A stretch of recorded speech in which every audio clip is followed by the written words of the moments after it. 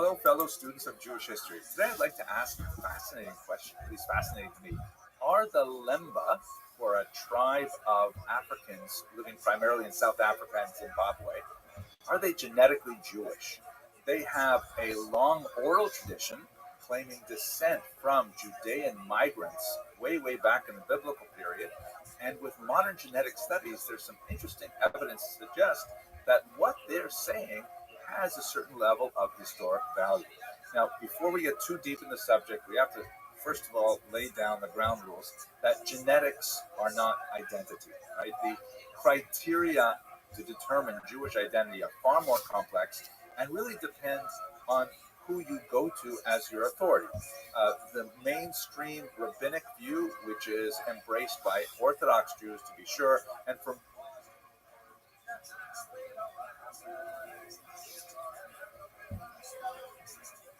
most of Jewish history over the last couple millennia, has been that Jews receive their identity in two ways, either through matrilineal descent, meaning they are born of a Jewish mother, or through conversion. And there's a whole bunch of discussion about what exactly that conversion means. In the late 20th century, the Reform movement adopted a patrilineal descent, claiming biblical precedent. And in fact, when you look at biblical texts, there are some really interesting things that suggest that it may have been patrilineal in the biblical period. But, this is not a discussion for this point. You can see I have another video on it. It did definitely switch sometime in antiquity where Jews began to turn to the matrilineal model. For Orthodox Jews, it is the moment of Matan Torah. For others, historians look at different points. But at any rate, most Jews today regard it as matrilineal. I should say certainly Orthodox Jews. Jews from other denominations may have other definitions. What we don't have is the notion of bloodlines or of conformity to specific prophecies to say that a person is Jewish.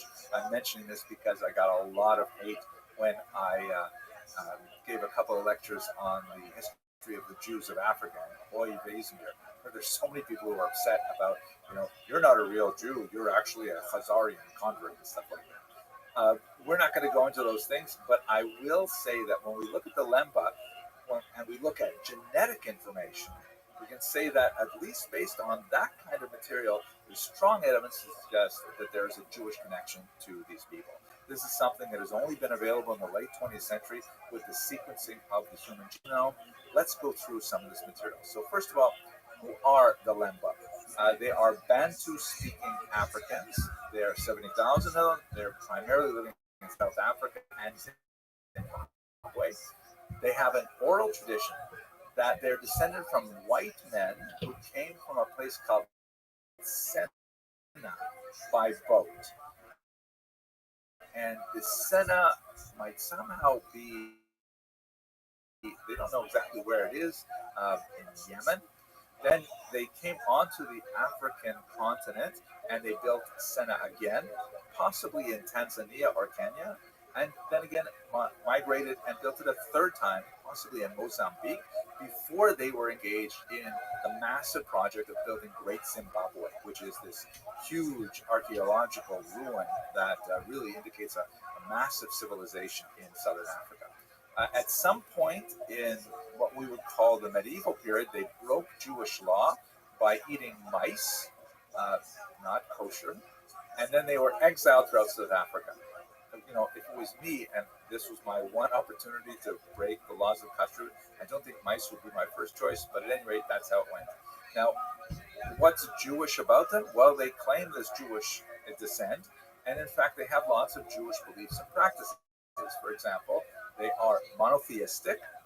They practice circumcision. Now, these two things are common also for Muslims in the region.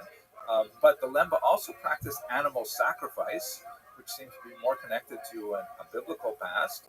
They do not eat pork. Again, Muslims don't eat pork too. But they also don't eat milk and meat. Furthermore, they have other smaller practices that are very congruent with Jewish history, like they pay a lot of attention to the lunar calendar. So basically, their story is that they were led by a particular clan called the Buba, and they made their way from somewhere in the Middle East into Africa and eventually ended up primarily in South Africa and Zimbabwe. Now, what does the science say?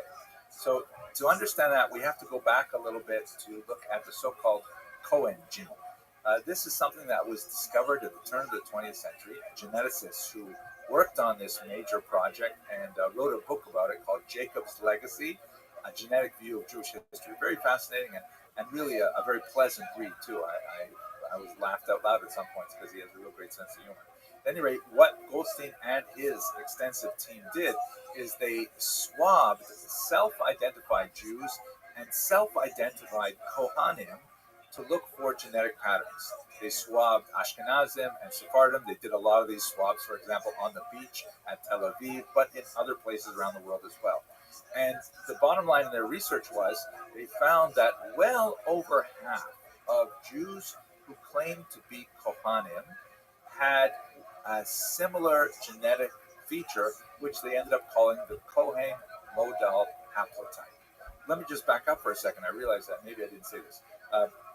Jews are divided in a patrilineal system. While the identity, the status of being Jewish is matrilineal, it comes through the mother, as we mentioned earlier.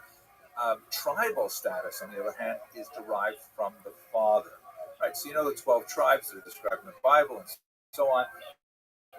But there's one tribe, the tribe of Levi, which was divided in two. There were brothers. One of them was Moses, i.e. the Moses, and the other was Aaron, also the Aaron, who was the first high priest.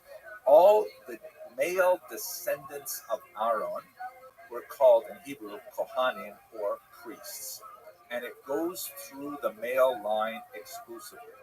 Now, thinking about genetics, of course you're aware that women have two X chromosomes, men have an X and a Y chromosome. There's a lot more to say about differences between these two, but not for this video. But that means that all men receive their Y chromosome exclusively from their father. Whatever their father's Y chromosome had is what they've got on their Y chromosome. So this means that theoretically, every Kohen alive today has a Y chromosome that is like Aaron's chromosome a long, long time ago.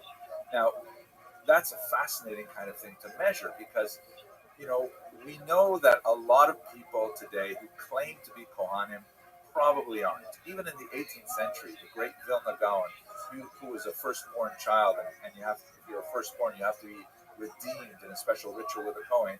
He was famous for performing this ritual for himself with every Kohen he met, because you could be absolutely sure that the last Kohen was a real Kohen. Maybe this one's a real Kohen, so he would do it over and over again just to make sure that he did it right. Most firstborns, like myself, for example, only had it done once, and that's enough already. But nevertheless, this represents the possibility that many people simply adopted the Kohen identity. It has a higher status, for example. So maybe like when they moved from Eastern Europe to America, and people didn't know that.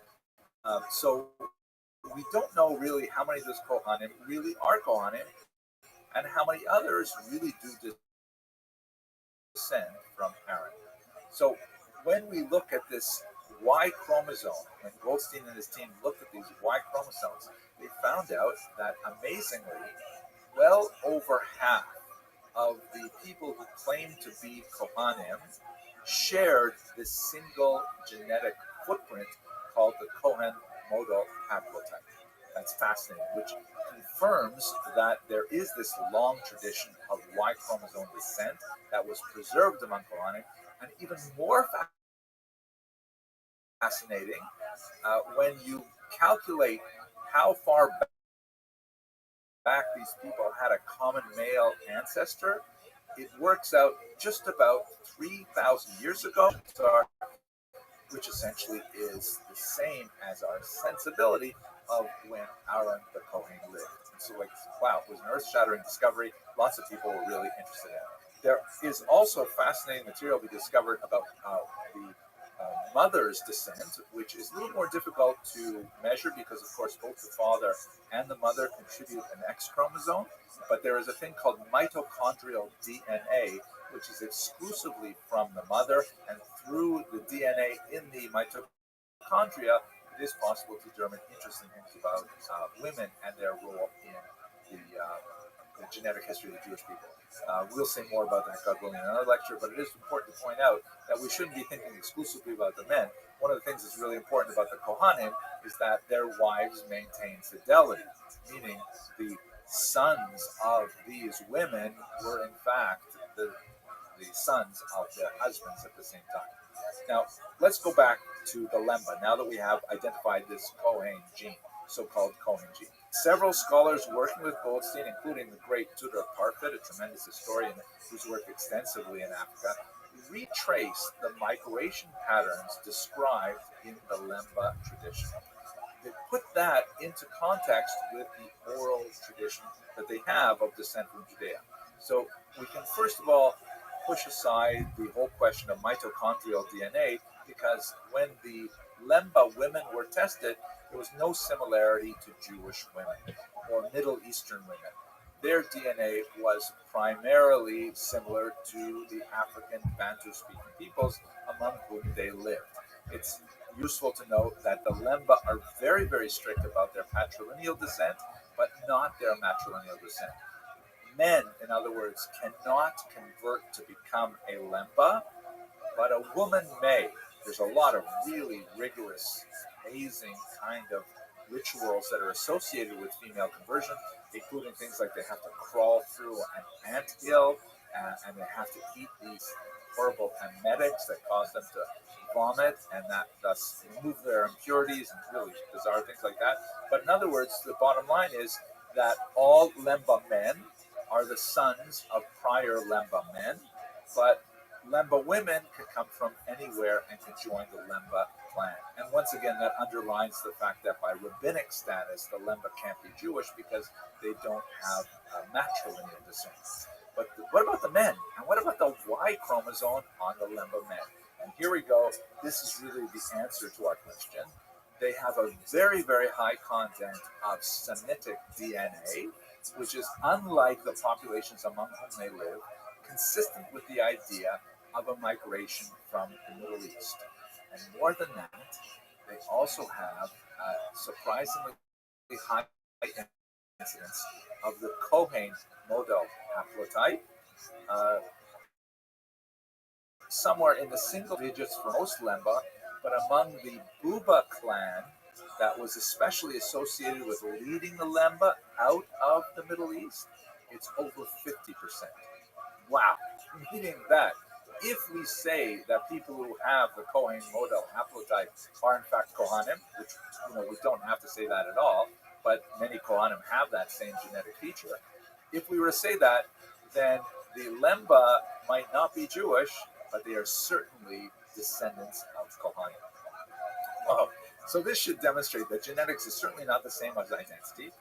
The lemba themselves, although they claim Jewish descent, they have no problem with participating in Christian life and in Muslim life and going to churches and mosques and things like that. But it does indicate that if you're one of those fans of bloodlines, the lemba seem to have a paternal bloodline that connects them to the same people, the same man possibly, that provided the basis of many of today's Jewish Kohanim. Okay, I hope you found this fascinating. I know I did. And I look forward to speaking to you in further lectures. Thanks very much for listening.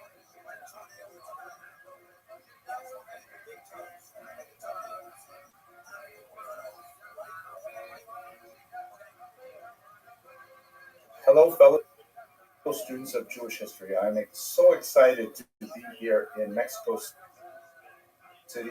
I'm right now with Dean Daniel Feinstein, who is the chief academic officer of the Universidad Ibérica. Really impressive organization here in the middle of the Jewish community. And I'd like to ask him and take this opportunity to say a few words about the nature of the community and Jewish studies here, Jewish history in particular. So, Dr. Feinstein, it's so nice to spend some time with you. Thank you very much. I'm very happy felicidades. Oh, I have to say one sentence in Spanish. Yes. Okay. Yo estoy muy feliz de estar aquí con ustedes en la Universidad Hebrea en México, con Limur. Excellent. Thank you. What did I just say? You said only good things. Thank you so much. Don't worry. Please tell us about this amazing community. Okay, well, Mexico City is a very special community. It's about 50,000 Jews, 95% or more in the Mexico City, in 4 neighborhoods, most of the people. This is a community which the first Jews came here as crypto Jews, with the Spaniards who came here and conquest Mexico. With them came the Jews, and they could build some communities. Then came the Inquisition, and there were people who were killed in the center of Mexico City. They were burned here in Autos de Fe. So that is, I call, the prehistory. The real history came, let's say, 120 years ago, with the invasion from the Ottoman Empire, from Eastern Europe, escaping pogroms, looking for new horizons for their families and everything, and they began to establish different communities.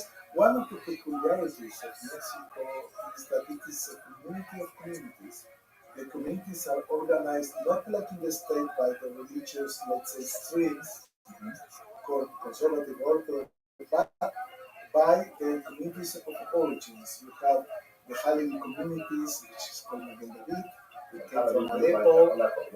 Then you have the Monte Sinai community, who came from Damascus.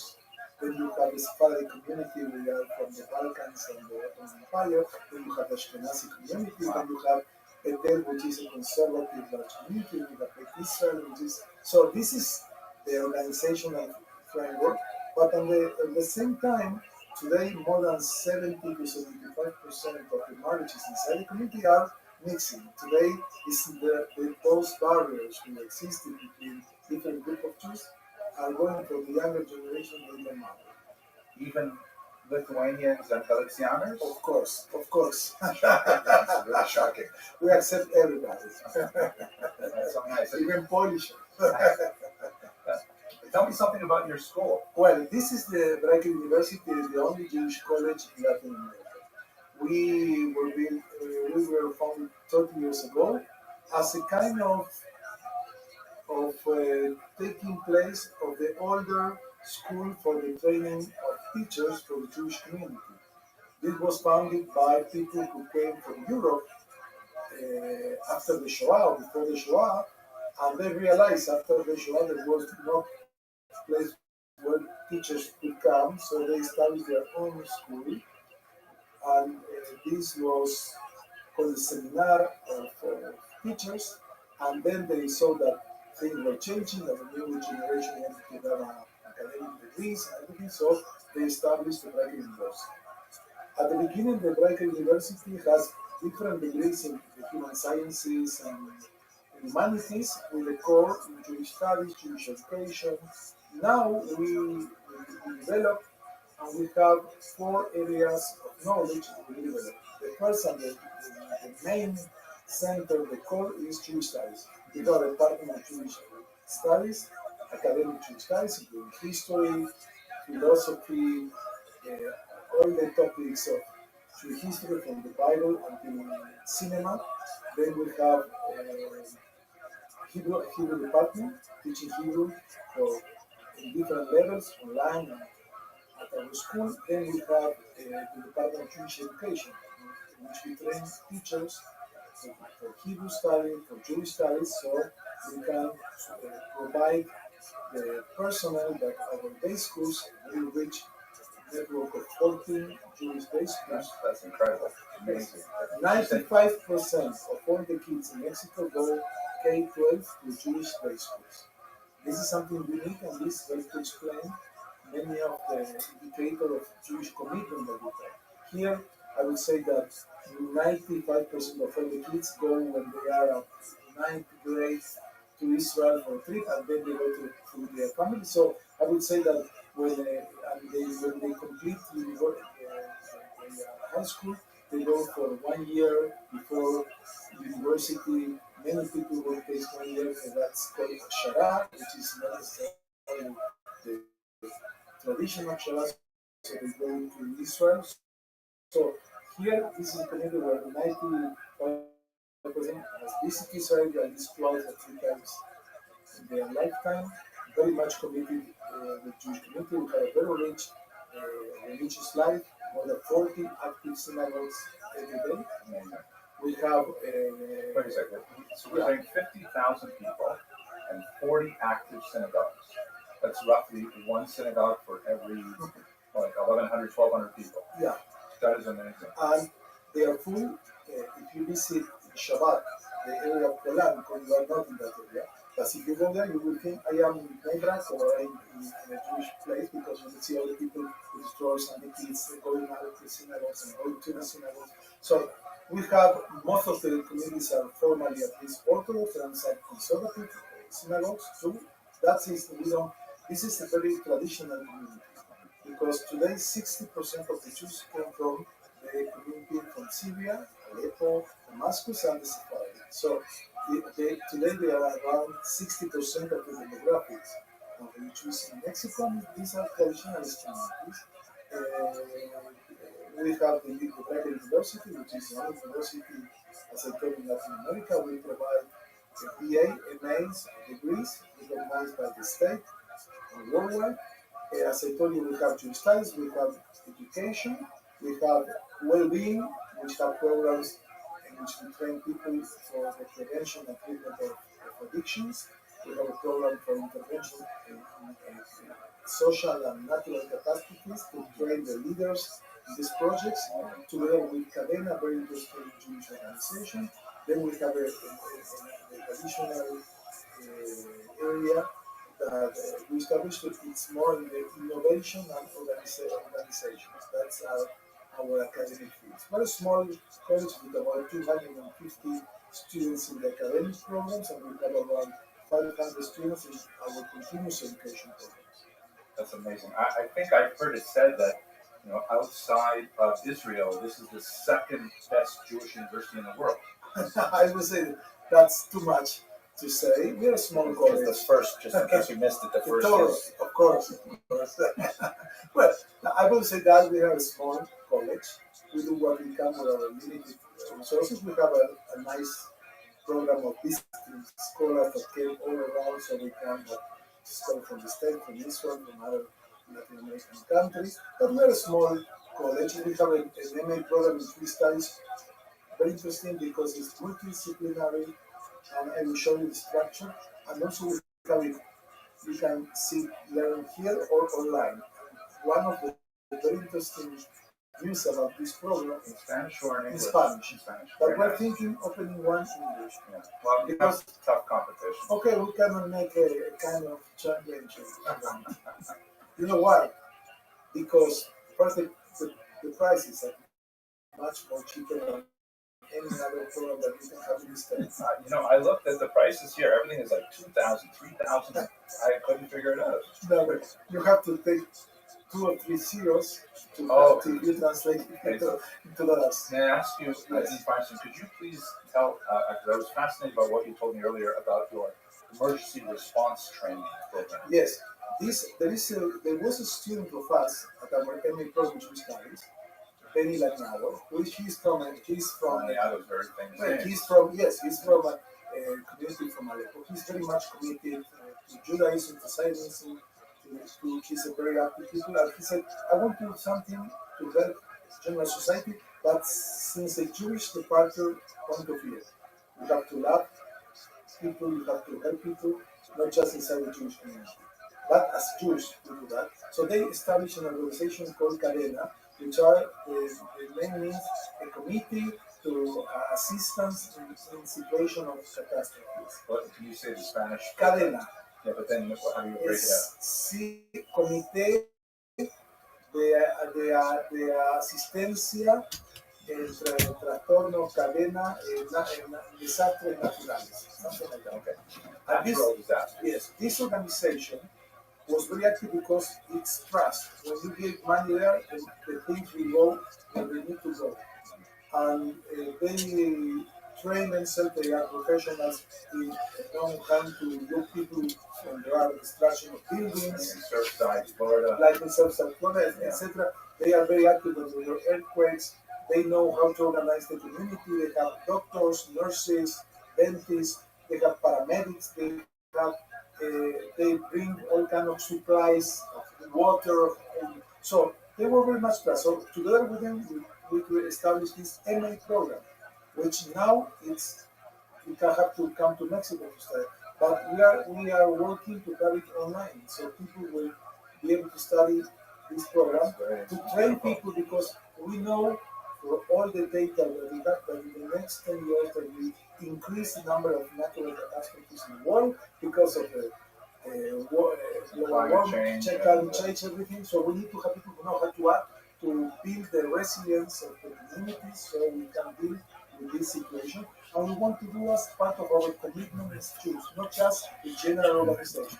We are committed Jews who want to help the Olam and help Jewish world and the general world. Beautiful. Beautiful This is a very nice program, and we are very proud of it. So if we help your institution with some Touro University skills, maybe you'll help us with that kind of stuff. We can, of course, we can explore collaborations. We like to have collaboration with different universities and organizations. You heard it here first. Yeah. Okay, that's nice. So this is what we are. This is an amazing community, very much committed. We have wonderful infrastructure. We have one of the largest JCCs in the world, the Centro Deportivo Israelita, which joins all the communities, because Mexico is organized as a community of communities by origins, but today the people interact, they marry, and then it's not like it used to be 20 or 40 years ago. It's a community with a strong number of lay leaders committed for the future of organization. For instance, 2 days ago or 3 days ago, there was a concert organized by Atzala, the Bolsa Atzala here. 4,000 people participating in this concert. There is a singer, and there is a strong philanthropic tradition of tzedakah, of helping. You have many organizations, amazing number of lay leaders, Jaco and Vivian, and Off the county. yeah, and there is an amazing group of leaders, lay leaders committed to Judaism. You have, I would say, with us, you have at least in Mexico City, 50 villages, you have at least 2,000 lay leaders who meet at least once a week to their organizations. 2,000 at least. people. Just Magen David have 500. In all kinds of committees, from Achnasat Kala to people who have fertility problems, to community of Jewish education, to non-formal education. It's a very organized, strong Jewish community. Which has, when we use the term community, it's a kind of anachronism, because it's not like the medieval Jewish community, but here it's similar. Yeah. The communities, for instance, something that I don't know if you would have this in the state in the same development. We have here a committee which is called Honor y Justicia, which is a kind of mediation. Honoring justice. Honor and justice. Honor and justice. And each community has its own community, but there is one for all the communities. That means if you are from one community and another, and we were partners, and we have an economic problem or we have family problems, instead of going to the general courts, you can first try this, and they are very strong, and they are very well evaluated by the population, because they have a very nice spirit to help people to resolve their problems. But the people who are there, they have a training. They are lay leaders. Some of them are lawyers, some of them are architects, doctors, psychologists, but they have a special training, also in Jewish law, also in psychology, and it's very interesting. It's a very nice organization. You have also a very strong Sevra Kadisha here. Each community has its own Sevra Kadisha with the training, and they perform everything. The Borean society is completely Jewish. In other communities, some of the parts are done by non-Jews. Here, completely by volunteers that have a strong sense of Irat Shamayim and I've commitment. served many years on a Shabbat Kaddish as well. So you know what. Yeah, and I know what it's typically where I've served has always been all Jews involved from start to finish, Yeah. but we often have to use non-Jewish funeral homes for example. Here, no, we are part of the community. No, this is, as I said, for instance, data. How many people in the States, not just in the Orthodox or Haredi, keep a strict 1 week Shiva as it must be? How many people outside? It's a small percentage, maybe less than 10%. Here, even in the most secular family, 95% of the people have is Shiva. And Rabbi from different synagogues, they appear and they help, and many people. It's a kind of institution. This is a very strong traditional Jewish community. That's beautiful. I mean, if I knew more than one sentence in Spanish, I would probably want to live there. Okay, you can learn. You are a very wise person. So you will be able to adapt here. And we need voices like yours, which is illustrative, traditional voice. We try to combine the scholarship work with the Jewish tradition in an interesting way that it's make better justice to both. That's very kind of you. I'm glad that there are people here who enjoy your activity. I see them sometimes. I know that you are very clear, very didactic, and very well researched. So I like the approach. Thank you. I don't know what to say. Okay, we should probably wrap it up because we have the other interview, yes. Right? Okay. Thank you very much for your time. Thank you, and shalom from Mexico.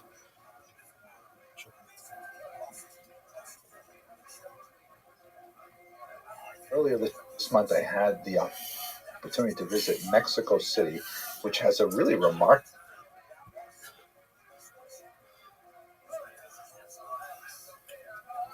Jewish community and a really fascinating and unusual past. I was invited by Limud, which is this wonderful organization that provides all kinds of learning opportunities in a whole series of venues. We visited the old downtown of the city and found some beautiful 18th century architecture there, really fascinating.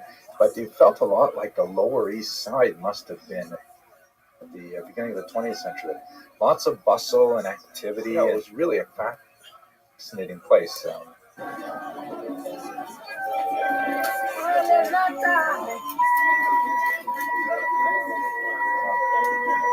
It was just a few days past the Day of the Dead when we visited it, so there was some strange kind of like shrines still around, especially on the old Jewish street, Calle de Jesus Maria, the Jesus Mary Street, which was unusual for the central core of the old Jewish neighborhood, but in fact there was a synagogue of Jesus Maria on this street, which is kind of ironic. But it's the textile region where there were all kinds of businesses tucked away in little tiny corner stores, many of which are still owned and operated by Jews. You can see mezuzahs in the doorposts of a lot of them. So, and why does Casa Mary decide to keep a mezuzah? You know, it's really still quite an active place for Jews to visit and to work. And it has never stopped working because there are Jewish businesses in the area. So they live somewhere else, 1 hour from here, but when they come here, they work. At 2 o'clock they come, they eat a kosher meal, and they go back to work. One of the downtown synagogues was renovated at the early part of the 21st century. And my favorite part of the renovation is that the upstairs women's gallery is perfectly fine and functional on one side, but in order to balance it out, they put an identical structure on the other side of the room, but there's no access to it. So it's purely for show. The second synagogue, just a few doors down, of course you have to have two synagogues on the same street, right? One that you daven in, one you don't get caught dead in. But the second synagogue has a kind of like a sleeve-like structure. But they have this interior facade, this like patio, because every synagogue is also a social meeting place. And there are two buildings. The one that you saw, the office, And upstairs there was a kosher restaurant for some time that all the businessmen or the immigrants used to come here. No, this is very Eastern European. And it was a copy of a synagogue from. I really thought these menorahs that flanked the Aron Kodesh had a distinct Mexican feel to them. And afterwards, we spent some time looking at the modern synagogues in Mexico City, which are really quite gorgeous. I'm Jack de Mexico, and also soy un ciudadano de Latvia. Que sigue a tu papá en YouTube. Muchos saludos. Bienvenida a México cuando gustes con tu esposo. Well, this is the Shara Shamayim synagogue from the Sephardic community of Mexico. It was built in the style and influence of the Sephardic communities and synagogues in Spain. It has a beautiful, you will see, I don't know, it's from North Africa and other places, which is with oil, not with electricity. Wow, beautiful. It's natural oil. Do you see? Yeah, I see. That's beautiful. This is not, look. Oh, wow. Look at that. Gorgeous. It's very active. This is a very active community. We're recovering from the pandemic, but it's a very active community. Thank you. These are remarkably large synagogue complexes with, huge cavernous sanctuaries. I had the privilege of meeting with Chief Rabbi Abraham Toval, who invited me to speak to several rabbinic colleagues of Mexico City, and that was a distinct pleasure. And then he led us personally on a tour of the Mount Sinai complex there, which really is so inspirational. There's so many spaces for learning, and I was especially amazed when he showed us what they have in the sanctuary in the Aron Kodesh, in the Holy Ark. Wow, it is. They are very impressive.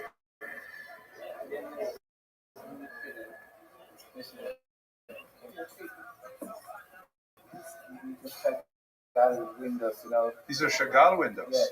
Wow. But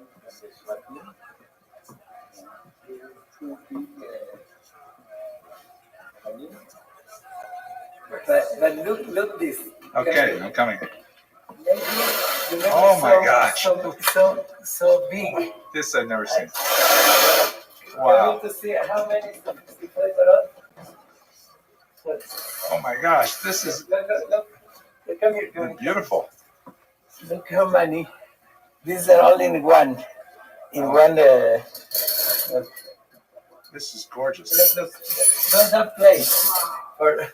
It was really interesting to see a Mexican flag where normally we'd see an American one. And these synagogues have like beautiful restaurants inside them that are they're really more like community centers, but they're gorgeous and they're all over the city. We rounded out our visit by going to the archives, which is housed in a beautiful facility right next to a renovated synagogue. And the director of the archives gave us a personal tour, which was really amazing. And they had actually curated a few objects for us to see. First book of the Central Committee of the Jewish Community, as I told you. Remember the date? Some of the last Jews that could go escape from Germany.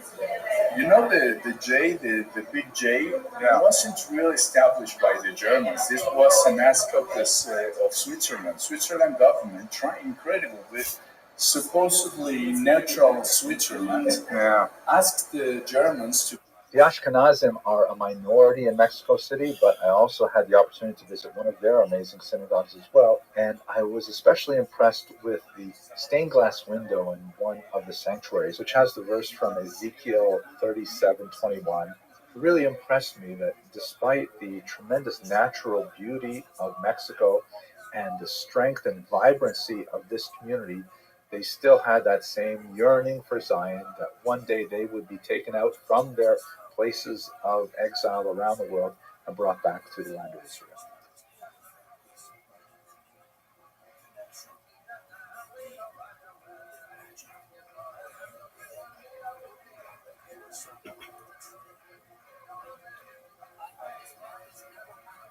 Hello, Most valued students, I am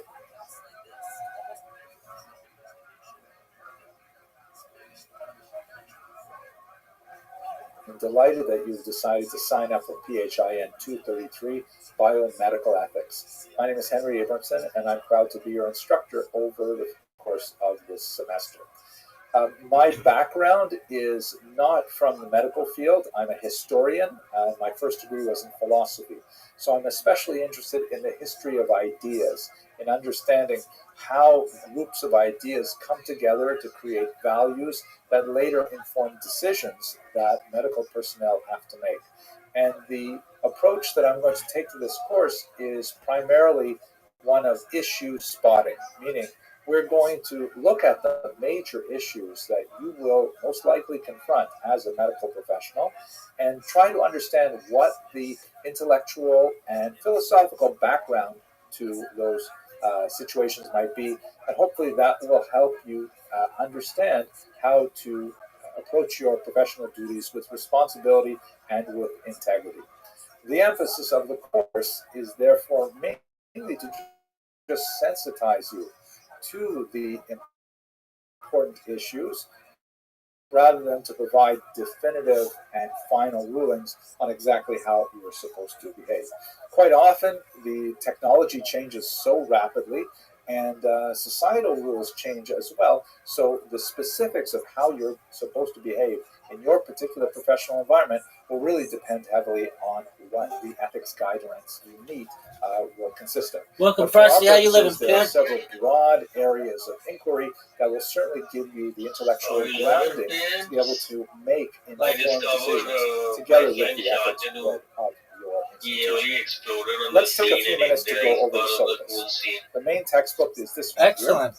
Legal Tell him welcome to the club. For health professionals, and it takes a decidedly secular approach, understanding the various backgrounds that come to bear on any given question that you may face.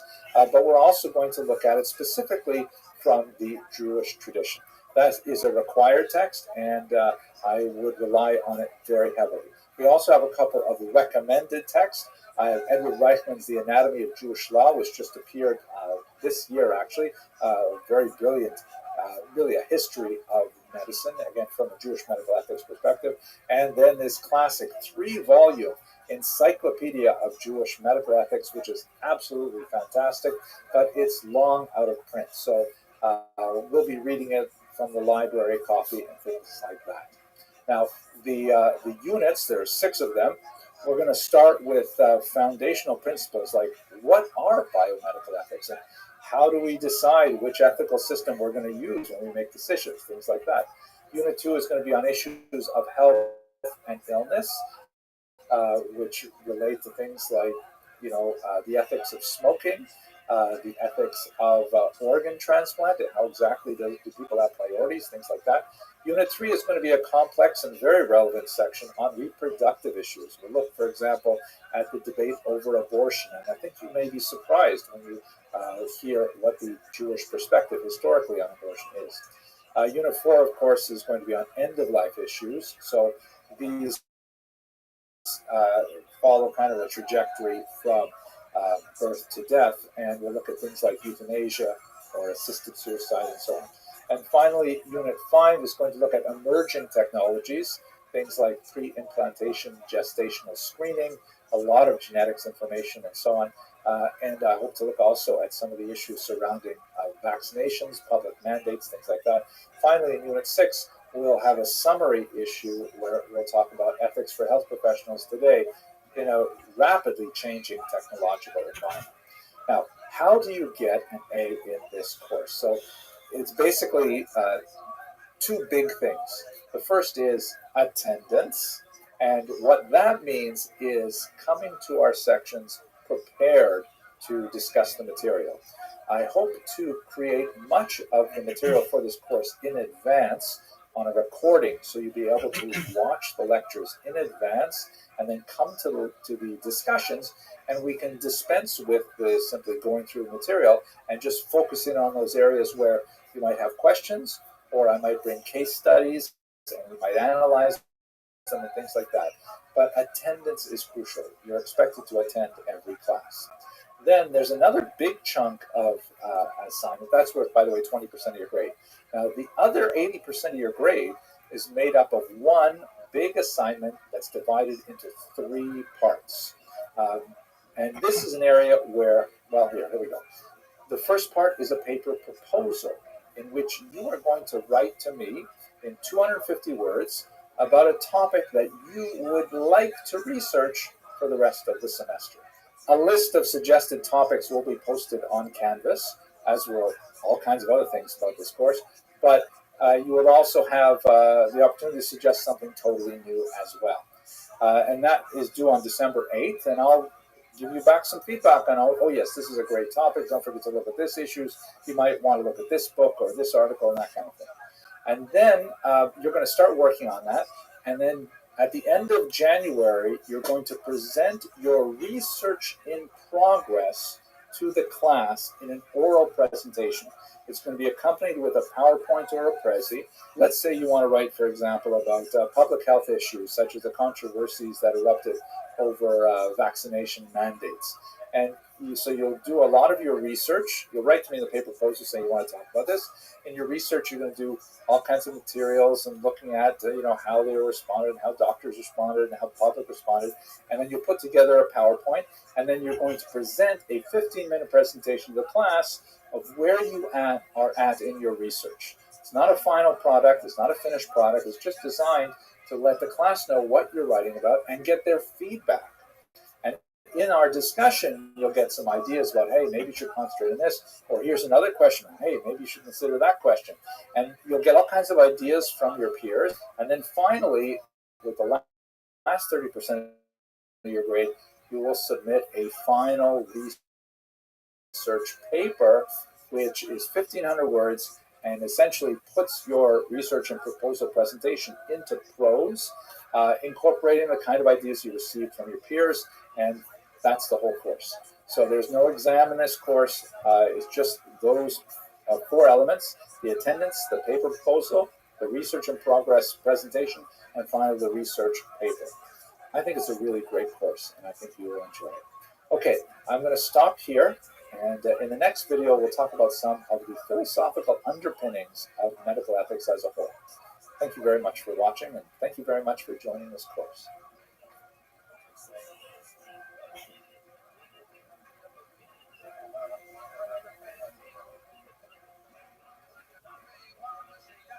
Hello, most valued students. In this first video, we should take a few moments to think about what exactly are ethics, where do they come from, and how do we determine them? And most importantly, how do we use them in making our decisions when it really counts? Now, this is not something we're going to get to the bottom of in a very short lecture like this, but nevertheless, let's just explore some of the philosophical underpinnings of the very concept of ethics before we get into much more detailed specific examples. First of all, what is the term ethics? What does it mean? It comes from 2 related Greek roots. The first is ethikos, which means like character or quality of morality, speaking to a person's essence. A person is ethical. It says something about who they are, but what exactly does that mean? And then perhaps more relevant for our purposes, the term ethos, which means custom or habitude, meaning the way people regularly behave. Not necessarily as a kind of philosophical conscious decision as to why one might choose one course of action over the other, but rather, that's just the way it's done. This is our regular system of behavior. So ethics, in a certain sense, really speaks to derech eretz, the way of the world, the way in which people conduct themselves without necessarily having a firm philosophical foundation. The implications of these 2 related roots are that there's something about ethics that is deeply personal, that every person has to have some kind of system of ethics, hopefully something they've thought about in advance, and that's why you're taking this course, hopefully to get you working through some of the big ideas and to develop your own position on many of these ethical dilemmas. But they are nevertheless constrained by the cultural values of the society in which we live. That ethics is very much colored by the history and the religion and the philosophical orientation of the outside world. Regardless of where you personally may come from, you're affected from the outside, and when you are placed in a situation where you will regularly have to make very serious life or death ethical decisions, it's really important to sort out these things and get a solid foundation for your own peace of mind.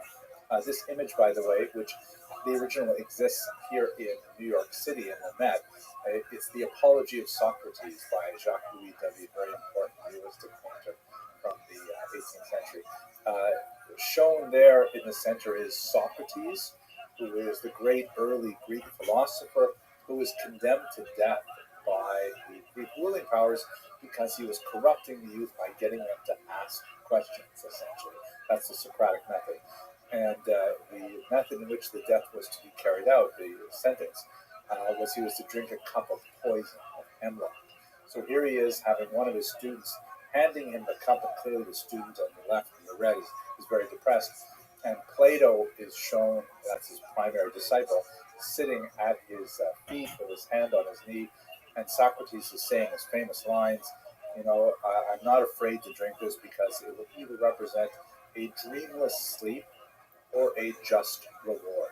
Meaning he had a very well thought out ethical system, so much so that he was not even afraid to drink the hemlock. But maybe we'll get back to this a little later on in the course. What do we mean when we say medical ethics? What are medical ethics? What are bioethics? So these are basically a sort of subset of general ethics that specifically relate to medical procedures. Meaning, if you have an ethical system and then you find yourself in a medical environment where you have to apply those ethics, the application of those ethics to those medical settings are medical ethics. The kinds of issues that are really very fundamental, and we'll get into them throughout this course, are priorities in medicine, for example. If you have scarce resources and you have to apportion them according to an ethically consistent system, how do you decide which person gets the medical treatment first? Or how do you decide which person gets it at all? This is a very, very crucial burning question that continues to affect all societies, including the United States of America. Secondly, what about types of treatments? There are certain treatments which might be effective on a medical level, but would be highly unethical on another level. Like, let's say, for example, stealing an internal organ from a living person in order to give it to another person.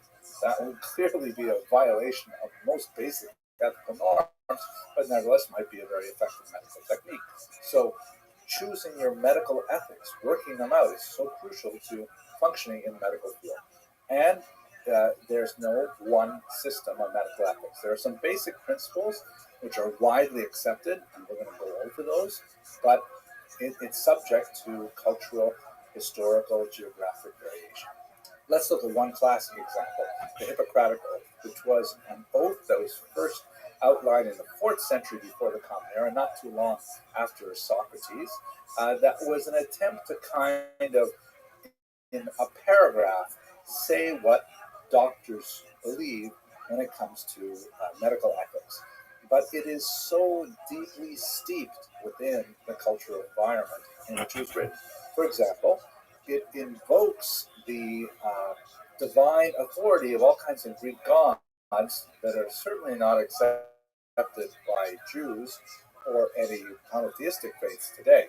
Like it says, I swear by Apollo, physician, and Asclepius, and Hygeia, kind of saying all the gods and goddesses. Like, invoking that as your authority is clearly a violation of the beliefs of many people. How can we base our ethical system if it's fundamentally founded on a polytheistic faith system that we do not adhere to? There's all kinds of other interesting things in there about debt to teachers, deference to surgeons, in particular, a huge distinction between various types of medical workers, and a massive, massive opposition to abortions, which would also be quite problematic for modern medical procedures, as we shall see in a later class. So even though we have something that everyone seems to sort of generally agree on, the Hippocratic Oath, that's really an important thing. When you actually look at the text of the Hippocratic Oath, it has a lot of difficulties for modern medical ethics. So we have to go a little bit deeper, and we have to say, what are ethics based on? So they are based essentially on values, meaning what are the things that we consider important. When we can rank the things that we consider important, we can structure our ethical system based on that ranking. Once again, values are culturally determined. A couple of examples. Not too long ago, it was considered absolutely appropriate to pay women less for identical work, especially in the Industrial Revolution. Men were considered the ones who were responsible to be the prime breadwinner, and therefore salaries given to men had to be larger because they were expected to support a wife and children. Women, on the other hand, were basically just, getting money on the side, that sort of thing. It was a side hustler, as they say. So therefore, they didn't have to be paid as much. Obviously, this would be highly problematic and illegal in contemporary values, especially in the Western world. Other things, for example, Jews would consider very valuable, meaning very full of value, would be the need to preserve the dietary laws of kashrut, to observe the Shabbat, to preserve tzniut, right, with the laws of modesty. All these kinds of things are extremely important to Jews, but not necessarily shared by the broader society. So what you value is something that is clearly shaped by the society, in which you may be dealing with patients who have a very different set of values, which you have to deal with, and hopefully respect them whenever possible or in a medically appropriate way. Now, these values frequently clash. One person may have one set of values, another person might have a very sincere belief in a different set of values, and those two things will come to clash with each other, and you have to make a decision. The Gemara, the Talmud, the Bava Metzia, says it's a fascinating discussion that we will come to again later when we talk about the allocation of scarce resources. Two people are traveling in a desert, scenario set up. It's kind of a lifeboat morality situation. And they have one flask of water. Two people, one flask. The next point of civilization is sufficiently far that if they try to share that flask of water, they will both die of thirst.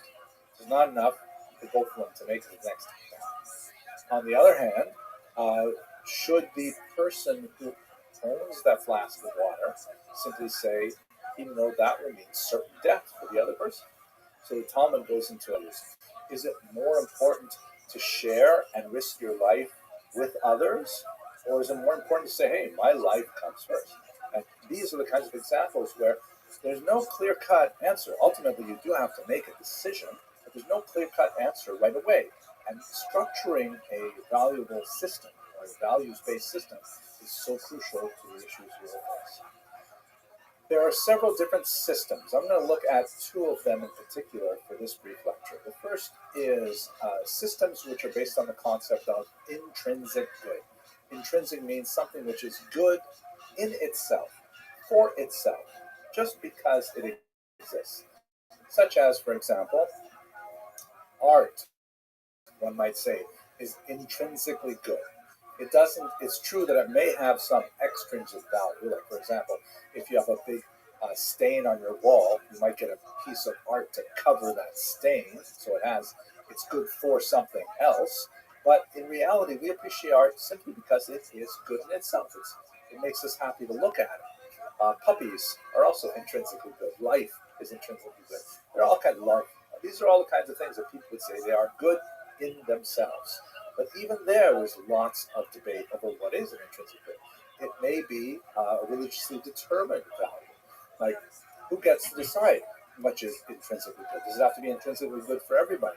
What if I like Rembrandt and you like Michelangelo? What will happen? I mean, I consider Rembrandt intrinsically good, and you say Fett, right? How do we decide that? So Immanuel Kant, who's shown here in this illustration, came up with a brilliant idea called the categorical imperative that essentially worked out a formula to determine when something was intrinsically good. According to the categorical imperative, if you can act in such a way that your action is logically consistent with the way in which all rational beings should similarly act, that's considered an intrinsic good, and it is something which is consistent with duty, which is a very important value for Immanuel Kant. And it actually was an extremely useful way of looking at things. I would love to go into more detail, but I think I would burden you if I actually walked you through. Maybe when we meet on Zoom, we'll speak about the categorical imperative and test it out in a few different ways. But it conflicted with other rival systems. We see, for example, Immanuel Kant has no interest in protecting the observance of Shabbat. There is no intrinsic good in Shabbat, which means I feel really sorry for Immanuel Kant because Shabbat is just so amazingly, obviously intrinsically good, but you only know that when you actually try it out. Catholicism on abortion, the idea for Catholics to oppose abortion on pretty extreme grounds, that would be considered, because it's based on an assertion of intrinsic value to the developing fetus, to a good. So intrinsic good has its own limitations as systems of ethics go. The other one, which is going to be extremely important for us, and we will return to this time and time again, is systems of ethics which are based on various types of extrinsic goods. Extrinsic, right? Intrinsic means something good in itself. Extrinsic means good for something else. Like, for example, the piece of art that you put on the wall in order to cover up a hole or a stain on the wall. The most important exponent of values based on intrinsic good is John Stuart Mill, shown here, who developed something he called utilitarianism. This term basically means usefulness. We will create, since we can't all agree on basic values, because we come from different places and different, types of philosophical orientation like that, we can all agree on, what's going to be the greatest good for the greatest number of people. We'll simply kind of like mathematically tally up how much good would be caused by a given action, and how much good would be caused by a different action, and whichever one is the greater good, that's the one that we're going to choose. Even though we recognize that sometimes the greater good may harm some people, as long as it harms less people, essentially, then we should still go with the greater good. Right? That's the basic idea of utilitarianism. It's a huge influence on secular ethics and very much important for American ethics as well. To give you one example, let's say we have three friends, Ruben, Shimon, and Levi, and they all want to go out to eat dinner together. Shimon and Levi say they want to go to restaurant X. Ruben says, no, come on, let's go to Y. Then you have three friends, two of them vote for one restaurant, and the third votes for a different one. Obviously, you go with the majority and you go to restaurant X. Or do you? It's Marxism, right? Sounds pretty good, I think. So first of all, we have to go back to the beginning.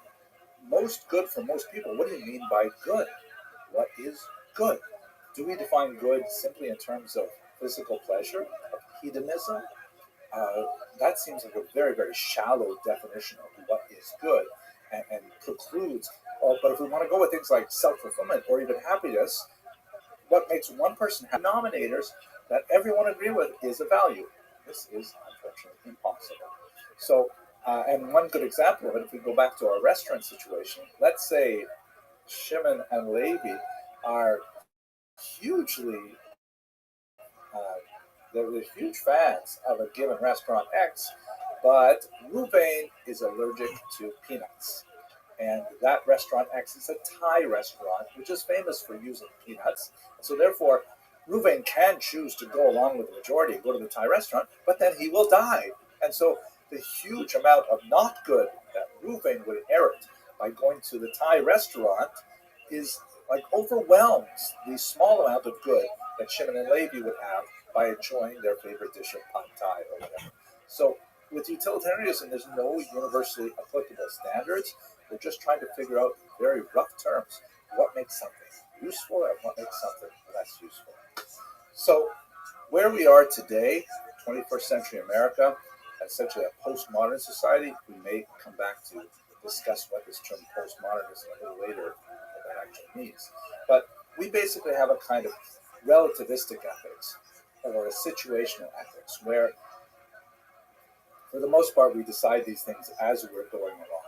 We're kind of flailing about, just making decisions on the fly, and it's very, very, very difficult to have firm ground under us when we hit those really, really difficult situations.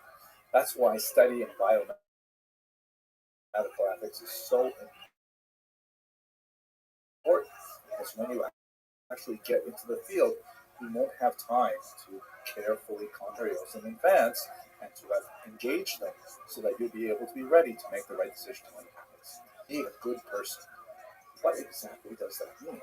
Even a cursory examination of the questions involved suggests that we really don't know what we are doing. Now, I don't want to paint too dire a picture. There are some areas in which there is broad agreement about the direction of modern medical ethics. One of those issues, for example, is the concept of autonomy, meaning the patient's right to choose what they want for their treatment. Frosty, This is balanced by how you living, pimp? further emphasis on paternalism. The term autonomy comes from the word What's good, son? What's good, son? Law, meaning you make your own self-law, your own self-rule. You can choose What is good? to your own body. And paternalism comes from the term pater, meaning father. The father knows best. Father doesn't have to tell you what's happening. Pimp, are you Father slanging knows dick like everything. Pimp? Are you slang? While there's Pimp, are still you slanging dick elements like it's going out of style? That are evident from time to time in modern medical ethics. Of course, but in general, there's a lot of emphasis on patient autonomy. Sometimes that gets pretty weird. Like, for example, here in the United States, it's de rigueur to have advertisements for medicine on television, for example. When I grew up in Canada, in most states, most industrialized nations, it's actually illegal. You can't advertise Tight medicine dogs. on television. The reason is because what do I, as a historian, not as a medical doctor, know about this medicine versus that medicine versus a third medicine, right? I trust my doctor to figure out which medicine is right for me. But in the American corporate world, they can make really Yo, pimp, how you living, baby? with, the right kind of mood and things like that. And I'll look at that and say, wow, if I took that medicine, my life would be much better. I will go back to my doctor and I'll pressure my doctor in order to have him or her prescribe to me that particular medicine. And it's great. I get that. But you warned me. But I really have a big question for you. And this is a question I need you to sit and ponder with all your heart, with all your mind, with all your soul. Everything that you can do. Here we go. You ready? Are you slinging dick like it's going out of style, pimp? There you go. That's what I like to hear, big dog. You want to play a game, Frosty? First of all, do the I go to doctors should strive at least not to make things worse. Sounds like a pretty low threshold, but it's a foundation. At least don't make things worse. We try to make things better, but at least don't make. Do you want to play a game? Don't go around like a bull in a china shop. Let's see what happens. You want me to send you an invite? Do that, right? No, at least don't make it worse. And then there is obviously medical ethics. Okay, pimp. Will do, big dog. Accountability. Do you know who Tim Dillon is? That's why the main textbook is so important, because it has lots of really important information on Tim Dillon, he's a comedian. In a medical environment. But take it from a larger you know who he is? As opposed to the narrow experience here. Which definition of justice? No, he's like a big time. He sells out arenas. All so crucial for the development of medical ethics, and there are certain basic principles that we receive in that. Now, the kinds of reasons why it's so important for us to have mental ethics today, you might think, well, why don't I just learn my narrow justice, my narrow specialization? Why do I have to think about this kind of things? The reality is because the nature of the medical establishment is that people are over-specialized. And we focus, let's say, so carefully on the left foot that they know everything there is to know about the left foot, but they don't think about what the implications are for the person who owns that particular foot. And we have spent so much of our energy training some experts to be highly specialized in what we're actually exploring the humanities history, right? Which is so crucial for developing that ethical sensibility. Secondly, our technology has advanced way past our ability to understand what we can do all kinds of mind-bending alterations to basic ideas of human identity that we've never been able to do before. And sometimes we know how to do things before we understand whether or not we should do things. We also live in a highly litigious environment where doctors and medical personnel are sued all the time. And this is part of the downside of the lack of paternalism as a value. Commonly means that when people are dissatisfied with their treatment, they have to sue their caregiver, and so there has to be protective things that make sure that your behavior is, of course, corresponding to the practices otherwise. And also, one of the huge questions is who ultimately gets to make the medical decisions today. In the American environment in particular, with the nature of health insurance and how that functions, a lot of these decisions are not made by doctors, but really made by the commercial enterprises that support the entire medical infrastructure, and that has to be primarily insurance. So these are a whole swirling group of difficult issues that you're going to have to make your way through and find a firm philosophical foundation for your own approach to medical ethics. We're going to go into some more details in the next videos, but honestly, thank you very much for watching this. What does it matter? She's just an attractive Nazi woman. There are pretty Nazis. Are there? Of every group of people, hello, most valued students. We've had just a moment now. Obviously, and Sydney Sweeney is one. So instead of to look at the general idea of where ethics come from, let's take a little bit of a closer look at where Jewish medical ethics come from. As we shall see, there are a lot of different ways that we can use systems to derive consistent and well thought out ethical decisions, but we are going to be spending a lot of time looking at the Jewish medical tradition in this course. So let's understand the basics. Now, if you are totally new to this can be quite confusing, but I assure you that as we go through these specific issues later on in this course, we will place all of the relevant pieces of information into the historical boxes, which are quite crucial. But if you are not new to this will be a very quick review on actually the most important differences between Jewish medical ethics and other systems, particularly modern systems based on utilitarianism, are that Jewish medical ethics are based on a fixed system of values that are derived from a revealed source. In other words, the Torah. That is, Jews rely, and I want to say Jews, I'm talking about the Jewish tradition. Obviously, in modern age, Jews make individual decisions that may not conform to Torah priorities. But historically, Jews have relied on the Torah as their basis for a definition of what has value. And on those values, Jews have been involved in creating their medical ethical system. This is quite different from, let's say, utilitarianism, where there is no fixed, given set of values and revealed right? Meaning, God says, don't worry about figuring this out. I'm going to tell you in writing, these are the things that are most important, and these are the priorities. So not only do Jews start with a fixed, revealed source of already defined values, Jews also rely on a narrative tradition to determine when an apparent contradiction exists, how it can be resolved. The books, the texts that have ultimately defined these things and record these for later generations are what we're going to focus on today.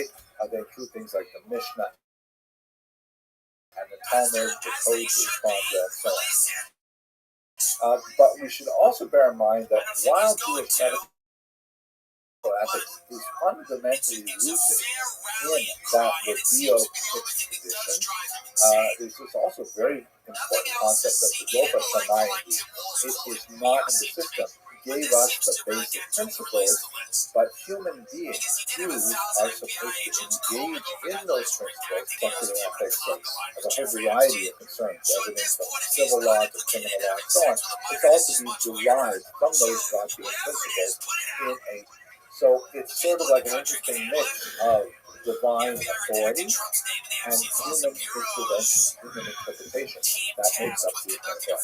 Okay, let's look at it. We should also bear in mind that in this system, there is no difference between what we would call interpersonal, the Hebrew term is bein adam v'chavero, ethics that determine behavior between one person and another, and what one might call ritual ethics, meaning things that are between a person and God. In Hebrew. In other words, we tend not to consider things like how does a Jew honor the Sabbath as being fundamentally different from how a Jew respects his or her neighbor's personal property, right? They're all part of the same system. And although we may see that there are different levels of stringency based on one big body of commandments. And this would be extremely important because when it comes to medical ethics, where multiple values, multiple priorities often clash, decisions have to be made, and sometimes certain ethics have to be sacrificed for other ethics. We'll get lots of examples of that throughout this course. But let's go through the text now and try to understand, how are these values codified? First of all, let us begin with something that may be surprising to those of you who are new to this material, the concept that there are actually two Torahs, right? That's really important. The first is the written Torah, known in Hebrew as Torah Shebetzav, and that refers to the 5 books of Moses. The first 5 books of the Bible, which according to Jewish tradition, are given by God in the form that we have them today. This is obviously at variance with a lot of ideas of modern biblical criticism, but that doesn't matter because we're working within the intellectual ecosystem of Jewish medical ethics, which understands these first 5 books of Moses as being totally authentic and inviolate. Now, along with the written Torah, Jewish theology holds that there is a complementary oral Torah, Torah Shebaal Peh, which is a body of teaching, as the term implies, that was delivered orally from God to Moses and then handed down subsequently through generations of scholars all the way up until the present day. And that oral tradition, which we're going to explore in a little more detail in just a second, is then somehow divided into various areas of teachings. The Mishnah is going to be extremely important. That's essentially a body of law.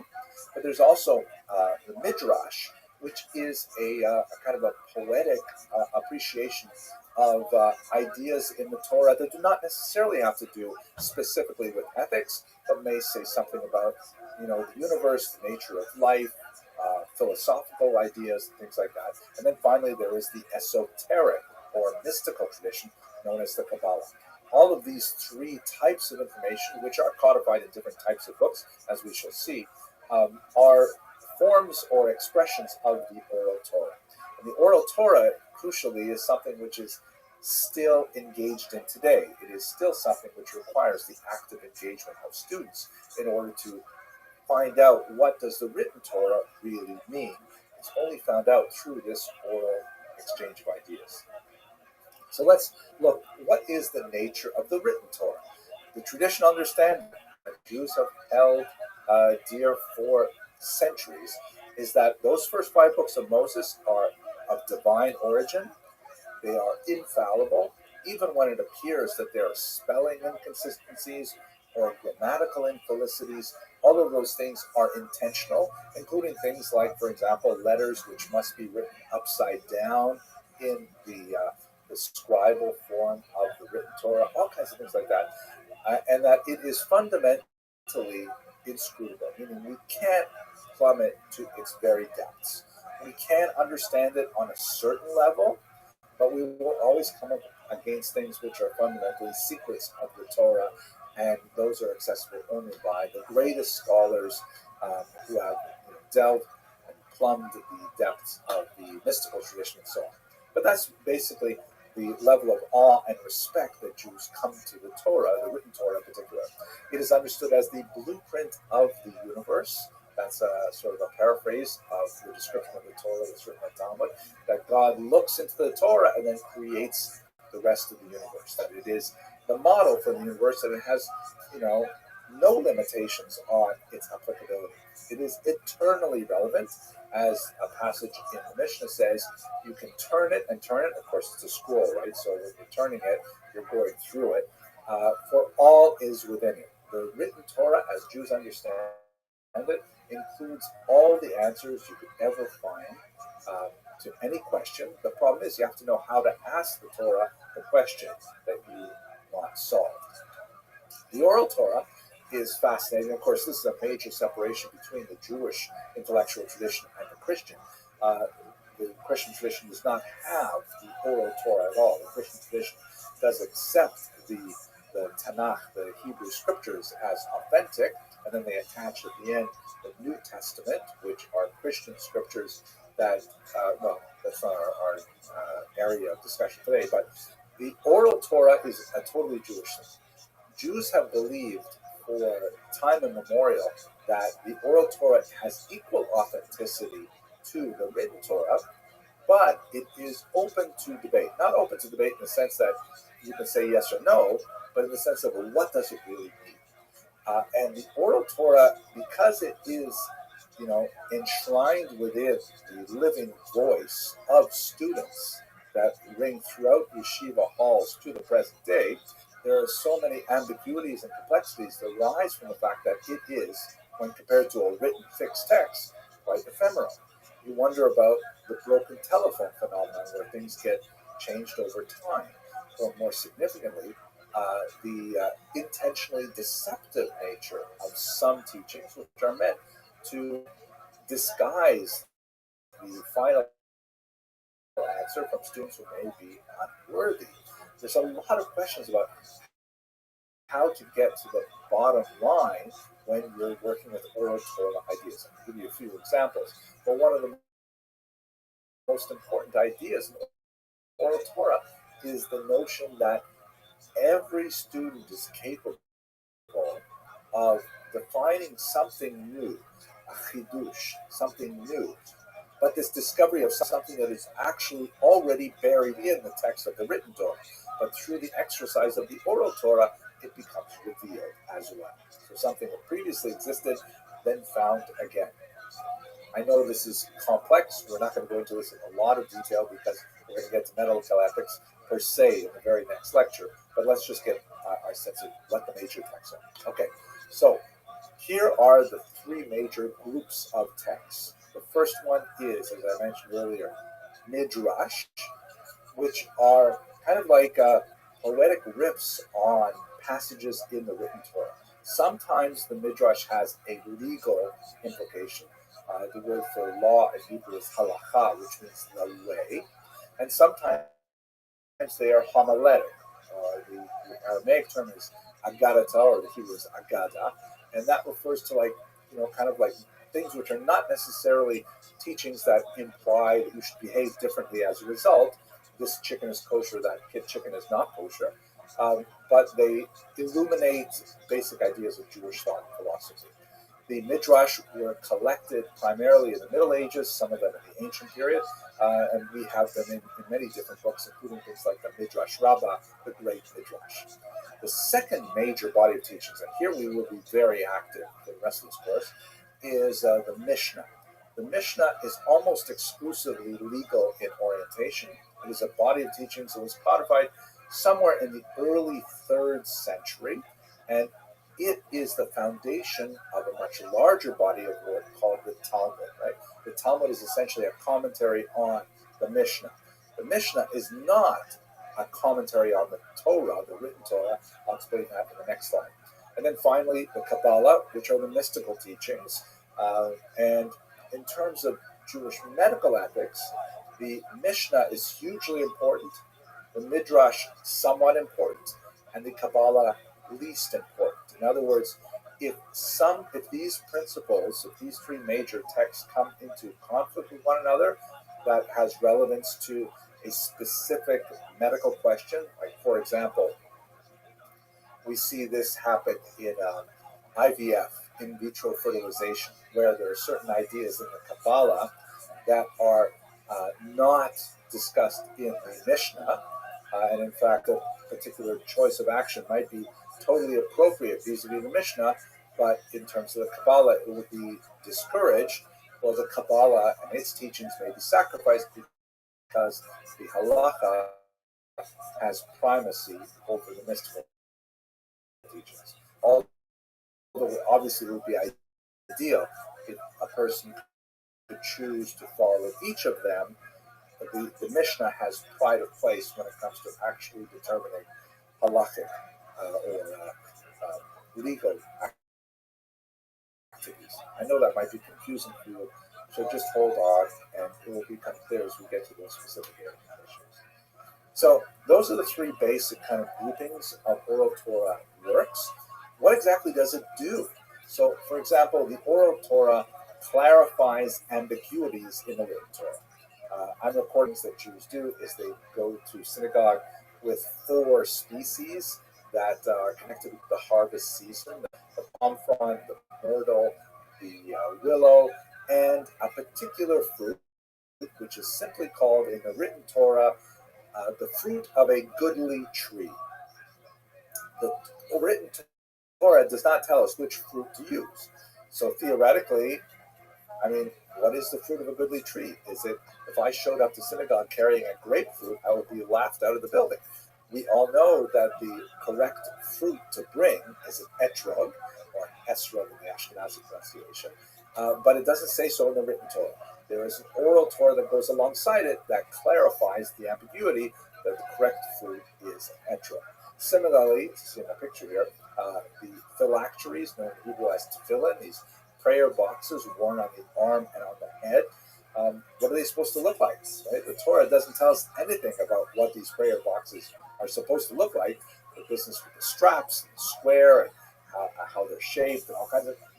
These are all things which are discussed in the oral Torah. Secondly, the oral Torah supplies what are apparent omissions, right? Like all the laws of how animals are slaughtered to be kosher is not discussed in the written Torah. You need the oral Torah to get that whole manual, really important for the Jewish diet.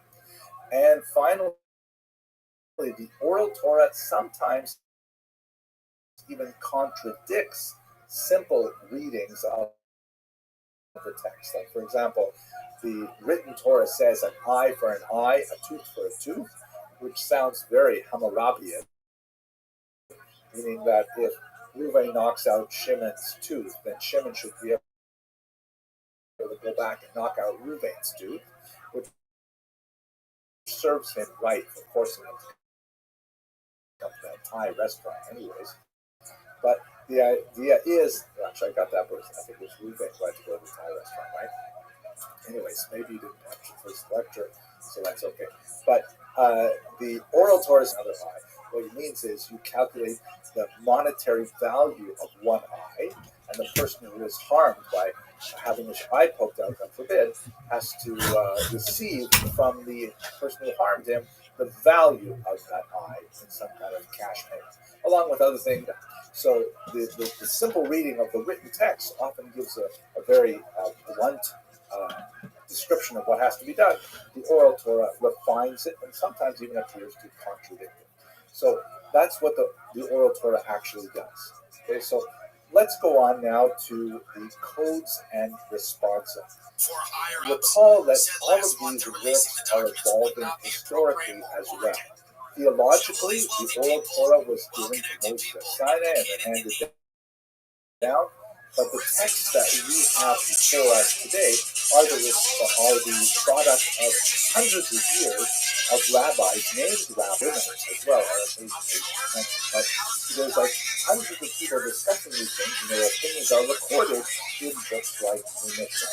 And the Mishnah is a very unusual document because it often does not present a bottom line. It doesn't represent the conclusion of the debate. It just says Rabbi Meir says X, Rabbi Yehuda says Y. So how are we supposed to behave? Do we follow Rabbi Meir or follow Rabbi Yehuda? That's when the code really starting from the 10th century and onwards. That's the most important of them are the code written by Moses Maimonides called the Mishnah Torah, not to be confused with some Mishnah, and not to be confused also with Mishnah Gura, which is some Mishnah Torah. But the Mishnah Torah is essentially a code saying, you know what, I'm going to go through all this confusing material, which is scattered throughout many different books, and I'm going to put it in basically a big list of rules that are categorized by type. All the laws of Kibbutz will be here, all the laws of Kibbutz Shabbat will be here, all the laws of monetary damages to your neighbor are over here, and all of them are organized and easy to reference. Go back and find things in the codes. Another very important code, which we will be looking at frequently, is the Shulchan Aruch, the set table written by Rabbi Yosef Karo. And so these are like basically rule books that help us figure out what in the end is the written oral Torah want us to do. That's codes. The second document, which will be extremely important for our work, is something called responsa, singular responsum. In Hebrew, Sheila Tshuva literally means answer, response, where a specific question affecting an individual will be sent to a rabbi. Rabbi will read that question and then, research the written Torah, the oral Torah, and the codes, and come back with a response. That response constitutes a type of legal precedent that then can be folded into later discussion and later response and sometimes later codes or commentaries on codes as well. I know this is overwhelming, there's lots of information here, but as we go through the individual cases, you'll see how these things play out. So let's say, for example, when we get to a discussion of abortion, very important discussion, especially relevant for our time here, a very famous question was asked of a particular rabbi in Israel regarding the permissibility of an abortion, and that particular rabbi, and I think the Eliezer, responded that under those circumstances the abortion was permitted. Another rabbi, Rabbi Moshe Feinstein, later wrote, by the way, that rabbi who answered incorrectly, abortion should not be permitted under those circumstances. And those two positions, the first one was a classic response that was delivered to a particular woman in her particular question. The other one was really a follow-up response or a reaction to that response, but both of them constitute legal precedents that had a lot to say about what to do about abortions in the future, as we shall see. But let's not get ahead of ourselves. I'd like to point out a few really important principles that we will be referring to multiple times. The first is the question of, does this rule come from the Torah, or is it something that was invented by the rabbi? The Hebrew terms here are deraisa, which means from the Torah, or derabana, from the rabbi. The reason is like this. The Torah gives certain rules And the rabbis, looking at those rules, sometimes say, you know what, we better put a fence around the Torah. To make sure that people don't transgress the Torah, let's make another rule which is absolutely human origin. It's a rule that was made up in order to protect people from transgressing the law. So let's say, for example, on Shabbat, it's forbidden to write. You can't take a pen and actually write words. So the rabbi said, you know what? Just to make sure that people don't come close to writing, we're going to make a new rule called muksa, which means that you're not allowed to touch a pen. You can't like pick up a pen. It's true that the Torah doesn't say picking up a pen is forbidden, but the rabbis say because writing is forbidden and it's a serious thing and you transgress it with the first two letters you write, let's therefore make a new rule, no touching pen. Now, if a person does pick up a pen on Shabbat, they have not violated the Torah rule, they only violated the rabbinic rule, which is very serious, but nevertheless it's designed to protect people from going all the way and actually writing on the Sabbath. This becomes very relevant because in medical situations, quite often, some rule has to be obviated. A rule has to be set aside in order to save human life, which is itself, by the way, built into the system. The Torah itself says that human life takes precedence over all the commandments in the Torah, with the exception of 3, as we shall see later on in this course. So then the question is, if you're following the Torah by saving a life, but you have to transgress the rabbinic commandment, under what circumstances is that permissible? Something that would be very important as we go through the issue of this course. But when there is a doubt whether or not a particular action is forbidden by the Torah, the general rule is be stringent, do not transgress the Torah. But when a particular rule is of human origin, then there is a reason to do so, one may be lenient with the rabbinic rule. We'll see these later on. Lots of implications for many issues.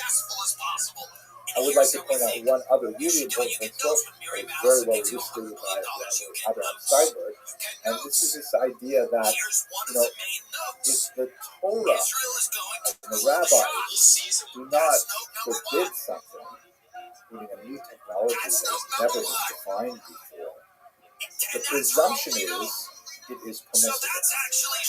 In other words, we start from the idea that new technologies, new medical procedures, unless there's some reason to say no, it's against a law we already have, we assume that the answer is yes before it is no. That would become extremely important as we explore the emerging technology for this patient. So here's a map just to give you one sort of graphic overview of all of these things, specifically the oral Torah and its relationship to law, to halakha. You see at the top there, we've got the box oral Torah, which can be divided into 3 basic sort of boxes: Midrash, Mishnah, and Kabbalah. And most of our discussions are going to be deriving from Mishnah because that's the box that deals primarily with halakha. The Mishnah is later expanded upon to the Talmud Yerushalmi, that is the first edition of the Talmud, which comments on the Mishnah, and then a little bit later you have the Talmud Bavli, the Babylonian Talmud, which also read the Yerushalmi Talmud, so therefore it's kind of considered more authoritative because it enveloped also the Talmud Yerushalmi. This is not the place to go into discussion of why they are different, why we have both of them, and so on. But for the time being, the Bavli generally has more authority than the Yerushalmi in most areas. And then you have codes and responds of the company. The codes are written because the Talmud, by dint of the nature of its structure, is quite diffuse. There's very few areas where all the information on a given topic is concentrated, and in order to really understand anything important, you have to study the entire Talmud in order to know it in new books like the Mishnah Torah or the Shulchan Aruch. And then we have responsa, which really date from the period of the Talmud Bavli shortly afterwards, and come right up to the present day, 21st century. There's definitely lots of responses still being written today, where individuals will ask rabbis specific questions. Those questions for them to be answered in writing, and they constitute case law precedent for future halakha. Okay, that's a quick overview of the big areas of text that will inform our discussions. Let's get into the actual examples of Jewish medical ethics, beginning with very, very difficult issues like the allocation of scarce resources. Thank you very much for listening. How much equity is in this guy before we throw him away? Before he doesn't matter anymore? He's already deflating. The poll numbers are collapsing. Hello, fellow students of Jewish history. I'd like to begin. All these people, Zuckerberg, Palantir, they're all lining up going, give me And a brief series of lectures on the Jewish encounter with Rome. Today we're going to focus on the reign of King Herod, but I'd like to begin with the very first encounter with Rome, which actually takes us back to the days of the Maccabees. Here you can see a beautiful representation of Judas Maccabeus, or Yehuda Maccabee, one of the great military heroes of the revolt that occurred about the year 167 before the Common Era. Let's place his role in the encounter with Rome within its historical context. First, we've got to jump back just a little bit further to the reign of Alexander the Great, who, as you can see in this map, extended the empire he created from Macedonia, which is in the green on the left, all the way out through the Greek territories, Asia Minor, all the way through the Eastern Mediterranean, including Egypt, and then all the way out to northern India, Afghanistan. And after he died, this area was divided among 4 of his generals. You can see that the yellow color is the Seleucid Empire, and the sort of bluish purplish that is dominant in Egypt, that would be the Ptolemaic Empire. And of course, Israel finds itself right in the middle of those territories, and one of the reasons why you can see in this particular map that the land of Israel is sort of colored yellow and purple is because it went back and forth between those two rival empires over the next century or so. We've spoken in other lectures about the Maccabean rebellion, and I'm not going to go into it in great detail here, but let us just recall that there were many Jews living in the land of Israel who actively supported the Seleucid Greeks in their program to Hellenize the population, that is, to get the Jewish population in the land of Israel to absorb more and more Greek values, including everything from philosophy and science to athletics and aesthetics. And there was a feeling that this was like a modernizing thing that would bring Jews into the larger world of the Eastern Mediterranean in particular. And traditionalists argued against it, beginning with Matisyahu, who was Judah's father, and this created a kind of a traditionalist revolt against those Hellenizing Jews and against the Seleucid Greeks. Please feel free to have a look at some of my other lectures to get a better sense of how that conflict progressed. At any rate, the point where I'd like to pick it up here is where Yehuda Maccabee, who has taken over the command of the rebel forces, has effectively fought the Greeks to a stalemate. And the Seleucid general Lysias, now after the death of the previous king Antiochus Epiphanes, he proposes an armistice with the Maccabees, saying, okay, you know what, sorry we pushed you too hard, how about we find a compromise? We'll let you, for example, choose your own high priest, which was a major concern for a lot of the moderate population in Israel. So it turned out that the Hellenizing population in Israel and most of the moderates, they liked the idea. They wanted to end the war, not achieve full independence from the Seleucid kingdom, because they felt they're going to have to pay taxes anyway. As long as they were left alone, they had enough autonomy, especially religious autonomy, that was enough. But Yehuda Maccabee and his shrinking band of followers said that was not enough and insisted on fighting further. So the conflict at that point continued. A good portion of the Jewish population in Israel sought support of the Seleucids to try and end the fighting, whereas Judah Maccabee sends a delegation to Rome and says, hey, maybe Rome, you can help us out in our conflict with the Seleucids and in our ambition to achieve full independence. If you look at what does appear in a lot of Christian Bibles in the Apocrypha section, there's this is, by the way, a beautiful reproduction of a 17th century. We see this interesting passage. There's kind of like this header at the beginning. It says, Judas is informed of the power and policy of the Romans and maketh a league with them. And the articles of that league are described here. So the text talks about how Yehuda had heard of how powerful the Romans were, and that he thought that he could enlist them into his aid against the Seleucids. We jump ahead to the end of the chapter. It says here, verse 24, if there come any war upon the Romans or any of their confederates throughout all the dominion, the people of the Jews shall help them. Right? This is like a mutual assistance treaty, as the time shall be appointed with all their heart. 26.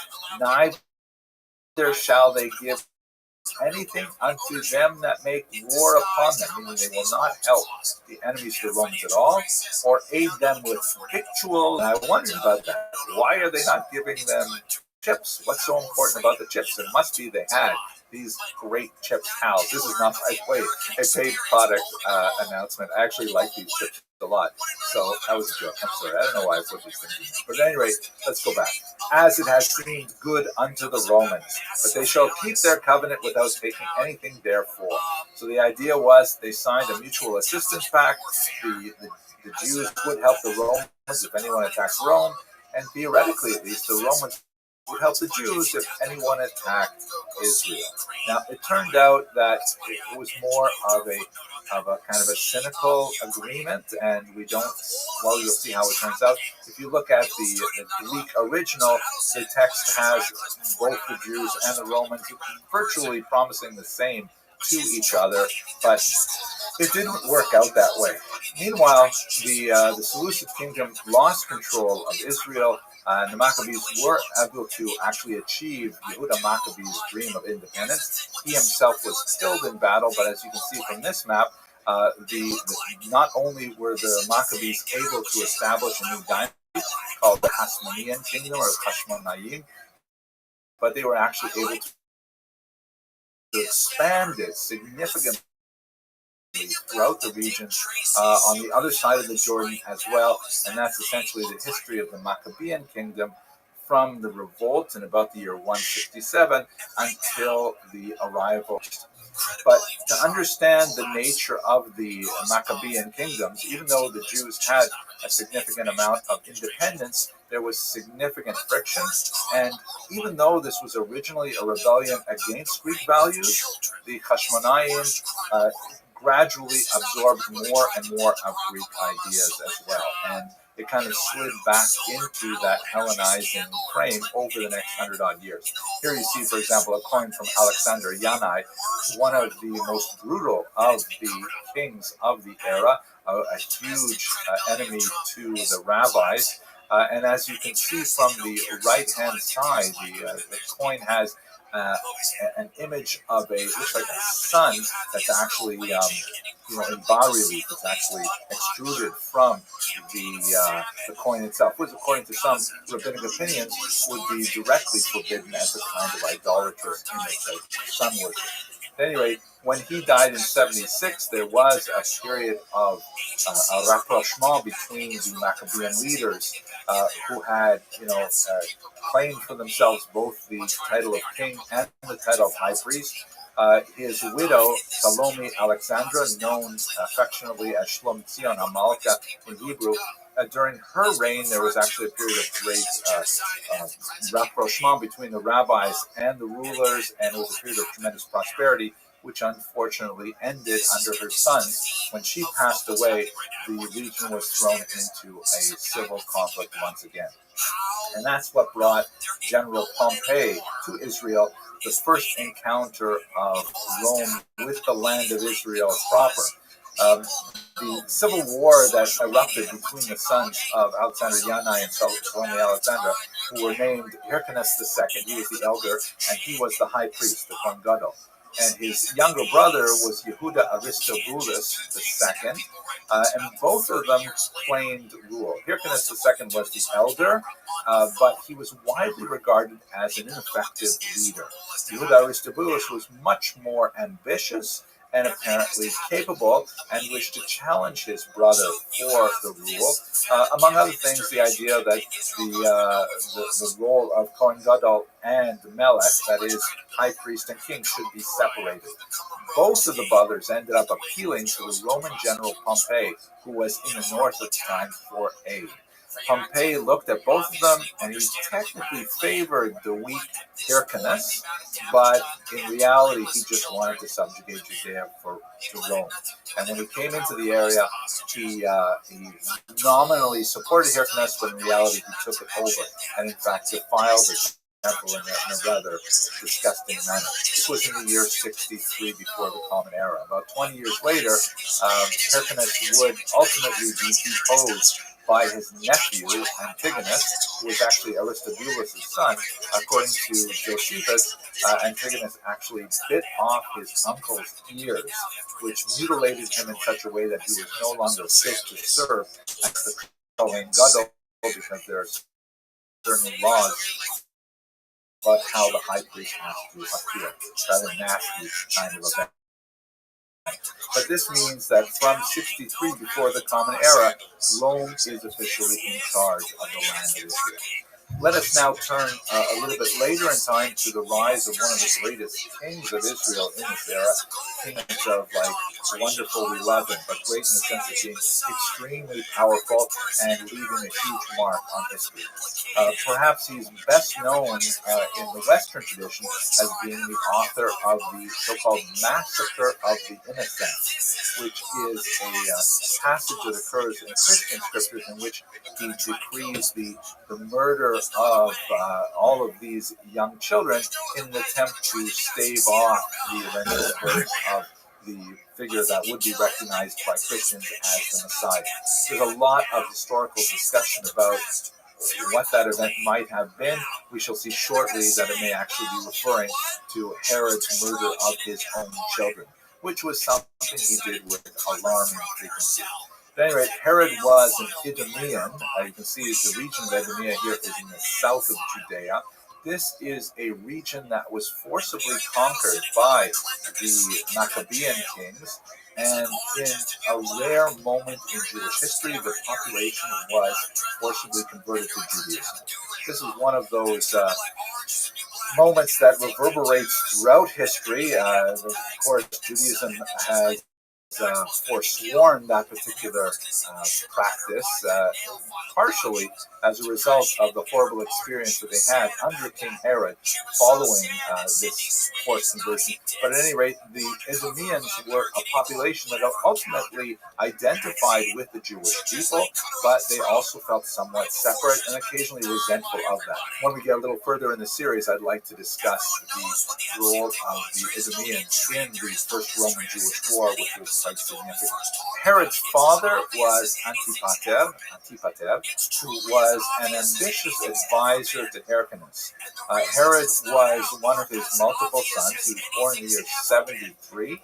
And his father, as a result of his attachment to Hyrcanus and the support of Rome, was able to give his sons political rule in various parts of the land of Israel.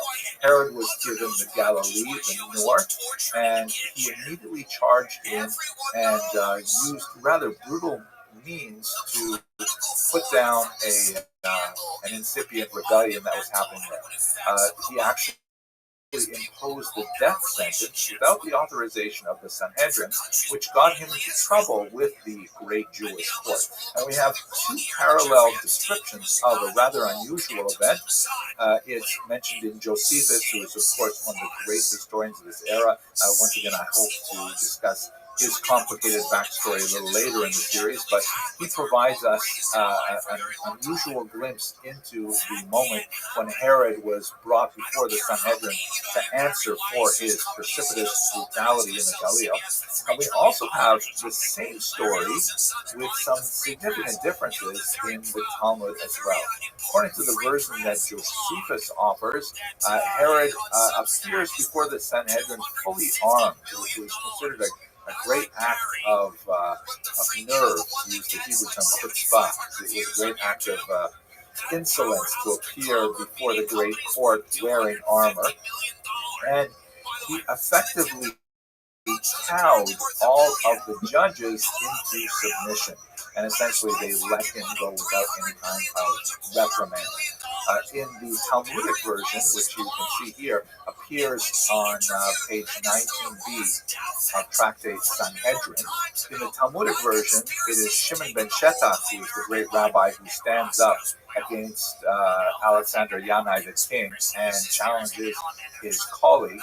But in the Josephine version, it is none other than the great Shammai, the interlocutor to Hillel, who is the only rabbi who has the courage to stand up to Herod, but unfortunately he is not supported by the rest of the Sanhedrin, and Herod walks. Why these two versions, Josephus and the Talmud, differ in the important details of which figures are speaking is beyond the scope of this discussion. Herod brought three particular skills to his rule in the land of Israel, and we'll see them play out over his long career. The first is that he was capable of bold, brutal repression, that he had very little qualms about using violence to support his rule. Secondly, and ironically, this was combined with a remarkable level of public generosity, that he was certainly capable of recognizing the needs of the larger population and to provide for their tax relief and grain whenever possible, and especially, as we shall see shortly, in a massive series of public building works that were designed quite often for public benefit. So this combination of being very brutal and bold and at the same time very generous is rather unusual and certainly helped to promote his rule. And the third skill that he possessed was he was an extremely shrewd cultivator of relationships and alliances, particularly early in his life. He was very, very careful and able to thread the needle between various Roman factions and to find supporters and patrons and know when to genuflect and when to fight back. He was able to secure his realm primarily because of these three skills: bold, brutal repression, remarkable public generosity, and his shrewd cultivation of relationships and alliances. Thank you very much for watching. And by brand equity means I'm willing to argue for brand that's the brand equity of 250 sticks. Ready? Here I go. The thing about the work, the thing that people are struggling to understand. Hello, fellow students of Jewish history. In Hamas, the previous lecture in the series, we looked at the first encounter of the Jews with the Romans in the period of the Maccabees, and then brought it up to look a little more closely at the beginnings of the reign of King Herod. I'd like to continue with the discussion of King Herod, specifically looking at his remarkable achievements in public works and great, fantastic displays of architectural skill. So perhaps the most significant and certainly the longest lasting of Herod's great architectural contributions to the land of Israel and the Jewish people is a huge renovation of the temple. The rabbis are in the Talmud are somewhat ambivalent about it because Herod himself, even though he did a fantastic job beautifying the temple and expanding it, he was a really brutal, awful ruler, as we shall see in the next lecture in the series. But if you look at this very beautiful diagram, which I purchased from Dean Witzmeyer, he has a great site that has all kinds of amazing architectural design. You can see the Temple Mount as it exists under King Hezekiah. One more fan club. You can see the Temple Mount under King Tizkiyahu at the top. Of course, the temple is attributed to Shlomo HaMelech, but we're looking at the mount as a whole here. And then you have a few additions during the Maccabean era. And then the fourth picture from the top is how it was vastly expanded by King Herod. You can see the green area represents a dramatic expansion of the Temple Mount area as a whole. There's also beautification of the actual structures. Josephus tells us that only Kohanim, only priests, were allowed to work on the construction, and that it never rained in the daytime, only at night, of course, during the rainy season and so on. And then on the bottom, by the way, you see that obviously it's changed dramatically because the temple structures were all destroyed during the First Roman-Jewish War in the year 70. The Muslims later built the Dome on the Rock and the Al-Aqsa Mosque, you can see on the right, but nevertheless the Temple Mount as a whole is still preserved. The area where we have the western wall, the Wailing Wall, is the wall that's facing us is the western wall, so it looks something like this. And you can see the Dome on the Rock in the background, the Muslim addition to the Temple Mount, and of course the Jews gathering to pray at the site of the last retaining wall of the temple. Note that it is a retaining wall at the end of the Temple Mount, not the wall of the temple itself. And if we also look to the southeast, you can see that there is actually a remnant of the Herodian construction. This is an area that's often called the seam because the actual wall under the Hasmonean kingdom ended, and then you can see how Herod extended it significantly to the south. Anyway, that was one of his greatest public contributions because, of course, the temple was the central ritual site for all Jews of the world, and by beautifying it and expanding it like this, he made it much more accessible to the larger population as a whole. And I should also mention, by the way, that his public generosity in terms of temples extended throughout the Eastern Mediterranean.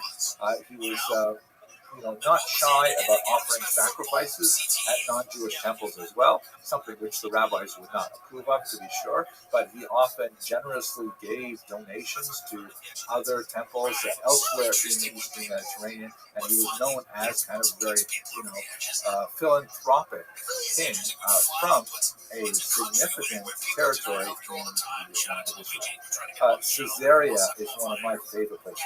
This is one of the most beautiful locations in the land of Israel, and Herod had designated it as the primary location of the Roman-Jewish nexus in Israel. That is, unlike Jerusalem, to be sure, and unlike much of Judea and the Galilee, Caesarea was to be essentially a Roman city. And he put a tremendous amount of money into renovating this city to make it acceptable to the Roman aesthetic. Here you can see an aerial view that shows you the port, which of course on the Mediterranean, pretty much in the center of the land of Israel, and he significantly expanded the port to make it much more viable commercially. The whole region was destroyed, or the whole port was destroyed in a major earthquake in the year 117. But you can have a look at what it must have been like here in this artist's rendition, that he actually built this artificial reef that curved out, and you can see there's kind of an entrance to the bottom left of this picture where the boats would come in, and they would have a safe harbor to be able to dock and unload their wares and so on. The building of this artificial harbor, which was the largest of its day, used volcanic ash from the Italian peninsula in a rather unique architectural manner where they would float out to the places where they wanted to sink the stones for the reef. They would mix up this concrete that could actually dry underwater using this volcanic ash, and then they would allow the forms to drop into the water and harden there. It's a remarkable feat of engineering, and it must have been one of the wonders of the world at the time. You can see he built hippodromes, right, which are like racing stadiums for horses and things like that. Tremendous number of things like aqueducts, classic Roman architecture, bringing water from far away in order to meet the needs of the growing population of this region. Really fantastic public works that made a huge mark on the country as a whole. I'm going to show you a few images from this remarkable article, The Landscape Palaces of Herod the Great, published in Near Eastern Archaeology in 2014. The author is Professor Catherine Gleason. She has some amazing pictures. Let's have a look at them. Here in Caesarea, you can see an aerial view of one of the promontories that's related to that artificial reef that I just showed you, and this is what it would have looked like in terms of the palaces, the pools. You can see the Hippo Stadium on the right there, and it really must have been such a fantastic kind of thing to see a glorious palace. And Herod in particular was fond of gardens, so he made sure that there were gardens planted everywhere in his palaces. If we look at Jericho, Jericho, there's a remarkable series of gardens that appear, kind of suddenly in this region, which is surrounded by desert, but has the Jordan River flowing through it. Here you can see in this a series of drawings from Professor Gleason's article that he has several palaces that are all surrounding the wadi, which is like the riverbed, including sunken gardens. And here you can see what it looks like today, with just a suggestion of one of the artificial hills that he built to try and give contour to the region. And this is a cross-section that just gives you a sense of what it would have been like to walk through Herod's palaces, which he scattered throughout the land of Israel. Here's Professor Gleason's own drawing that demonstrates his love for the Roman colonnades and the gardens, of course, and the landscape Jordan in the back, the landscape of Jericho in the background must have looked like phenomenal kinds of contributions. Perhaps one of the most dramatic settings for Herod's palace was the one that he built on the top of Masada, this huge massif not too far from Jericho, just south of the Dead Sea region, where this was actually a place that Herod had deposited his family during a conflict early on in his rise to power, and he probably conceived of it as a kind of bolt hole where he could hide again in the future if he needed to. But he certainly wanted to, hide there in comfort. So, they had all kinds of cisterns dug in there, all kinds of baths were set up, and he planted numerous gardens to beautify the region. If you can look at this map here, you can see some of the various structures that were placed at the top there in this very defensible area, and on the right is a model that just gives you a sense of the grandeur of his architectural vision that has the palaces literally tumbling down the rock face itself. If you ever had the opportunity to actually climb to the top of Masada, it is truly glorious to watch the sun rise or set in the region. And of course, all of this material was of great help to the rebels later, who had their last stand, according to the historian Josephus, against the Romans in the year 74.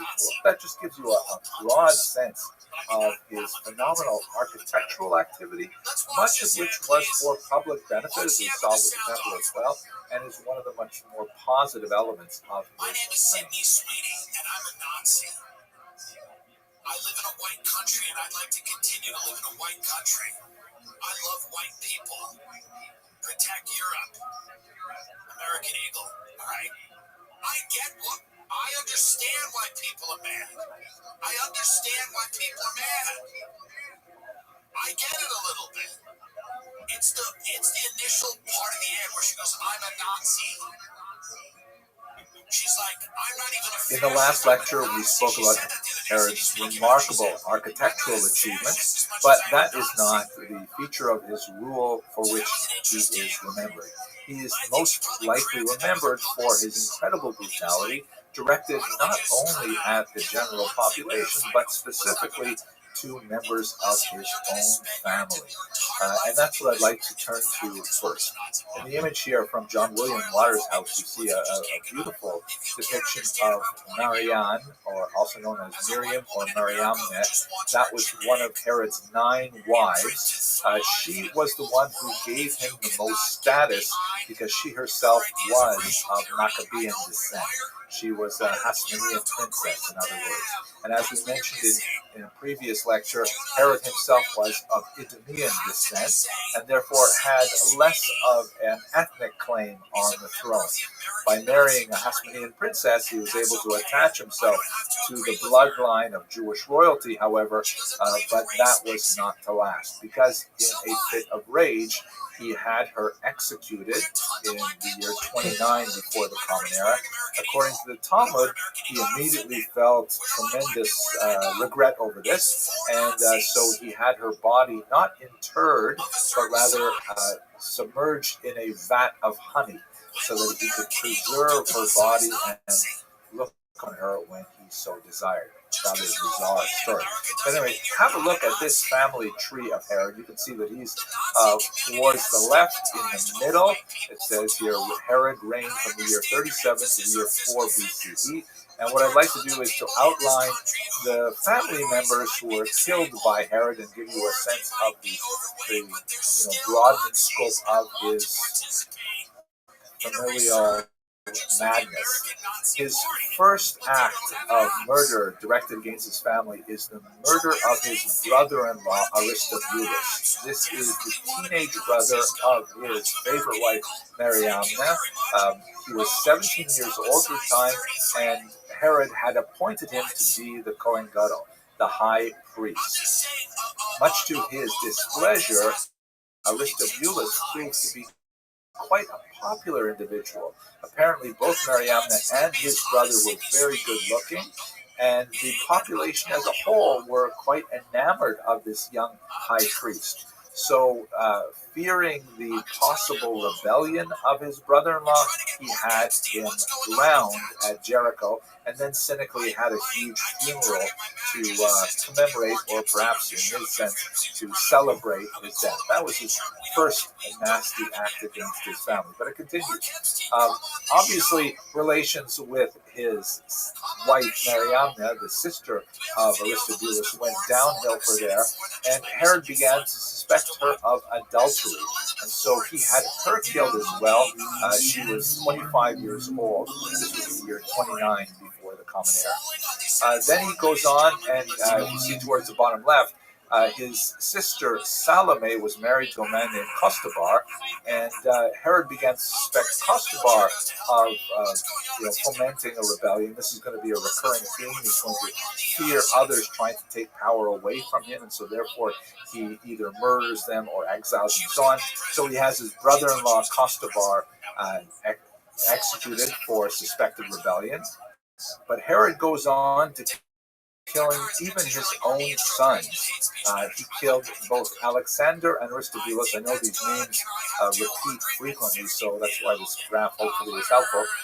They were sons of Mariamne, and once again, Herod was concerned that perhaps they were trying to plot to assassinate him, so he had them killed.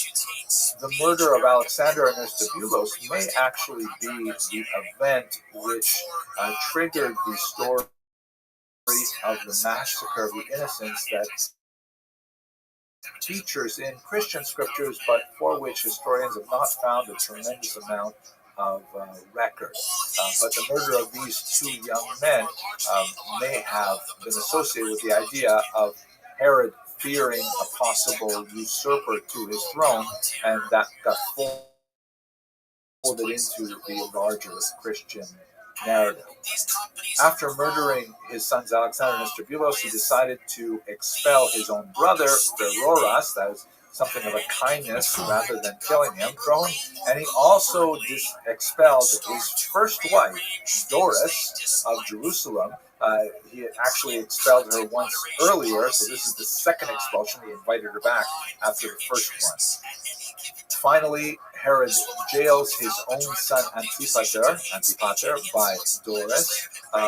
He would ultimately execute Antipater, but that occurs very shortly before his own death. Thinking about all of these family murders, the Emperor Augustus is said to have once remarked that it is better to be Herod's pig than to be his son. And this is in reference to the Jewish dietary laws that would forbid Jews from slaughtering and then eating pigs, but obviously Herod had no problem slaughtering his own children. Herod, at the end of his life, was suffering from a painful, debilitating disease, possibly syphilis. At one point, he actually attempted to take his own life with an apple knife. It turned out that that was unsuccessful.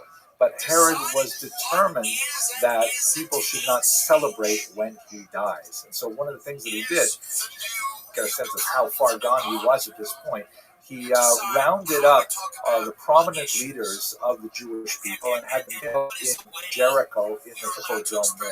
He left orders with the guards that all of these local leaders should be killed as soon as the guards hear that Herod has died. And it seems that he was thinking that, he doesn't want people to celebrate in the streets when he himself dies, so therefore he wants to kill a lot of other people to dampen the mood, to make sure that people are actually... After his unsuccessful attempt to take his own life, he was enraged, and he decided at this point to order the murder of his son Antipater, who shortly after Antipater was killed, Herod changes his will. This is the 7th time he's done so, not surprisingly. He keeps on killing off his beneficiaries, so he has to keep juggling his will. We'll talk about what the meaning of that will was in the next lecture in the series. But luckily for the captives in Jericho, Herod's sister Salome, you'll recall that Herod had banished one of her husbands out of the land of Israel, she convinces the guards that her brother had actually changed his mind and that he had said they should release all the prisoners. And so, perhaps with a sigh of relief, the guards released the prisoners and then made themselves scarce right away as well. And then, shortly thereafter, Herod finally succumbed to his illness, and as per his wishes, he was entombed at this great last architectural site, Herodion, also pronounced Herodium. It is the only building project that he named after himself. It was designed as usual, a great palace, but also his final resting place. He had a special sentimental attachment to this large hill because it was at this location that he had a great initial victory against Persian forces that was extremely influential in his early rise to power. Here you can have a look at the actual temple site and the tomb, which is down the hill towards the left. Once again, the prominence of gardens in the area gives a sense of Herod's horticultural inclinations. This is a view from the top, or rather, gloomy view with the gray skies, but nevertheless, you must sense the majesty of this particular location. And here is the archaeologist Ehud Netzev, who spent much of his life searching for Herod's tomb, believing it was somewhere at Herodion. Here he is in front of a projection of the image. And finally, here is the smashed up sarcophagus, which Dr. Netzer believes held Herod himself. The tomb was ransacked at least once in antiquity, perhaps in the context of the Roman-Jewish War. And so we don't have much of Herod's riches from the tomb itself, but we do have his great architectural legacy. And of course, we have the historical record of his bloody yet long reign in the 1st century before the Common Era. Thank you very much for watching this video. I look forward to continuing in the next video with a discussion of Jewish sectarianism in the early 1st century. And there's going to be a backlash. And there is a backlash against trans people, gay people, whatever. Because people are going, wait a minute, who is part of this agenda? Why are my kids learning these ideas at 7, 4, 5? There's always a backlash. Tell people questioning. Hello, fellow students of Jewish history, where we left off the discussion. Control the weather. It's inevitable. You make people crazy. Question was with the death of Herod and the chaos that he left in his wake. Today, what I'd like to do is kind of set the scene for the first half of the first century. We're going to continue in the next series of lectures with the birth of Christianity, which at the time may not have been such a massive event, but would have later tremendous implications for the course of not only Jewish history, but of world history. But for today, we're going to be working primarily at the social and economic and religious maelstrom of activity that's happening in the land of Israel in the first half of the first century. Let's begin with this beautiful map here, which indicates with rich colors the way in which the land of Israel was divided into a tetrarchy after the death of Herod. You can see that the green area here is outlined as belonging to Archelaus. The sort of corally color is given to Antipas, and the yellow area is given to Philip. By the way, all of these sons of Herod had the first name Herod, but they are, it's hard to keep them all straight. So Herod Archelaus, Herod Antipas, and so on. Also not noted here is the regions that were given to his sister Salome, which primarily consisted of a few cities. Anyway, the reason why the land of Israel was divided up and in this way and not in a, as a kingdom, as Herod owned it, or Herod ruled over it from south to north, was because of conflict over the rule of Archelaus. Archelaus came in and he was not at all an effective leader. He attempted to put off some major decisions, and in other decisions he was way too hasty and in fact even violent, repressing the population in Jerusalem. And so a series of delegations, not only Archelaus himself, but several other delegations went to Rome to try and argue for different dispositions to Herod's final will. That is the seventh of his wills, which he, as we mentioned in a previous lecture, he had to keep rewriting them because he kept bumping off his beneficiaries, which is not a good thing to do for one's life insurance policy. At any rate, that's the way they decided in Rome to divide up the land of Israel as a type of tetrarchy. This also represented a significant diminishment in the status of the land of Israel. It was essentially subsumed within the larger governorship of Syria, which will become extremely important as we consider the unrest that would follow. There was especially unrest in the era of the first decade after Herod's death. The Jewish authorities, under Roman pressure, tried to enact a census.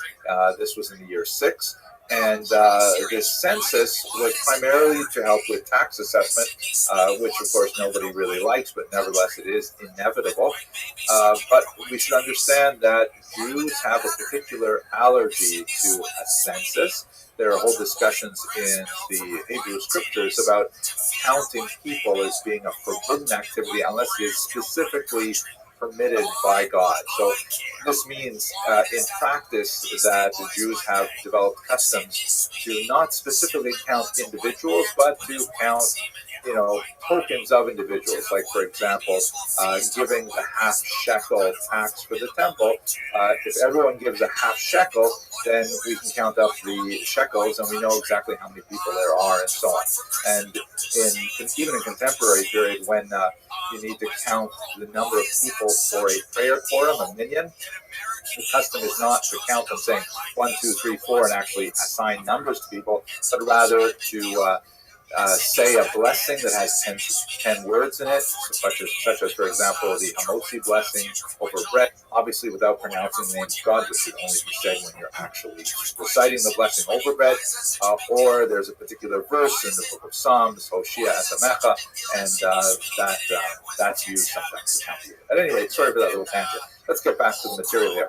There was a tremendous unrest in the beginning of this period, especially in association with that poorly received census.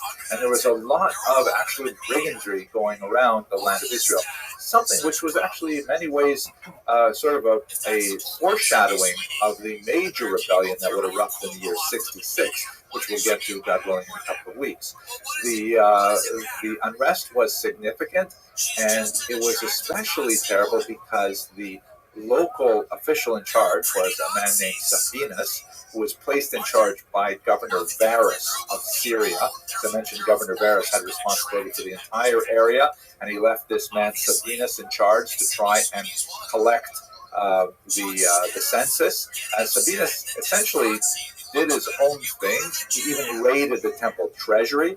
And so Governor Varus had to come down and actually quell an incipient rebellion against Sabinus. Sabinus, meanwhile, hightailed it out of the land of Israel. But Archelaus was called to account in Rome for his failure to effectively control the population. In the end, the Roman authorities decided that Archelaus was not suited for rule over this valuable piece of real estate, and they exiled him to a place called Vienne, which is on the Rhone River in the south of France. It's true, being exiled to the south of France is not so bad, but we should understand that in the year 6, there was absolutely no Asian restaurants anywhere. I mean, just the concept of being exiled to a place where there's no Asian restaurants. I don't know how Jews could live like that. At any rate, in place of the kings that we had earlier, and kind of like overruling the tetrarchs themselves, these 4 individual rulers, the Romans put in first prefects and then later called them procurators. These were essentially types of governors that would rule over the land, hopefully keep order and keep the taxes flowing appropriately. Just to give you an example of one of them, perhaps the most famous, certainly the most famous of them, is none other than Pontius Pilate, who we will again return to when we talk about the birth of Christianity in the next series of lectures. Here's actually a stone that was discovered, of course, in Caesarea and Caesarea, which is the region of Israel that is so closely identified with Roman rule, and it actually mentions Pontius Pilate's name. You see in the second line there, you just see the U.S. and then Pilatus, which is, of course, Pilate in Latin. So the procurators were really in charge. Things would change in the 40s when, as a result of change in Rome itself, a new king would be appointed in Israel, Agrippa I, and then following him, Agrippa II would be the last king of Judea, but we'll leave that for another chapter. I would also like to point out that in the context of this massive political and administrative change that is imposed on a restive population that has demonstrated its willingness to actually rise up in open revolt, and only with external forces brought in for Syria could the revolt be quelled and the Jewish leaders actually be punished through exile. There are a couple other really important elements of the internal turmoil that we have to understand. One that's hugely important, I'm just going to touch on it, is issues of class and urbanization in Israel. We should recall that the land of Israel really had, then and to a certain degree even now, 2 really big different types of populations. You had the aristocracy, the tended to be more learned elite living in the big cities, in particular in Jerusalem. And there are, of course, very different characteristics of urbanized Jews living in Jerusalem as opposed to, let's say, Caesarea. But in Jerusalem, you have the gravitational center of the Jewish people because the temple is there. And so the aristocracy, the high priesthood is going to be invested in Jerusalem per se, and that will attract the wealthier classes, and the wealth tends to correspond to a pro-Hellenistic viewpoint. The wealthier classes tend to be much more concerned with preserving their wealth, and that meant alliances with the Roman authorities, and that also meant alliances with Roman and larger Hellenistic culture. So you have kind of an unusual situation in the cities, and in particular in Jerusalem, where you have an aristocratic elite that maybe less traditional, ironically, in their observance, but at the same time, very dedicated and close to the temple. The city of Jerusalem, of course, is the center not only spiritually of the Jewish people, but also demographically, and it would attract masses, tens of thousands, hundreds of thousands of pilgrims to its boundaries during the 3 pilgrimage holidays. As we shall see over the next few weeks, these tend to be flashpoints for uprisings and violence, especially around Passover, as we shall see. The second major element that I really want to touch on before we go any deeper is the fact that we are relying quite heavily for much of this period on Josephus, and we have to always be aware of that reliance. Now, I've spoken in much greater detail about who Josephus was, his relationship to Jewish history, his relationship to Jewish tradition, the Romans, to Christianity. We've discussed this all in many other contexts, and I don't want to belabor that point. But it bears repeating that Josephus is one of our most valuable sources for the first century, and he is one of the most complex and problematic. Recall that Josephus himself describes his own background as being essentially one of the learned aristocracy in Jerusalem. He also describes himself, albeit without too much enthusiasm, as being basically a Pharisee, although he was quite a spiritual seeker, and he had, from his time in Jerusalem, association with Sadducees, from his youth and his exploration of different modalities of spirituality. He seems to have had some connection with the Qumran community and so on, as we shall discuss shortly. But the turning point in his life was in the year 67 at the siege of Yotapat. And by the way, in modern Hebrew, it's the city of Yodfat, or the town of Yodfat, the village of Yodfat, in northern Israel, where Josephus was the leader of the rebel forces against the Romans, and he decided to defect to the Roman side. And that's when he began his literary career in this strange kind of environment where he is the #1 world expert on things Jewish. And at the same time, he is living thoroughly within a Roman milieu.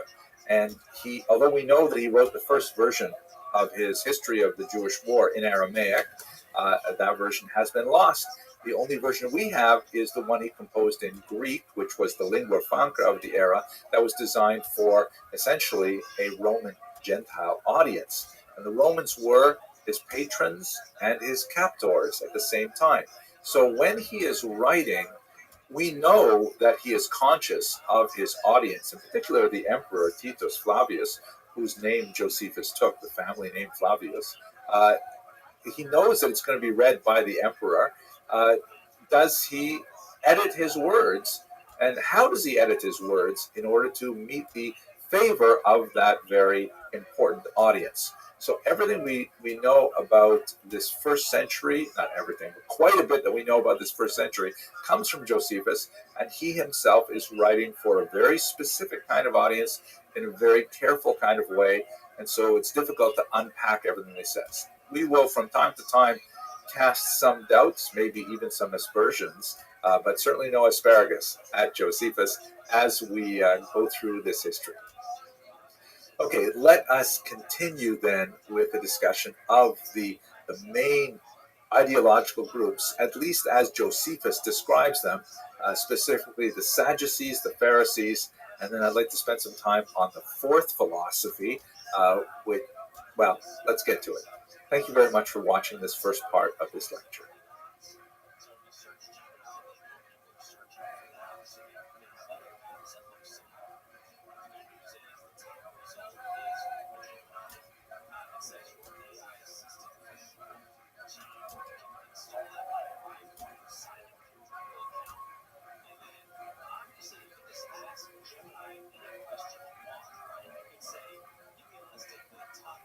Hello, fellow students of Jewish history. Let's continue with our discussion of Judaism and Jewish sectarianism in the early first century.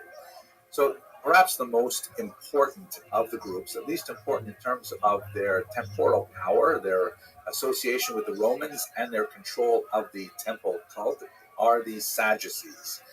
The Sadducees, or as they are known in Hebrew as the Tzedukim, the word derives most likely from the followers of Tzadok, and let's explore that in just a minute. They were the group that was especially known for its production of the various high priests of the era. And as we shall see, this became a revolving door where high priests were appointed and then deposed, and all kinds of things happened to them as they went through very, very high rate of churn from one to the other. Here's an interesting picture, by the way, from Vicente Juan Masi, and it is, the title in Spanish is El Sumo Sacerdote Aarón, the high priest Aaron. Of course, the high priesthood descends from Moses' brother Aaron, and it descends through the male of the families, such that actually some great research has been done on the genetic components of even modern day Jews who claim Kohen status. They often have that as a last fact. They do overwhelmingly bear a marker on their Y chromosome, which is consistent with the proposition of a single male ancestor 3,000 years ago. Really fascinating, but not our topic today. So here you can see Kohen, the high priest, the Kohen Gadol, Aaron, the first high priest, wearing a really interesting mitre, which is nothing like what the Torah or the Talmud describes it as Greek-style vase of looks like some practice. But he looks very serious about it, and I really like this image. At any rate, so the name Tzedukim is one that appears in the Talmud in particular to describe the Sadducees, and there are two possible tzaddoks from whom they could derive this. One tzadok, of course, is a biblical figure who comes from the era of King David. He had a high priest named Tzadok. The rabbis of the Talmud, however, derive the term Tzeduki from one of the two prime students of Antigonus ish Socho. Antigonus, the man of Socho, who's quoted in the great collection of Jewish ethical teachings, Pirkei Avot. He was a rabbi who lived in the early 2nd century before the Common Era, and he had two students, Tzadok and Boetus. Now, Antigonus ish Socho is famous for a particular passage that's quite fascinating, in which he urged his students to serve the master not for the sake of receiving a reward, right? In other words, serve God without any, anticipation or demand for a payment in return. Payment is, in fact, even a better term for the word pras than reward, but kind of like, okay, God, I'm going to do you a favor, now you pay me back, right? So Antigonus ish Socho said, no, that's not the right attitude. You should do it just because it's God. God asks you to do it, and you should do it simply because God is the one asking you. According to the rabbinic tradition, his two students, Tzadok and Boetus, misunderstood him and said, well, it must mean that there is no reward for performing the will of God, for receiving reward. Why? Because there is no reward. And so the Tzedukim were especially associated with the notion of denying the words like that. This is one of the prime kind of delineations between the Pharisees, we'll see in a second, and the Tzedukim is particularly with regards their notion of life after death. It would be fantastic if we could actually read what the Sadducees had to say about this rabbinic characterization. Unfortunately, the Sadducees left behind no clearly self-identified written records that tell us about their attitudes to the world to come, or really about anything else that happened to them historically. The Sadducees, of course, being so closely identified with the temple rituals, once the temple rituals were done away with the destruction of the temple in the year 70, there was no more physical anchor for them, no more kind of like center of gravity to organize their power, and they simply disappeared as a group. Some of these ideologies, of course, would resurface in several other groups over the medieval period, and we will have, God willing, opportunity to explore those in the future. But for the time being, we only know what others say about the Sadducees, not only the rabbinic tradition, but also, for example, the Christian tradition has a fair amount to say about them as well. Now, I mentioned that there were two students, Tzadok and Boethus, and in the rabbinic tradition, for sure, they are distinguished. You see them referred to in different contexts, but it's really hard to parse out, well, what exactly is the difference between a Tzedukah Welcome, Miss and Aquarius. one of the Boetians? What exactly, how do you parse out the difference between these Tzedukim and these Baitusim?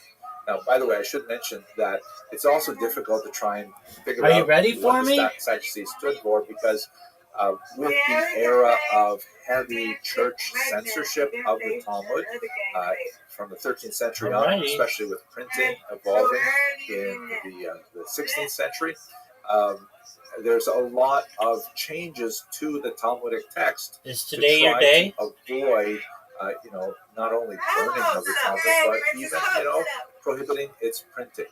This is something that Jewish printers often did of their own accord in order to There you avoid go. getting into trouble. And one of the techniques was that if there was a criticism of a figure, or let's say there's a dialogue in the Talmud that presents a rabbi versus Today's your day. That was a good Christian, one.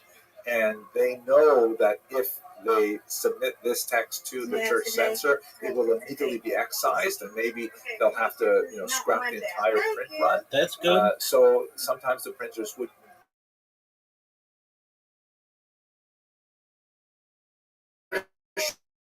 they'll say a rabbi arguing with a Sadducee. And the oral tradition would continue in the sense that the rabbis teaching the Talmud hopefully would know, this is actually a replacement. It should read Holy Christian, but actually read Sadducee. But quite often we don't know what that means anymore. And so it's really hard to rely on the Talmud for good descriptions of what the Sadducees out for. But one reasonable argument that may appear in a deeper analysis of, for example, Josephus, is that the Sadducees were the older aristocracy that relied on their connections with the Hashmonayim, with the earlier Jewish kings, going back to the period of the Maccabean revolt. And the Boetians may have been a sect of, again, aristocracy, priesthood, and so on, that began to gain power under Herod specifically. Herod had such a long reign of many decades that you could easily have rivalries develop among the aristocracy, vying for the position of Kohen Gadol, and so that may be an actual kind of, not ideological, but kind of organizational difference between the Tzedukim and the Baitusim. We otherwise don't know ideologically how they differ. Okay. So those are the Sadducees in a very brief treatment. Let us now turn to look at the Pharisees. Oh no, my finger slipped. No, that's me. My finger slipped.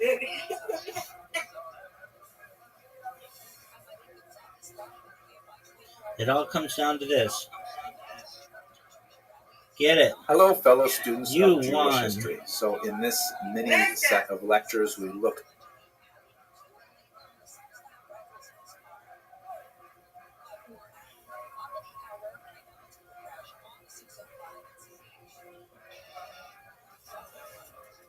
at the political environment of the early first century in Judea.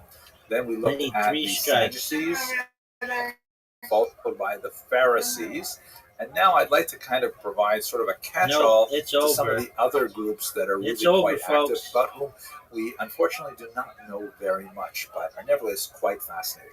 Miss gonna lump Aquarius them all has her together 100th in win. the term Josephus's fourth philosophy. Not that I really know exactly what She that did fourth it. philosophy is. Good job. It's never stopped me Leave from it at that. the video before. We'll play However, tonight, but bask in your 100th win. Josephus, in his attempt to try and make Good Judaism job. understandable to his We'll see you tonight, God willing. Gentile audience, he uses this term that probably Excellent. refers Sounds like a to plan. the Essenes or the Essenes, who are a group of Jews who essentially separated from society quite radically and are most likely associated with the Qumran community that produced the Dead Sea Scrolls. And those are the people that we're going to talk about right now. So what are the Dead Sea Scrolls? These are a series of manuscripts, hundreds of manuscripts and fragments of manuscripts, most of them written in Aramaic, but also Hebrew and Greek, Nabatean and other languages, that were discovered in the region of the Dead Sea in the late 1940s. One of the most important scholars to work among them at the time is Professor Eliezer Sukenik, who was an archaeologist who was one of the first to discover the value of these manuscripts, which were floating around the black market. And he immediately scooped up all the manuscripts that he could, including those that were on sale and advertised even in the New York Times. This created a bit of a rush for these documents as people began to hear about them, which was interrupted by the first Arab-Israeli war, the War of Independence, as the Israelis call it, that took place between 1948 and 1949. As soon as things began to calm down, of course, there was an armistice line that divided the territories. Some were not accessible to Israeli researchers anymore, but a frenzy of archaeological studies began as people began to, comb all of the cliffs in the really remote and forbidding region of the Dead Sea, looking for these documents. And they found hundreds of them. Some of them collected in what appear to be scriptoriums, where they would be used as kind of reading rooms with like tables and chairs, or benches at any rate, and others that appear to be storage rooms where they were probably hastily abandoned, most likely in the context of the First Roman-Jewish War, and they sat there for the next 2,000 years until they could be discovered. And the discoveries were absolutely phenomenal. First of all, we have every single book of the Hebrew Bible is represented there, with the exception of the book of Esther. This is, for example, the Isaiah scroll, which is quite fascinating. It's actually housed in a remarkable structure in Jerusalem today. But there are many, many other documents that are not biblical. Many antique texts that were circulating at the time that were clearly of a religious, even apocalyptic nature, and scholars rushed to study these. Now, part of the controversy surrounding the Dead Sea Scrolls is because on the Jordanian side, a commission was formed that unfortunately did not have any Jews working on the documents, and there was a clear interest in specifically discovering texts that related to Christianity. This is, after all, the documents were dated from about 200 before the Common Era up until about the year 100 of the Common Era, with a certain amount of leeway, but it's right in the period of the birth of Christianity, and scholars were desperately hoping to find evidence of Christianity outside of the Christian scriptures. They were unfortunately unable to find any trace of any direct references to Christianity, but they did find a lot of material that give us a sense of what the intellectual, spiritual milieu was during the period of the ministry of the founder of Christianity.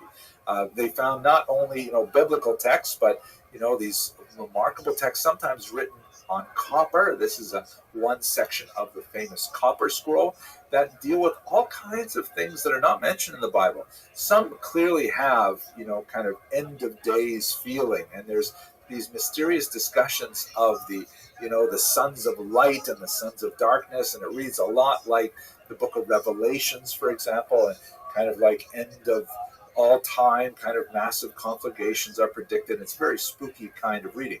There's also some fascinating discussions in one particular text called the Manual of Discipline that seems to describe the behavior of the people who collected these documents, who are known possibly as the Essenes or Essene, or possibly, there are lots of different theories. There's one theory that says that this is even a Sadducee break-off community that was upset with the way things were going in the temple, and they established this particular community here.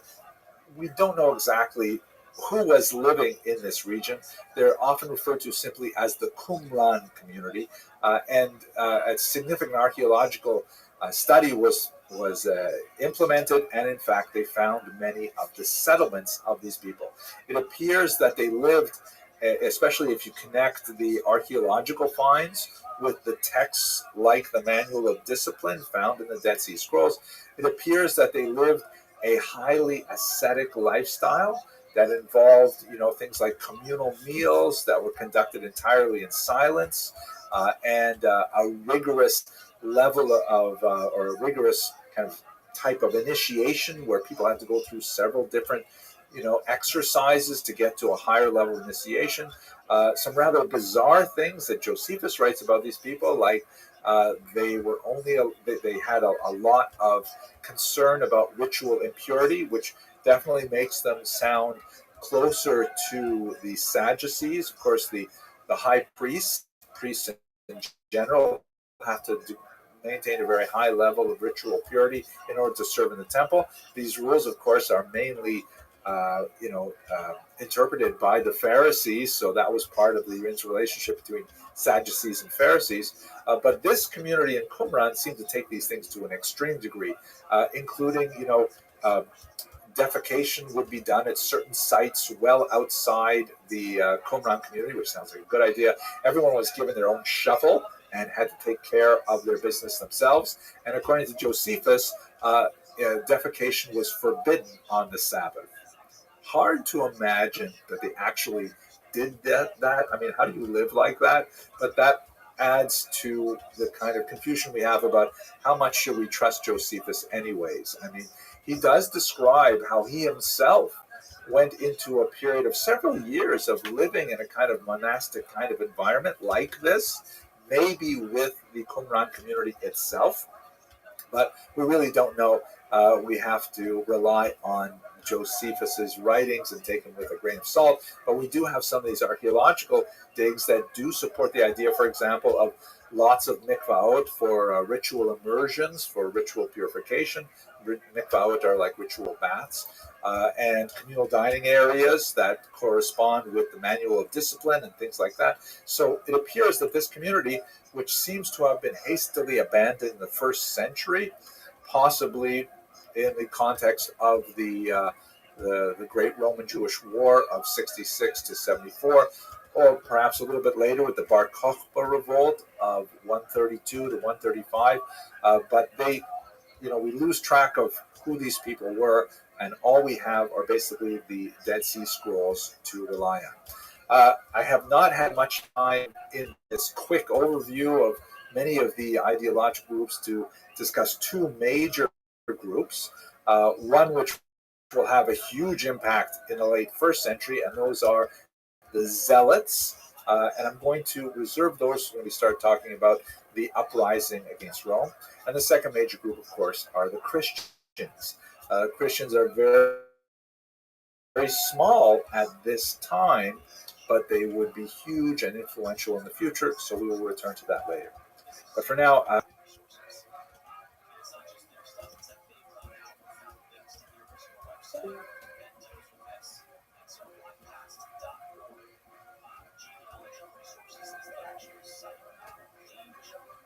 hello, fellow students of Jewish history. So in the first of this series of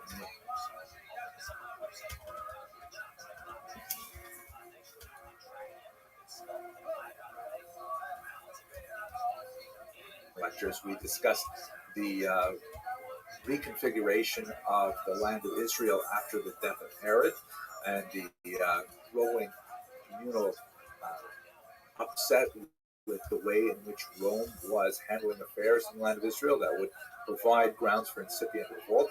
And then we looked at the Sadducees, who were a group that was much more closely connected to both Rome and the temple ritual, and those two factors are intrinsically related. Now let's turn our attention to the so-called Pharisees. The Pharisees is a term that we see in Josephus and we also see in the Christian scriptures. It is not, however, a term that we have in rabbinic literature. And so that's led to kind of a confusing amount of scholarship on, well, who exactly are the Pharisees? It seems very reasonable that the Pharisees are essentially what we would call today the rabbis or the sages, and they are sort of like the foundation for Judaism as we understand it for the next 2,000 years. They are inheritors of the oral tradition, defenders of the oral tradition. Ultimately, the text known as the Mishnah and the Talmud would be produced by their intellectual descendants. We can understand them basically using modern terminology in mainstream Judaism. Although, if you lived in the first century, you might have difficulty figuring out which one actually is mainstream Judaism. Actually, living in the 21st century is sometimes that difficult too. Do you define mainstream Judaism based on the amount of adherents that a particular movement has? Do you define it in terms of the wealth of a particular movement or the political power of a movement, or do you determine it in terms of its antiquity? So certainly, to the greatest antiquity, it's, Orthodox Jews today can read the text of Maimonides and basically identify their own lives in the text of Maimonides with the observance of the Sabbath and all kinds of things like that, and much further back than that as well. And many of those things would be totally foreign to non-Orthodox Jews. But when you get to the first century, the version of the past that we receive from the Pharisees is essentially the same, that they are inheritors of the oral tradition that goes back to Moses, although other groups, such as the Sadducees in particular, they would dispute certain aspects of that particular argument. And so, as my father of blessed memory would often say, plus ça change, plus c'est la même chose, the kinds of disputes that we have in the 21st century are in many ways very similar to the disputes that we had in the first century. But let us return to our identification. Who exactly are the Pharisees? So one very long-standing scholarly argument is that the Pharisees refer to a group called the Perushim. And if you watch some of my older lectures, I really push on this point hard. But since I'm doing a lot more reading lately, I'm not quite so sure that that is a hard and fast identification. One of the reasons for it is because we only find it in a handful of places, and it tends to be in very specific contexts. The term Perushim means those who separate, and so the argument is that the rabbis, seeing that the temple cult was essentially defiled by Sadducees who disrespected the oral tradition, they separated from them, and their power base, their link to the larger population, and there seems to be very little doubt that the Pharisees were in fact the most popular of the ideological movements of that day, that their separation from the center of power is really what caused them to take on the name Perushim, or those who separate. This is a hard argument, not only because it's only used a handful of times in rabbinic literature, and again within specific contexts, but it could be defended perhaps by saying that quite often groups only really derive terms to describe themselves when they have to distinguish themselves from the other, right? Like, for example, if you look at 18th century Eastern Europe, the so-called misnagdim, or opponents, didn't have that term, which is basically what we call Lithuanian Jews today.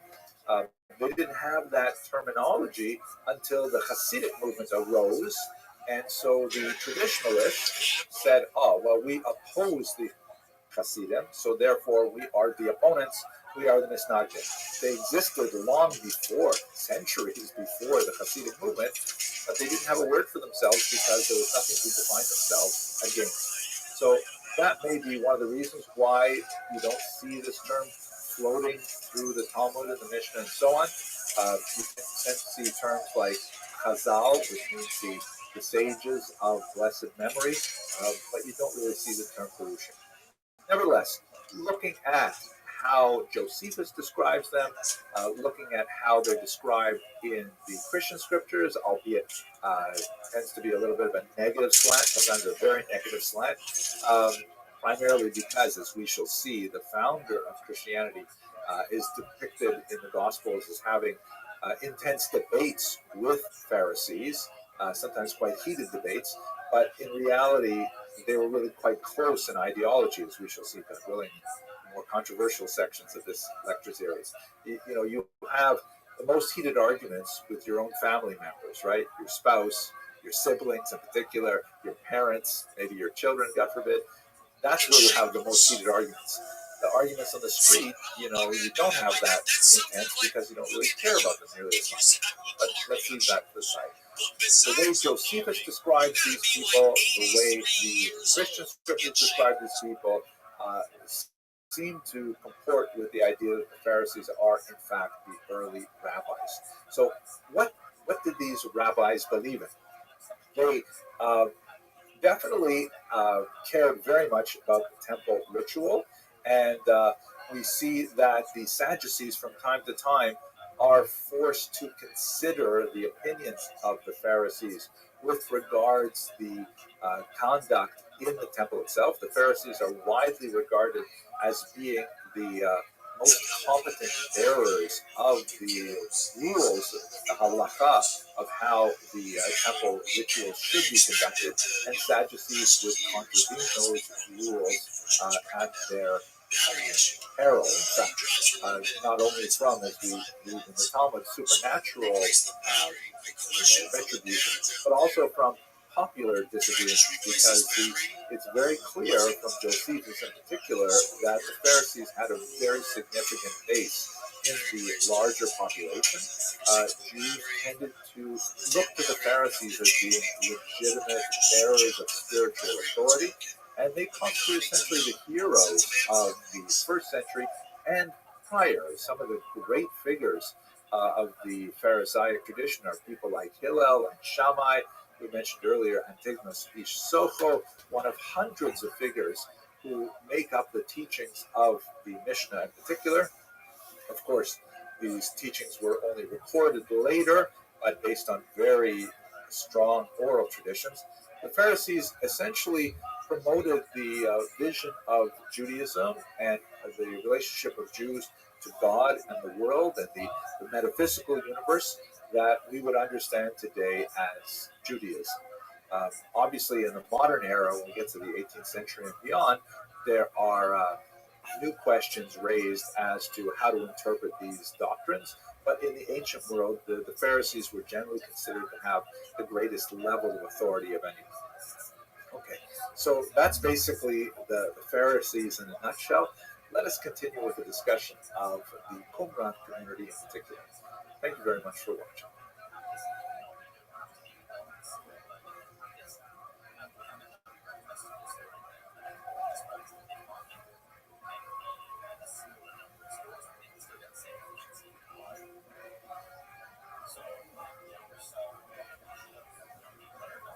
Hello, fellow students of Jewish history. I'd like to continue with our discussion of the Jewish encounter with Rome by looking at the diaspora in Italy itself. So when we look at the pre-war period, that is the period before the Great Roman Jewish War of 66 through 74, you've got Jewish communities already beginning to set out themselves in Italy. You've got Jews circulating around Rome, Jews circulating in the Boot area of the Italian peninsula, and in the football area in Sicily.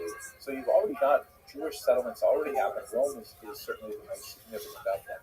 And let's recall, the Roman Empire is the Rome is the center of this massive empire that expands the entire Mediterranean basin. You can see on the right, on the Mediterranean east seaboard, there's Judea, of course, and there's Romans all across North Africa. They're well into Spain, the Iberian Peninsula.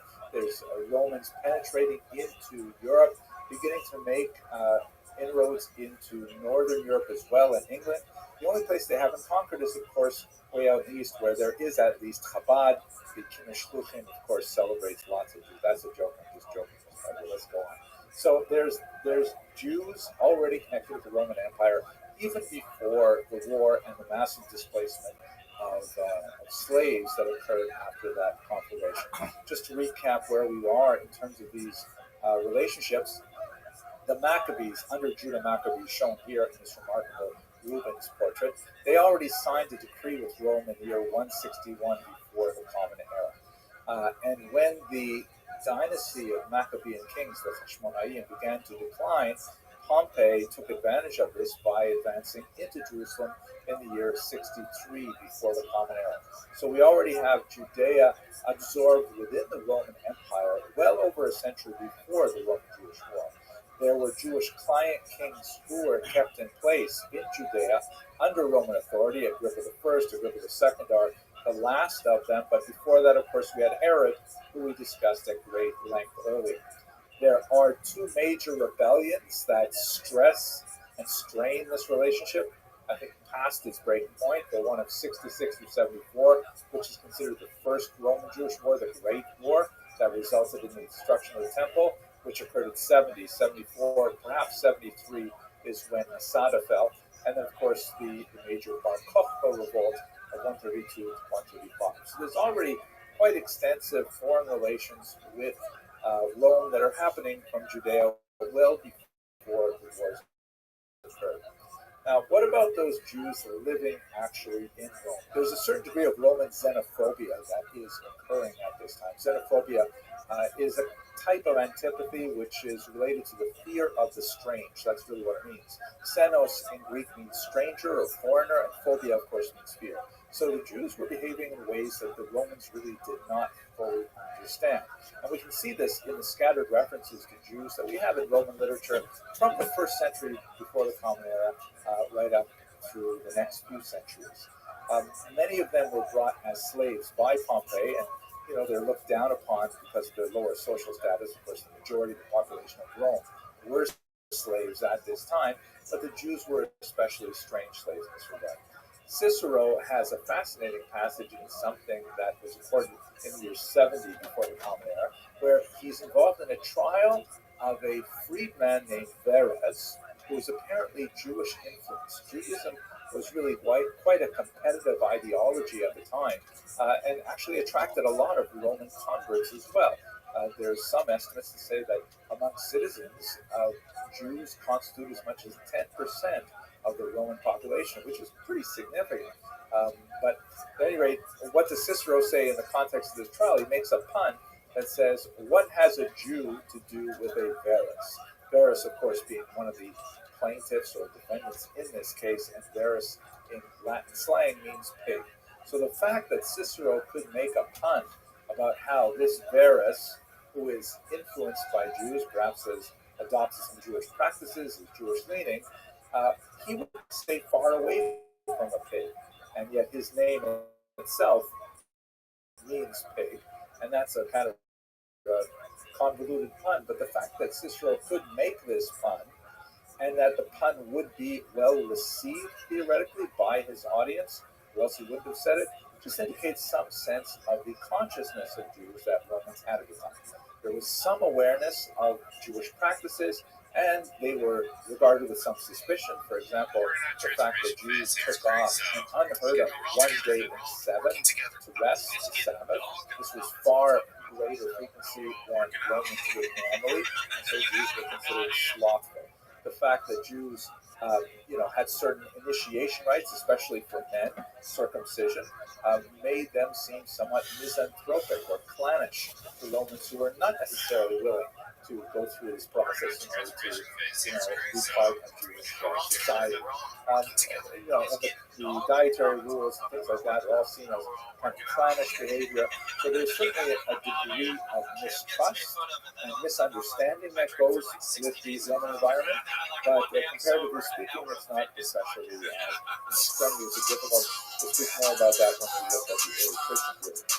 There are, however, some very significant figures who actually showed significant favor to the Jews, including Julius Caesar himself, who was regarded very favorably by the Jews, and they mourned his death quite conspicuously as well.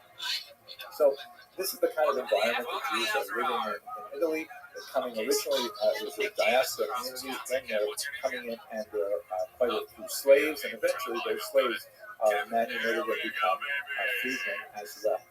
There's even evidence of a very old synagogue in Ostia as early as the 1st century, before the war erupted, with some rather remarkable and very strong evidence of Jewish settlement.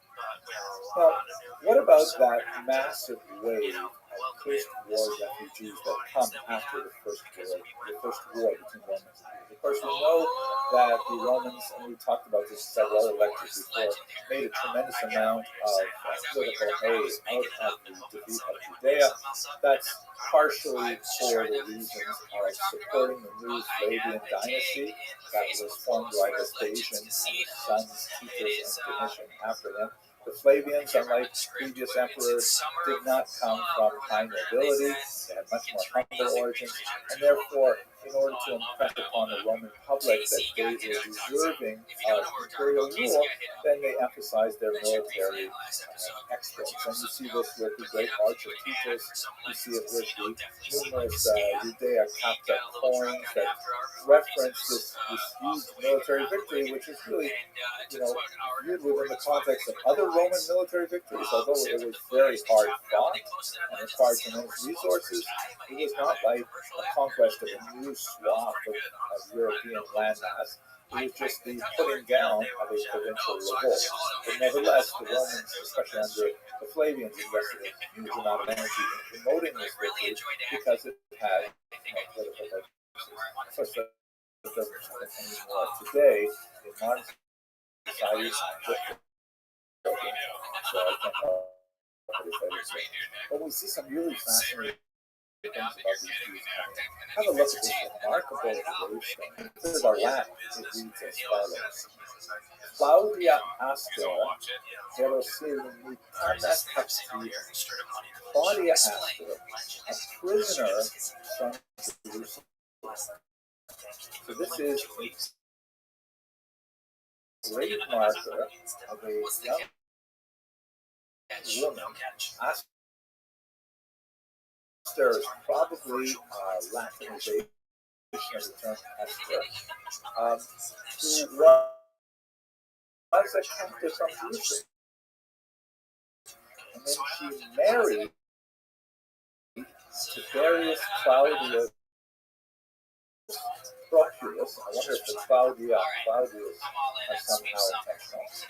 Who was an imperial priest, so instead took care of the epitaph. He put up this epitaph for his wife. I ask you, make sure through the law that you take there that no one casts down. This is a fascinating document, a fascinating artifact. It's a gravestone. If she was a prisoner from Jerusalem in the first one, let's say 70, and if she lived 25 years, maybe this is 15 years beyond that. So this would be roughly the year 85. And I'm assuming she's taken, let's say, as a 10-year-old girl. It would have been older, there's no real way to know. Though it's very clear that her husband, who apparently was a Roman who married her, not a Jewish man, that he was deeply in love with her because he produced this expensive stone to mark her grave. And I think it's especially poignant that, he asks that this stone remain And in fact, it has remained. In fact, it has been preserved to the preservation that we can see this stone itself. But it gives you just a little bit of a hint as to the kind of process of acculturation and assimilation that must have been taking place in the immediate post-war era as these slaves began to make their way in society. Apparently, they were not socially relegated always to the slave class, at least, the ones that began to reach their status as freedmen.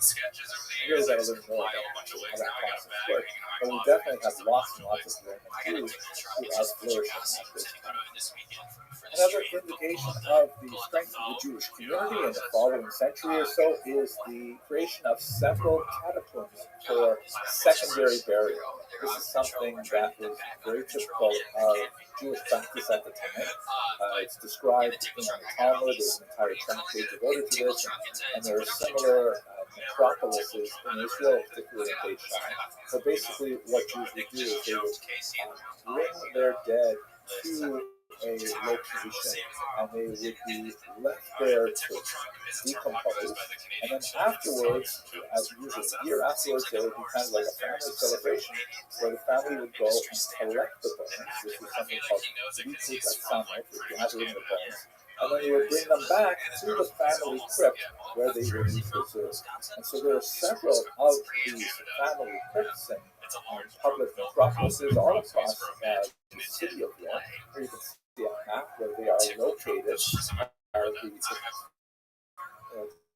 crosses, of course, are Christian catacombs, and the ones with menorahs, you can see there's some in the north, the Via Torlonia, and then on the left, Monteverde, and in the south, there's quite a few of them, there's Vigna, Lanzini, and so on, where there's clear evidence of Jewish burials. All kinds of Jewish symbols. The menorah is perhaps the most significant of them. Surprisingly, very little Hebrew is used, sometimes a word or two, like shalom, but lots of Jewish symbols, like the menorah, the lulav, the etrog, all kinds of things like that. And some of them are really quite lavishly decorated. As you can see this one here with the peacocks in the background with painted ceiling. So these are upwardly mobile people who are spending money on wall painting as a balsam pine, a date pine, that is obviously very well associated with Israel.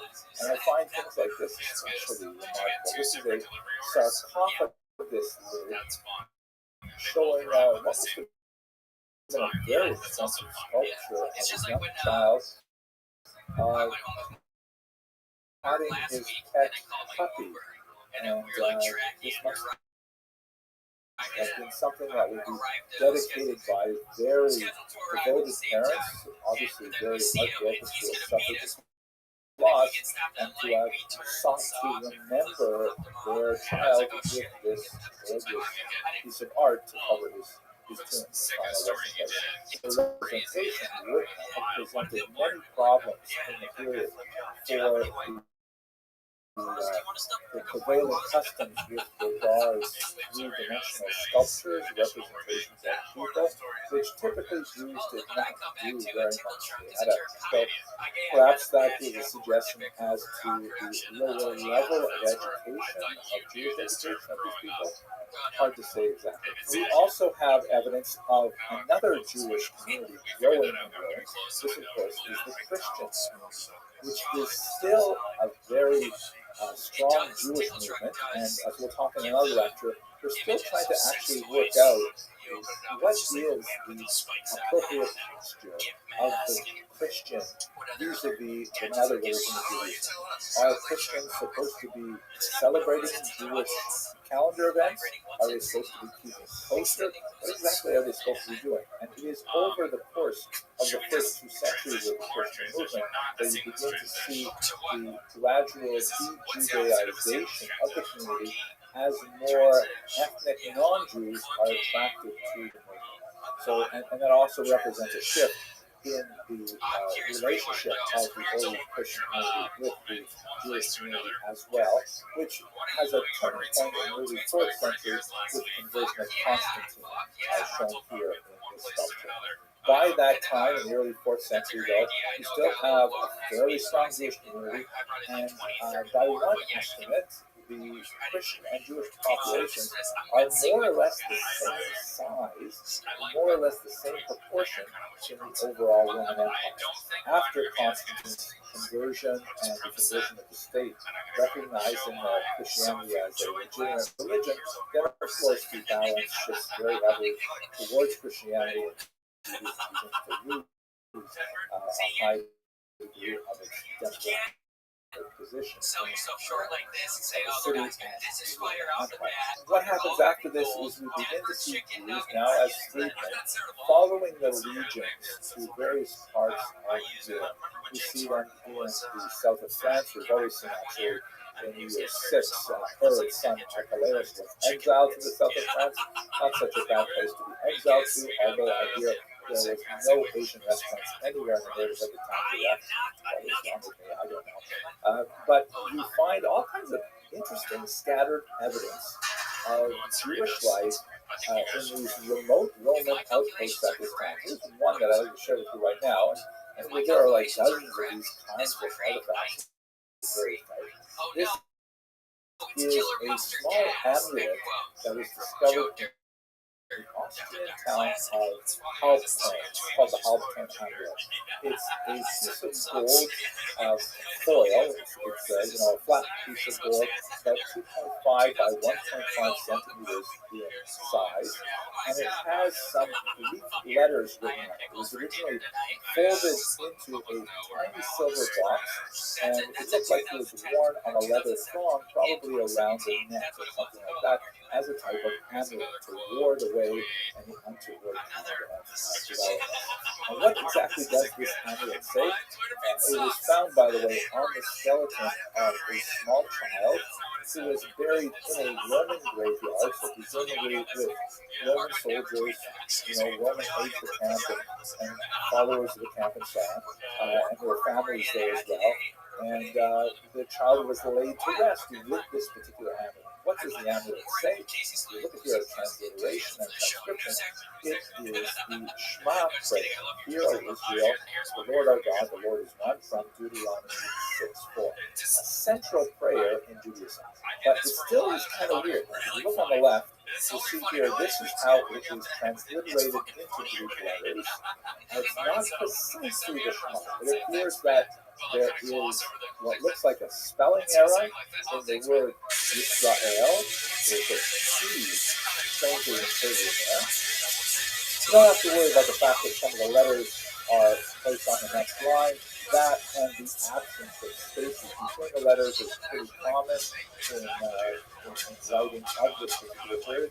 But at the very end of it, the word Esar, which means is one, is also spelled funny. If you look in the middle column where I have the Hebrew, it just has the actual number 1. In Greek, it's the letter A, number 1. That little 4 beside it is just the footnote from the article that I took this shot from. So there's two really bizarre things. The first is that change T in the word Yisrael, and the second is the use of the number 1 for the word Hafah. Many scholars have looked at different reasons why this is so. And I showed this to my wife. She said, well, obviously the reason why the scribe wrote the number 1 rather than the word, that's kind of silly, it's an expensive thing, it's written on gold and so on. But it turns out I read a lot of scholars say that it's probably what he said. But note that the number 1 is actually, it designates a theologically consistent notion with Jewish ideas. The fact that God is unitary, singular, unique, as opposed to God is, let's say, first. God is the only one. And so the number 1 here, according to some theorists, is intentional. That it was used that way specifically to say something that adhered to Jewish theology. And as for the T in Israel, apparently that is not all that uncommon. There are other ancient inscriptions which also preserve this. So, to sum up, what does this amulet mean? I mean, it opens up so many questions, maybe more than an answer. But it appears that there were Jews who were living on the fringes of Jewish society, and yet so deeply attached to their Jewish identity that they would invest in this expensive item. It's a gold amulet put inside a silver box and then buried with a child, which must have been an act not only of, on a simple level financial sacrifice, but of great devotion and sadness at the loss of the child, not unlike the sarcophagus cover that we saw in the Roman Jewish catacombs. So this is a very distant Jewish community, perhaps far from total awareness of Jewish practices. I mean, the child is buried in a grave with non-Jews, which is also not typical Jewish practice, and yet nevertheless there is this rare amulet around the child. I think it's all quite fun. So we're going to stop here. We're going to come back in our next lecture and look at the growth of the Christian community and what that means to the Jews. Thank you very much for that. And I retweeted something from Rosen, which is a good one. Okay, it's a good one. I like this one. Corgis are like the Peter Dinklage of the dog world. They're short. I can see that. Fantastic. So then let us begin. Tonight's task is Bad tweets. Fire tweets. Next week we'll be doing Kevs, which are worse than want to take us past the Roman Empire. Last week we looked primarily at the Byzantine Empire, and this week I want to take us to the north, to the Gallic regions, to really look at the Roman roots of Ashkenaz. This is, of course, a region where many of us on this call actually trace our roots to. About 70% of American Jews trace their roots back to Central and Eastern Europe, which is associated with the Rhineland of Germany. And that's what we're going to look at today, the relationship between Rome and Ashkenaz specifically. So here, let's have a quick look at the population distribution of Jews around the year 700. And this is going to be a little bit rough. I don't have the right kind of map skills to give you a really nice map, but so don't pay too much attention to the relative size of the circles. But clearly the largest and most important site for Jews late 7th and early 8th century was in the region of Mesopotamia. That is the great Talmudic centers, and specifically moving a little bit further upriver to the region of Baghdad, which would become a major center by the time we get to the 9th century. So that's where most Jews are concentrated. That's where the geographic, intellectual center, the gravitational center of the Jewish world really is located. There's still a significant population in the land of Israel itself, and in fact, part of the story of the 7th and 8th and 9th centuries is the tension between the land of Israel and Mesopotamia and the growing ascendance of Mesopotamia over Israel. You have also, as we discussed last week, a significant population of Jews in the Italian peninsula. A lot of them are there as a result of the disastrous Roman-Jewish wars of the 1st and 2nd century.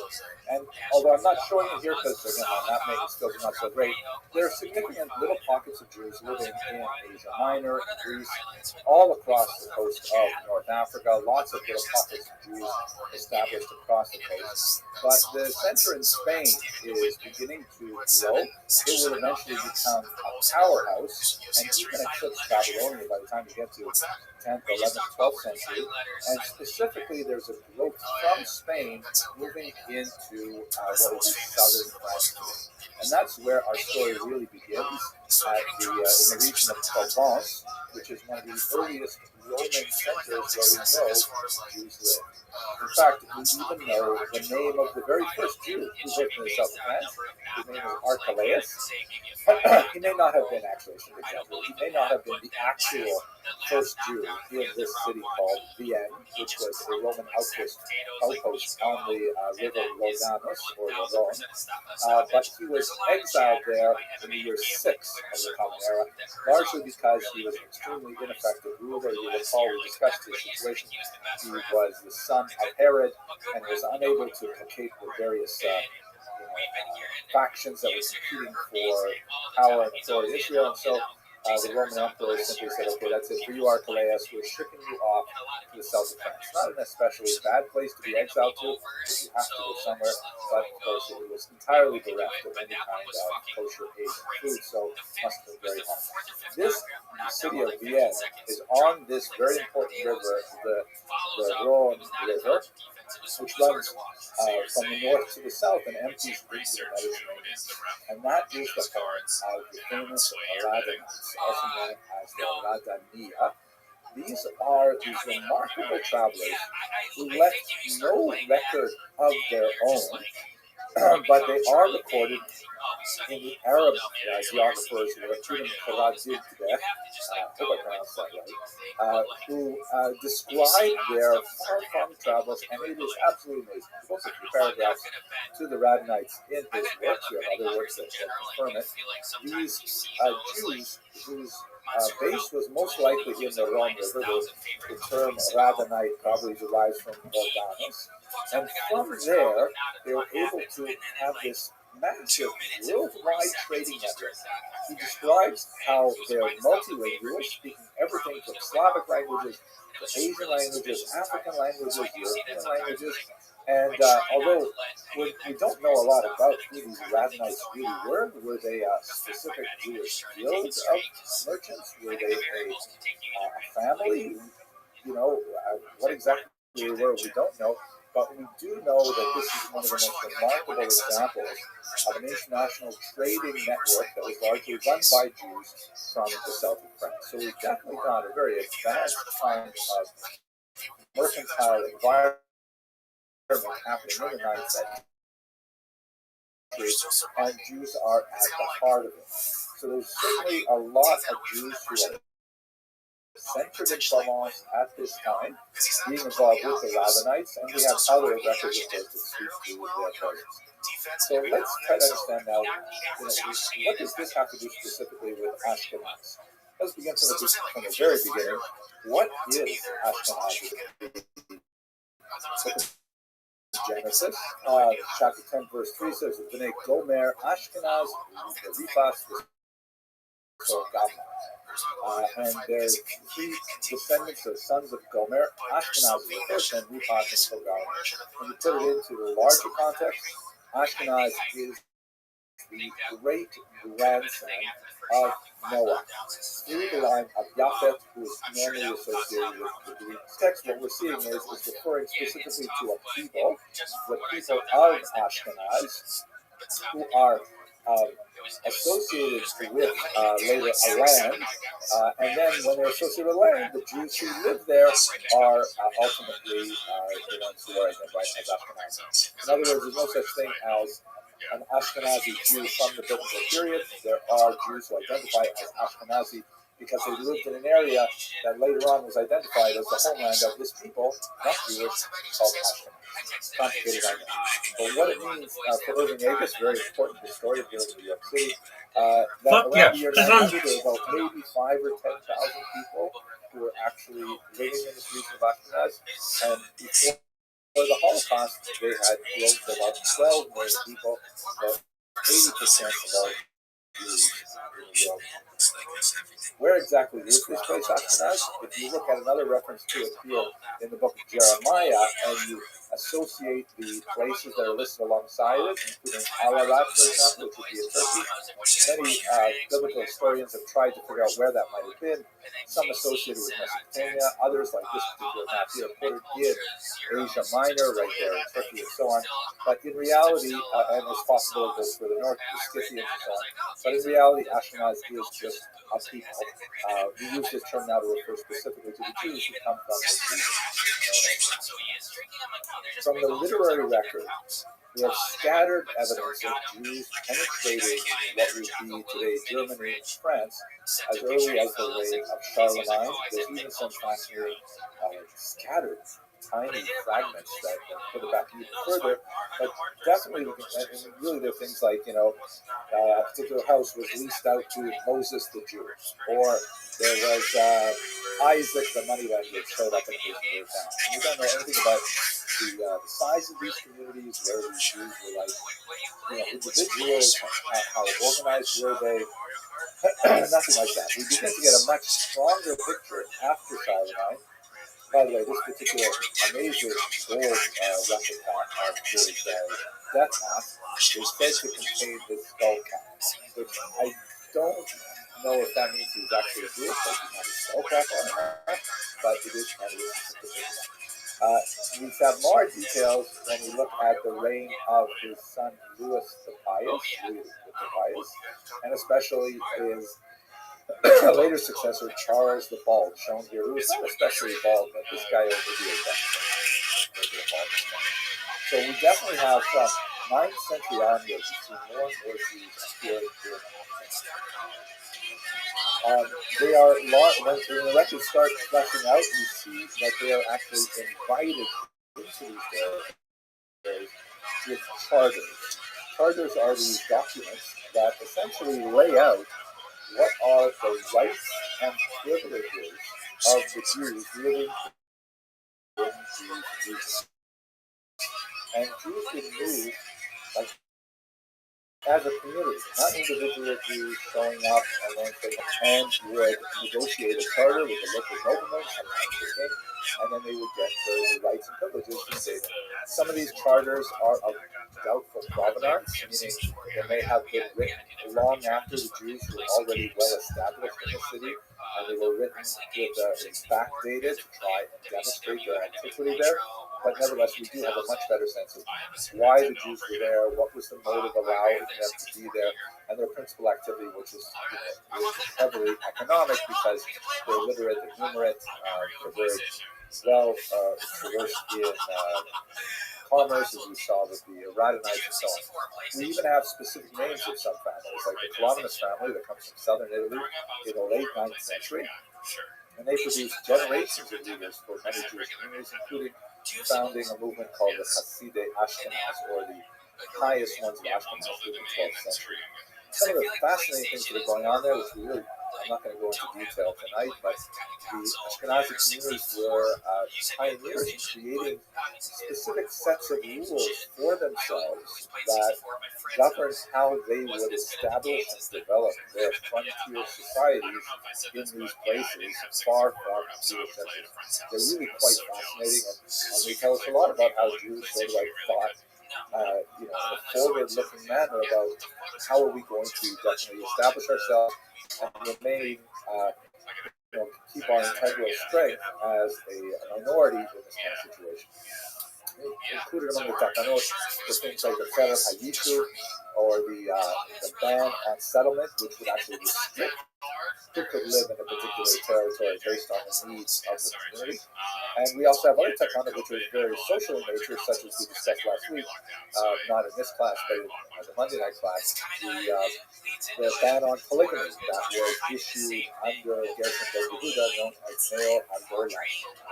So lots of really creative, interesting things happened by the time you get to the 10th century. Now, moving from here, we're trying to understand where these Jews come from and how we connect them specifically with Rome. One of the most fascinating frontier areas of history is the use of DNA evidence, which I did not study at all when I was a graduate student. We spent so much time, as I was studying Eastern European and national history, we spent so much time reading various, Marxist ideologues and their different takes on Marxism, Leninism, and so on. Wasted a lot of time with that, I got to tell you. I wish I had learned more about genetics, because it's a really fascinating tool that we'll be able to use. I'm going to share with you two recent studies that just came out that say something at a genetic level about how the Ashkenazim came to this part of Europe and what they say about Ashkenazim today as well. The first is this remarkable article, which has only 1, 2, 3, 4, 5, 6, 7, 8, 9, 10 authors. Many of these articles have like 30 authors on them. And the headline basically says, one of the things that they found was that the DNA analysis of Ashkenazic remains from the 12th century clearly indicate that a lot of the genetically inherited diseases that plague Ashkenazi Jews, like breast cancer or cystic fibrosis, Tay-Sachs, and so on, really predate the 12th century. And that's kind of like an interesting headline in itself, but I think from a historical point of view, we can learn a lot more interesting things. What this study is based on is something that was discovered in the city of Norwich. You can see here in southeastern England. And when they were digging up the area for to construct a shopping center, here's a look at the Castle Point shopping center they built on the site, now known as Statue Place apparently. They came across this well, they're like digging sideways through the ground, and they hit this medieval well that had been abandoned. So they stopped, and when they excavated the well, they found that there were some 17 odd bodies thrown in the well in Norwich. Really kind of spooky. Adults and children, men, women, and children. And they began to study the DNA of these bones. And they discovered, by looking at the DNA, that they were clearly Ashkenazi, that they had strong correlations with Ashkenazi roots and Ashkenazi Jews today. And in fact, with computer technology, they're even able to model what some of them actually look like, even down to the color of their eyes and the color of their hair. Kids have red hair and blue eyes, which is also a stereotypical image of the. So this radiocarbon dating placed these remains back in the 12th century, and using historical records that we have from the period, it seems clear that these Jews were the victim of a riot associated probably with the Second Crusade. We know of a civil disturbance that occurred at that time, and obviously these Jews were thrown in first the adults and the children and left to just wait there for another 800 years before they could be discovered. Once they were discovered to be Jewish, the remains were turned over to the Jewish community, and they were given a proper burial in the local Jewish cemetery. But it shows us on a genetic level that there was definitely Ashkenazi living in England in 12th century. Not a surprise to the historical world, because we had known this from other data, but it is definitely a very strong and arresting image to see. I want to go to another genetic study which talks about the origins of the Jews in Ashkenaz that connects specifically to the world.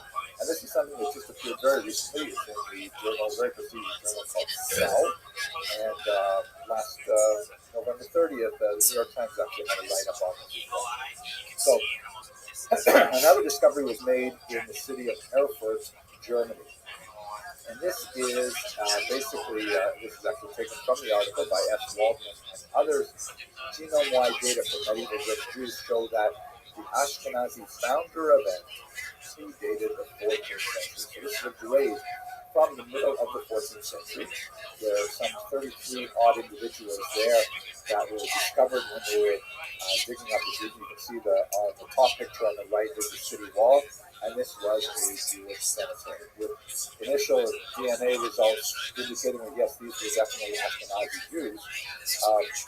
The authors of the study got permission from some halachic authorities to work not with the bones, which presents a lot of difficulties in Jewish law, because they have to be treated with a high level of respect and dignity. They have to be reinterred as soon as possible. So, but they were allowed to work with the teeth that had been dislodged from the skulls. It's no longer halachically considered bones or part of the person, so to speak, last remains. So they did some fascinating studies of the teeth. They were able to not only identify the genetic makeup of these people in their teeth, but also by looking at the nature of the enamel, they can actually get some sense of the different types of water supply that they drank, right? Because they see different communities of Jews that come together in this particular grave. Only one of the bones indicated that their death was a result of violence, one head trauma. The others appear to have died normal deaths, as far as we can tell from the remains. Now, and by the way, my son-in-law pointed out to me when we were talking about this a while ago that I really have to make a joke here about how the tooth and animal show is really very heavily reliant on Asian cuisine. Let's So what was really striking about this particular study, and especially leads us to our central question of the relationship between Roman Jews and Ashkenazim, is what it had to say about the founder event and something called the genetic bottleneck. The founder event refers to basically when did Jews first come to this area? Who were those first pioneering Jews? And secondly, the genetic bottleneck refers to when all of a sudden the population stops receiving genetic data from outside the and when did that happen? So here, have a look at this map, and I'll walk you through it as I understand. First of all, at the bottom of this map, of this diagram, you have the ancient period of Jews in ancient right, primarily Middle Eastern genetic stock. Hard to say to what degree they really differ from other Southwest Asians, Syrians, Iraqis, Egyptians, and so on. And then at the top of this map, you have modern Ashkenazi Jews in the 21st century. So in the ancient period to the Jewish people, the Bible speaks about Ruth, of course. She is a Moabite, an Abraham people. That, and eventually she will, of course, be the great grandmother of Northern Israel. You have Helena of Adiabene, which would be up in Syria. And these are just a few famous names that I've chosen that we know about from history, the vast majority. Who knows how many thousands, hundreds of thousands of people this encompasses? There's no way to really tell. They just lost it. But, there's no question that there's lots of people marrying each other. We have lots of records of that. Then, in the 1st and 2nd century, you have a disruptive event of major proportion. That's the Roman-Jewish Wars. The first one ending in the year 70, primarily when Masada fell 73 or 74. And then later the Bar Kokhba revolt, ending in 135. And a massive number of Jews from the Middle East are taken off into Roman servitude. There's already a Roman Jewish, but this suddenly brings a massive number of Jews with Middle Eastern DNA into the Italian Peninsula. From the 1st and 2nd century, over the next few hundred years, you have Jews marrying South Italians, you have Jews marrying North Italians. There's a genetic difference between them that is detected by the study. And then somewhere around the year 800, you have this founder. We don't have the specific names of the small group of Jews that migrated from northern Italy to make their way up to the region of Erfurt, Germany, but we definitely can trace through the DNA profile of the remains just how many generations back that went, and it places us right within the same period of time that historians have been assuming all along. Meaning, this lecture that I'm giving you right now, I could easily have given this 20 years ago, and we have the same conclusions, but now DNA evidence really drives it home as being, that's the correct way to understand how Jews come. So the Erfurt remains are something like 700 years later. And one of the things that is really interesting about the research is that the Erfurt remains not only show a very strong rate of endogamy, meaning unlike the ancient period where Jews are marrying with lots of other people outside their narrow ethnicity, in Ashkenaz they're largely marrying among themselves, which is of course going to accelerate the incidence, God forbid, of genetic abnormalities, but it also indicates a strong group cohesion. And the study also indicated that, in fact, when you look at modern Ashkenazi Jews today, they are remarkably similar to the Erfurt remains. They even are a little bit more narrow in scope than the Jews of Erfurt, which is, I think, absolutely fascinating. But it shows you just how many centuries of endogamy created the Ashkenazi Jews to the Jewish community that we know of today.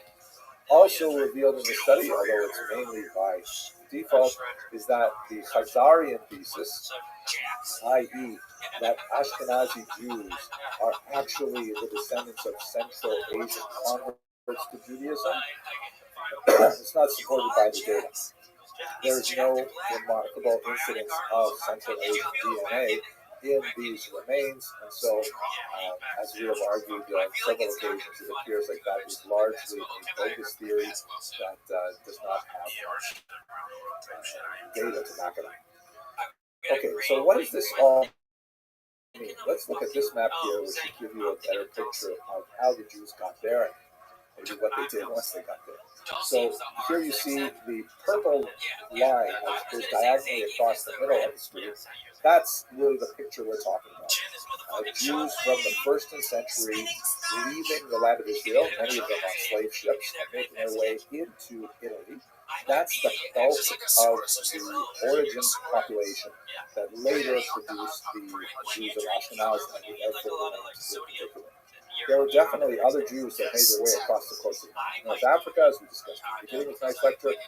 Jews that settled in Spain and then made their way across the Pyrenees into Provence, and then later mixed with the local Ashkenazi populations as well.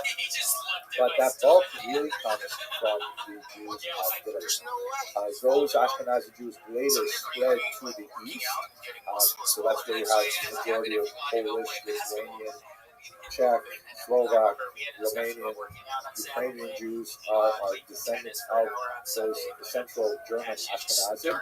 And then from there, you have a massive population movement to America in the 1880s. If you look at the actual DNA numbers, they look like this. Again, taking the DNA of those Jews in Erfurt, they have about 15 to 45% of their DNA is Middle Eastern. And a large chunk, 45 to 70%, is Italian. Especially on a call like this, I don't have to remind you that Judaism is not defined by genetics.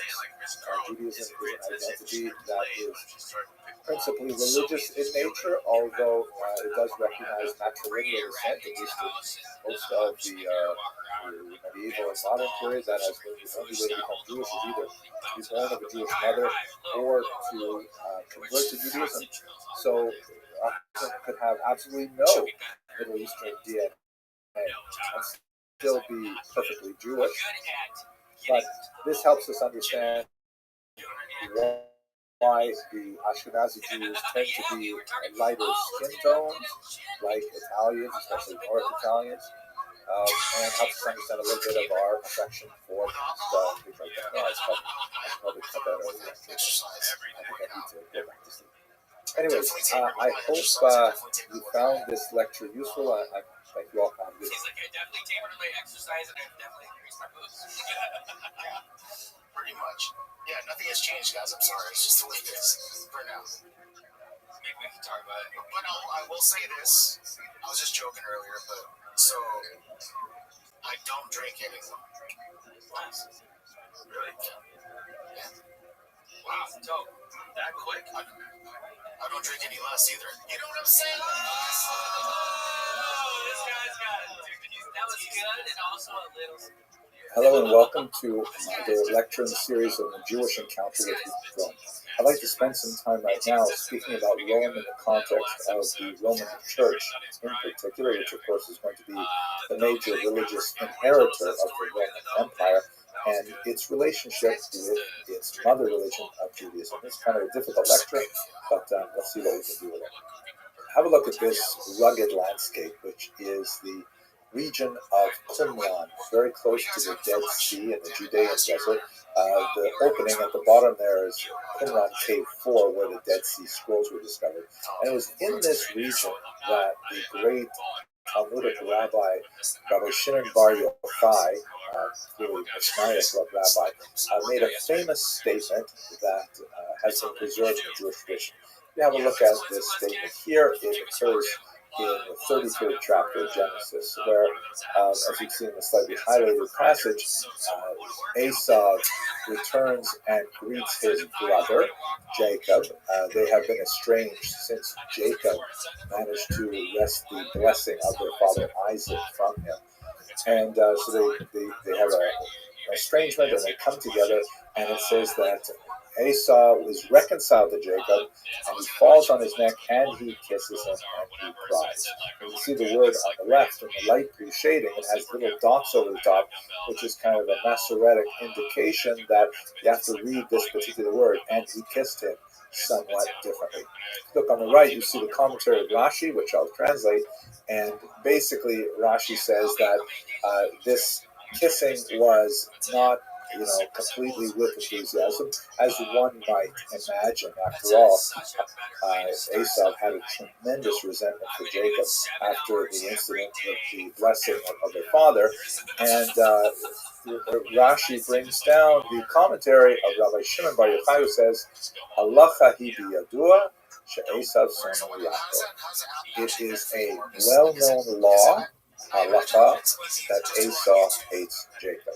This particular phrase has become sort of proverbial in the Jewish culture to mean that the outside world hates Jews, right? Esau represented certainly the Roman Empire, because in Talmudic literature, that's often a shorthand for Rome itself, has a tremendous distaste for Jacob, has a hatred for Jacob, and this will never change. Now, that may be true on a theological level. It's not really my place to discuss those kinds of things.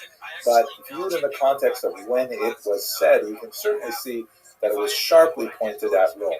That rugged landscape that I showed you a few minutes ago was according to the tradition, where Rabbi Shimon Bar Yochai had to hide out in a cave for 12 years because he was being pursued by the Roman soldiers after the Bar Kokhba rebellion.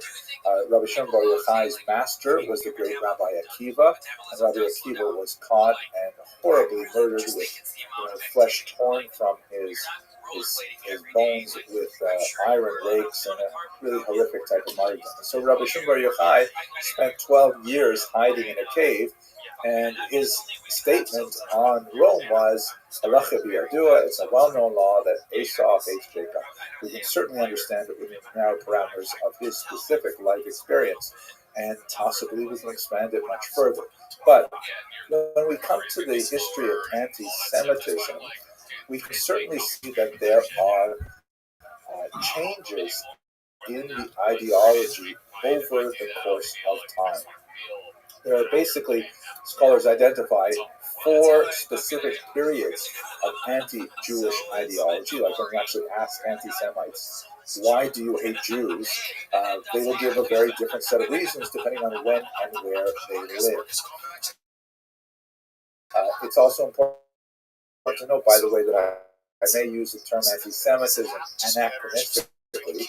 This is a term that was invented in the 1880s by Wilhelm Marr to try and provide a much more polite term as an alternative to the German words Judenfeinde and Judenhass, which were very vulgar, couldn't be used in popular society or polite society.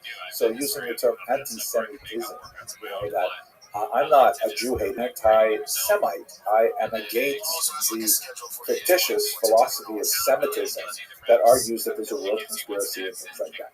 So what exactly are these 4 basic stages? The first one is ancient xenophobia, which we see primarily in the Greco-Roman world, where there is a fear of that which is different or strange. Right? Term xenos means stranger or foreigner, and phobia, of course, means fear.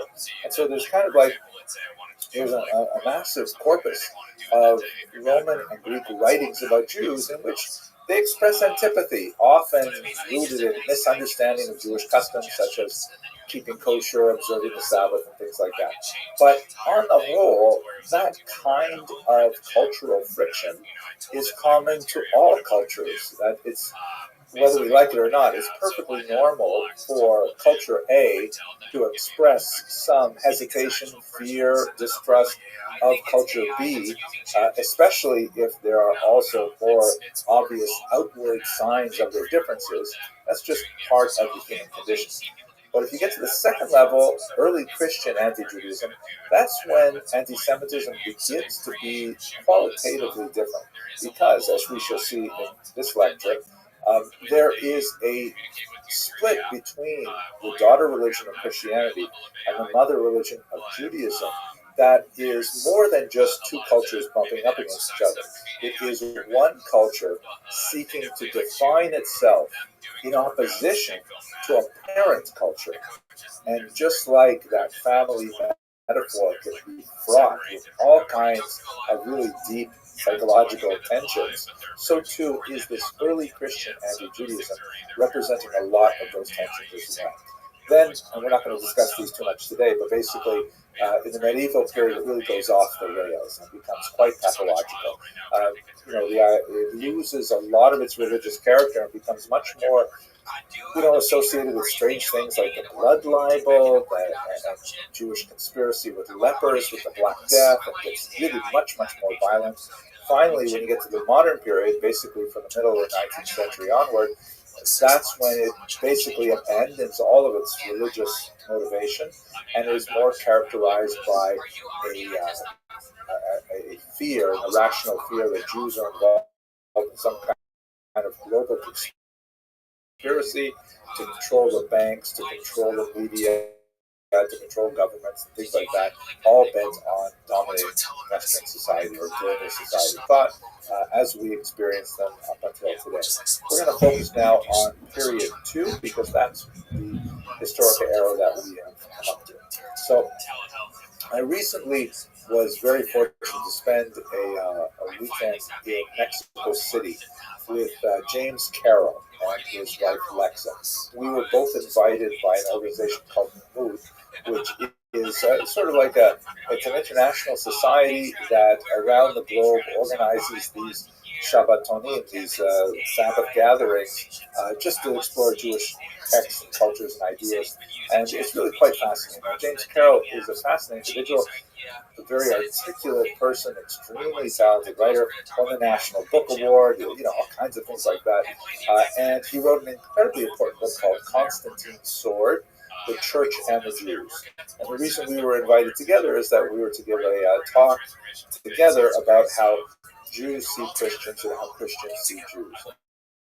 I think it was a very enlightening experience specifically, but more generally, I really appreciated the time to get to know him and his wife. Now, James Carroll, of course, he was actually a Catholic priest, and in his context of his growing consciousness of the challenge that the church had with anti-Semitism and other issues, like he became a strong anti-war activist. He ultimately left the church, and I shouldn't say that. He left the priesthood. He still remains a member of the church, but kind of like on the reformist flank, as it were. And Constantine's Sword is a remarkable book, very worth reading, that essentially takes you through both the history of the church and the Jews, but also the history of James Carroll and his own personal voyage, which is fascinating. Now, let's return to his specific thought and how he understands the early period immediately after the death of Jesus and after the destruction of the temple as well. He invokes a fascinating metaphor of an experience he had with the loss of a close family friend. And in the weeks and months and even years after that friend passed away, he was part of a group of friends who would come together in a kind of a wake sort of environment, and they would discuss the life and legacy of the loved one that they had lost. He came to call that a healing circle, where getting together with friends who had known the person who passed away, they would tell stories, they would share memories, and together they would support each other in their grieving. But at the same time, they would kind of like create a collective memory of that person. the sum of which was certainly greater than its individual parts because of the shared pieces that informed each other's memories and so on. And James Carroll argues that that's essentially what was happening in the decades after the death of Jesus, that his early followers, all of whom were Jewish, were getting together and trying to understand what could this cataclysm mean, what could it mean that their leader, whom they revered so highly, was no longer among them. What would they do with this new type of metaphysical situation? Especially so after the destruction of the temple in the year 70, because with the destruction of the temple, everything was turned upside down. I mean, Jews had invested for 500 years all of their spiritual efforts into that one structure, into the rituals that happened there. And although there were already functioning synagogues, local houses of worship, and so on, they were clearly far subordinate to the temple. What would it mean now that the temple is gone? Why would God have abandoned the Jewish people and allowed the temple to be destroyed by the cruel Romans? What is the future of Judaism? So James Carroll argued that essentially this is when you begin to have an intellectual bifurcation of the Jews who followed Jesus and a much larger group of Jews who were not a part of the Jesus circle. The Jews who were not part of the Jesus circle, which let's say were mainstream Jews at the time, they began to invest in the rabbis and their vision of a post-temple Judaism. As we will see in a few minutes, the rabbis were very busy at this point, constructing a model of Judaism that could survive the loss of the temple, finding alternate post-temple ways for Jews to express their religious yearnings to God, and ultimately that would become the Judaism that Jews have enjoyed for the last 2,000 years. On the other hand, the followers of Jesus said, no, the destruction of the temple means all of that is over, and we have to create a totally new type of environment that is centered on the figure of Jesus, teachings of Jesus, so on. And this was all happening within a Jewish framework, with Jews discussing these ideas with other Jews, and things changed dramatically only after the first three Gospels were written. Let us recall that the Gospels as we have them today, the first four books of the Christian Bible, the first three were written probably within the first 20 years or so after the destruction of the temple, between 70 and maybe 90, perhaps a little bit later. Those three books tend to be the most Jewish of all of them, the most close to the origins of Jesus as a Jewish individual. And in those three books, which are called the Synoptic Gospels, because they read kind of like a synopsis of each other, you can more or less lay them out in columns and compare events. There are places where they diverge from each other and so on, but basically you can lay them out that way. The fourth Gospel is quite different. So in the Synoptic Gospels, Matthew, Mark, and Luke, you have the phrase in Greek, because these are only recorded in Greek, hoi Judeoi, the Jews, occurring 16 times. With all three books together, only 16 references. The fourth book, the fourth Gospel, written by St. John, written much later and reflecting a different mindset, has the phrase hoi Judeoi 71 times. And I think it's very clear to see just from this one statistic how things have changed from the gap between the Synoptic Gospels and the Gospel according to John. Now, the Synoptic Gospels are still representing, a debate within Jewish circles. Hoi Judeoi are, after all, us. They're, after all, the same people who are worshiping Jesus. But by the time you get to John, and the increasing number of non-ethnic Jews joining the Christian movement, that's when the Jews become the other. Hoi Judeoi is so much more useful a term because the non-ethnic Jewish Christians are looking at the Jewish mother religion and we're saying, well, that's different than what we're doing here today. And one of the most important figures to advance this is, of course, St. Paul, who never himself actually met Jesus other than in a kind of supernatural vision on the road to Damascus, where he has, kind of a conversionist experience and he becomes a dedicated follower. He actually turns away from his earlier origins as a self-described Pharisee to become a Christian. And then if you look at this map, the Eastern Mediterranean is covered by his travels as he is going from town to town, basically showing up in Jewish communities, speaking at synagogues to Jews about Christianity, but increasingly speaking to lots of hangers-on of the Jewish community, non-Jews who are listening in and saying, wow, there's a lot of useful stuff here. And in fact, quite a bit of the Christian message was very appealing in that it acquired a lot of the very powerful ideas that were central to Judaism, a personal deity to whom one could pray, that one could have a relationship with, that intervened in history, that specifically cared about individuals. The idea of life after death, the idea of responsibility for ethical choices, all of these kinds of ideas are very, very appealing. And the only challenge to traditional Judaism for non-Jewish would-be converts is, of course, the high threshold required for conversion. For men, specifically circumcision, radical changes to the diet. I think the Sabbath would have been observed anyways because it's so much fun. Shabbos every one day off a week to detox, no electronics and everything. It's great. I don't know why anyone would want to do it. But at any rate, so Christianity represented a more accessible form of the key ideas of Judaism, a kind of Judaism light that the non-Jewish, non-ethnic Jewish populations could find meaning in.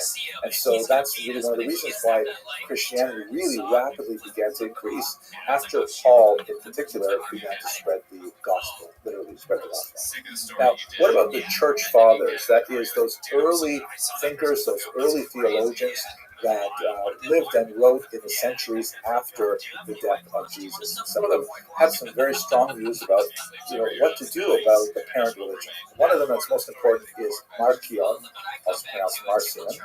Here he is shown with his face kind of obscured, talking to John, not insignificant as John is portrayed here. And Marcion essentially argued that, okay, how do we relate to our parent religion, to Judaism?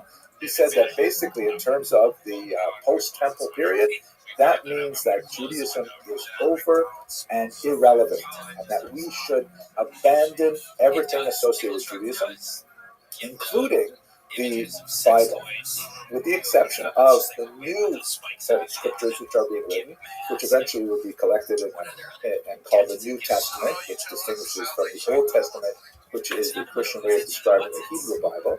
And he said that we have to simply move on and forget about all that old stuff. Now, his point of view was ultimately rejected.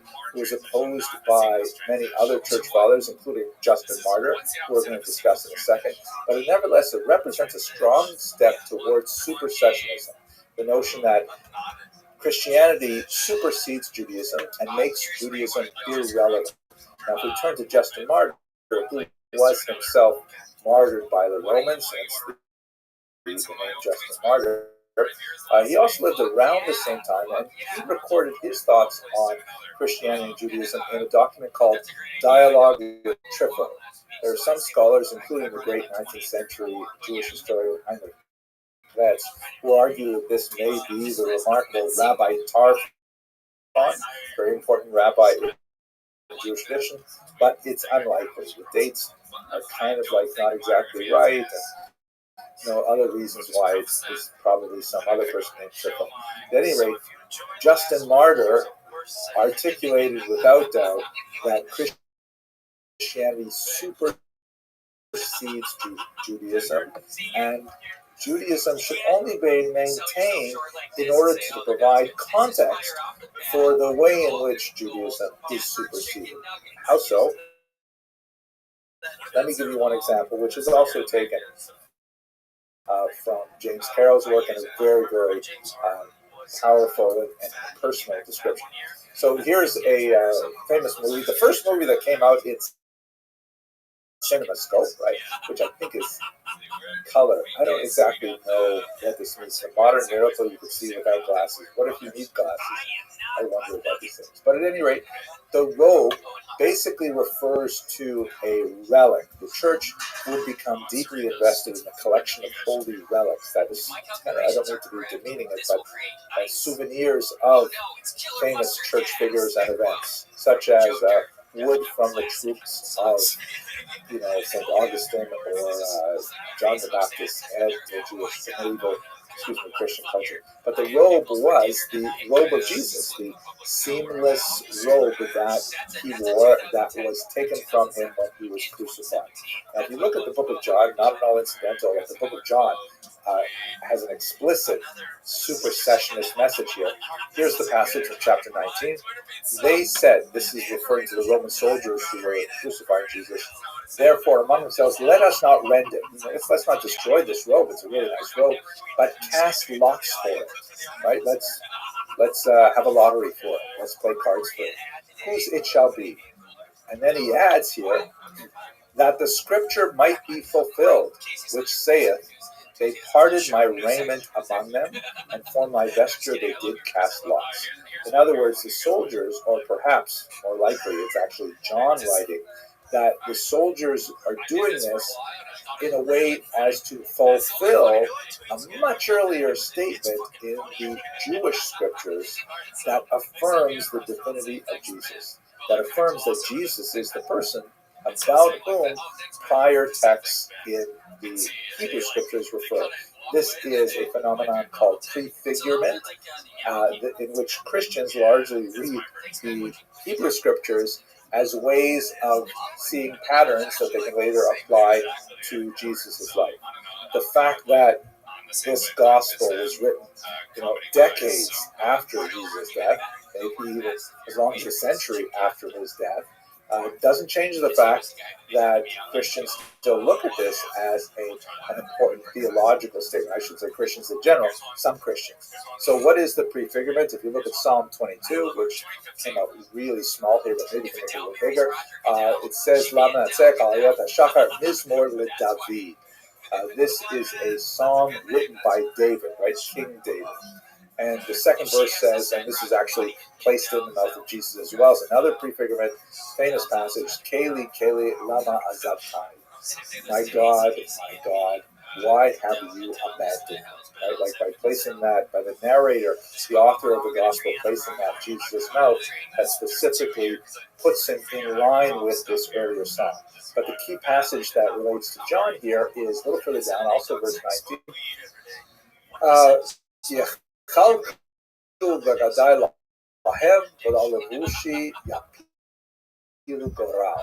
They part my garments among them, and for my vesture do they cast lots.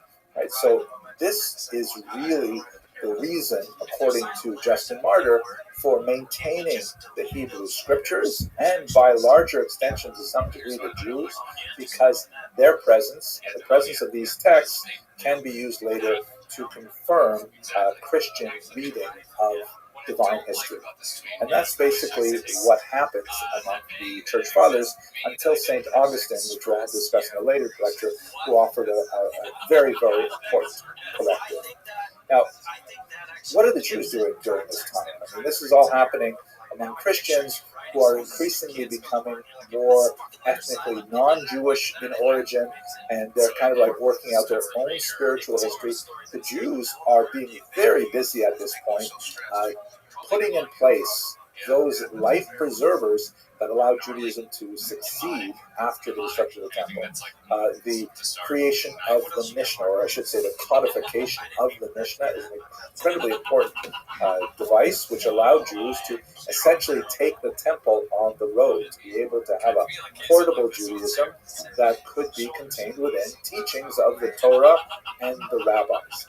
They also create a liturgical method of drawing a line in the sand between Jews who are, mainstream and Jews who are part of this Jesus movement, they insert another text in the central prayer known as the Amidah, the standing prayer, and it's a blessing on the heretics. The term blessing is euphemistic.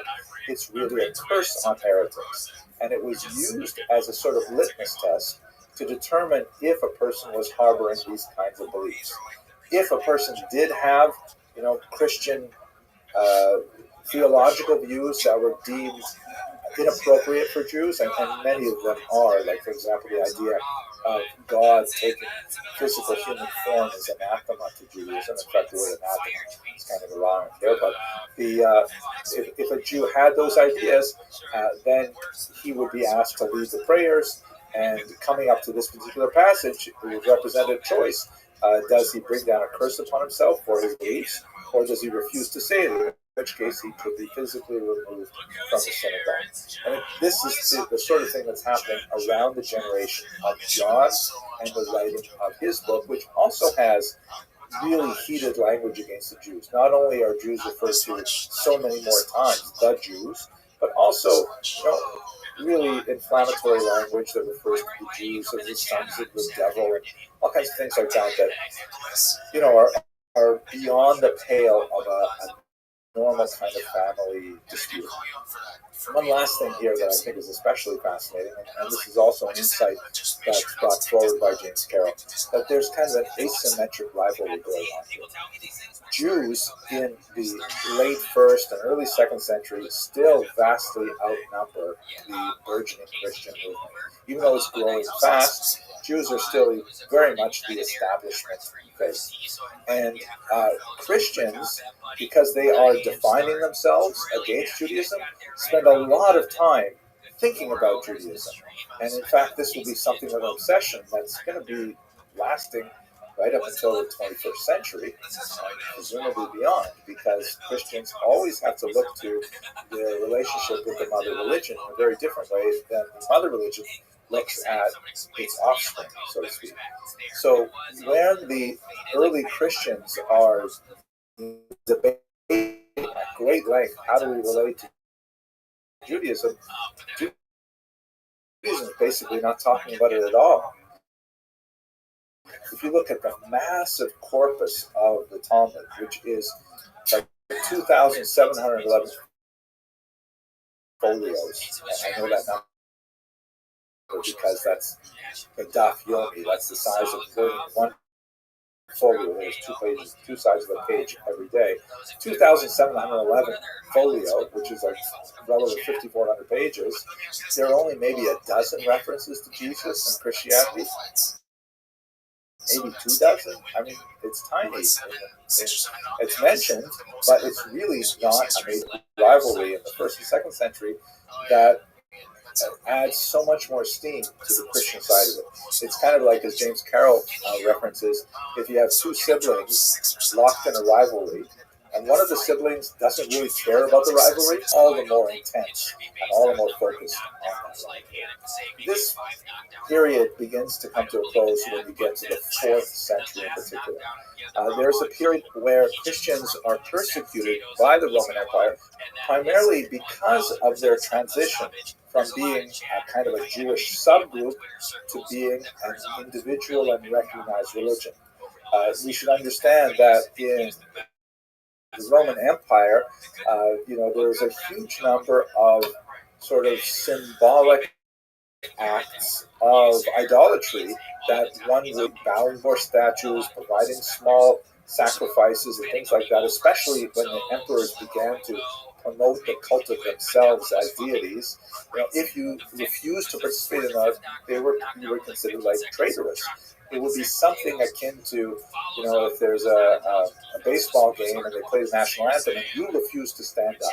Right? Everybody is standing. Why are you sitting like this? Now, ironically, because the Jews were a known entity as an ancient religion, already from the period of Julius Caesar and earlier, Jews were granted an exemption from many of these outward displays, which were considered idolatrous to Jews. Recognizing that, Jews have nothing against Rome, nothing against Roman empires, things like that. They just refuse to worship statues. The Jews say, hey, come look at our temple. You see there's not a single statue anywhere in our temple. We just how'd you find out about me? Statue thing. So the Jews had an exemption. So as long as Oh, yeah, Christians we did. were We did, we considered did. basically Jews, What's good, too many they puppies? also had that exemption. But as soon as they started saying, wait a second, no, we are different from Jews. Kicking ass, taking We names, are my friend. another What's good in your religion. neck of Never the heard woods? of us before, but we're a new religion. Then all of a sudden the Romans saying, well, sorry, you aren't on our list What's on your of agenda for exempted today? religions. And so that's a period that, very, very important in the formation of Christian cultural memory, that Christians were Wow, that's a big job. Why do you have to do that? to fight in the gladiatorial games against animals. And not good. And I gotta paint them this type of blue to reduce bugs. Okay, why do you have to paint them blue? It reduces bugs going to my windows. Is that true? Yes, it's a certain type of blue paint that reduces bugs going on. That's fascinating. Soldiers and things like that. Why It was only with the Edict of Milan in bugs don't like blue? I don't remember. I just heard and I can trust it. I like the color anyway. So I'm like, the Roman Empire. Works. I didn't look up the science. Okay, why didn't you look up? Why didn't I look at it? Yeah, why don't you look it up? I didn't bother. Why not? Yeah. I was like, okay, I'll just pay for it, paint it, and it works. What color blue is it? I don't know. It's like a light dark blue. A light dark blue. It's kind of oxymoron. Oh, a light dark blue. Okay, I've got you. Like a baby blue, but if you tone it down. Okay. And you like that color? I guess.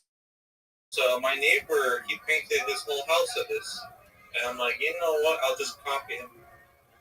All right. Do you think... That guy was nice, though. He painted his whole house. He was just, he grabbed a big-ass ladder, and he took off his shirt, painted it all blue, and then made all the bricks black. And it looked pretty nice. Yeah. And it looks good? Yeah. All right. His lawn is very nice. His lawn and everything is nice, high quality. I'll just copy. All right. You don't think he gets pissed off that you copied him? No. Why not? Because, I don't think he would care. All right. What color's your house? Red. So it's going to be red with baby blue windows? Yep. And you think that's going to look good? Yeah. I might have to paint it black or something, but like a dark gray to look good. Okay. Did you ask anybody else what they thought about this idea? Nope. So you're just doing your own thing? Kind of. That's I don't need to bother. That's baller. Do you have to rebuild the windows or just paint them? No, I'm just gonna replace them with new ones. Oh, okay. And then are you doing the replacing? I don't know. I can get it for free. But it's like I have to deal with a lot of people annoying, and then it's going to be like I have to be out of the house instead of it, and they're going to do they're probably going to start from upstairs. I don't want them to start from upstairs. I'd rather go from downstairs. You'd So rather? I don't want bugs. I'd rather, you know what I mean? You'd rather have them go? Yeah. You'd rather have them go from the downstairs? Yeah. Okay, why is that? I don't know. I just like it better. You like? I'm bothered. You like it better if they start from the downstairs? Well, typically people start from upstairs, then go down. Right. But they're not going to care about how much bugs are going to come in, so they're going to take off both upstairs and downstairs and work on down, and then go up. Work up from up and then go down. And that's cool. I don't know how to describe it. I didn't pay attention. All I know is this and that. Okay, how long do you think this project's going to take you? Maybe 2 days. Oh, how many windows do you have? I got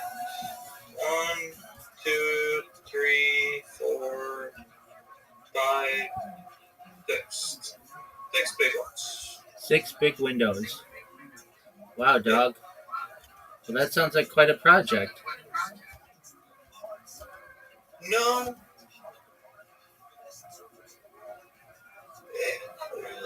I should. I gotta think about this one. But I don't need to think about it. There's no reason to. So you do have to think about it, or you don't? I don't think I'm going to care. You don't think you're going to care? No, not yet. I have to decide what I want to care about. Whenever it becomes a problem, I'm gonna be forced to care about it. You know what I mean? I think so. It's unfortunate. I could probably prevent a lot of stuff right now, but it's okay. There's no reason to. Well, there is a reason to make things easier, but you don't need to make things easier. Okay, what do you like? Do you have a construction background? Nope. So you're just doing this all on your own? Yeah. And you think it's going to go okay? Of course. Have you ever done a project this big before? No. Doesn't that worry you at all? Not at all. Why not? There's no reason to. There's no reason for it to bother you. I'm going to remove it out of my mind. There's no reason to think. Okay. You're probably right. I will acknowledge that, but I'm not going to think about it. It's too much thinking. I don't want to think. There's no reason to. Okay, why don't you want to think? It's not that entertaining. Yeah, but it's a big project. But that's not entertaining. I know it's not entertaining, but like, you could make a really big mistake. Yeah. Right?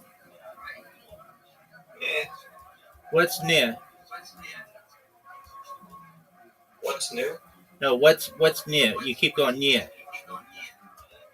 I just like making a sound effect that just kind of means whatever. Okay. It's supposed to be like you're gonna notice it, but then like question it. But it's like, should I be questioning it? And if you're curious, you're gonna question or you want to correct me. It's just like, it's just you know what I mean.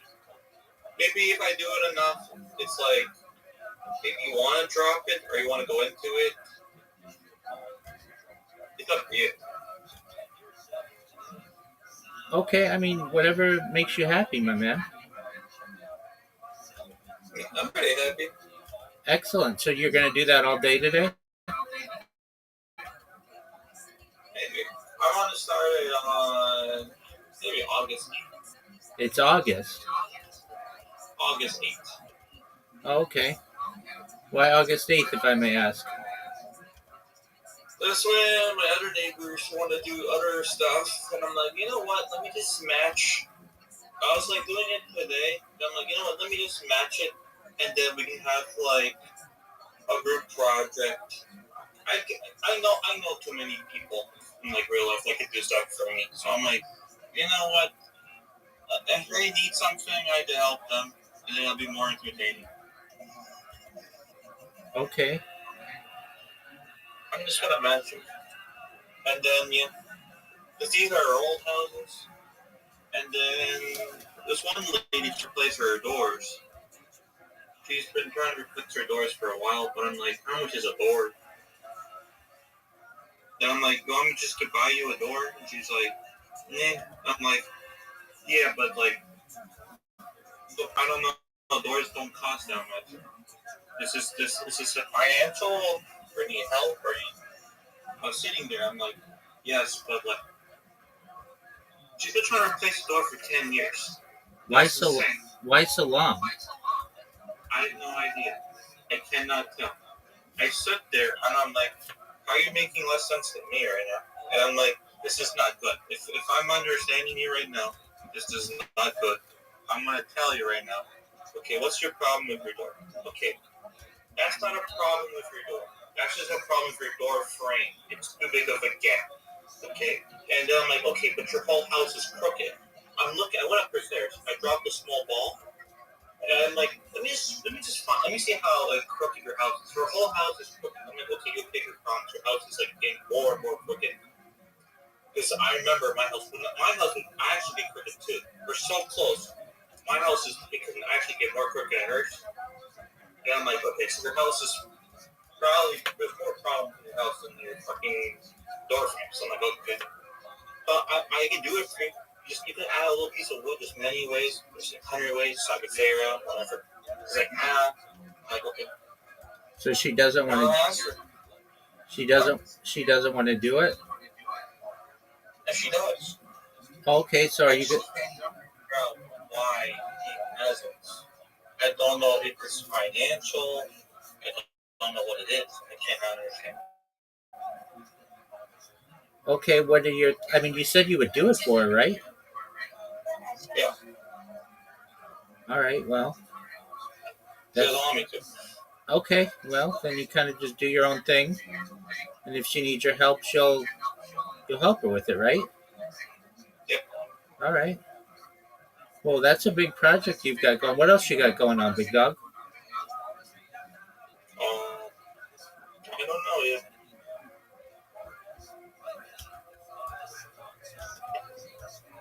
Probably nothing.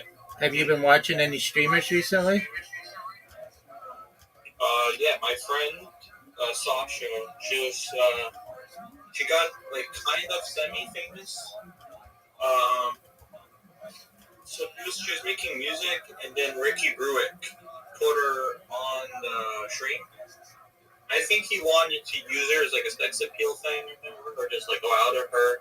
But then she does like a thing where she pretends she's really dumb. Okay. And then guys will flock to her because she's like, you know. Is she super hot? Pretty humble. Quite attractive, yeah. All right. Well, yeah, that seems She's like. Russian. What'd you say? 1 second.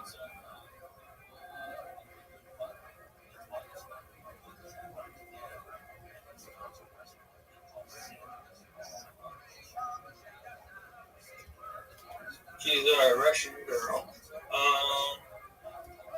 She's nice. I like her. Cool. Well, that's really neat. What kind of content did she make? It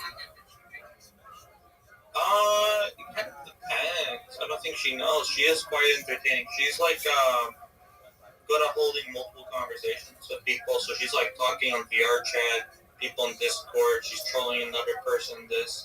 She was trying to use worlds.com, but she didn't know how to quite do it because like it's hard to do actually because it's pretty much worlds.com.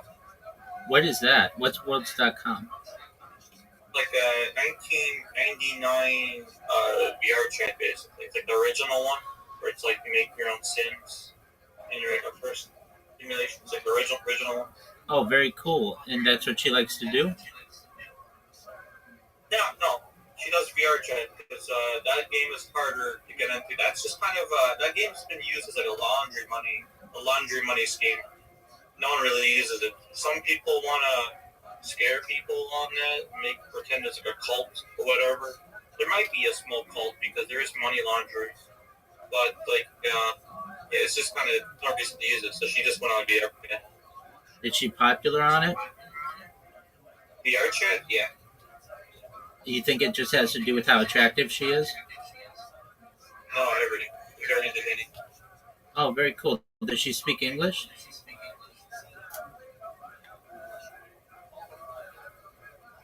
Yeah, she can speak Russian, French, English, and a couple others. Wow, quite the lingophile. So is she? Does she do YouTube and TikTok and stuff? Yeah, I think TikTok and Twitch. Not really YouTube at all. Maybe she'll stream on YouTube. I don't know about YouTube. I just know her for TikTok and Twitch. How did you meet her? She gets into like a million shenanigans, and then she's like friends with this girl that I'm dating. And then she basically is like, the girl I'm dating is kind of, everyone uses her as like kind of like a therapist. My friends, they all like a million problems, and people just kind of come up to her and be like, I have this problem. I have this problem. Just like be like,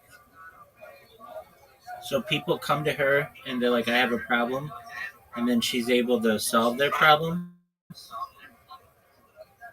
kind of emotional, very good moral. She has a very high NQ and EQ, I think. Okay. Well, very cool. Which is like moral quotients and then, emotional quotients. But it sounds nerdy because it is. But, That's okay. it is okay. It's just sillier if I say it like this. I understand what you're saying. You understand what I'm saying? That's a good one. Word. All right, very cool. How did you meet your girlfriend? She worked for a cafe, this and that. You know how it is.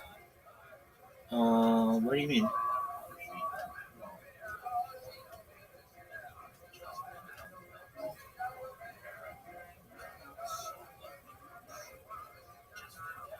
She worked at a cafe, this and that. What do you mean? Cafe work. So you just saw her at a cafe one day and you just asked her out? Kind of it. Good on you, big dog. Yeah, kind of. It's like she worked there. I see her more and more. Then she liked me. Then she had a situation with another guy that she liked.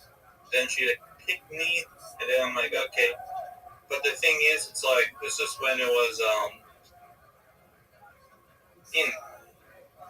I can't tell you, but yeah. Okay. Well, I understand if you can't tell me. Why can't you tell me? Yeah, something happened. I want her to. I can't say much. Okay. I mean, what do you mean? There's like a problem that has to happen there in that cafe. I'm not gonna tell you anymore. Well, now you have me intrigued. There's a problem that happened in the cafe. Well, yeah, I'm not gonna tell you. So it's like it's PG. It's PG. Yeah.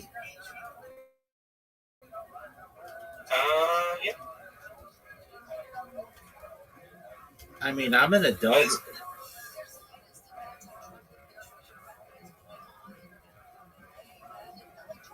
So what do you mean? I'm not gonna tell. I'm living in a cliffhanger. Okay, I mean that's fair. You don't have to share all your secrets with me. All right. Maybe one day.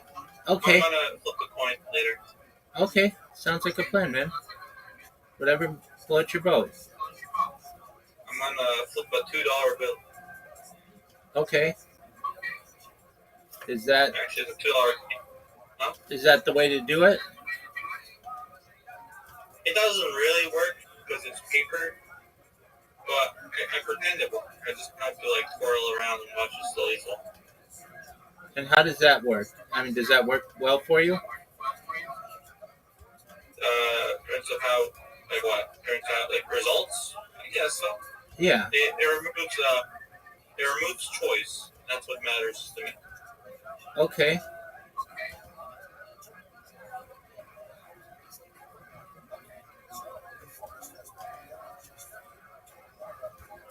Well, very cool. Or I can gaslight. It's like a situation. It's like a tool where you can gaslight yourself. You can do the opposite if you know if it's wrong. It just kind of depends. Like you can flip a coin if you want to do something right or wrong. If it lands on something wrong, you just gaslight yourself and do the opposite of that coin, and then that's about it. Okay. Is that how it works? Not particularly, no, but that's how I make it work. Okay. And does it work for you? Yeah. All right. And why $2? So I had a bunch. I used to write $2 bills. I used to have a bunch of $2 bills, specifically $2 Canadian bills. Aren't those called like loonies or something? Well, this is probably loonies and toonies, but they're paper bills. Oh, I think they have yeah. a different name, but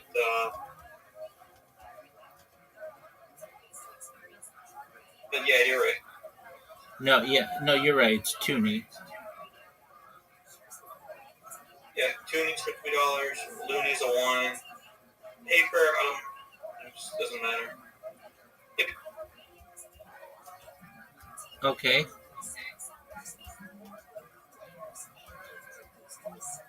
And that seems to work for you? Yep. Why do you think that is?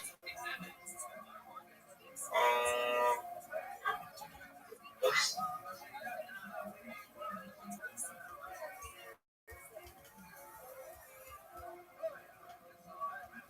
Yeah, it kind of just works. You just kind of pretend, and then you just pick whatever. And that's about it. It just kind of depends, right? If it's a really situation, you're gonna gaslight yourself. If it's a non-serious situation, you're just gonna do it. If it doesn't matter, you're gonna do it. Yeah. Is that's how it works? Kind of. It's like imagine going numb. You ever go numb? Like in my legs or something? No. Like in a situation, if you make a decision and you're gonna go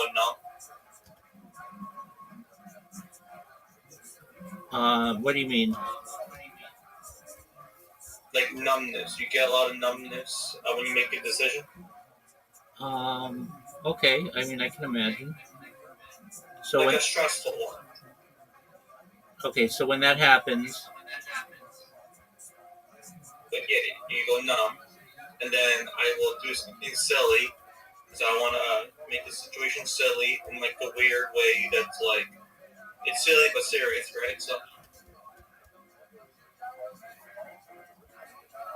I'll be right back. Okay. take your time, big dog.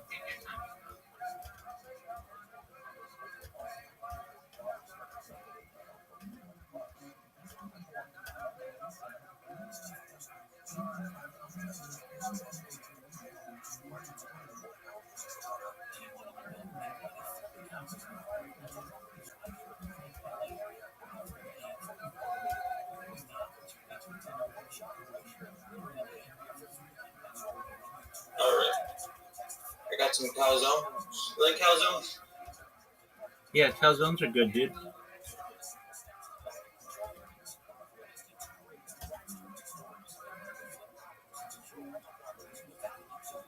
Do you like calzones? Yep, I got some calzones right now. Baller, what do you have them filled with? I had broccoli, spinach, and chicken. Broccoli, spinach, and chicken?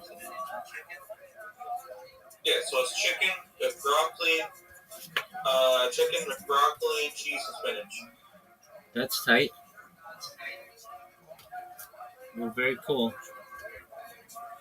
Yep. What happened to the German guy? Oh, he'll be back.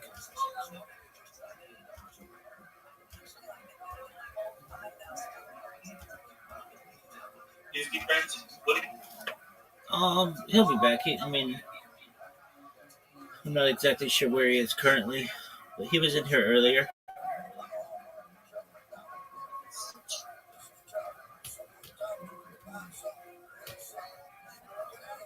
What else is going on in your life? Anything?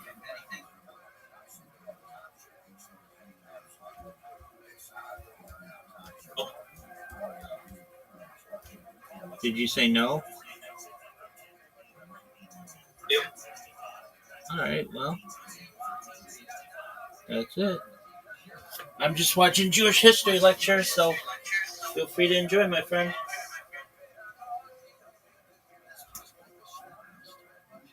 Art began to say, you know what, let's extend the same kind of exemptions that we give Jews let's give them to Christians as well, which represents not a diminishment of Jewish status, but it is a recognition perhaps of somewhere, the growth of importance and of demographic numbers of the Christian movement. Because by the time you get to the 4th century, the number of Christians and Jews are actually approaching par with each other. Eventually, when you get to the late 4th century, Christianity will actually become the state religion of Rome and will decidedly give the Christians the upper hand, which represents, a shift about 300 odd years in the making between the daughter religion and the mother religion, and of course that would have implications for centuries to come. Okay, with that, I'd like to conclude. Thank you very much for listening to this lecture, and I hope we have more opportunities to speak in the future.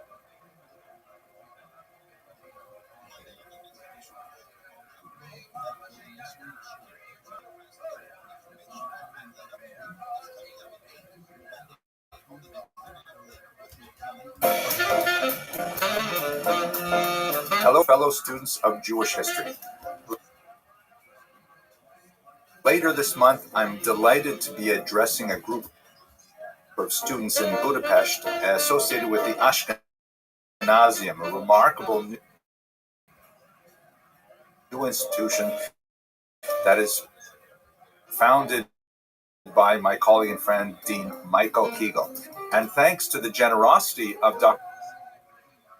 Kegel and the Ashken online, so that people can participate globally. These 12 lectures will be open to the global community. Please RSVP, totally free, and I look forward to interacting with you as we explore the millennium of Jewish history in the lands of Ashkenaz and beyond.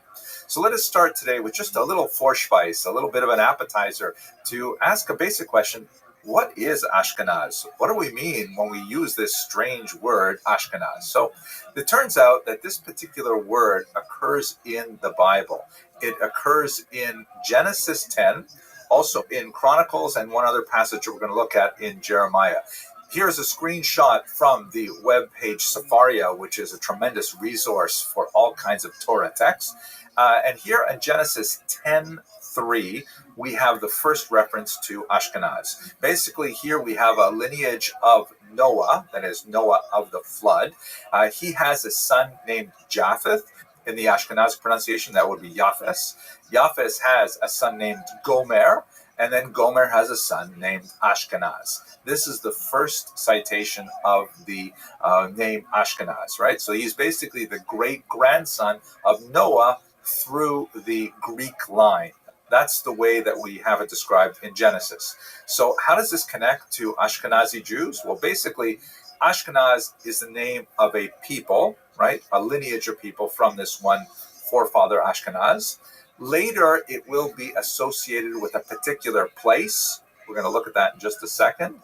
And later, that place will be associated in the Jewish mind with the Jews who live there. In other words, there's no intrinsic kind of ethnic connection between Ashkenaz and the lineage that followed from that biblical figure and the Jews today, other than the coincidence of the geographic location that is ascribed to Ashkenaz. In other words, although Ashkenaz is their great something uncle, the Jews who are descended from Abraham, Isaac, and Jacob, 10 generations after Noah, have no other connection with Ashkenaz. To express this in another way, I am a Canadian Jew. You can tell because of the way I say about, and that I apologize for a lot of things, stuff like that. But basically, there's nothing intrinsically Canadian about my Jewishness or Jewish about my Canadianness, other than the fact that my grandparents all emigrated to Canada over a century ago, and that's what makes me a Canadian Jew. Similarly, we have Ashkenazi Jews who at some point ended up in a land that was associated with Ashkenaz. Scholars of the 20th century, we're talking about basically something like 5,000 to 10,000 people who lived in this region of Ashkenaz around the year 900, who by the time you got to the 20th century, there are about 12 million of them on the cusp of the disastrous World War II. And that represented about 80% of world Jewry at the time. In other words, if you ran into a Jew in the first half of the 20th century before the Holocaust, was more than likely you ran into an Ashkenazi Jew. There are many other Jews scattered throughout the world, Sephardic Jews, Edut HaMizrach Jews, even Asian Jews, but the demographic weight was clearly behind the Ashkenazim. So let's go to the next question. We've got this idea of the word Ashkenaz is somehow associated with this biblical figure. Where is Ashkenaz? So one of the hints we can use to figure this out is a passage in the book of Jeremiah. Here's another screenshot from the Sephardia website. And you can see here that Jeremiah is in one of his classic Jeremiads, right? One of his, sort of dirge-like imprecations. In this case, he's cursing Babylonia, who would, of course, take the Jews into exile in the 6th century before the Common Era, and he talks about the vengeance that would one day be meted out against the Babylonian captors of the Jews. And in verse 27, you see here, he says, I'll read in English, raise a standard on earth, sound a horn among the nations, appoint nations against her, that is, against Babylonia, assemble kingdoms against her, Ararat, Mini, and Ashkenaz. Designate a marshal against her, bring up horses like swarming locusts. In other words, these three regions, Ararat, Mini, and Ashkenaz, will somehow converge to destroy Babylonia. So Jeremiah seems to be speaking about the location which had the descendants of Ashkenaz living, and that somehow they would represent a later threat to Babylonia.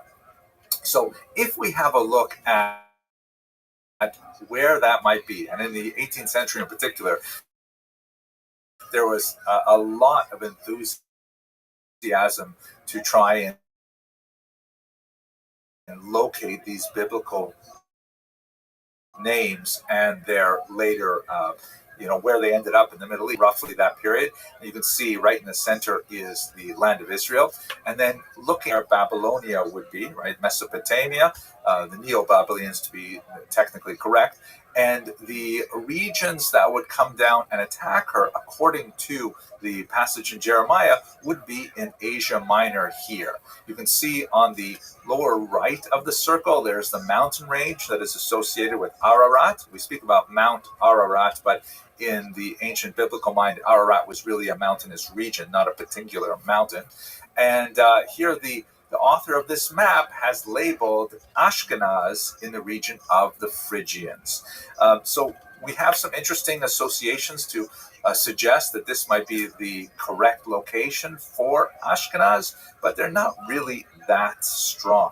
Some of the earliest and most enthusiastic defenders of this Asia Minor connection would include the great Shadal, Rabbi Shmuel David Luzzatto, who wrote in the 19th century. But when you look at the research of another very important scholar, Shmuel Kraus, he suggests that they actually came a little bit to the north, somewhere above the Caspian Sea, somewhere between the Volga and the Elbe rivers. Now, this is especially interesting, and Dr. Kraus really followed up on this quite a bit, on the suggestion that perhaps the Ashkenazim should be associated with the remarkable Khazar people. That is a thesis which, for other reasons, totally blew up in the 20th century, and we'll discuss that, God willing, in the first full lecture. But for now, let's just talk a little bit about where is the actual land of Ashkenaz, because none of these associations are specifically connected with the Jews. They are connected rather with the Ashkenazim, the original biblical Ashkenazim, descendants of Ashkenaz, and they exist basically in a realm of supposition and theory. So when we say Ashkenaz and we're referring to Jews, what we're really talking about is Germany, and in particular, the Rhineland. In fact, when we look at the first times that Jews start referring to themselves as being Ashkenazi, which is around the 12th century, they're basically talking about the Rhineland. And in the centuries prior to that, because there are Jews in this region considerably earlier, they speak about themselves as being Rhineland Jews. And later that somehow morphs into Ashkenaz Jews, perhaps borrowing from this idea that the children of Ashkenaz moved somewhere north, and this is somewhere north, but there's no other real connection between the name Ashkenaz in the Bible and this region which Jews later came to call Ashkenaz. What happened to those Ashkenazi Jews? They basically spread out to the eastern regions, a larger population of these Rhineland Jews living in Ashkenaz. And then in the late 19th century, there is a large flow of Jews to Western locations and a smaller number to the land of Israel. So that's why, for example, in America, about 3/4 of the Jews who moved to America at the beginning of the 20th century are Ashkenazic, and their descendants today, of course, are the dominant sub-ethnic group among Jews. So we're going to explore this in the course of much greater detail. We're going to pick up with that whole that you will be able to join us, because it's really a global population of students in a live lecture like this. But let us recall that when we're speaking about Ashkenaz, we're really talking about two different things. Most people use this term Ashkenaz to refer to those Jews who have some, albeit distant, roots in the Rhineland region of Germany, whereas the biblical term Ashkenaz really refers to this great-grandson of Noah and has no specifically Jewish connection. Okay, I hope you found this Vorspeise appealing, and I hope you will join us in the Ashkenazian lectures. Please reserve your spot today. Thanks very much for watching.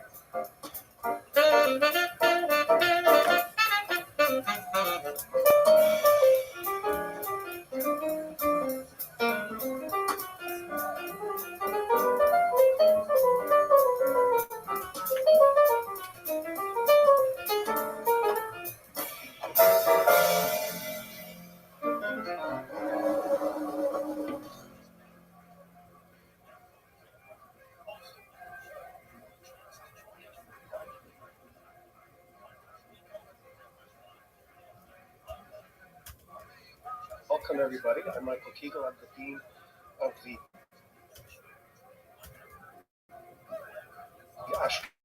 Ashkenazi, which is a new graduate school here in Budapest. And with God's great graciousness, I've managed to put together a wonderful faculty, of which Professor Henry Abramson is one of the shining stars, I would say. And I say that without exaggeration.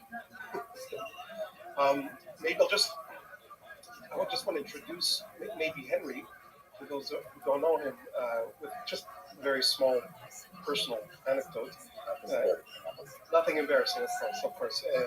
Henry and I go back quite a long way, back to high school. I think I met Henry when I was in grade 11. He was in grade 13 back in Toronto, in our home and native land. Well, not native, but and over the years, our relationship went in all kinds of interesting directions. One of the most interesting is our parallel interest in Yiddishkeit, in Judaism. And one thing that I will always be very grateful to Henry for is during years when I was troubled in my relationship to Judaism, this was actually in university, Henry came up to me and he insisted that we have a regular chavrusa in Talmud. We meet regularly. We did meet regularly once a week at Sid Smith, was that building in the U of T campus? Yes, Sid Smith, I think. Sid Smith, we used to meet once a week, and we studied the Masechet Megillah, which deals with Purim, that we just came out of. And to me, that was a great lifeline in my Jewish identity. And I mention it here. I want to mention it here, not just because of my gratitude towards Henry, one of the other things I'm grateful to him for, but to point out that Henry embodies, in my mind, would be something that is exemplary for what the Ashkenazim should be, to my mind, which is, on the one hand, a Jew who is profoundly committed to Torah and is passionate about it. It's not just an academic exercise, his interest in Torah and in Jewish matters. And on the other hand, an academic who is absolutely uncompromising in his academic standards, and will, unlike many great Jewish thinkers that I met, who let their passion get away with them to the point where they will compromise standards of academia. Henry's somebody who bestrides both worlds, both the world of Jewish learning. You may or may not know that Henry wrote, among several books that he wrote, he also wrote a book on the Talmud. And on the other hand, an academic who's responsible in the highest levels of responsibility in academia. And I really hope this is a model for the Ashkenazium that I would like to build with Henry into the future. And by the way, I should mention to anyone who's listening out there, we have our Ashkenazi students who are participating here. And of course, we're going to have a private session with Henry afterwards because this is part of our standard curriculum. If anybody at any point is interested in finding out more about the Ashkenazium, please do feel free, you're more than free, you're welcome to write to me personally. I guess in the Q&A, I'll just write again my email. If you want to find out anything about the Ashkenazium other than what there is already on the website, ashkenazium.eu, that is, I'd be very happy to have a private Zoom with you and tell you all about it. So, Henry, Michael, that was thoroughly embarrassing. I thought you were going to do a more kind of like generic, but I'm glad you really skipped over the really embarrassing part. So I appreciate the kind words very much. Although somewhat hyperbolic, the uncompromising standards and things like that, way too much. But I do appreciate the kind words, and I will be sure to replay the video for my mother so that she will really get, having this. I'm also extremely grateful for what you're doing in Budapest with this amazing Ashkenazium. I mean, the faculty that you have brought together for this intellectual exercise is absolutely amazing. I mean, really top-notch scholars that I'm very proud to be on the same list as they. And I wish you tremendous success with this venture. And I think it's really fortuitous that we're able to offer these lectures online to a much larger audience and let people know the amazing things that are happening in Budapest under your auspices. So let us begin our discussion. We're going to have 12 lectures on the history of Ashkenazi Jews, part of the Ashkenazium, which is a name that actually I'm proud to have had some role in designing, because Dr. Kegel and I, when we were tossing back and forth this project, I think he came up with the term Ashkenazium, but I enthusiastically endorsed it. Maybe it was the other way around, but it sort of happened together at the same time. The only worry I have is a little bit like the word terrarium, like where you imagine where you put ants inside a box and you watch them from the outside through glass. But the idea is, I think, to look at the amazing civilization that developed in Germany primarily, and then later in Eastern Europe, and then actually onward onto the New World and in the land of Israel, of Ashkenazic culture. And there's so many different ways to look at this multifaceted institution, civilization as a whole.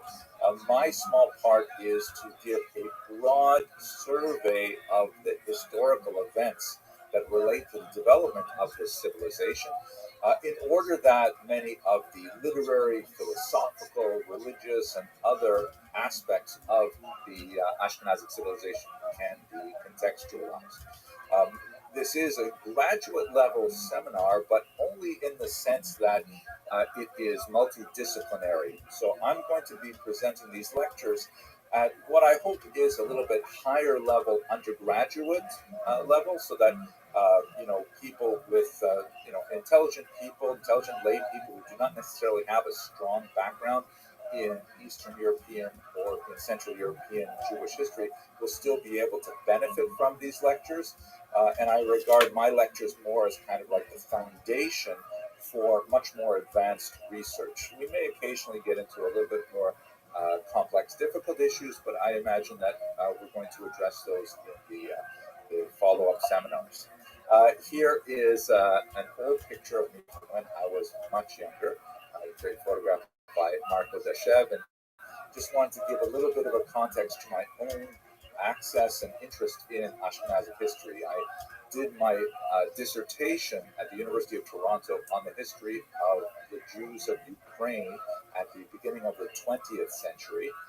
It was in that context that Dr. Kegel and I both shared hallways in the university. I have a lot of fond memories of meeting him in Robart's library and discussing our mutual interests. He was, of course, studying philosophy, and I was studying history, but we had a lot of overlaps there. I went on to become more of a generalist. I wrote a couple of books on the Talmud, on art history, and now I'm working on a survey of Jewish history in 3 volumes for foreign publishers in Jerusalem. Very much looking forward to seeing that come to light. Also maintain my strong interest in traditional religious studies, and I'm the author of a podcast called Jewish History in Daf Yomi, which has a rather ambitious goal of creating 2,711 small videos on aspects of Jewish history that correspond to the daily Talmud page that's studied in the Daf Yomi program. That's available on the AllDaf app. You can find it at alldaf.org. I work, of course, at Touro University. We're a fairly large multinational university with campuses in New York, of course, where we are based, and also in California, Nevada, Berlin, Jerusalem, Moscow, and about 19,000 students worldwide. I'm very proud to work in the heart of Brooklyn, as you can see in this map here, on a couple of campuses there. So the structure of this class is as follows. We're going to have these public lectures, which are going to be broadcast as they are now in a webinar format. And this is going to be more like basically me talking, but we have the Q&A function where you can type in your questions, and I will, from time to time, pause and have a look at what's going on in the Q&A, and I hope to answer at least some of those questions. Then, because the Ashkenazium has registered students in Budapest itself, we will take a break after 1 hour from these lectures, and then we will have a private Zoom for the much smaller group of Budapest students who will have a private discussion in a regular Zoom meeting. If you have any curiosity about participating in those as an auditor, perhaps please write to Dr. Kegel. The subject that we're going to be looking at over the course of these 12 lectures are 1,000 years of Ashkenaz, because more or less that is the period of time we're talking about. It's a very old civilization that stretches back over 10 centuries. I also created as a preparatory course for my Budapest students an online version of this with preparatory materials, primarily videos, some readings, also some quizzes, things like that. And this is also open to the public. You can find it at my website. Okay, so today's discussion is on the origins of Ashkenazi Jews, which are the subject of a certain amount of debate, like just about everything in this course. But let us start with a more basic question. What is Ashkenaz? What exactly do we mean when we say this word, Ashkenaz? So the word is actually biblical in origin.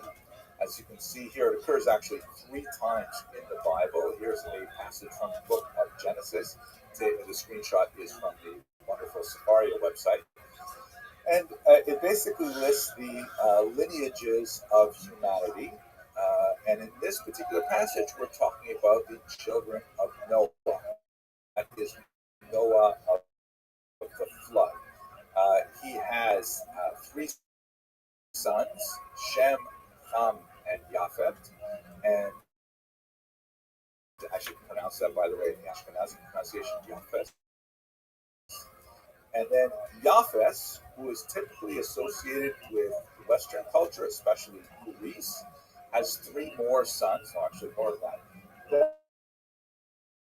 Gomer, Magog, Madai, Yavan, Tubal, Meshach, and Tiras. And then Gomer has three sons, one of whom is Ashkenaz. So let us just understand what we're talking about here. There's a biblical lineage, which is 10 generations of Abraham, who's considered the father of the Semites, including, of course, the Jews. And from that 10th generation, before we can even start speaking about Hebrews, we have an individual named Ashkenaz, who is the great grandson, because we're all very intelligent people. What does this have to do with modern Jews? Well, not associated with a biblical name of a people, right? A lineage, the children of Ashkenaz, descended from Noah. Later, piece of geography, and then later that term will be associated with the Jews who lived in that piece of geography, that piece of real estate. Another way to look at it would be to say that both Dr. Kegel and I are Canadian Jews. He mentioned, by the way, it was not his native land. He was speaking literally because he's actually born in Eastern Europe, if I'm not mistaken. But it is, in fact, my home and native land, and all the things that go along with the Canadian national anthem. And so you could call me a Canadian Jew, and I am a full-fledged Canadian. But that doesn't mean to say that there's anything specifically connecting me with non-Jewish Canadians other than that common area of our home. And so that's the same thing as Ashkenaz. Ashkenazi Jews are simply Jews who lived in the area called Ashkenaz. We're talking about a fairly large chunk of the demographic weight of the Jewish people overall are associated with this land of Ashkenaz. They are distinct from other sub-ethnic groups within the Jewish people, such as Sephardim and Edut HaMizrach, and various Jews, of course, in Africa and in Asia and so on. They all have different terms to describe their cultural orientation, their place of origin, but Ashkenazi Jews constitute a very large proportion of the overall Jewish people. Now let's go a little further in our history. When we say that Ashkenaz is a place, it is, maybe we should say it's a state of mind, but in this place it is a piece of geography. Where exactly is Ashkenaz? So again, looking at the third occurrence of the text, actually this will be the second occurrence of the text in the Bible, in the book of Jeremiah, chapter 51. In one of his characteristic imprecations, which have been called after his name, Jeremiah's, describing the downfall of Jerusalem if the Jews did not repent and so on.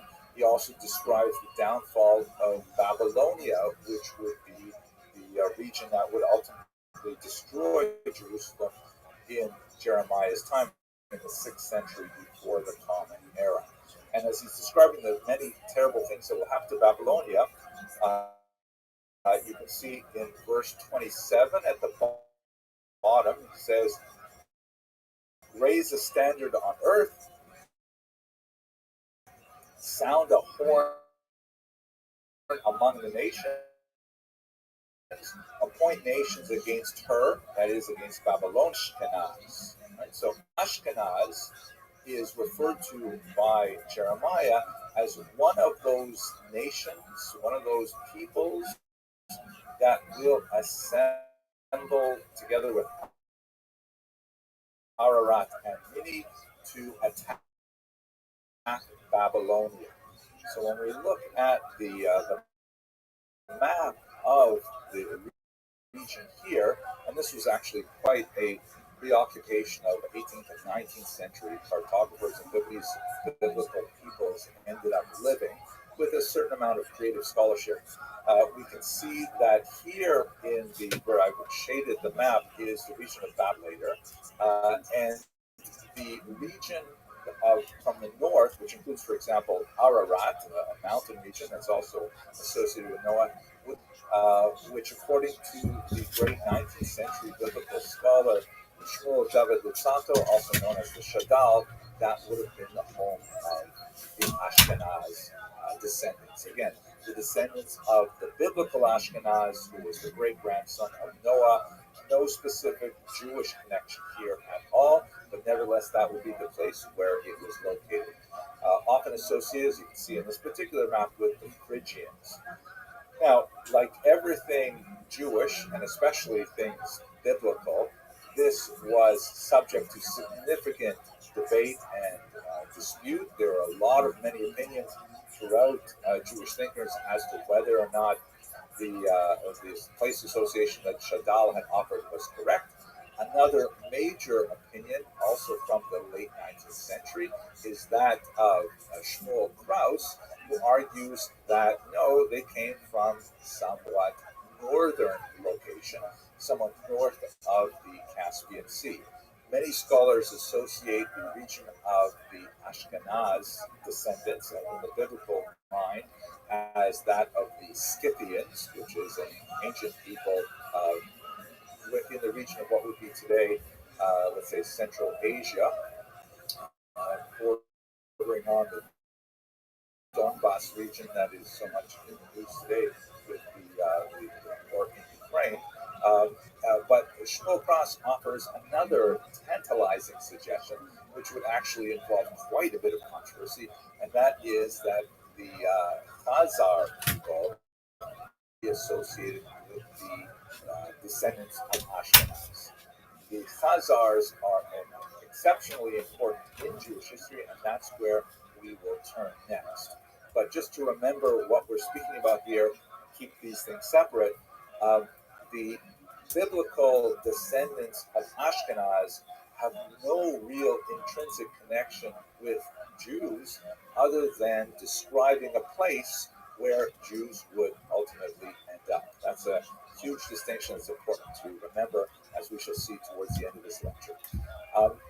Where actually is Ashkenaz in the Jewish mindset, as opposed to scholarly opinions as to where Ashkenaz showed up?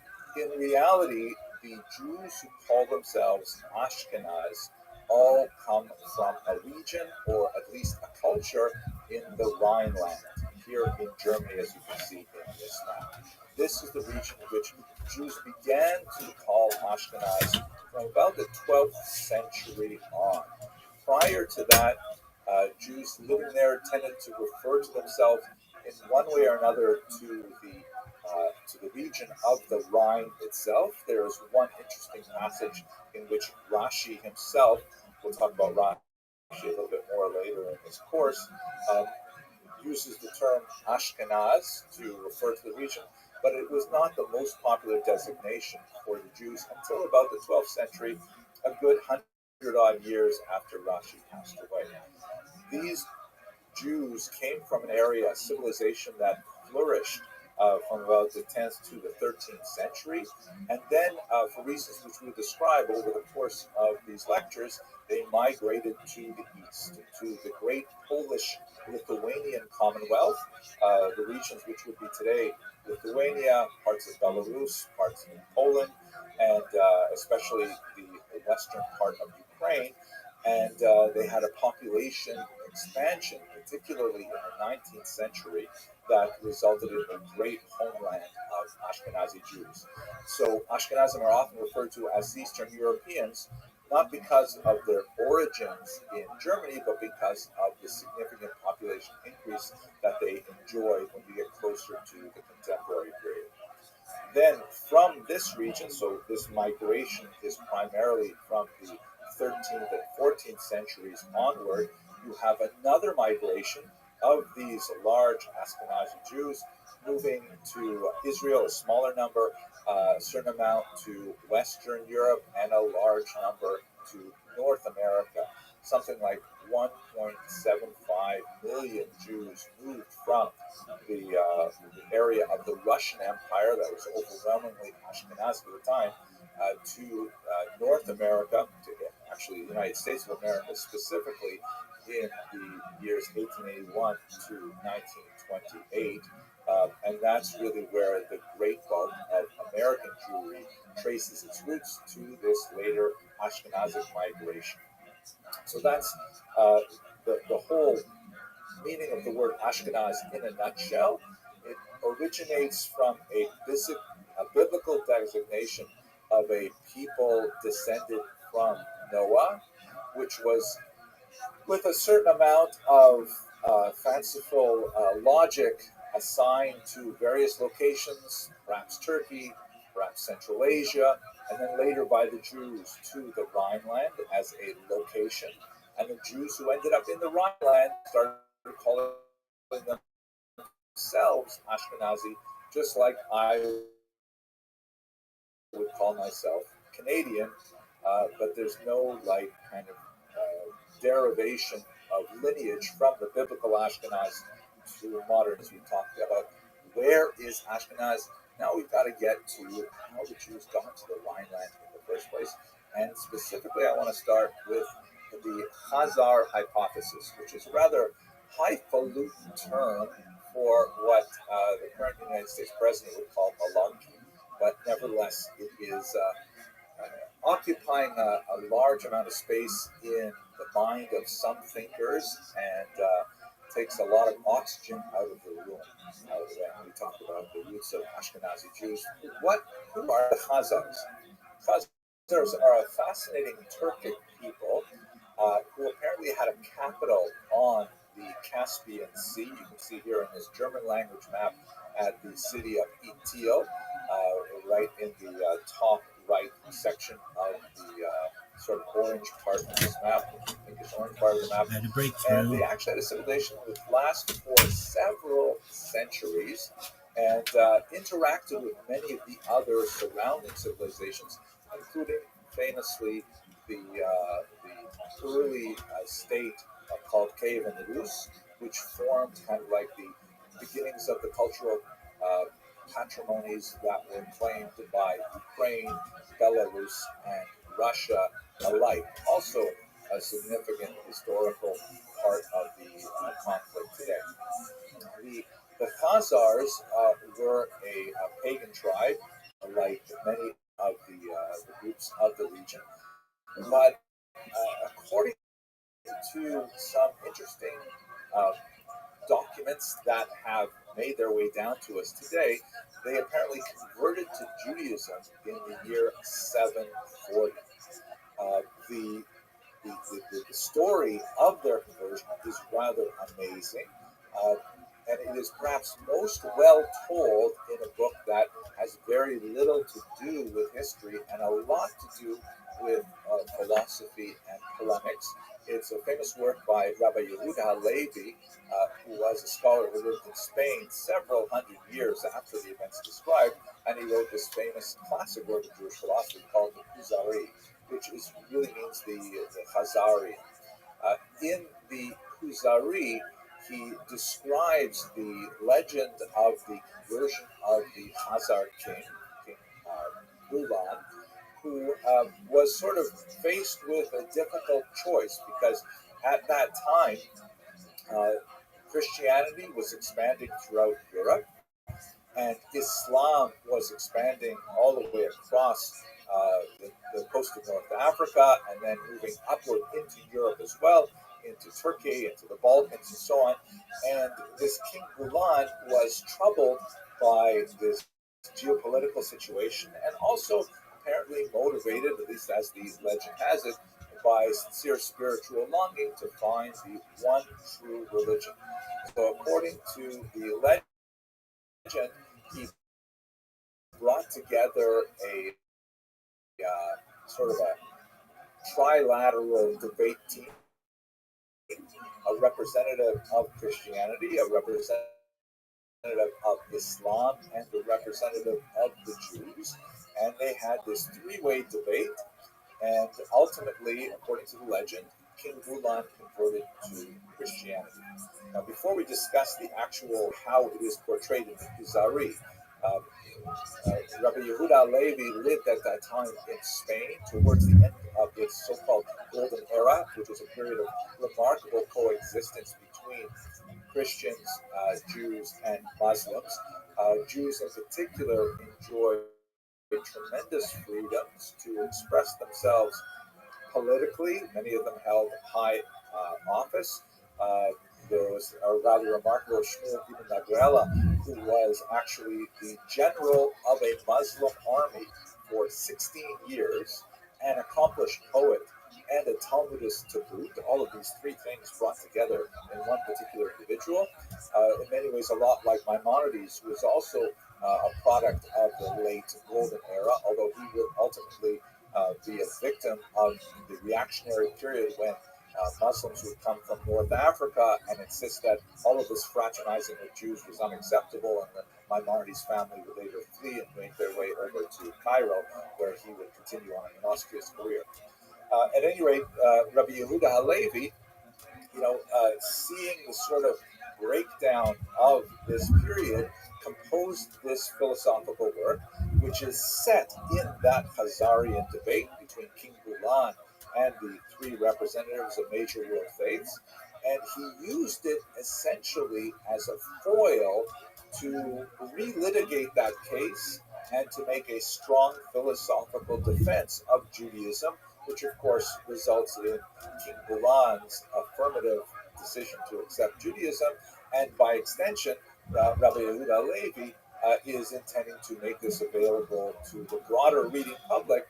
A rather audacious work to write in the Middle Ages. It would be audacious to write it even today, I think, in which it's a clear polemic against Islam and Christianity in favor of Judaism. So there was a lot of philosophical reason why Rabbi Yehuda Halevi would use the story of the Kuzari as a type of conceit to clothe his larger polemic argument. But what about the actual history of the Khazars?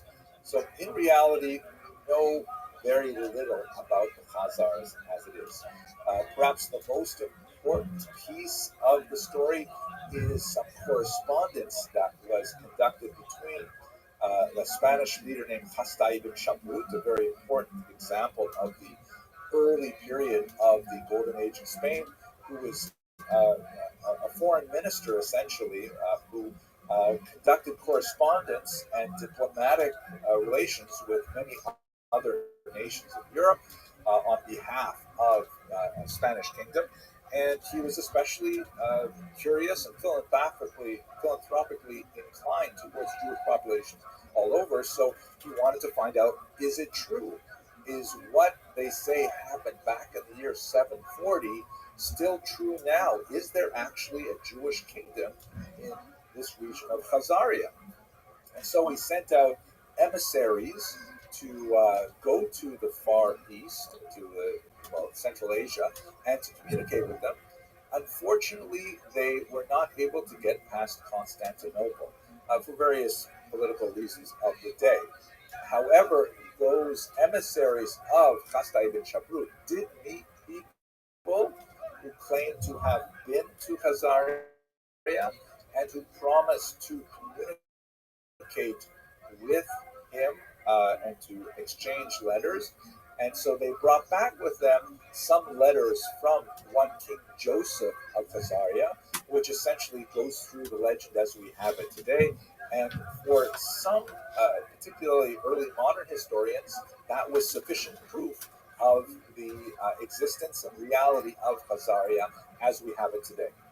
Other historians, however, have cast a lot of doubt, particularly in the 20th century, saying, wait a second here. This is, not direct contact with King Joseph. This is contact through third parties, and who knows, maybe they made it all up, maybe they are forgeries and so on. And so there's a lot of questions associated with the conversion of the Khazars. We do know, however, from multiple data points, that there were Jews who called themselves Khazarian. They show up in a few places. Medieval Jewish travelers encounter them. They have various things to say about them. They're certainly not in large numbers, and there's a lot of questions about the degree to which they are well associated with the Jewish tradition, as we shall see. One of those examples that I find quite fascinating is this document, which was found in the amazing medieval archive known as the Cairo Geniza. Very quick window here just to explain what that Cairo Geniza was, because it's just so fantastic.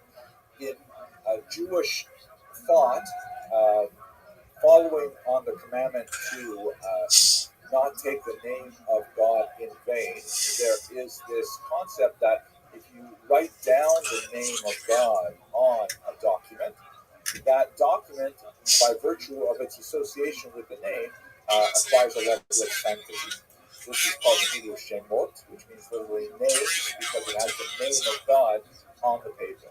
So what that means in Jewish practice, until today, is that, for example, if you have a prayer book, or certainly a sacred Torah, or even certainly a Torah scroll, or even something a little bit more ephemeral, like a handout from school that may be given to children for homework, if it has a verse from the Torah, especially if it has a verse from the Torah with God's name in it, that document may not be simply discarded.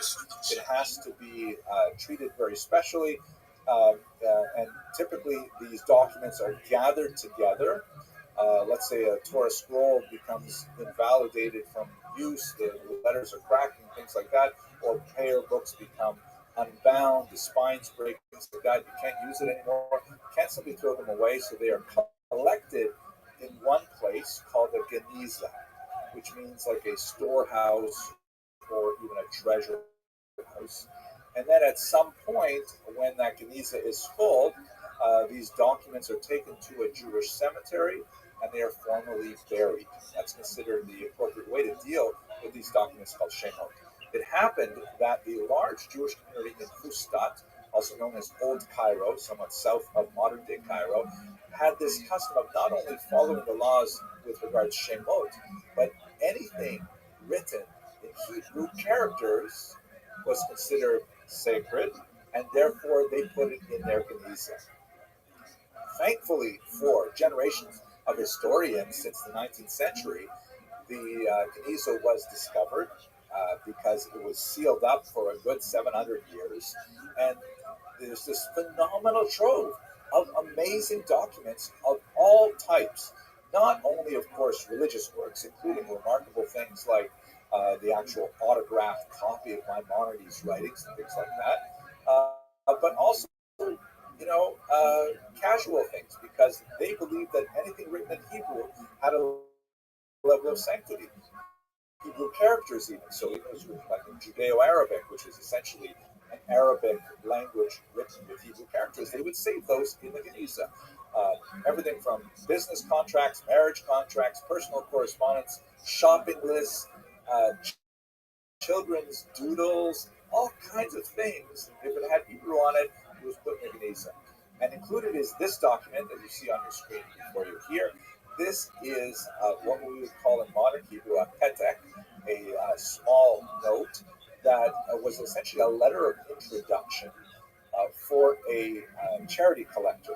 And those of you who live in strong Jewish communities today will certainly be familiar with this document, because typically when emissaries from a faraway community come to a local community to collect charity, they bring some kind of document which describes their credentials, describes the association that they have with some charitable institution, and they come door to door with this petek. Nowadays it's usually laminated, and they should say, I'm from this particular cause, I represent an orphanage or a hospital or whatever, would you like to donate? And they present the document. That's exactly what this is, but it purports to be from a Khazarian Jew from Kiev. This is so-called Kievan document, which dates from, if I remember correctly, about the 10th century.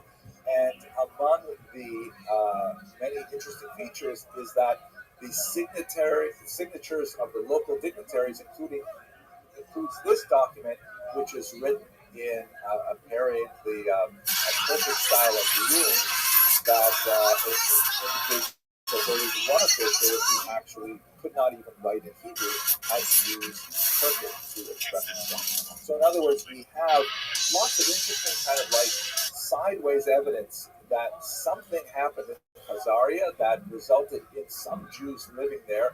And Kiev, by the way, was well populated by Khazarian Jews. Lots of references to a Jewish gate and things like that in the literature. In fact, the great Ukrainian historian William Pisak opined that Kiev, Kiev, it's pronounced today in Ukrainian pronunciation, Kiev was actually founded by Khazars. This is one last piece of evidence that supports the idea of the Khazar conversion, although it doesn't tell us a lot about the depth of that conversion, is a very important document in the history of Eastern Europe called the Codex Romania, or the Chronicle of Bygone Years, in which the great Prince Volodymyr of Vladimir, who was the first Christian prince of this medieval state known as Kiev, based in Kiev, Volodymyr had exactly the same conundrum as King Bulan did in Khazaria, meaning Christianity is expanding, Islam is expanding. I'm so confused. Which religion should I accept? And so Volodymyr essentially repeats the whole Khazarian story with a little bit of a twist, because he has a representative of what would become Orthodox Christianity, especially after the schism in 1054, a representative of what would become Western Catholic Christianity, and so he has two Christian flavors represented, as well as a Jew and a Muslim. After having the debate, the Christian scholars who recorded the Chronicle of Bygone Years have very little to say that's good about Islam. That's sort of like dispensed with rather quickly. Judaism, however, the Volodymyr considers very seriously. He says, unlike that Islam is disqualified Volodymyr,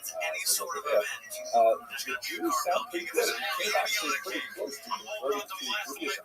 Can you imagine what Eastern Europe would be like if Russia, Belarus, and Ukraine was predominantly Jewish? I can imagine. But when he found out that the Jews no longer had their own state in the land of Israel, he said, I'm going to pass that here. And he turned to the two Christian variations. He ultimately adopted what would be, of course, Orthodox Christianity, the Eastern Rite, and there's a mass baptism in the year 988, which begins the Christian period during Kiev, and moves onward during the Slavic regions. So the Chronicle of Bygone Years, which was written a couple hundred years afterwards, also confirms the presence of Khazarian Jews. Now, what's at the heart of this? Is this possible, and are they connected to the Ashkenazi Jews?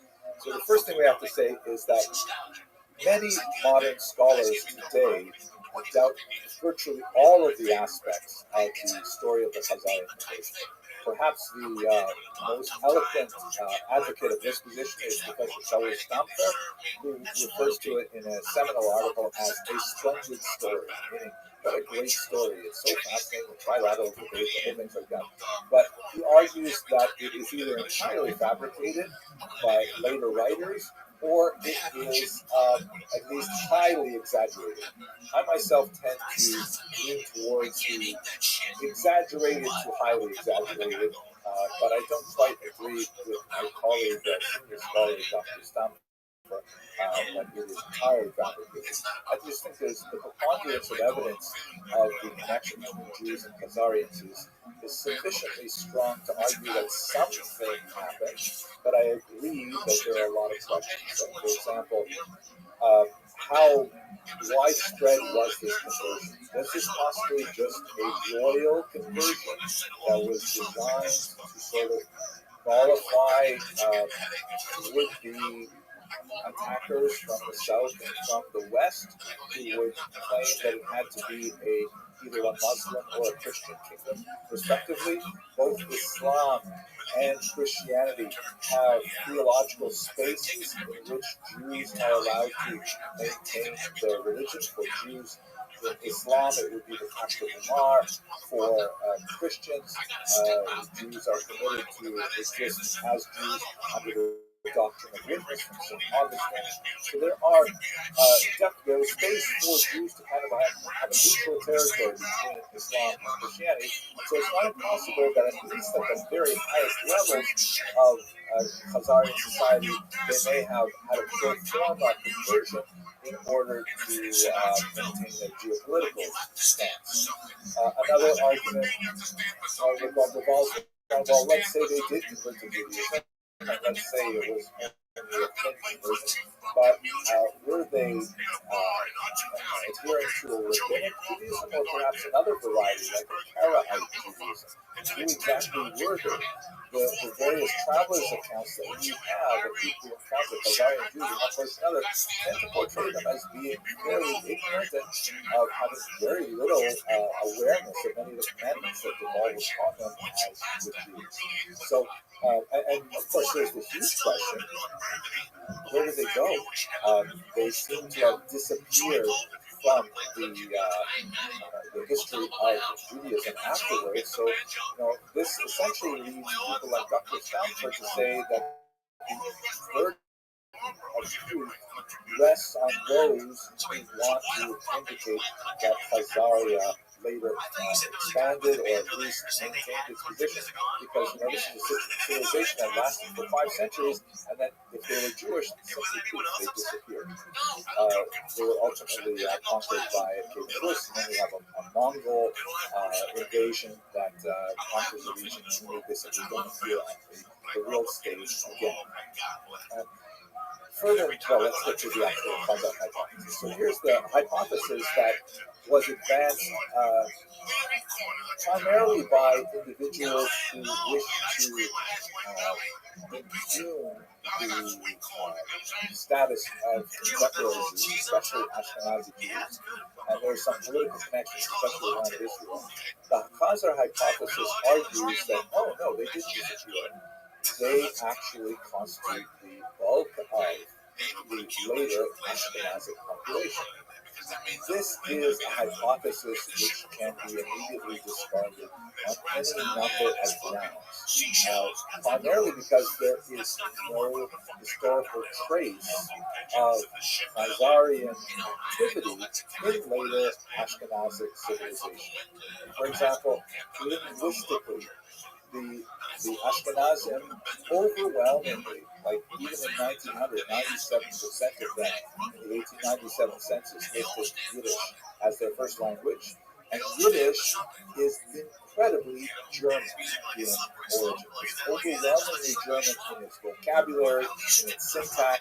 It has maybe 20% of Hebraic and Aramaic words in it, a smattering of Romance words and Old French and things like that. But it has no strong connection to any Turkic language. It seems to be a completely diverse linguistic environment that is primarily associated with German. And Crystal, a comedian, likes to say that Yiddish is basically German with blank. Kind of funny, but anyway, so there's no linguistic representation. Secondly, we have a strong record of the migration of Jews from Rhineland to Eastern Europe. I mean, we can trace communities. We have a strong literary record of the customs that they accepted. We have all kinds of material that supports the Rhineland origin of Ashkenazi Jews in Eastern Europe. There's no evidence that supports the idea that the Khazarians somehow became Jewish in large numbers and constitute the bulk of Ashkenazi Jews. And finally, what kind of should put the end of the story to this debate with modern DNA research advances, many scholars, including Professor Eran Haid here, have shown that there's no Turkic elements in Ashkenazic Jews. That overwhelmingly Ashkenazic Jews are related to the Western European origins of the Jews. It goes a little further. Now, let me just mention, why is it then that this hypothesis, and that's actually kind of like a dignified word for, again, to use Joe Biden's phrase, malarkey, why would this have so much currency? Because it essentially undercuts some of the major claims of Ashkenazi Jews to their connection on a genetic level at any rate to their biblical origins. In other words, it's a way of saying that, oh, those Ashkenazi Jews, they're not real Jews. They are, as some like to say, Jew-ish, right? They're not actually Jews, they pretend to be Jews. It also has a lot of implications for modern Israeli politics because it says that, hey, if you want to say that one of the main reasons why contemporary Jews have a claim on the land of Israel is because they are, after 2,000 years of exile, they are nevertheless the descendants of the people who lived in the Middle East at that time. If you want to say that no, they're actually Central Asian people who later claim to be Jewish, then they don't have a claim to the land of Israel based on genetics. So there's a political motivation for supporting this kind of ridiculous theory.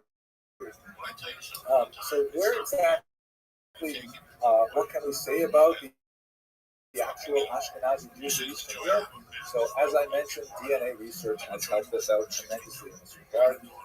Dr. Doron Behar did some really excellent research in this region that gave us some rather surprising results. For example, that looking especially at Y chromosomes, about 40% of all Ashkenazi Jews, don't know their names, I like to think Sarah, Rebecca, Rachel, and Leah, but they are of European origin, most likely Northern Italy, and overwhelmingly they are related to other non-Ashkenazi Jews like Sephardi Jews, and they are distinct from the peoples among whom they live in Europe, especially in Eastern Europe.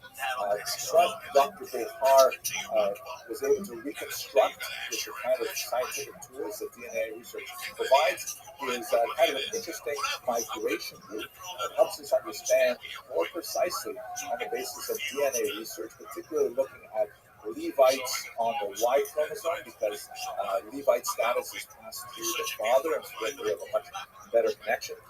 We can see that the vast majority of Ashkenazi Jews have origins in the Middle East through Italy, which makes a lot of sense with the traditional model of understanding of how Jews, especially in the context of the Roman Jewish wars of the first century, many of them, Josephus says, tens of thousands, were deported to the Italian Peninsula to serve as slaves. There was already a Jewish population before the revolts that was existing in Rome, for example. And then they made their way up through the peninsula. By the time we get to the earliest Ashkenazic settlements, which will be in the next lecture in this series, and from there, as we discussed, move to Eastern Europe. The DNA trail follows the same trail that I described at the beginning of this lecture. Another route, which is labeled here with the number 5, the Green route, which was always thought as a possible route of migration of Ashkenazi Jews across the coast of North Africa, because of Alexandria and then Tunis and all the way over to Morocco and Berber Jews and so on, that perhaps they ended up constituting the bulk of Ashkenazi population. That appears not to be the case, but there is a certain amount of admixture, particularly when you get to the high Middle Ages of Sephardi Jews with Ashkenazim, as we discussed previously.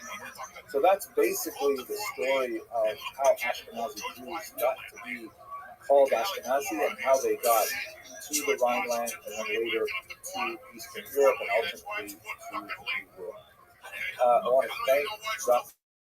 Hugo for inviting me to present this lecture, a series of lectures in the Ashkenazia, and I want to thank all of you for the second lecture. Thank you very much for this. Robert E. Lee's like the other war, the Civil War. Okay, I don't know why. Because Lee, he ain't Chinese. I know fucking poor Lee is not named after a Chinese dude, maybe now, and even then it's Korean.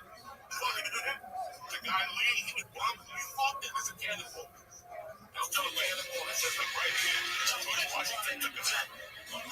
the last lecture, we looked at the origin of the Jews of Ashkenaz.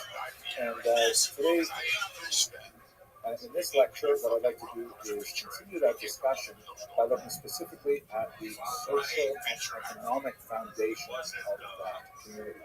It is largely, of course, because of the attractions of the Rhineland with their unique social and economic foundations that we have a presence of Jews in Ashkenaz at all. And so understanding these two topics are very much related. Trying to understand why the Jews actually migrated to that region is extremely important. The civilization that they started there also attracted more Jews and created the nucleus of what would ultimately become Ashkenazi Jews as a whole.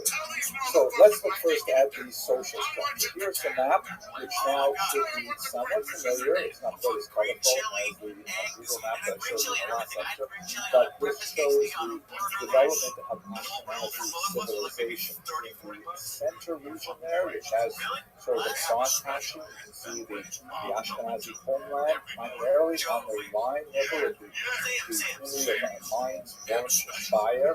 Also Köln, Cologne, which is one of the oldest communities of the period.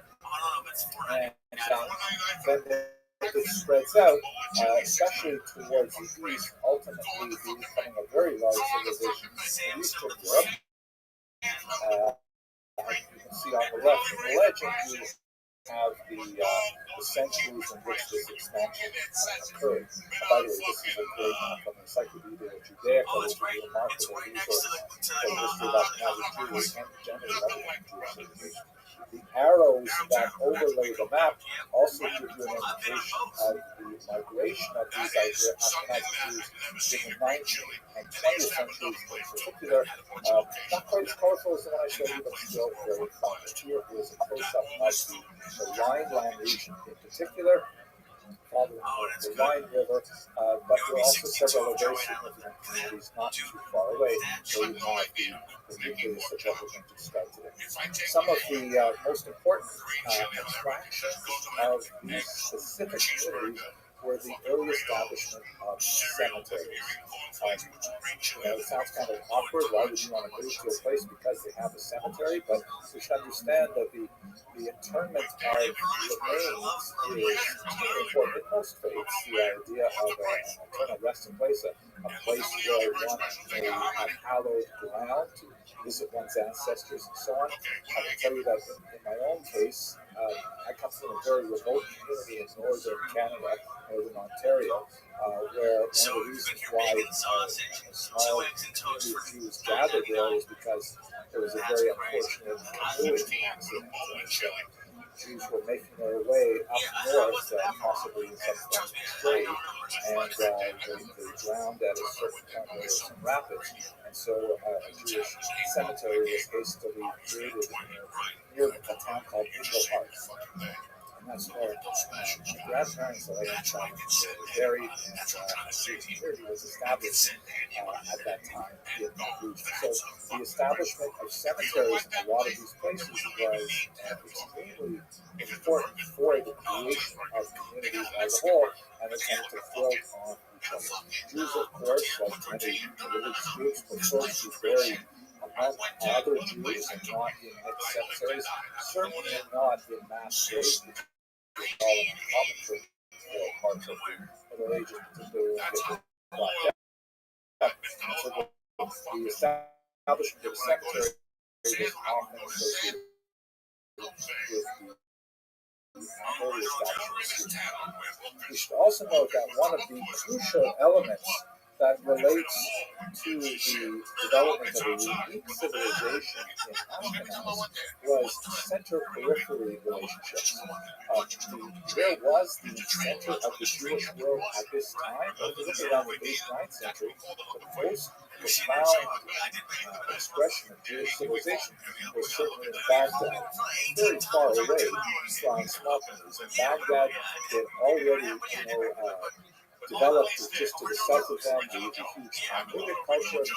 They had a long series of Geonim, which were kind of like titular heads of the Jewish community, specifically associated with the rabbinic academies. And they were, communicating far and wide with the Jews spread out around the Mediterranean basin. You also have Persian communities in places close to Israel. You have a small population in Israel itself, of course, in continuous presence of Jews in the land of Israel. But you also have significant communities in Asia Minor, in the Italian peninsula, in Egypt, Alexandria, and then across the coast of North Africa to Spain, where we're just, by the time we get to about the year 800, we're just beginning to see the flourishing of Jewish communities that are going into their golden age, which we discussed in the previous lecture. But Ashkenaz was clearly on the periphery.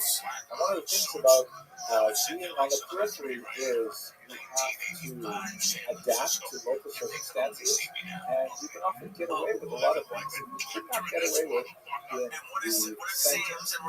So it's a little bit like what they say here in America: what happens in Vegas stays in Vegas. So a lot of innovations that occur in Ashkenaz is one of the peripheral locations of Jewish settlement proved to be very positive, beneficial types of innovations which would stand the Jews into its stead. They were long centuries of settlement there, but they were new things that might not necessarily have worked in the center. You can say the same thing, by the way, about the growth of Sephardic culture, which was very far away from Baghdad at this time, and could, explore new modes of expression and literary activity and so on. So part of the reasons why we have innovations in the region of the Rhineland at this time is because it is on the periphery of the Jewish world. And let us also say, before we get too deeply into these lectures, that I'm going to be speaking broadly in this hour over the 9th through the 14th centuries, and there is a tremendous amount of change that happens during this time. This is a period that represents the High Middle Ages right up until the Black Death, where Europe is going through a lot of dramatic changes, and some of them really quite fundamental in what we would call the long duration of history, things like climatic change, an increasing level of productivity of the soil, really basic kind of geological events, at the same time as massive changes in political events and cultural events and so on. So I'm going to be generalizing because it's inevitable to speak in large terms over a very dynamic group of centuries, but nevertheless over these 500 odd years. Perhaps the most important thing that is at the heart of the development of Ashkenazi civilization is the development of a form of communal organization, which is typically known as the Kehillah. The word Kehillah is Hebrew, of course, and it derives from the root kahal, which means to congregate, to gather. It is actually related to words which later developed into synagogue, church, église. They're all related to this idea of gathering together. And the Kehillah essentially represented an iteration of the communal organization of Jews in a structure that proved to be highly efficient at maintaining the integrity of this minority, meaning group integrity, the endogamy in marriage, the adherence to group norms, and so on, and resisted just general dissipation of the community through assimilation, through conversion to Christianity, which was, of course, the overwhelming dominant faith of the period, and allowed the Jews to survive in what were somewhat hostile times as well. The structure that I'm going to describe for you is not completely new in Ashkenaz, but there were certain refinements, innovations, and institutional developments that were specific to Ashkenaz that had a tremendously beneficial impact on Jews right up until really the 18th century, when the innovations of modern citizenship, primarily from the French Revolution onward, began to erode the foundations of what the Kehillah meant. Let us begin this discussion by reminding ourselves that medieval society, the organization of human groups was primarily corporate in nature. And what that means is, unlike today, where I might decide, for example, gee, I'd like to live in Budapest, and I might immigrate to Budapest, and there, I'd have to get citizenship and so on. But otherwise, I would be like a Budapestian among Budapestians. I don't know if Budapestian is a word, maybe I just made it up, but you get the idea, right? I could basically go there, and if I wanted to, I could completely jettison. That was everything New Yorkian about me, everything Canadian about me. I could theoretically learn the Hungarian language, which was really rough because I don't have any familiarity with Finnish or any other language that's comparable to Hungarian. But let's say I could just go there and I could just decide to be another person altogether. And this is the kind of thing that we can do in modernity, primarily because our governments organize us primarily on the basis of individual citizenship. Here in the United States, I have a social security number, which is my primary conduit of communication to the municipal and state and federal authorities. That's how they know if I pay my taxes or not. That's how theoretically they know my dental records and everything about me individually. They do not necessarily group me with my friends, my associates, my congregational group, and so on. This is totally different from medieval society, in which people were classified almost on a caste-like basis in their affinity groups. This was primarily economic in nature, meaning if you were a peasant, you were classed with other peasants, and you were typically classed as the peasants belonging to this particular nobleman, and the noblemen were classed as belonging to this particular king, and so on. And this is like a type of feudal structure that prevailed through much of European history. And so the Jews occupied an unusual kind of box, as we shall see later in this lecture, that they were organized collectively, and very rarely were demands put on Jews individually by outside groups, but were put on them collectively. So therefore, it was in their own interest to organize themselves effectively, to have strong representation, to convey their needs to authorities, and to defend themselves from external threats and so on. So we're going to see how that plays out over the course of the next 45 minutes or so. One of the ways in which this corporate nature of medieval society is expressed is through things called charters. A charter is essentially a type of document, typically written, often forged later on in medieval periods, that describe the privileges of the Jewish community in a particular locale that was typically contracted between the local authorities of that particular location and the chief representatives of the Jews. And these charters were frequently invoked in later centuries to protect the rights of the Jews, saying that, hey, wait a second, you can't do that because according to the charter that was signed 300 years ago, these are our rights and privileges and so on. To a certain degree, they often became outmoded as social, economic, and religious development shifted, and some of the privileges were no longer relevant, or perhaps they were so relevant that they had to be overruled by a new arrangement, and these things did happen over the dynamic course of the next 500 years.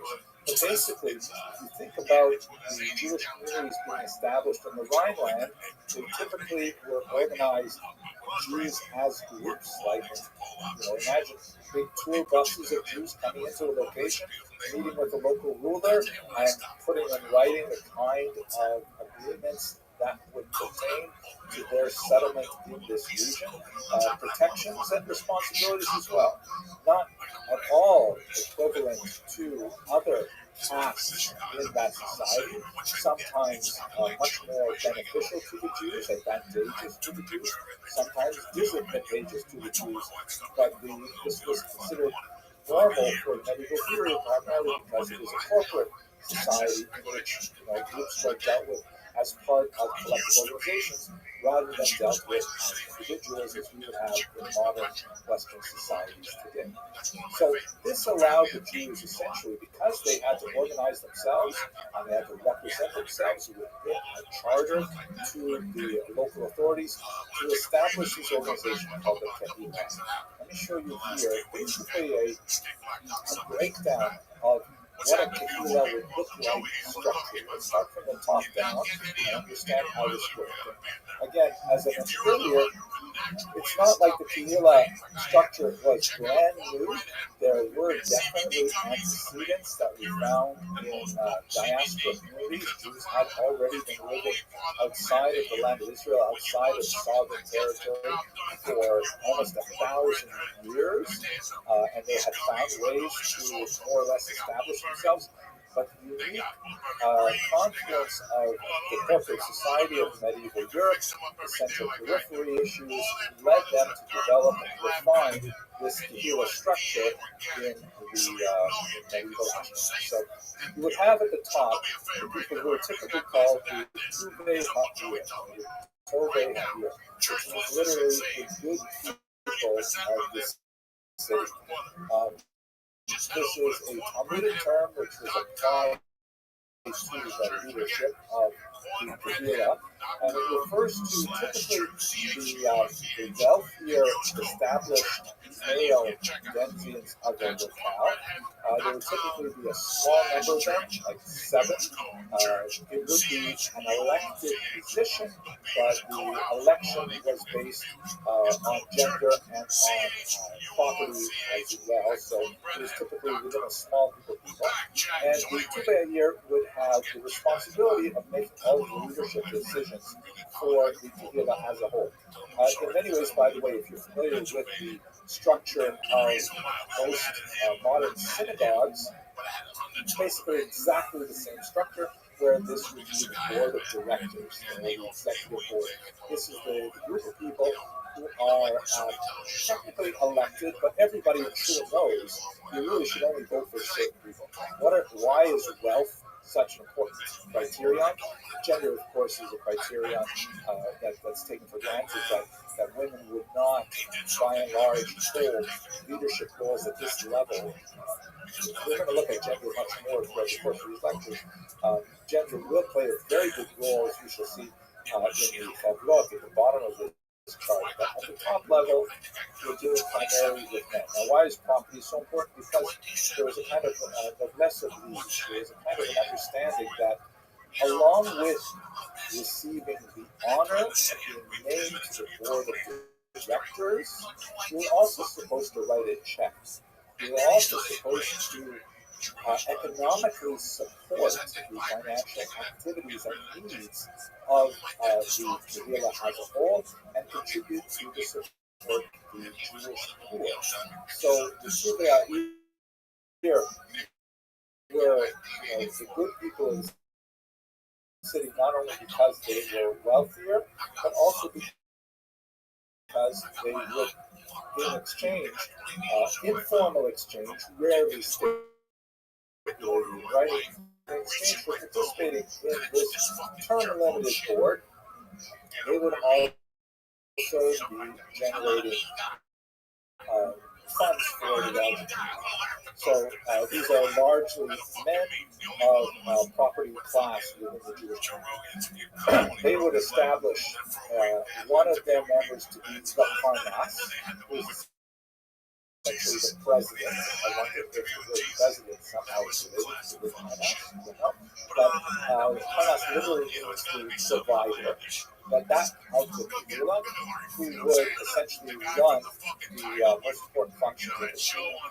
They would also hire the rabbinical leadership of the community, which often leads, but basically in a legal fashion, by interpreting the conflicts within the community in terms of Talmudic law and rendering decisions and essentially supporting the adherence of Judaic responsibilities by the larger population. Now, this should again look very familiar to modern synagogue structure because the board of directors will appoint a shul president and will also hire the rabbi. I'll use that term hire intentionally because, as you might assume, there's always going to be a certain dynamic tension between the president of the synagogue and the rabbi of the synagogue. They don't have identical concerns, they have overlapping concerns.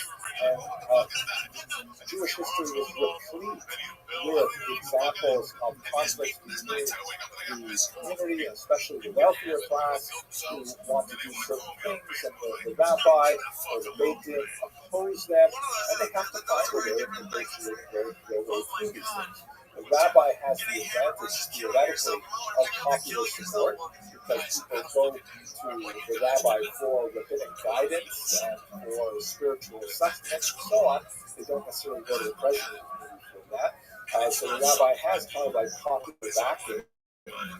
But if the rabbi pushes too hard against the demands of the Parnas and the Tuvei year, then the rabbi can get fired because his salary is essentially paid for by the taxes levied on the community. So it's not like it's not a theocracy where the rabbi is in charge. Theoretically, everything has to be run according to Jewish law, and the chief interpreter of that Jewish law is the rabbi and the Beit Din in court. But if the court rules too stringently for the behavior there, then that court will be overturned and they'll find a new court that will interpret more leniently. So there's always this kind of dynamic tension. Similarly, with the Parnas and the Tuvei year are inconsiderate of the needs of the larger populations, and they make too many demands on the populations, or they refuse to allow certain leniencies, then there will be a kind of a popular uprising that will be directed sometimes through the rabbi and will require a change to the themselves, because after all, they live within this community. It's not a separate community, and we're talking also about relatively small communities that might number in the hundreds, very large ones in the small thousands. So these are basically little shuls, essentially, the Rhine. Now, both the Parnas and the rabbi have a staff of so-called Rabbi.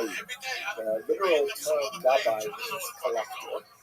In modern synagogues, the Rabbi has only kind of like a shadow of their original role. So modern synagogues, rabbis are sometimes called leaders, and they're essentially people who make sure that the synagogue functions properly, that when they hand out synagogue honors, that people receive them in appropriate timing and circulation and things like that. But in the medieval Kedila, the Rabbi were essentially like the internal police force. They were ones who would issue summons to the court. They were people who would essentially mete out the tax demands and make sure that those tax demands are met. They were actually very, very powerful people employed by both the Parnas and the rabbi. So today's rabbi, respect the rabbi because he has a tremendous amount of authority, at least historically. Now, I mentioned taxes, which is crucial, of course. The Kehillah was self-sustaining. This entire structure, which had a remarkable number of functions, which we'll see shortly, had to be sustained through taxing the local Jewish population. This tax assessment was essentially done by the Tuvei year, and they would require on a sliding scale that Jews who were more prosperous had to pay a larger amount of their income to the general welfare fund, and they would send out the money to make sure that taxation was fulfilled. If a person refused to pay the taxation rate that was assigned to them by the Tuvei year, then they faced a whole series of consequences. They could, of course, appeal through the rabbi and so on, and they would have appropriate channels to appeal their tax assessment. But really, there was no way out other than conversion to Christianity. In other words, leaving the Kehillah. unlike modern day society where a Jew may choose the degree to which he or she wishes to affiliate with a large Jewish community, this was not at all possible in the Kehillah. In the Kehillah, up until the 18th century, you were part of it, and you were a Jew, and you were expected to pay the taxes that the Jewish community levied on you, or you left the secular Jewish identity in the medieval period, unlike in the modern period. Now, it's true that today, for example, if you get on the mailing list of the United Jewish Appeal or the Federation mailing list, the only way to get off is basically go through the FBI Witness Protection Program. But this was especially true of the medieval period, especially as the local Kehillot would kind of join together and form super municipalities in which the Kehillot would communicate with one another. And so if you had a person who, let's say, paid or refused to pay taxes and decided to leave town, or more commonly refused to give his estranged wife a writ of divorce, a get, and decided to leave town and go start a life in some other Jewish town, well, that other Jewish town would have communicated with the other municipality and said, hey, wait a second, you can't just start up a shoe store here. We know about what you did back in Köln, and you can't do it here in Speyer. And so they would be able to have some regional enforcement of Jewish law, which is really quite effective. That's largely done through the Rabbi.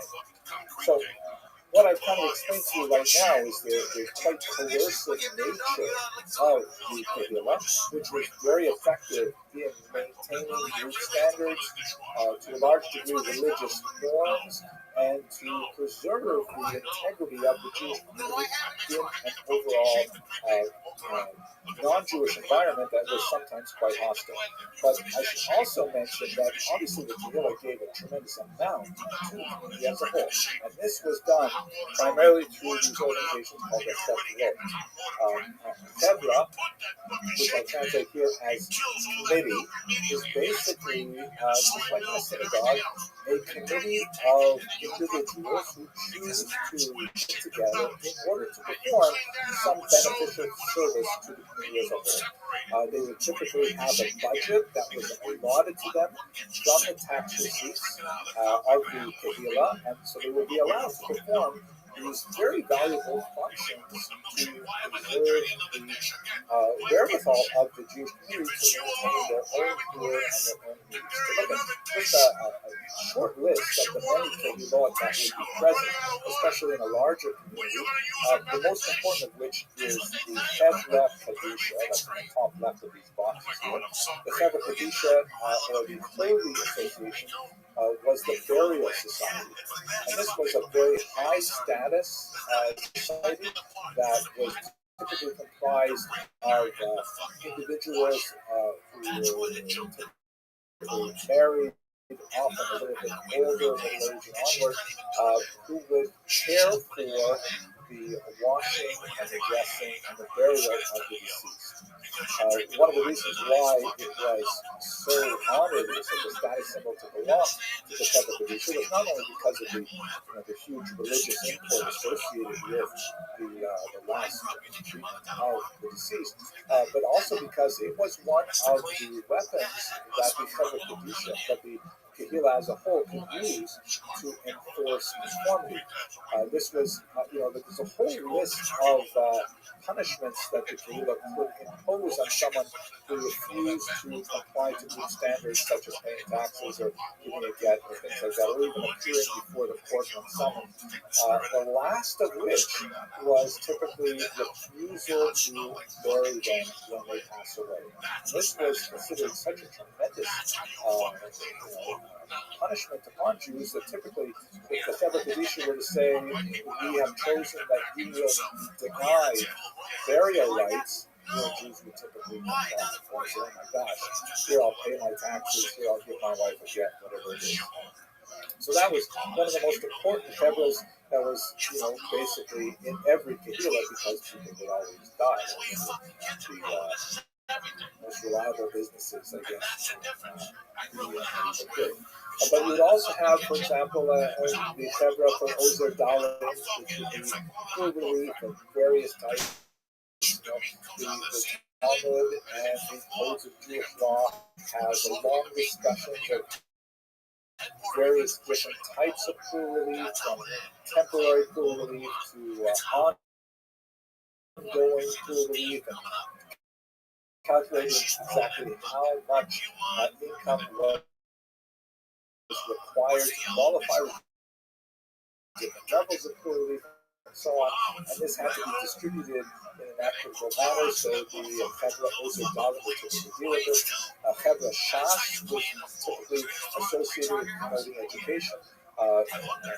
Typically, the Jews were overwhelmingly literate, particularly in comparison with the larger society, especially with the lower classes.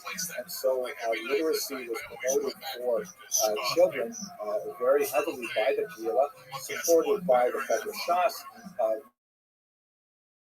Parents would also typically pay for tutors, especially for more advanced education, but every child had some access, support for poor brides, support for the guild, support for Jews traveling from place to place, no connections among Jews, reading at Tzedek, the food bank, which continues to this very day. My wife and I are very proud to volunteer.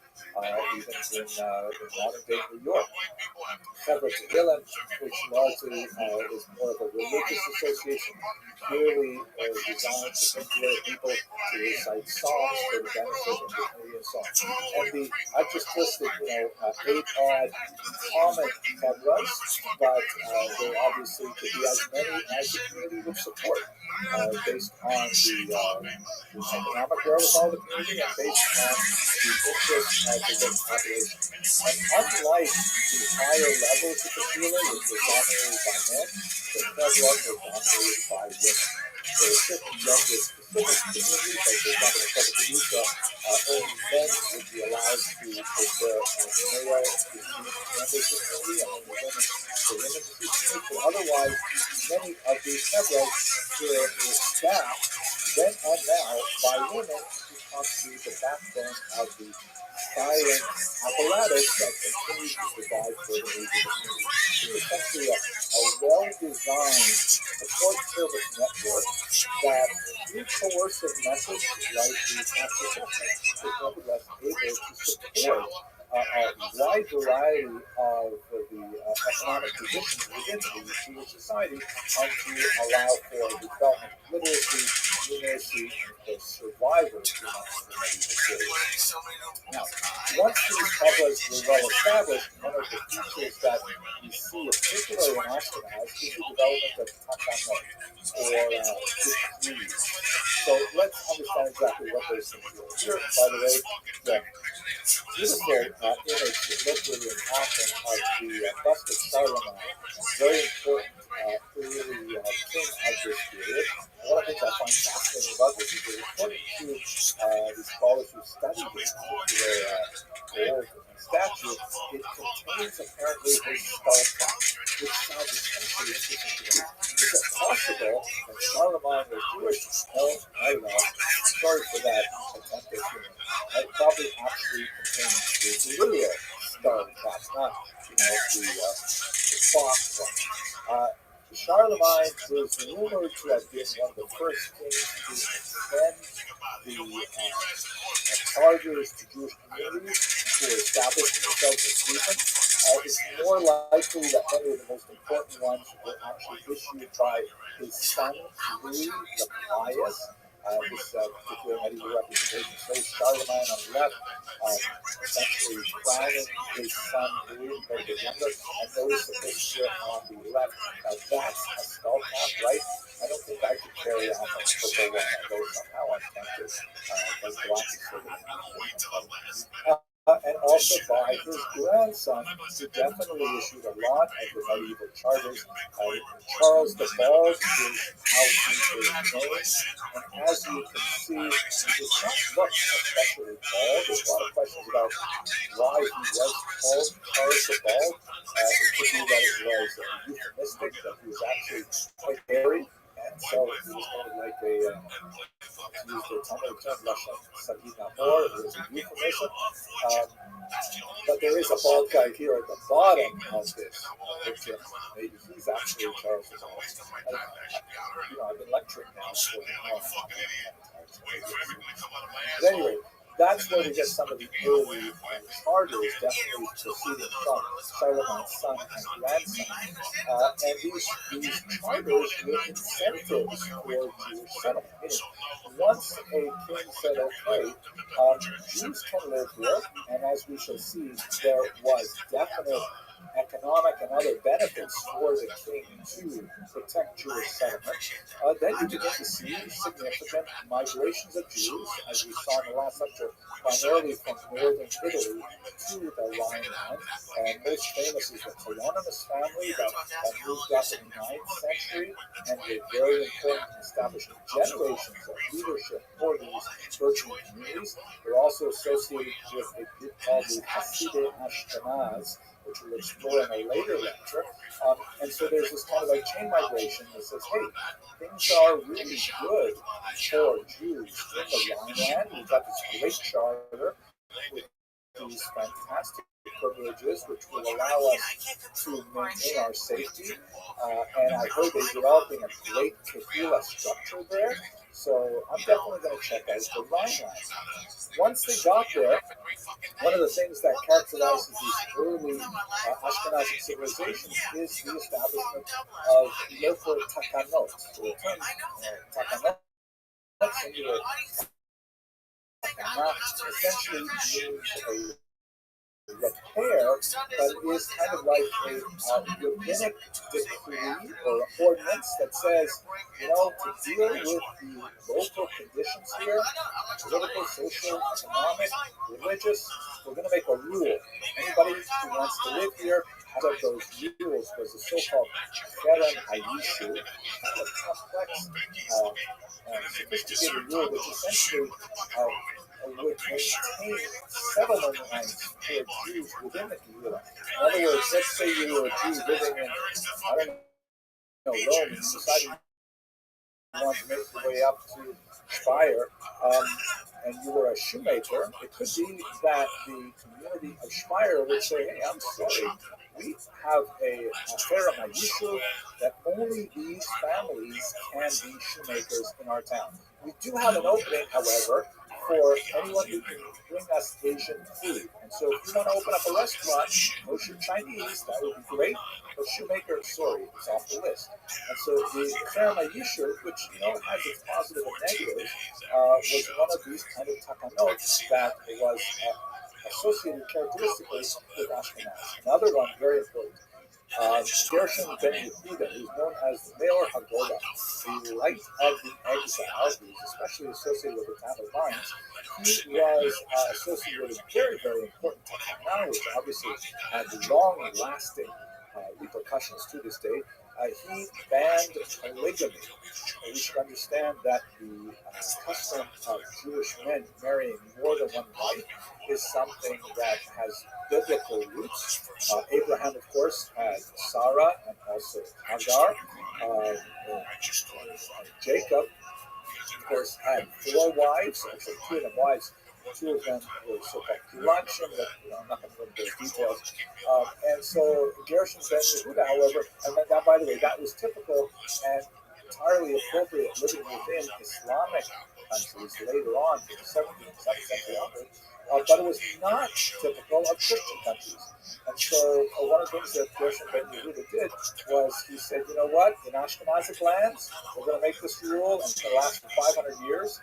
It was later renewed, that Jews in Ashkenaz, or Ashkenazi Jews, may not marry more than one wife.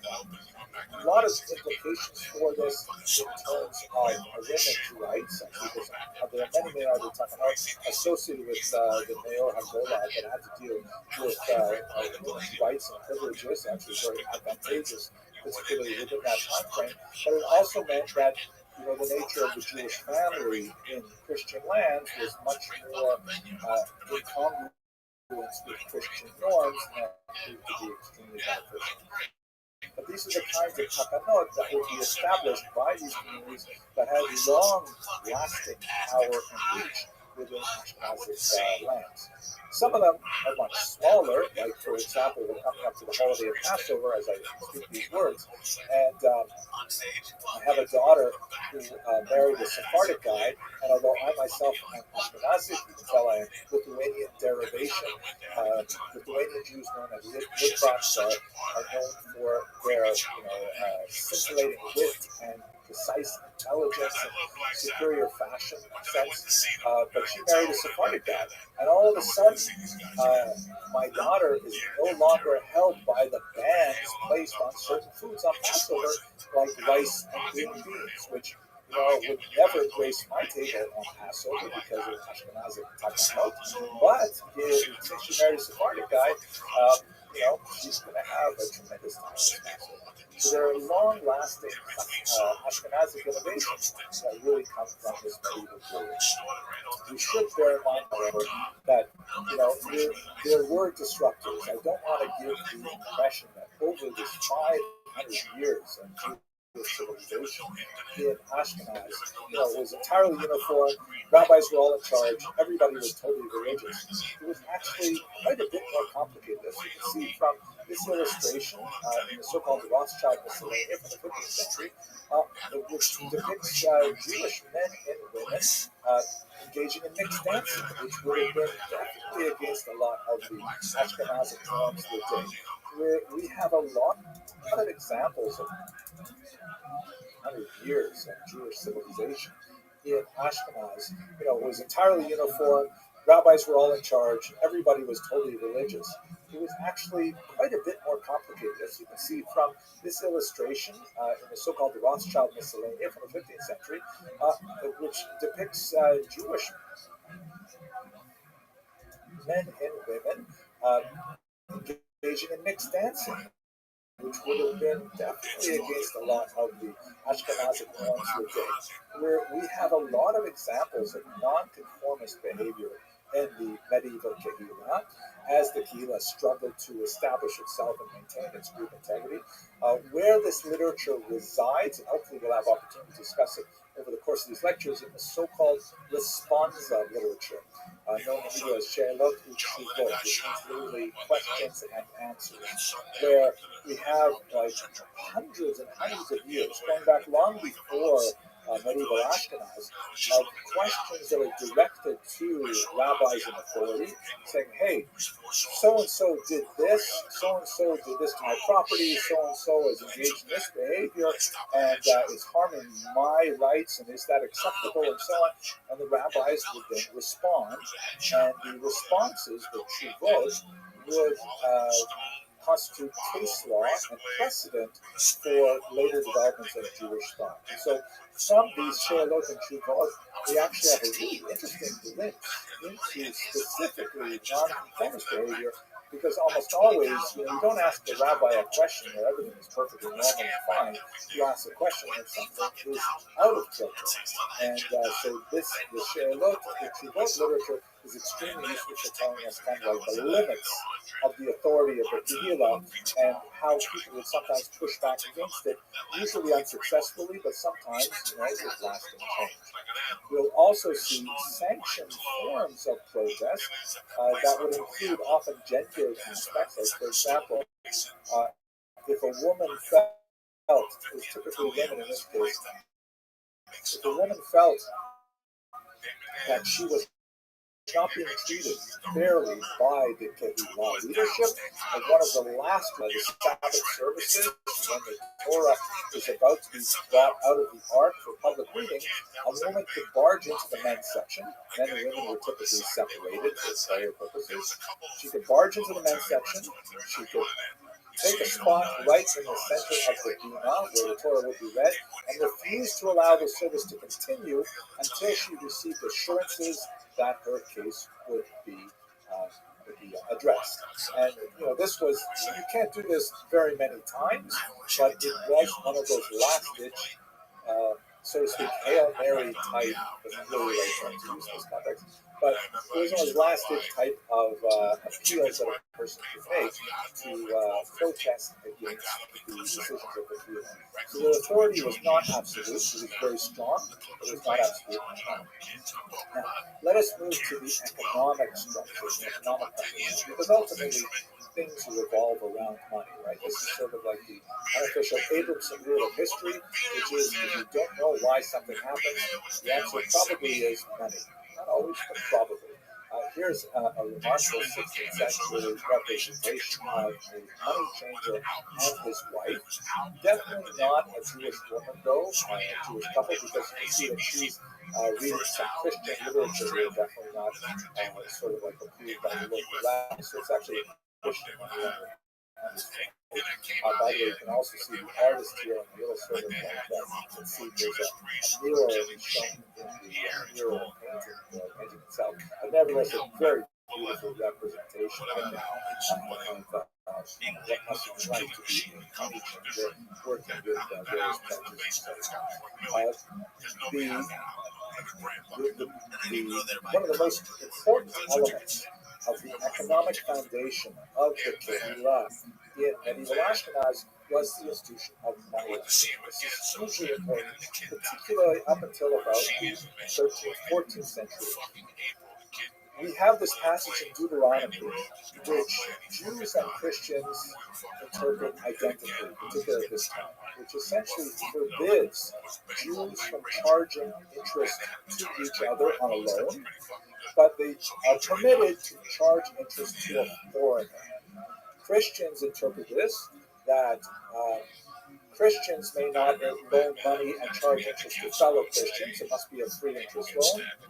But theoretically, a Christian could lend money to a Jew and demand interest payments. Or more likely, a Jew could demand interest payments from a Christian. This was codified in Catholic law, first by Ambrose in the 4th century, and then under something called the Decretum Gratiane of the 12th century, that formalized essentially a monopoly on money lending for Jews. Now, it's not a true monopoly because we do know that Christians also were sometimes nonconformist, and there were Christians who were charging interest on loans at the same time, but they were definitely doing so without the blessing of the church. And credit is an extremely important element in any developing economy, especially when it's agrarian in nature and there's going to be a natural ebb and flow of income when you're waiting for the harvest to come in. And so when Jews would be establishing a community and they would perform credit granting service, that was incredibly valuable to the entire region. And Jews were actually sought out for the benefit that they gave to the community by providing credit, not only for the general advancement of the economy as a whole, but especially to the king, as we shall see in a second. This is, let's just, before we get to the kings, however, let's just try to understand what do we mean by money lending. So it's often referred to with the somewhat derogatory term usury, and it's not an unfair term in many ways because the interest rates in medieval Europe were, incredibly burdensome. We're talking about interest rates of 40, 50% in nature. It's a huge risk to borrow money on medieval interest rates. So why would Jews do it? So first of all, contrary to popular opinion, they were allowed in almost all parts of Europe and almost all countries, but it had lots of benefits. There were also specific risks to landowners. I mean, if you owned land and then you were expelled from the country, what are you going to do with that land? It was typically, like you see in the Spanish Inquisition and onward, it was typically confiscated by the state, and then you were left with nothing. So landowning is a very difficult thing to manage. It also goes along with the joke, which is no longer technically true, but they used to say that why are there no great Jewish pianists? Now, of course, there are, but back then, why are there no great Jewish piano players? The reason is because it's very hard to run while carrying a piano. And that's why Jews for the clarinet, the snare drum, the flute, things like that, which are much easier to carry. So money lending had huge benefits. First of all, it was an urban occupation. You could set banker's hours literally if you were a banker. That allowed you time to live close to other Jews, so you could live within walking distance of a synagogue, walking distance of a mikveh, which you a bath, walking distance of an Asian restaurant. Right? It's almost lunchtime, so I delivered this lecture. And that was tremendously advantageous. It was not back-breaking labor like agriculture was. And so it was well suited to what would become an urban Jewish lifestyle. But it had significant risks at the same time, because if the debt burden grew too heavy, then Jews would risk the possibility of popular uprising. We're going to see a really important example of that in 2 lectures when we look at the 17th century with the Chmielnicki rebellion. Furthermore, if the debt burden was owed to the nobility, as we'll see, for example, in England, it's not impossible that the nobility could say, wait a second, we owe just way too much money to the Jews. Let's just expel them and cancel our debts thereupon. Frequently, as in the case of France, the Jews would be expelled because the debt burden was too high, and then the local inhabitants said, wait a second, it's too hard living without credit, let's invite them back. The Jews would be re-invited, and then typically expelled again later. It was a terrible kind of situation with those risks. So it had the high potential for profit, and in fact, the way the church had set up their Decretum Gratianum, they had a near monopoly on it for several centuries, but it also carried significant risks as well. Now, what about the benefits to the king? This was extremely important because we're talking about a medieval economy where a lot of transactions simply happen in barter. We're talking about exchange of goods rather than a cash-based economy driving much of this economic medieval structure. So the Jews who are dealing with precious metals, cash money, are actually very valuable source of taxation for the king. So one of the things that develops out of Ashkenaz at this time is the notion of the Jews being servi camerai regis, which means servants of the royal chamber. And in terms of that corporate structure of society that I spoke about earlier, the king would frequently declare that the Jews of his kingdom were his private possession, that they were under his private authority, and he would guarantee their activity as money lenders, and he would help them enforce the collection of their debt. So in other words, if you were a Christian, you went to a Jewish money lender, like in the image we're seeing right now, that debt was essentially guaranteed by the king. If you fail to repay your debt, you would not only have to answer to Shloimeh, the local money lender, you would have to answer to the king's authority that could be enforced with actual corporal punishment if you did not repay that debt. And why was the king so much in a rush to do so? Because he taxed the Jewish money lenders directly and was able to derive the fruit of their labors as a major source of income. So there was a real benefit to the king to be able to have this economic engine in place. Maybe one kind of interesting sort of parallel example,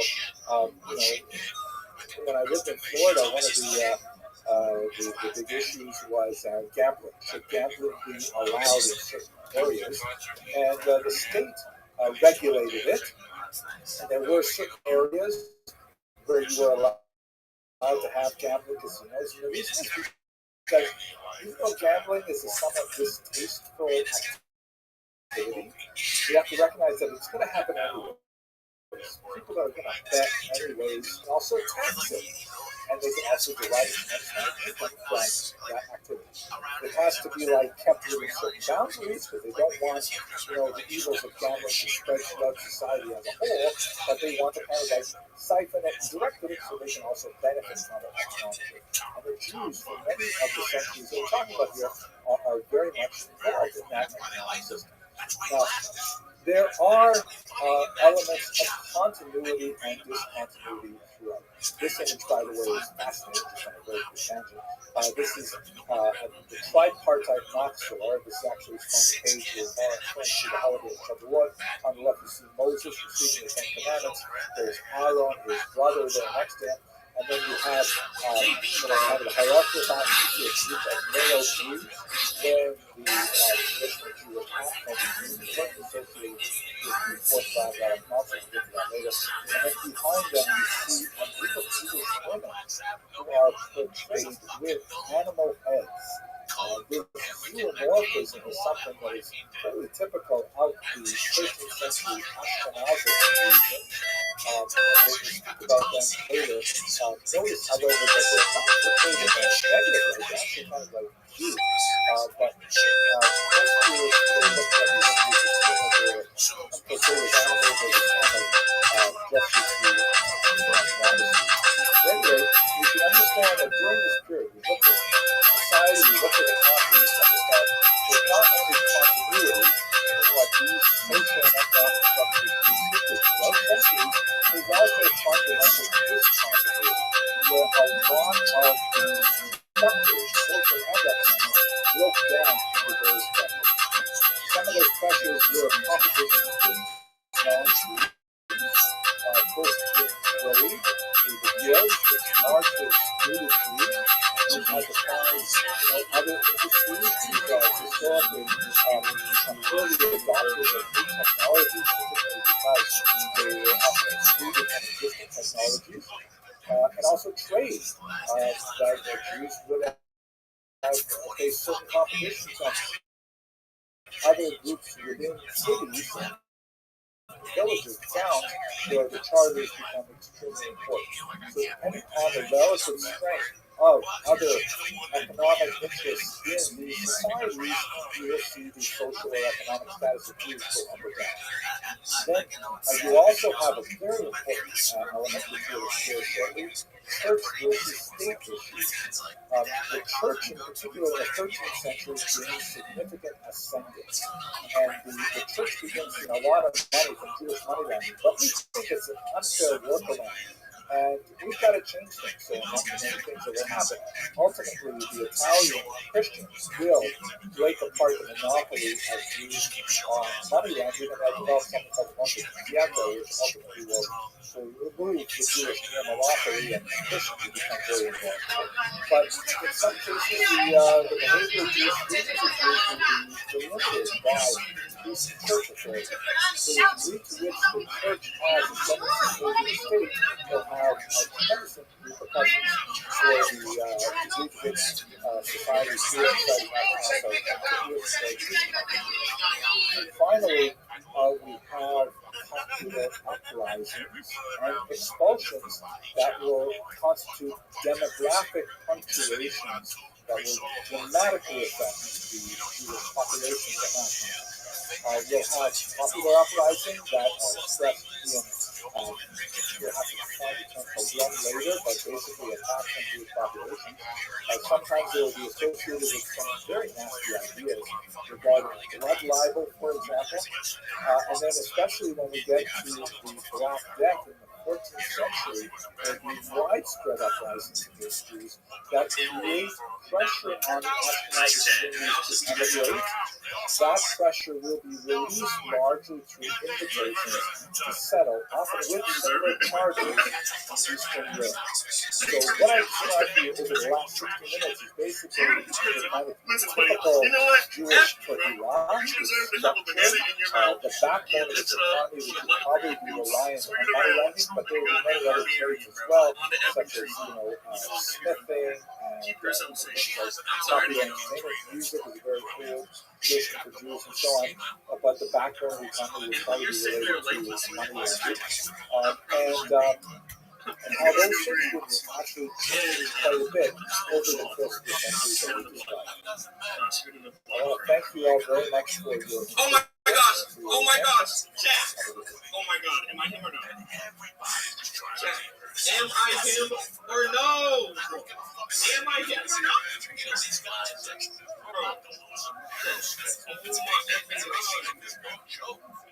Again? Yes! He about to get the whole shit.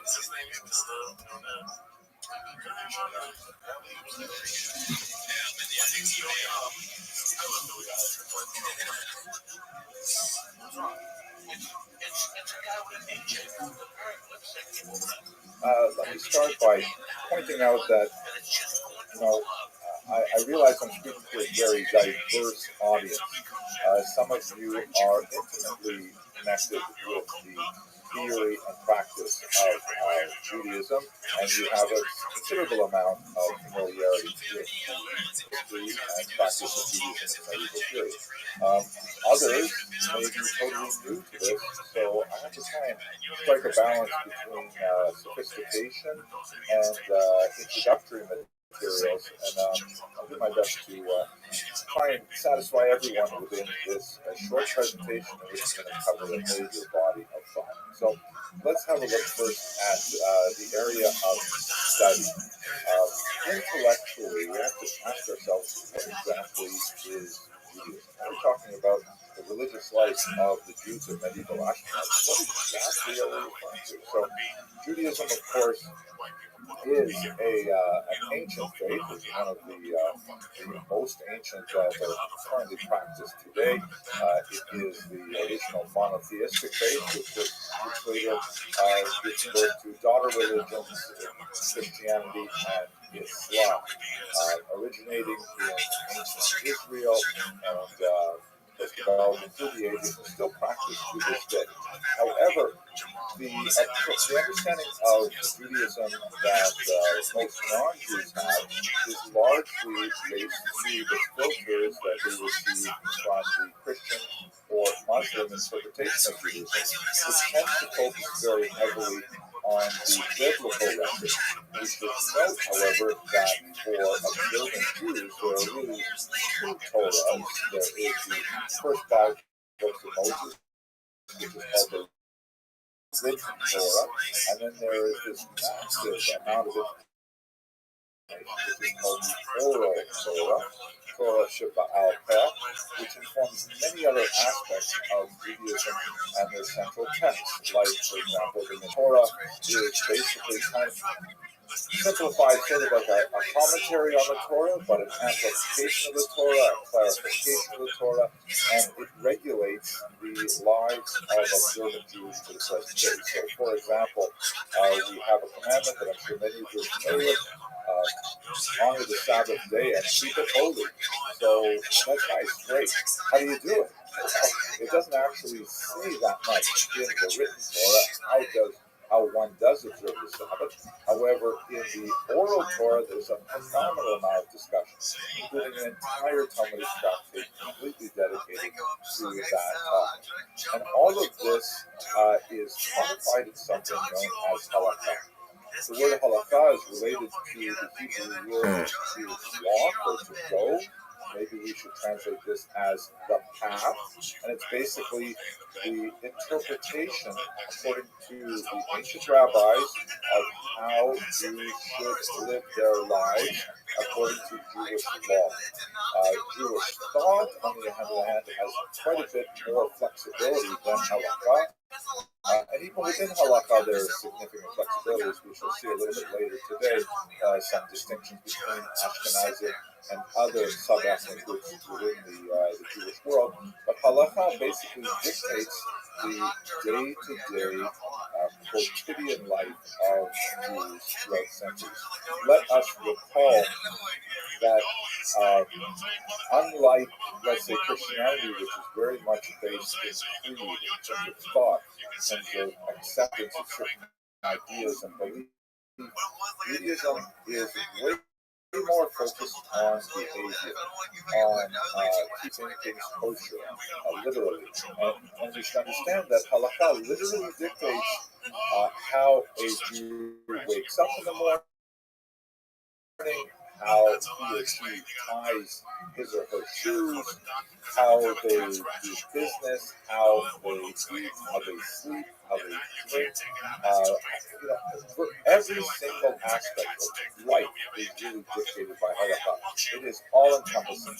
There is no meaningful distinction between, let's say, ritual law, civil law, criminal law.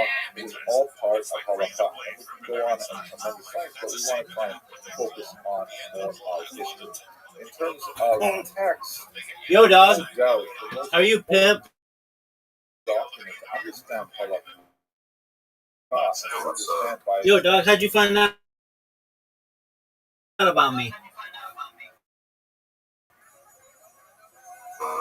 I've been here before. I told you about you from the clip.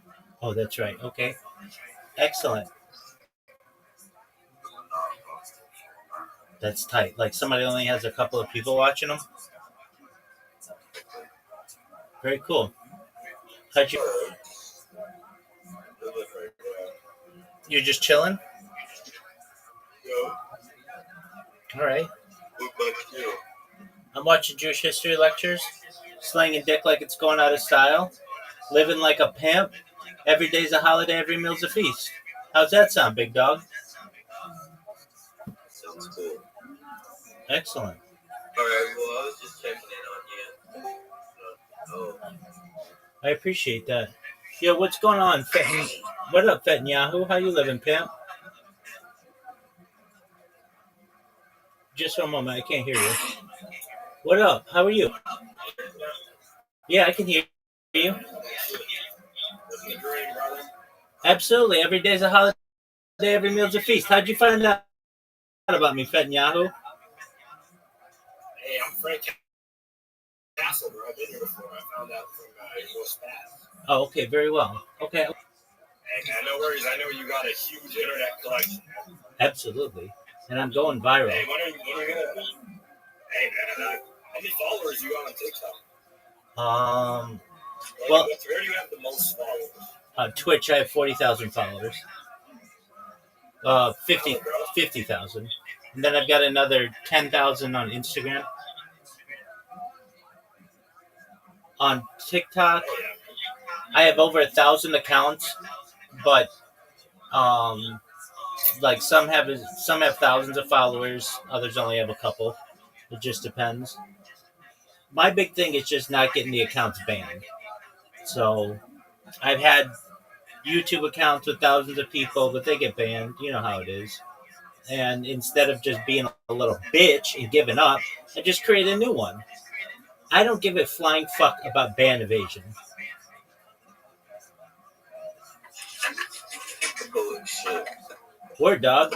I have over 100 YouTube accounts, over 200 Instagram accounts, over 500 Twitch accounts, over 1,000 TikTok accounts, over 2,000 Twitter accounts, over 5,000 Blue Sky accounts, and over 10,000 Kick accounts. I have more social media than any person ever. Rabbi, you really a fucking G, bro. 1,000%. I'm the most archived individual in global history. You know Aiden Ross personally? He's been in my stream. We're all friends, bro. I'm trying to talk to Aiden, bro. He's my little Dog. sit and walk just like him. Dog, just send a message to Citrus in his Discord, and he'll connect you with him. What is that there? Let's not even ask him. Well, let's talk about it. What do you want from him? Money. Yeah, money. Or I just want to be him too. All right. Like words of inspiration. All right. Well, you're probably gonna have to pay to get that. Oh, really? But what if I like ask to like get put in the video or some shit? He's a business person, so he'll probably allow it, but you're gonna have to pay to get it.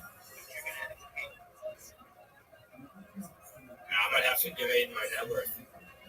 All of it. Just so I can talk to King Aiden. All right. I mean, do you have anything else you can give to him or do for him? My virginity. All right.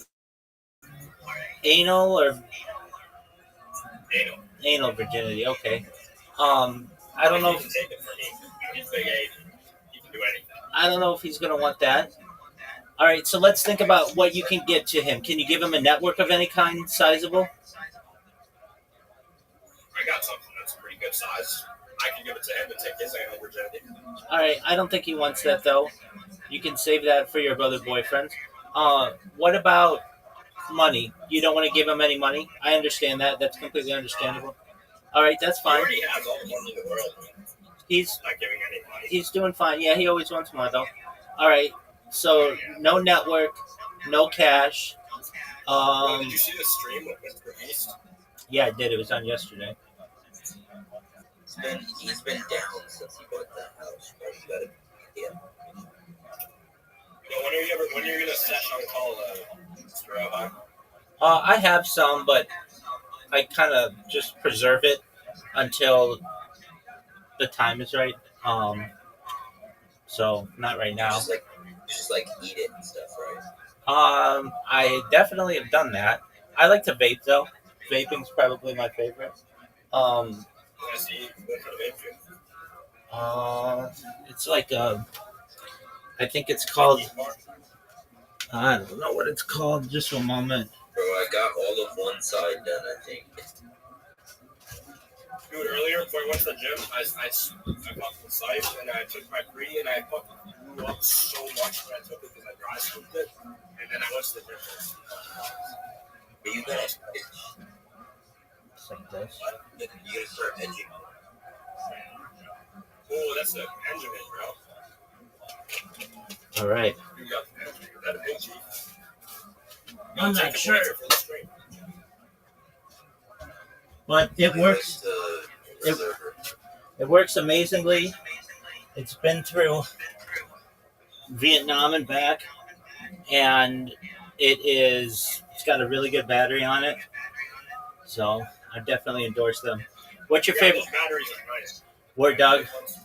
Absolutely. I love Rogue cartridges, specifically the fruit punch kind. What kind do you like? I mean, I got Mad Labs on, but like, alright, but I like Rock Gardens. Okay. Why them? Why them? Do you like the taste or the feeling? Both. Okay. I just like getting geeked, you know? I just love getting mad geeked and taking mad blinkers. All right. Hey, man, whatever floats your boat. So what's on your agenda for tonight? Chill and enjoy the night. Excellent. I've made some kickbots that are going to take over the world. They're pretty baller. And previously, I did this for like 8 months, just spamming every day, but I had to manually create the account basically, and that meant I couldn't do it while I was asleep, but I figured out how to automate it semi-recently, and so I've gotten like Somebody's gonna make a movie about you. 100%. 100%. And I'm making my own movie. I have the biggest documentary in global history. Yeah, like that's actually crazy. 100%. Bro, have like a Guinness World Record stream. 100% of data archived to the internet. That's my goal. How many like terabytes? It's Is the Guinness World Record thing fake in your profile? well, you need $25,000 to do it. So I've been in contact with them, but they want $25,000, and I don't have the ability to give that to them. So I would say that it's just a matter of time until I have it. It's certainly not fake. I mean, I stream my life all the time, but am I in there? I read somewhere online that your family's super rich. Members of my family are. My family is more reasonable. Oh, okay. But yeah, I've created these. What do you think about the current events? What do you think about the current events? I want world peace.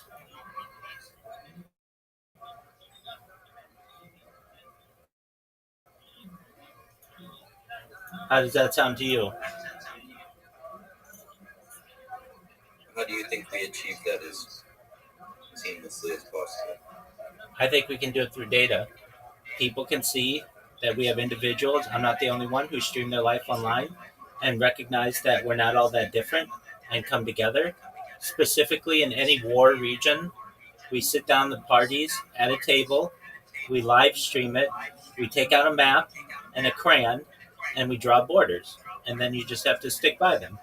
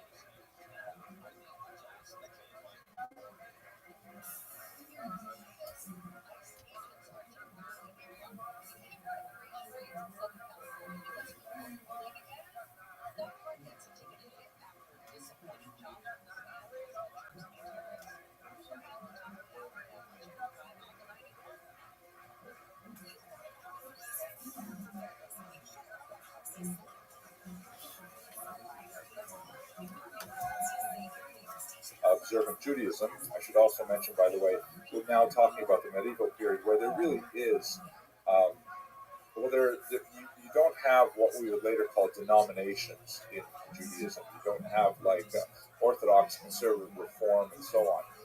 In the ancient period, there was basically Judaism or a limited number of heresies, like the Karaite movement, the Samaritan movement, which are kind of like cousins to Judaism, with significant friction between the main body of the certainly Ashkenazic Jews and split them. So we'll talk tomorrow about some major splits or groups, the Sabbateans and the Frankists, that are very significant to Ashkenazic history.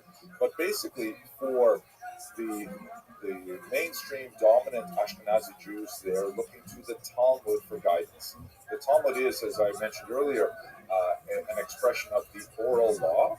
It represents the discussion of literally thousands of rabbis over several centuries, debating points of interpretation of the Torah text, introducing lots of other materials like biographies, legends, stories, popular sayings, and engaging in really deep back and forth and trying to tease out how exactly Jews are supposed to live their lives. And that this Talmudic document, which requires tremendous training and erudition and patience to be able to decode its highly arcane and kind of cramped style in Aramaic and in Hebrew, is really that's the bread and butter of Jewish scholarship for most of the last two millennia.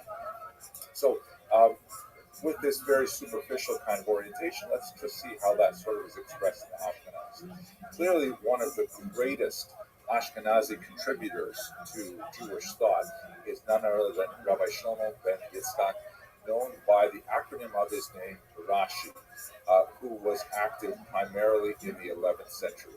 And his contribution to the study of Torah is incredibly profound. Primarily, he wrote two great things which are studied to this very day. And in fact, their study is virtually enshrined in later halakha.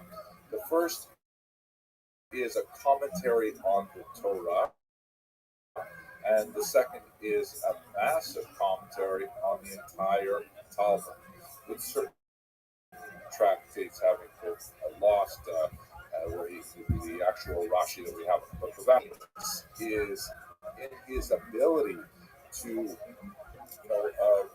boil down into very compact, clear, expressive Hebrew prose, which is not especially complex or difficult to understand. Broad arguments to clarify the text of the Torah. It's said that Jews study the Torah with two fingers. One goes in the actual Hebrew text of the Torah itself, and the other one goes on the text of Rashi, which is almost always printed on the same page as the Torah itself. That's just how central he is, because besides just explicating the text, one of the other major contributions that he offers is he unites much of the oral Torah with the written Torah. So in other words, if we have a particular passage in the Torah about which there are pages and pages of rabbinic discussion, something called midrash, he can cull from that midrash and just apply in a sentence or two, sometimes even a phrase or even a word, something that's going on in the midrash, So when one studies the Torah with the commentary of Rashi, one really gets a holistic approach to the meaning of the Torah as understood by this kind of unified perspective of the written and the oral Torah. Rashi's perspective was heavily relied upon as well by medieval Christian commentators, not only because he explains many difficult words and phrases and puzzling passages in Torah, but also because he boils down the perspective of the oral Torah and makes it available to a wider audience. In, of course, Rabbinic Hebrew, but there were translators of that era who were rendering it into Latin and other languages. His commentary on the Talmud is equally profound. The Talmud, as I mentioned, unlike the Torah, which is fairly small in size, 5 books, you can put it on one big parchment scroll. The Talmud is massive. In the contemporary study of the Talmud, one of the most popular ways to study it is through studying a folio a day. That is like 2 sides of one page. That's called Daf Yomi. It's a program that was started in the 1920s and is a worldwide coordinated study. It has been called the world's largest book club because there are literally hundreds of thousands of Jews who study the same page of Talmud every day. And you can travel from place to place in the world and pick up the Talmud where you were studying the day before, and they'll be on the next page the day after, and so on. And so it's 2,711 folios long. That means double that in terms of pages because the folio is both sides. And it takes 7.5 years to complete the entire cycle of the Babylonian Talmud. There's another Talmud called the Jerusalem Talmud, which we won't deal with here today. And Rashi wrote a commentary on the entire thing. His commentary on the Talmud is rather different in style than his commentary on the Torah. He's not trying to bring in lots of other passages from Midrash and things like that to exploit the Talmud.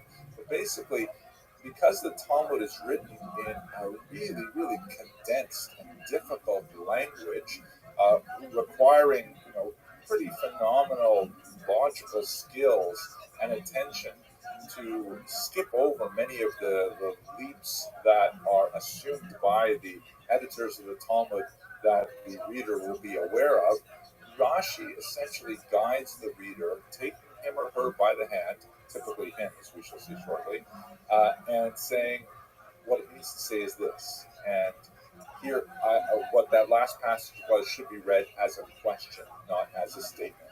And Rashi is an essential guide to just figuring out the very, very basic meaning of the Talmud. So with his prodigious scholarship, which was universal in nature, Rashi was really able to open up these 2 key books to a much larger audience of students of Judaism and had a profound impact to this day. And as I mentioned, these hundreds of thousands of students of Talmud who study in the Daf Yomi program will regularly, every day, use Rashi to understand the text. And school children studying today will begin their study of Torah with the commentary of Rashi as an essential aspect of their study. An incredibly important contribution to their thought. I know that you've studied, the students who are watching with the Ashkenazim, you had some time with Professor Lawi, who of course has written some great things on Rashi, so I won't go into more detail. The next really significant group of scholars in Ashkenaz who made a big difference for the study of Judaism are the so-called Tosafot, the Baalei Tosafot. The word Tosafot means additions, and it refers to an entire school of Talmudic students, including Rashi's grandchildren, who were prominent among them. So now we're talking basically 12th century into 13th century. If you look at this page here that I've brought up onto the screen, this is actually the first page of the Babylonian Talmud, and you can see the kind of layering of the text. It just gives you some sense of how the study of the Talmud, as engaged in by medieval Ashkenazi Jews and by contemporary Jews as well, involves literally a conversation over the centuries. The pink area in the center is called the Mishnah. This is the core text of the Talmud and also a major text of the Oral Torah. It's basically dealing with questions of Jewish law for the most part. And here, this particular page happens to be discussing when the Shema prayer should be recited in the evening and in the morning. There's a discussion of how do you exactly time the beginning of this prayer. And then below it, in the yellow, you have the Talmud itself, which is a discussion of the Mishnah. Further questions, longer explications, contradictions and arguments, debates, and so on. The Talmud is much larger than the Mishnah. It will go on for several pages, and then you'll get to the next text of the Mishnah, and the process will repeat itself. Then, on the inside column, always printed towards the center of the book by the binding, you have the commentary of Rashi. That you can see that compared to the commentary of Tosfos, if you look for those bold headers, Rashi is much shorter, much more pithy, just very brief bits of information to help you walk through the text, providing things that you might have missed when you're trying to understand the basic meaning of it, as we've discussed. But on the left, you have the Tosafot. The Tosafot and Rashi are both written in a different font. They're traditionally printed in a different font. It's called Rashi font primarily because printers used it at the time for Rashi and it was associated with him, although it's really just an italic form of the regular square font that's used in the Mishnah and the Talmud. Tosafot has an entirely different agenda to Rashi. Whereas Rashi is just trying to give you the basic meaning of the text, Tosafot has a much more analytical approach by thinking of what's said on the page here and then bringing up contradictions that may have occurred somewhere else in the Talmud. And Tosafot, as it were, assumes, even though we're on page 1 of the Talmud, that you have already studied the entire Talmud already. This is, of course, review. You're going back over it. And so, therefore, when you're reading this again, you may have missed the fact that, 500, 600 pages later, it's going to say something that appears to contradict this page. And so, unlike Rashi, who strives for simple clarity and a basic understanding, Tosafot explores the contradictions and explores the ambiguities and tries to offer resolutions to bring together the contradictory elements of the Talmud. It's an entirely different order of study, but again, highly Ashkenazic in nature. The Tosafot were based in Ashkenaz, and we're talking about literally tens of scholars over several centuries. And by the way, on the outsides of the margins, you see many other commentators. Depending on the edition of the Talmud, you'll have different commentators featured right up until the 19th, sometime even the 20th century. The copy of the Talmud that I enjoy studying the most, the Steinsaltz Gemara, actually has a figure who passed away just a few years ago, Rabbi Steinsaltz. So it's an ongoing text. It has layers that continues right up until the present day. So Rashi, Tosfos, major Ashkenazic contributions to Jewish intellectual history in Ashkenaz. One last major movement that we should treat when we're looking at this medieval period is a group of thinkers in the Rhineland who acquired the name Hasidei Ashkenaz. Hasidei means literally the pious ones. The term is also used by several other movements in Jewish history, both modern day. I'm sure you have heard of Hasidim. These are followers of the Baal Shem Tov, who we'll have opportunity to speak about, I think, on Thursday. They're from the 18th century and onward. Totally different and, for the most part, unrelated to the Hasidei Ashkenaz, other than their basic tenets in Judaism. It's also a term that's used long ago. There are biblical instances of the word Hasidim, and there are the followers of Yehuda HaMaccabi in the period of revolt against the Syrians.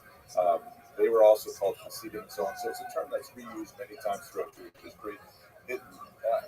We'll talk more about that when we get to the 18th century representative. But anyway, it's a group of scholars that were active, especially after the Crusades, which is a topic that we're going to address in the following hour today. A period of tremendous persecution of the Jews of the Rhineland, enduring some horrific scenes where Jews were forced to choose between baptism or martyrdom, and many of whom actually chose martyrdom. A very, very frightening period that we will address in better detail later. But at any rate, these Hasidei Ashkenaz, unlike most other movements in Jewish history, they took a very ascetic approach to Judaism, with a tremendous amount of emphasis on fasting, on penitence, on the belief in demonic powers that had to be fought against through piety, many other elements that are to some degree present in Jewish thought for centuries prior, but never really focused to the degree that they were among the Hasidei Ashkenaz. They adopted a lot of fascinating and sometimes bizarre practices, such as self-mortification, rolling in snow naked in order to develop, one's penitence and to atone for one's sin. Things like after death, their coffins were dragged through the streets with the thinking that by suffering humiliation like this in this world, they will be spared humiliation in the next world. This is a movement that had a strong impact and influence, but most of the ascetic tendencies were largely abandoned. There's kind of like a reverence for that type of piety, but for the most part, later Jewish movements did not adhere to it. One of the most important literary works of the Hasidei Ashkenaz is this book, covered the front page shown here, Sefer HaHasidim, the Book of the Pious, which is actually extremely important for illustrating the social life of Jews in Ashkenaz, because there's a remarkable amount of kind of like folk tales and stories of travelers, of Jews, sometimes Jews behaving badly, of robbers, of non-Jews, of all kinds of things involved in this pious work, which is intended to illuminate and elucidate Jewish thought for the masses of Ashkenaz at the time, and it's really quite fascinating. One of the most interesting passages, actually, in the Sefer Hasidim, as it's printed today, is a passage that deals with the will, the last will and testament of one of the most important of this group of thinkers, Rabbi Yehuda HaChassid, who essentially wrote a rather longish ethical will called the Tzavah. This tradition of the ethical will was, if I'm not wrong, I think it would be pioneered by the Hasidei Ashkenaz. There's certainly biblical precedents and so on, but the idea is basically not only should one write a will in which one leaves one's possessions to one's survivors, you get the house, and you get the car, and you get my favorite painting of Zadie or whatever, things like that. Rabbi Yehuda Chassid actually listed a whole bunch of behaviors that he wanted his followers to adopt.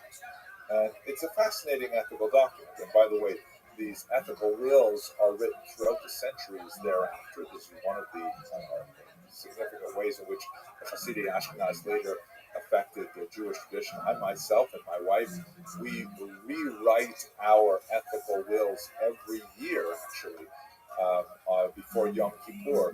And I say plural because we write a different ethical will for each one of our children and our children-in-law as well, and our grandchildren. Kind of like, blessings that we want to confer on them, and things that we hope that they will adopt in their own lives, and so on. It's very meaningful exercise, particularly for the penitential season. At any rate, one quick note about Rabbi Yehuda Chassid's will. It lists a lot of kind of bizarre instruction as well. For example, Rabbi Yehuda Chassid commanded his children after him to never marry a woman with the same name as their mother.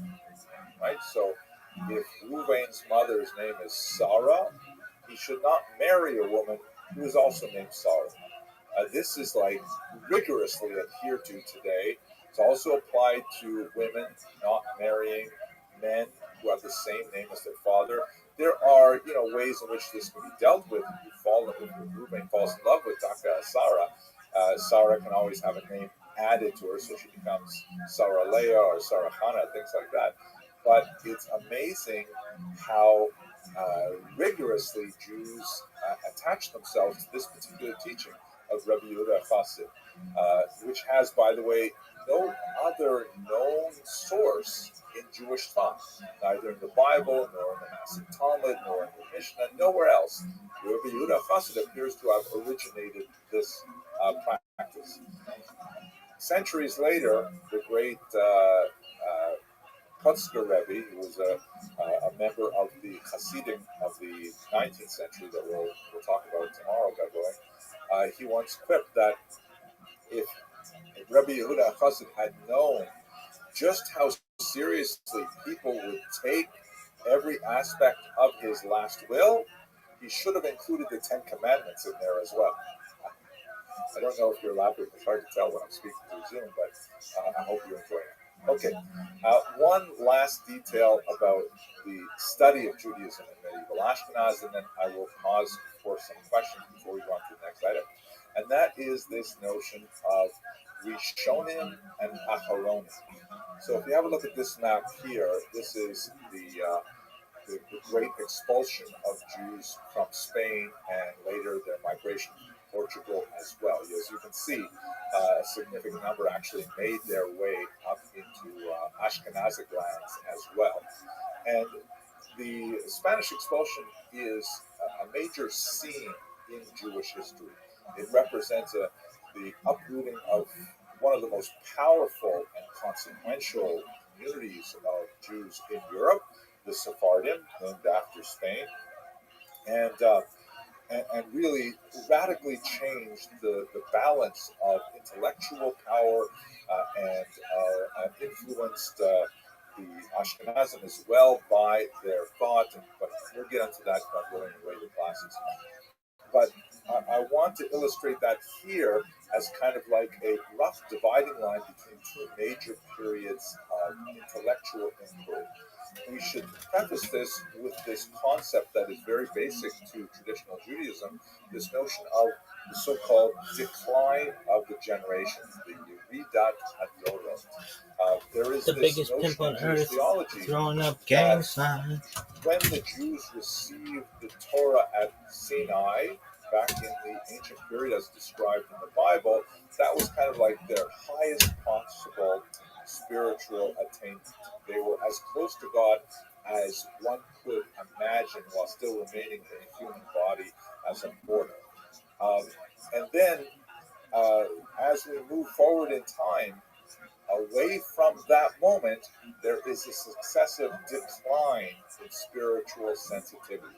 And the Jewish thought kind of groups the bunches of generations within categories that relates to how far separated they are from Sinai. And I won't go through the earlier groupings, but two that are related to us today as we talk about Ashkenaz are the so-called Rishonim and the later Acharonim. The word Rishon means first. So you have these people called the first ones. It really means the first ones, the first thinkers after the last major group of thinkers called the Geonim, who were primarily centered in Baghdad, in Iraq, kind of like the post-Talmudic thinkers. The Rishonim include people like Rashi and the Balei Tosfot, who we spoke about earlier. The Sefer Chassidim were all among the Rishonim, and they represent several hundred years of thinkers who are very active, not only in Spain, but also in Spain, North Africa, and elsewhere. The Rishonim are occupied with somewhat different priorities than earlier generations. So one of the things the Rishonim do, for example, is they try to systematize the commandments. In traditional Jewish thought, there are 613 commandments, a considerably larger amount than the 10 as listed in a couple of passages of the Bible, the 10 commandments. And so the Rishonim strive to codify, okay, let's count them. What exactly are the commandments? And they have disputes. Some people say this is a commandment, other people say no, it's not a commandment, just a rabbinic law, and so on. But basically, they work with those commandments. Then later, they try to codify those commandments into, okay, how do we practice them? And organizing them into major works like Maimonides' Mishneh Torah. Maimonides, of course, was a Rishon, not an Ashkenazic figure, but that's basically what's going on for the period that we're discussing right now. Around the period of the Spanish expulsion, there is a seam-like figure or a transitional figure, Rabbi Yosef Karo, who flees Spain, ends up in Constantinople, and later in Safed, Israel, and he is the author of a major code called the Shulchan Aruch. And this would be in the 15th century, late 15th century, early 16th century, when we have really that division between those thinkers who are called Rishonim and those thinkers who are called Acharonim, which means the later ones. Whereas Rishonim are kind of more or less evenly distributed between Sephardim and Ashkenazim, perhaps even more of them on balance are Sephardim. When you get to the Acharonim, it becomes a much more Ashkenazic enterprise. In other words, from the year 1500 on, Acharonim are much more associated with the traditional Ashkenazic lands in Germany and France, but heavily in later Poland, Polish-Lithuanian Commonwealth, certain regions of Ukraine, Lithuania in particular, the great Vilna Gaon, for example. So there's a transition of intellectual thought between Rishonim and Acharonim at that time. It may not be common to go straight from the study of Jewish texts to gender as a category of discussing Judaism, but I think it's extremely important because one of the aspects of Judaism which is somewhat foreign to us in the early 21st century is that Judaism is a highly gendered faith. Meaning, I will tender for argument that the experience of Judaism depends greatly on whether or not one is male or female. For example, I try to be an observant Jew myself, and I, like my guy friends, we show up at synagogue twice a day for 3 cycles of prayer. There's hardly any women there, usually none whatsoever. My day is prescribed by all kinds of things that I've got to do that are associated with my role as a male Jew. My wife, on the other hand, has an entirely different set of practices, which tend to be they are daily, but not necessarily so circumscribed in time slots. They tend to be much more heavily monthly activities. They tend to be much more concentrated in the private sphere at home, whereas most of my things go on in the public sphere outside. There are a tremendous amount of differences between how traditional Jews, certainly in the medieval period, would have appreciated their Judaism based on their gender. And let me give you first a theological discussion of why that would be. Not really theological, more of a halachic discussion. If you have a look at this chart, You can divide the commandments, I mentioned earlier, 613 of them. You can divide them into two types. Positive commandments, which means thou shalt, please do these things, and negative commandments, thou shalt not, do not do these things. Furthermore, you can also divide them, there's a traditional Jewish symbol, with those that are defined by time and those that are not defined by time. I'll give you some examples. I'll put them in each quadrant. So, a positive commandment, which is defined by time, would be that during the fall holiday of Sukkot, Jews are required to sit in a sort of a hut with a thatch roof, more or less. It's made of natural materials during the holiday. So there is a positive commandment: sit in the sukkah during the holiday of Sukkot. It is positive, something that one must go out and do, and it is defined by time. It's only relevant during that 8-day period called Sukkot. A positive commandment not defined by time would be, from the Ten Commandments, honor thy father and mother, right? One has to always do that. One must also get up and physically do things for one's parents. That's what's meant by the word honor, meaning provide for their welfare. And if your father asks you to get him a drink of water, then you have a mitzvah to actually get the drink of water. That's like positive, but it's not defined by time. It could be anything. It could be in the middle of the night. It could be first thing in the morning, last thing at night. Doesn't matter. It's always there. Okay? So positive commandments defined by time, not defined by time. Similarly, negative commandments. A negative commandment would be do not eat bread on Passover, right? No leavened products may be consumed during the 8-day holiday of Passover. It's a thou shalt not, do not eat, but it's only during this period of time. Thankfully, you can have your bagels, your beer, your whatever after Passover, but not on Passover. And finally, negative, not defined by time, would be, again, 10 Commandments, do not murder. That always applies, and it is a negative commandment. There's obviously a lot to say about each of these things, but this is a basic schematic version of how one may understand the commandments. Now, in terms of gender, the huge elephant in the room is that the Talmud says that women are exempt from the category of commandments which are positive, defined by time. Meaning, do this action at this time. Women may choose to do them if they so wish, but they are not required to do them at all. In most cases, this means that women generally do not do them. And certainly that would be associated with a lot of the other responsibilities that women have domestically, raising children, things like that. It's hard to specifically schedule leaving the home when you have a nursing child or things you have to do at home. But nevertheless, that's the technical aspect of this.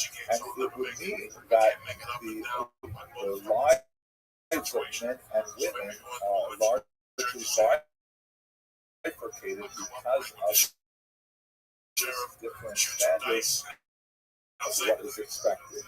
Now, there are exceptions to that, where certain commandments, like let's say, for example, lighting candles on Friday night, right, for the Sabbath, that is a mitzvah, but on its own on Friday night where there is that mitzvah.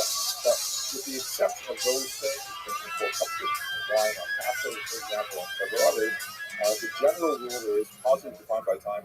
Women are exempt, and this has tremendous implications for how they live their daily life. There are also commandments which are specific to women, and one of the most significant of those is the conversion mitzvah, which relates to the laws of what are called family good. In Jewish thought, there's a lot more to say about this, obviously, but in brief, any kind of connection with death renders a person somewhat defiant. It's not the translation, but the Hebrew term would be tameh. So, for example, after sleeping, which is kind of like a taste of death, that unconsciousness, one has to wash with water. Afterwards, water is universal solvent for this defilement, this tuma, which is sometimes also translated as impurity. I don't like that word really either. And one of the things that is definitely associated with death is menstruation, because menstruation represents the loss of a possible life. And before husband and wife can return to regular married life, the woman has to wait a certain amount of time, and then she immerses in a particular ritual bath called a that's what was shown by the way in the background of this picture of modern. I'm going to show you now a brief video that I actually made a connection with my synagogue, so I'm going to jump ahead to a particular part of the video, where we will enter the mikvah of Carpentras, France. It's a remarkable 14th century mikvah, so you get a feeling for what it must have been like. I'm actually going to show you a little bit more of the video because we get the opportunity to see the synagogue. I just want to let you know in advance that the synagogue there was renovated in the Baroque period in the 18th century, so the interior has that kind of feel to it. But when we go into the basement, you'll see an 18th century mikvah, and then you're going to go even lower and see the 14th century mikvah, which I think is to look at the medieval synagogue of Carpentras, which I had the privilege of visiting a few years ago. And let's have a look at the exterior, moving into the interior, and then to the remarkable discoveries that were made in the basement. The synagogue is located in the Jewish carrière, or the Jewish street. One might call it a ghetto, particularly for later times when it was actually sealed. At one point, as many as 2,000 people, something like 15% of the town's population lived in this tiny space. When applying for badly needed renovations in the 18th century, it was quite a tussle with the local bishop. The bishop insisted that there be two windows, horizontal windows, added to the left and the right of the two vertical windows, such that when Jews actually enter the synagogue, they will be walking directly under the shape of a cross. This resonates with much of the activity that was going on with forced sermons and conversionary activity at the time. So when we finish applying the steps to go into the synagogue proper, there is one tile which is out of place on the floor, which according to the local tradition is a sign that the world is not yet perfect. Humans have a role in perfection in the world, and this is one indication of the job that they do. This beautiful Baroque interior striking contrast with the very low profile facade of the outside. And the oldest section of synagogue in France and the second oldest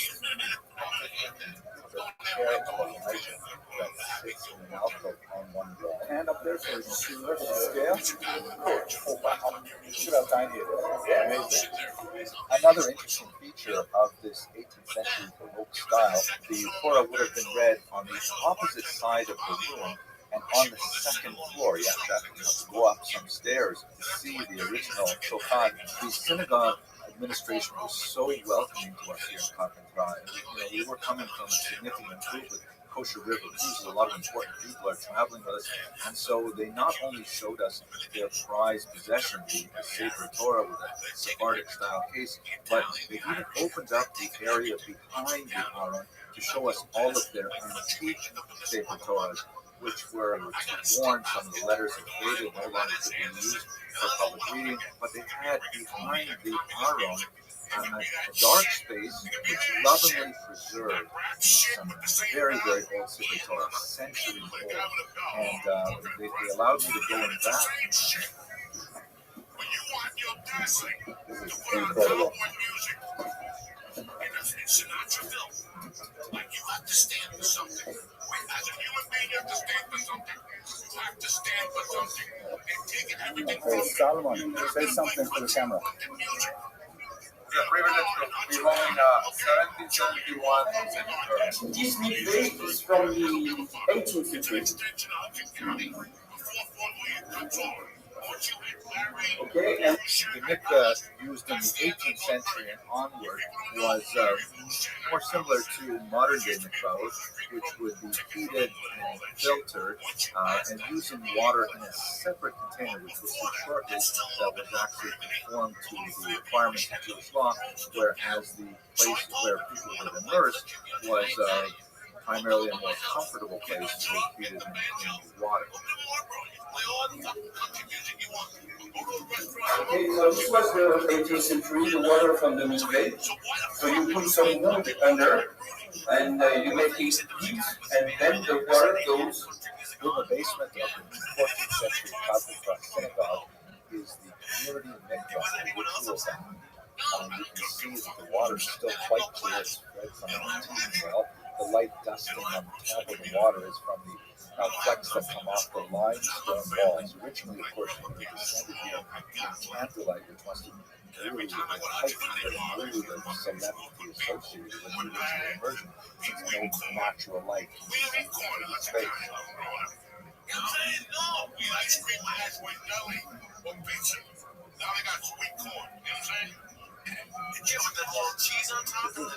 Yeah, it's good. The 14th century mikveh or even 18th century mikveh were using a modern synagogue also features communal ovens used for baking with Passover matzah. Years ago, during some standard renovations, a sub-basement was discovered in the Coptic There's rats down there. There's fucking seashells. Just cut the shorts.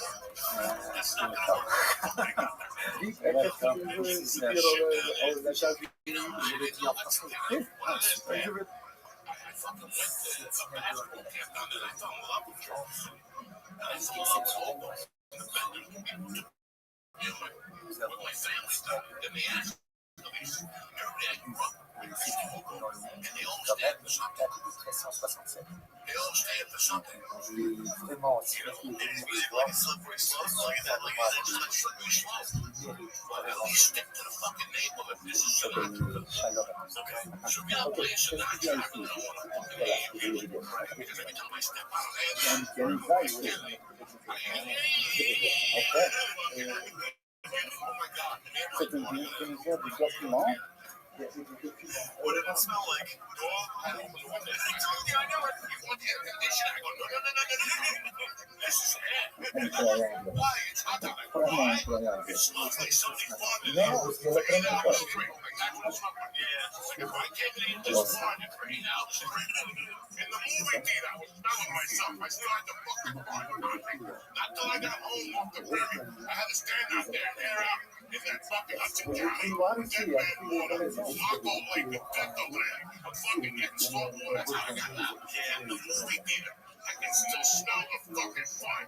Okay, anyway, it was listen, it's not a fart. I don't think it's a fart. I think we had fart. You know, one time he had a ride.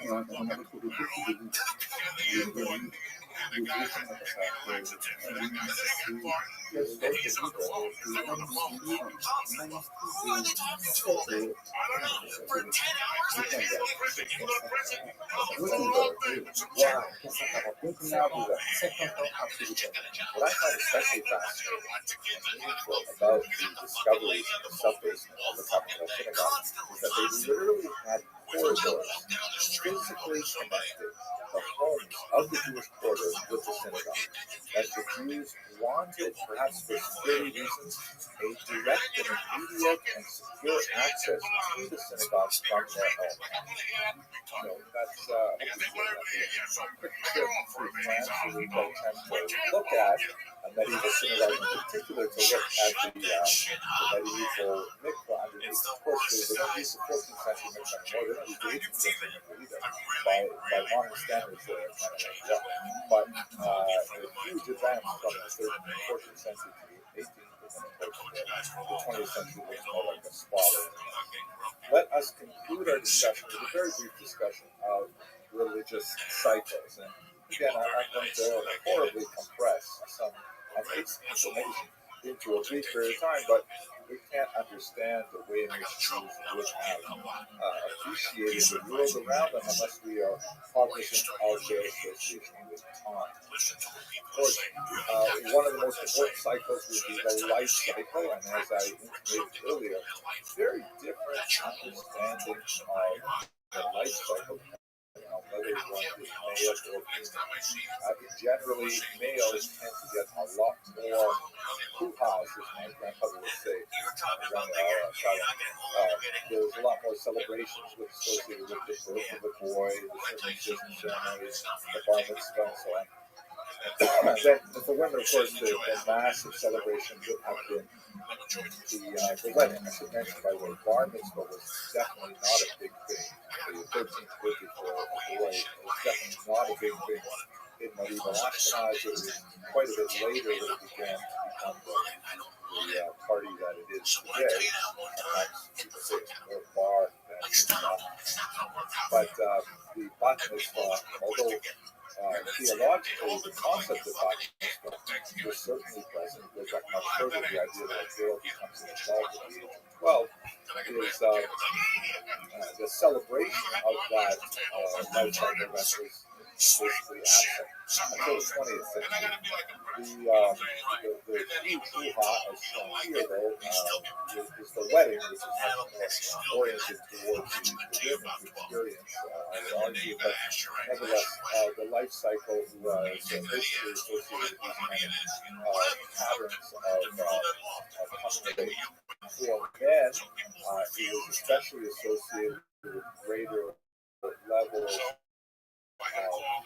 literacy, although Jewish women were also remarkably literate, as far as we can tell from Ashkenazi documents. They may not have been as literate in Hebrew, which would be the language of religion and prayer, but they certainly would have had literacy in Yiddish, which was the vernacular. Far more likely for women to be able to read and write, at least in Yiddish, than in the broader non-Jewish society. And this, of course, the pattern that we hold to right up until modern periods. Then you have, of course, and the last element of the life cycle, of course, is the ritual of death, which, as I mentioned in yesterday's lecture, was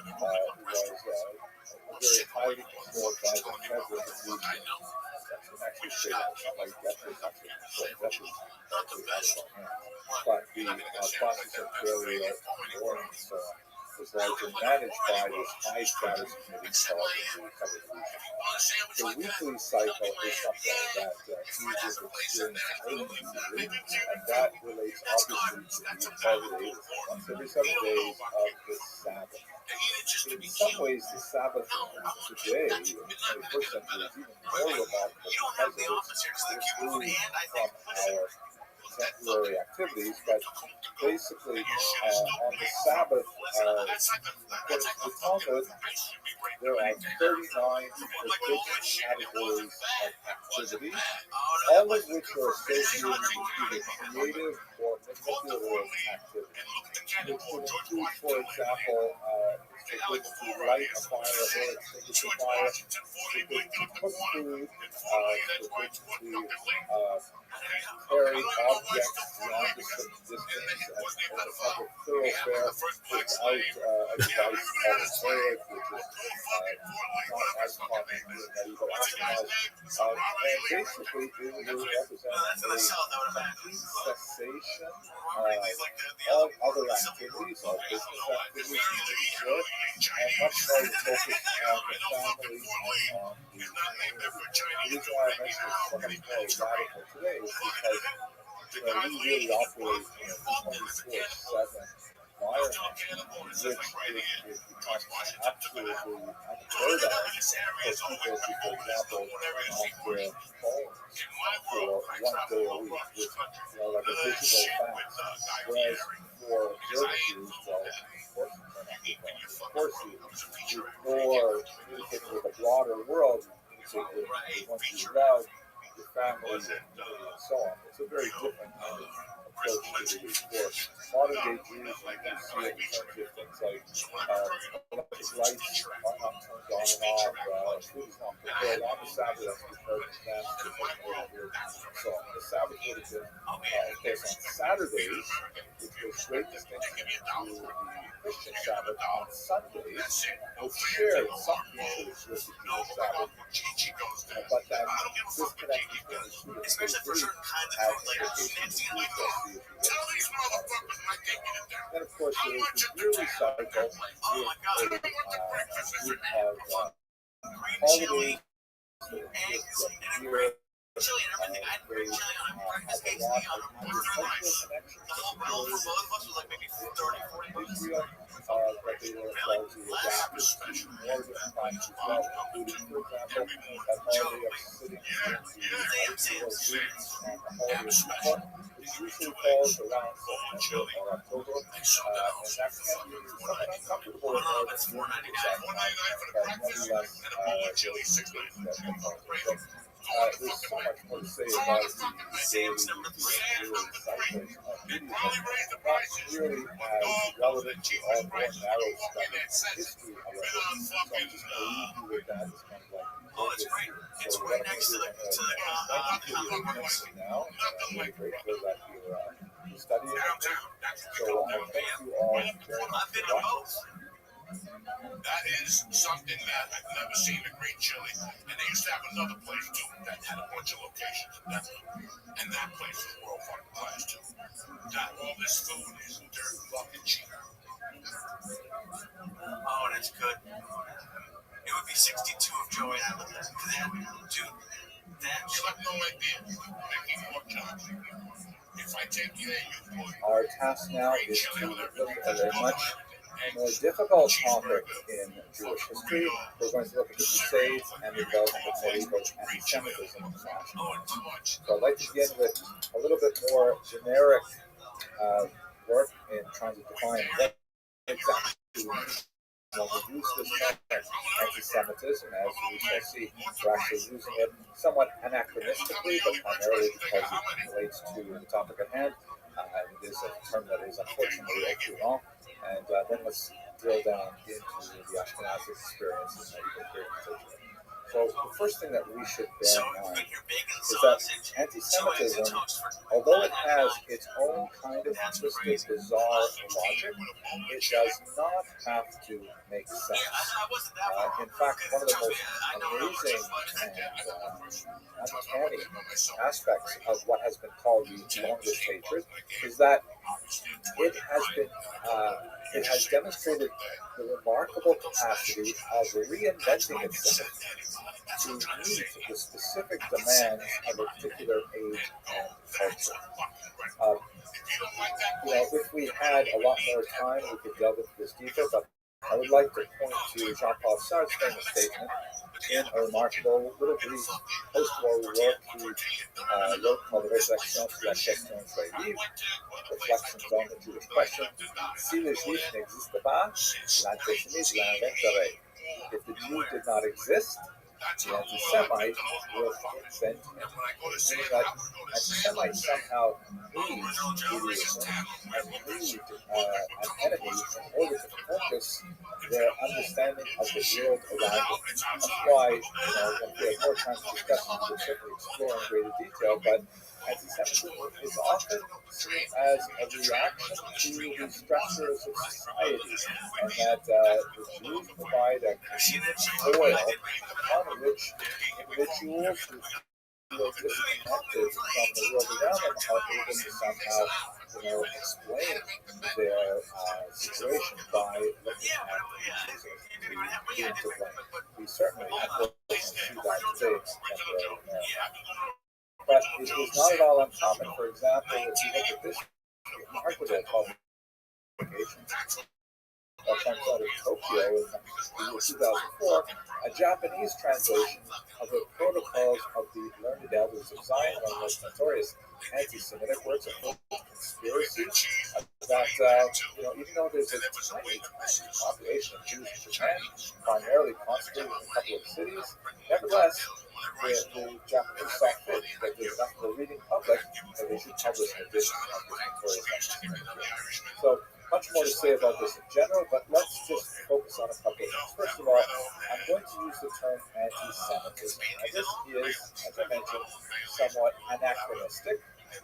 The term anti-Semitism was actually coined by this man, Wilhelm Marx, in the late 19th century in an attempt to find a more polite or at least acceptable term alternative to words like Judenfeinde or Judenhass, which are much more vulgar in nature. So anti-Semitism, capitalizing on linguistic theory that was developing language families around this time and developing the notion of a Semitic family of languages, which includes Hebrew, but also includes Arabic and so on. But anti-Semites are rarely speaking about Arab when they're engaged in anti-Semitic thought. And so saying one is anti-Semitic means one is against Semitism. Semitism is understood in the modern age as kind of this bizarre imaginary world Jewish conspiracy to dominate the globe. And therefore, many scholars today, since there is no such thing as Semitism, there is no such world of Jewish conspiracy. I'm embarrassed to even have to actually say that, but because there is no really such thing as Semitism, therefore anti-Semitism should not be spelled with a hyphen, which implies that one is anti-actual thing that exists. Therefore, it's spelled generally with a lowercase s and no hyphen. Anti-Semitism, meaning it's a word used as a phenomenon of hatred towards specifically Jews. Now, the term anti-Semitism, with its heavy reliance on the idea of a real Jewish conspiracy, is decidedly modern, and it would often be inappropriate to use that term retroactively to the medieval or biblical period, but for the sake of simplicity, since that term has become in wide usage, I will use the term in this lecture. Let's try and understand then the basic development of anti-Semitism up to the period that we're specifically focused on. Historically, when you look at the earliest texts that we have focused on the Jews, particularly written from the outside, from non-Jewish society, the Greco-Roman literature certainly stands out. And much of that early anti-Jewish antipathy is really a type of xenophobia, a fear of the stranger, that reflects a kulturkampf, a culture struggle between the values and norms of basically Greek and Roman society and that of Judaism. There's a whole bunch of things. Like, for example, Jews were accused of being lazy, slothful, because they rested one day a week, which was considered grossly excessive in the Roman world. They were considered misanthropic and clannish because they reserved membership in the group only to men who were circumcised, for example. You couldn't be called a Jew unless you went through a conversion ritual, if you were male in particular, at the ancient Rome. And of course, there was conflict with the Jews. There were pretty significant revolts against Rome. Three, if you count the Titus rebellion as well, that resulted ultimately in the destruction of Jewish sovereignty in the land of Israel, and then later in the further persecution of and it's noted, for example, in this famous arch, the Arch of Titus, that was erected in Rome to commemorate that victory of the Romans over the Jewish rebels in the first century, that they have this depiction of the Jews being forced to carry off the temple spoils to the temple of Jupiter in Rome. Now, and by the way, this is what it looks like. Stephen Fine has actually done some great analysis of the chemical composition. The Romans rather garishly painted their statues, and this is what it would look like in the first century. Now, all of this, although Jews don't necessarily feel good about it, I mean, seeing their goods being hauled off to be displayed in the temple for Jupiter, that definitely is not a nice thing for Jews to experience. But is it really anti-Semitism, or is it just regular cultural conflict that is, demonstrating war victory propaganda? It seems like this is a more normal conflict, that the Jews were treated well or badly just as much as the Romans treated any other people well or badly. Debate the finer points, but basically it's a normal type of hatred in the ancient period as far as we can see. Now, it changes significantly with the birth of Christianity, because there you have a special dynamic. Christianity, of course, is a daughter religion to Judaism, the earliest practitioners of Christianity were Jews who defined their faith specifically focusing it on the person of Jesus. And when you get into the second century in particular, and there's more of a sharpening of the distinction between some of those early Jewish Christians who were still going to synagogues, still keeping kosher, still observing Passover, things like that, and a much larger group of non-ethnic Jews who adopted the Christian religion, you see a kind of a family feud, us versus us arguing to an us versus them kind of environment, which is well traced out in the Gospels and the Church Fathers and so on. You can see here in a couple of medieval representations, which are actually from the period of time we're talking about.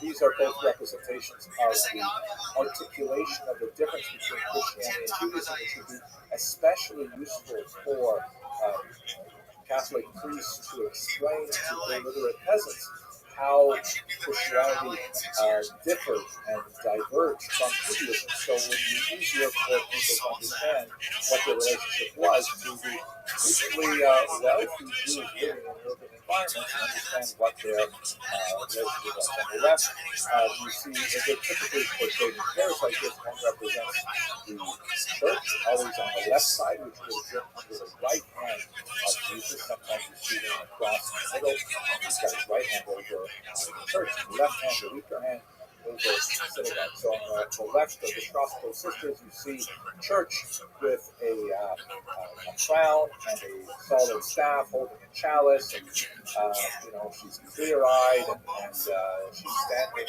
erect and so on. To her left is the synagogue, clearly in an attitude of decline, almost falling away from the wall. She has her head down in sadness, her crown is gone, she's blindfolded to the truth, her staff is broken, kind of like a symbol of her loss of power, and even the Ten Commandments are slipping from her grasp as she holds them casually, the words of God like that. So the image is trying to say, as it were, that Christianity supersedes Judaism, that Judaism was rejected, was disfavored, and Christianity has taken her place. So on the right, you see a rather more violent example from a stained glass window in Rabbi, Germany, 15th century. On the left is the church riding on a tetromorph, a dignified-looking mythical creature, with the upright staff and the chalice, and a hand descends from heaven and crowns her with a halo, so you get a clear sense of divine favor. And on the other side, our right, you see the synagogue, who is riding on a donkey and holding a lamb's head, probably a reference to the sacrificial law, perhaps to divine horizon and carnal nature, as argued by the Church Fathers and traditional Judaism. Her crown is knocked off her head, she's blindfolded. These motifs appear over and over again in literally hundreds of examples of ecclesia and synagogue images that we have. Her staff is broken, and just in case you missed the point, there is a sword descending from heaven and penetrating the top of her skull, indicating that she is no longer in favor. So this is a special kind of animus that is largely the result of a religious dispute between the younger faith that emerged from the older faith and a rejection of the older faith. It's qualitatively quite different from the earlier Roman Greek xenophobia. This is something that's specific to the relationship. It only really makes sense between Christians and Jews. You couldn't say that, I don't know, let's say Buddhists would have a similar kind of iconography with regards to Jews because they don't have the same relationship with Jews. And then the period that we are entering now, you see all of a sudden anti-Semitism just goes off the rails, and it goes to bizarre pathologies which we will discuss over the next 45 minutes. Ideas that seem to come out of nowhere, like Jews need to drink the blood of Christian children. Where does that come from? Totally bizarre ideas that become very conversant in society in the 12th, 13th, 14th century and onward, and have a remarkable grip on the popular imagination, really up until the 21st century. So that's kind of like an evolution of anti-Judaic prejudice. They call it anti-Semitism, although that term is anachronistic. And let's trace it specifically back to the Crusades, where we see a lot of this really begin. The Crusades were initiated in the year 1095 by Pope Urban II. That had to do a lot with the issue of access of Christian pilgrims to the holy sites in Jerusalem. At this time, of course, Jerusalem is not under the control of the Jews. These have been formally removed from sovereignty in the first century, 900 years earlier, and it's now the Muslims who control it. And the charge was that they are not allowing sufficient access to Christian pilgrims. Urban connects with his Eastern Orthodox Christians, and they put together this remarkable ecumenical movement to march all the way to Jerusalem and to wrest control of it from the Muslims.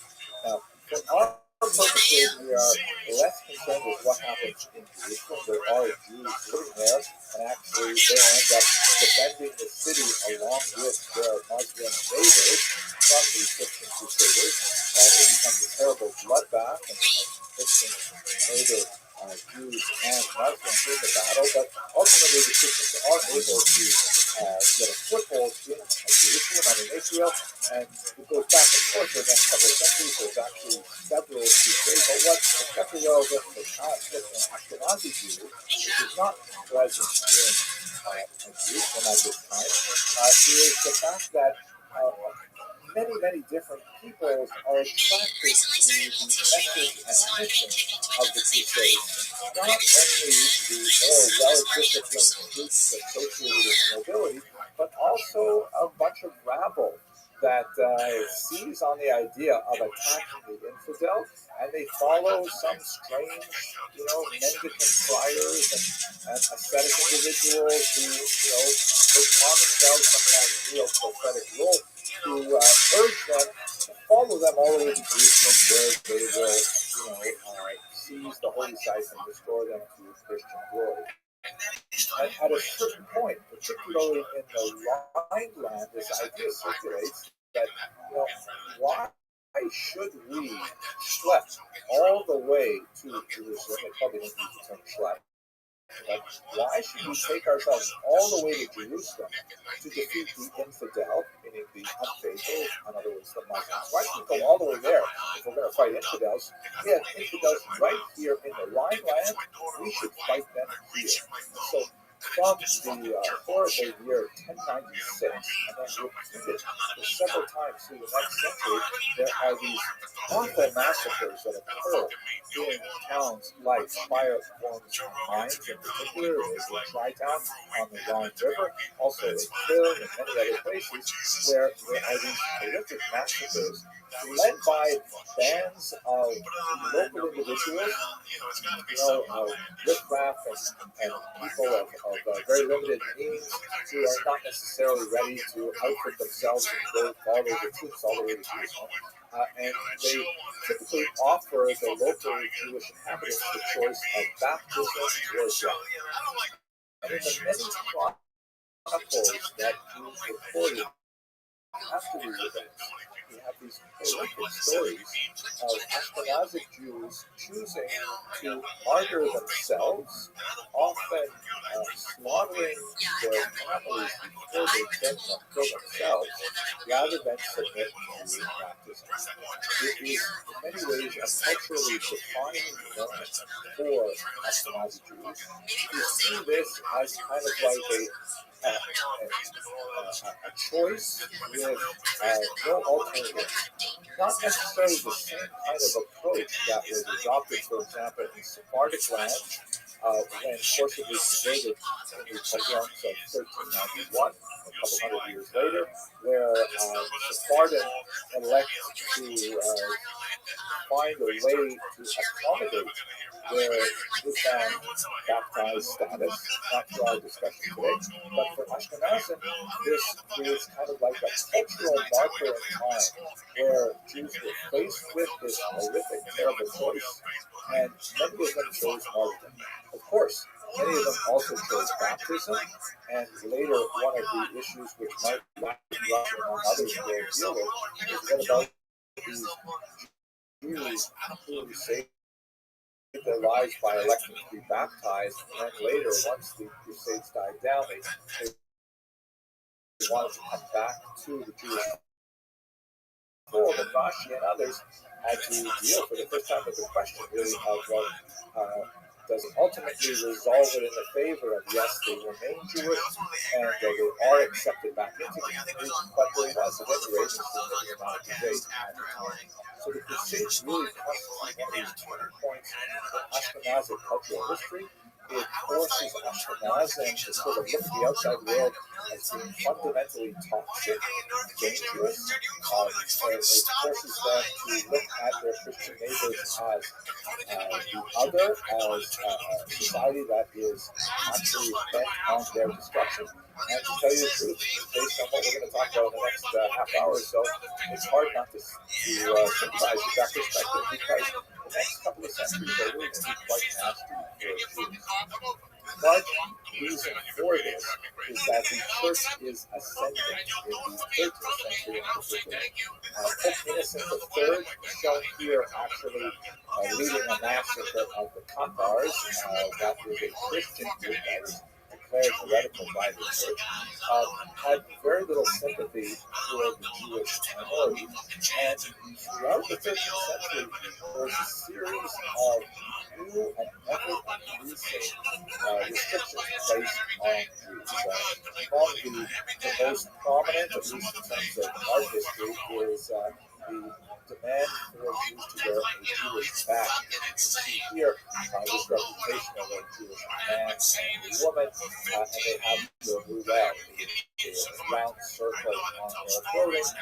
It actually varied from place to place, whether it was a round circle, which may have been a reference to the 30 silver pieces that Judas received for betraying Jesus. May have some kind of reference to the issue of usury that we discussed yesterday.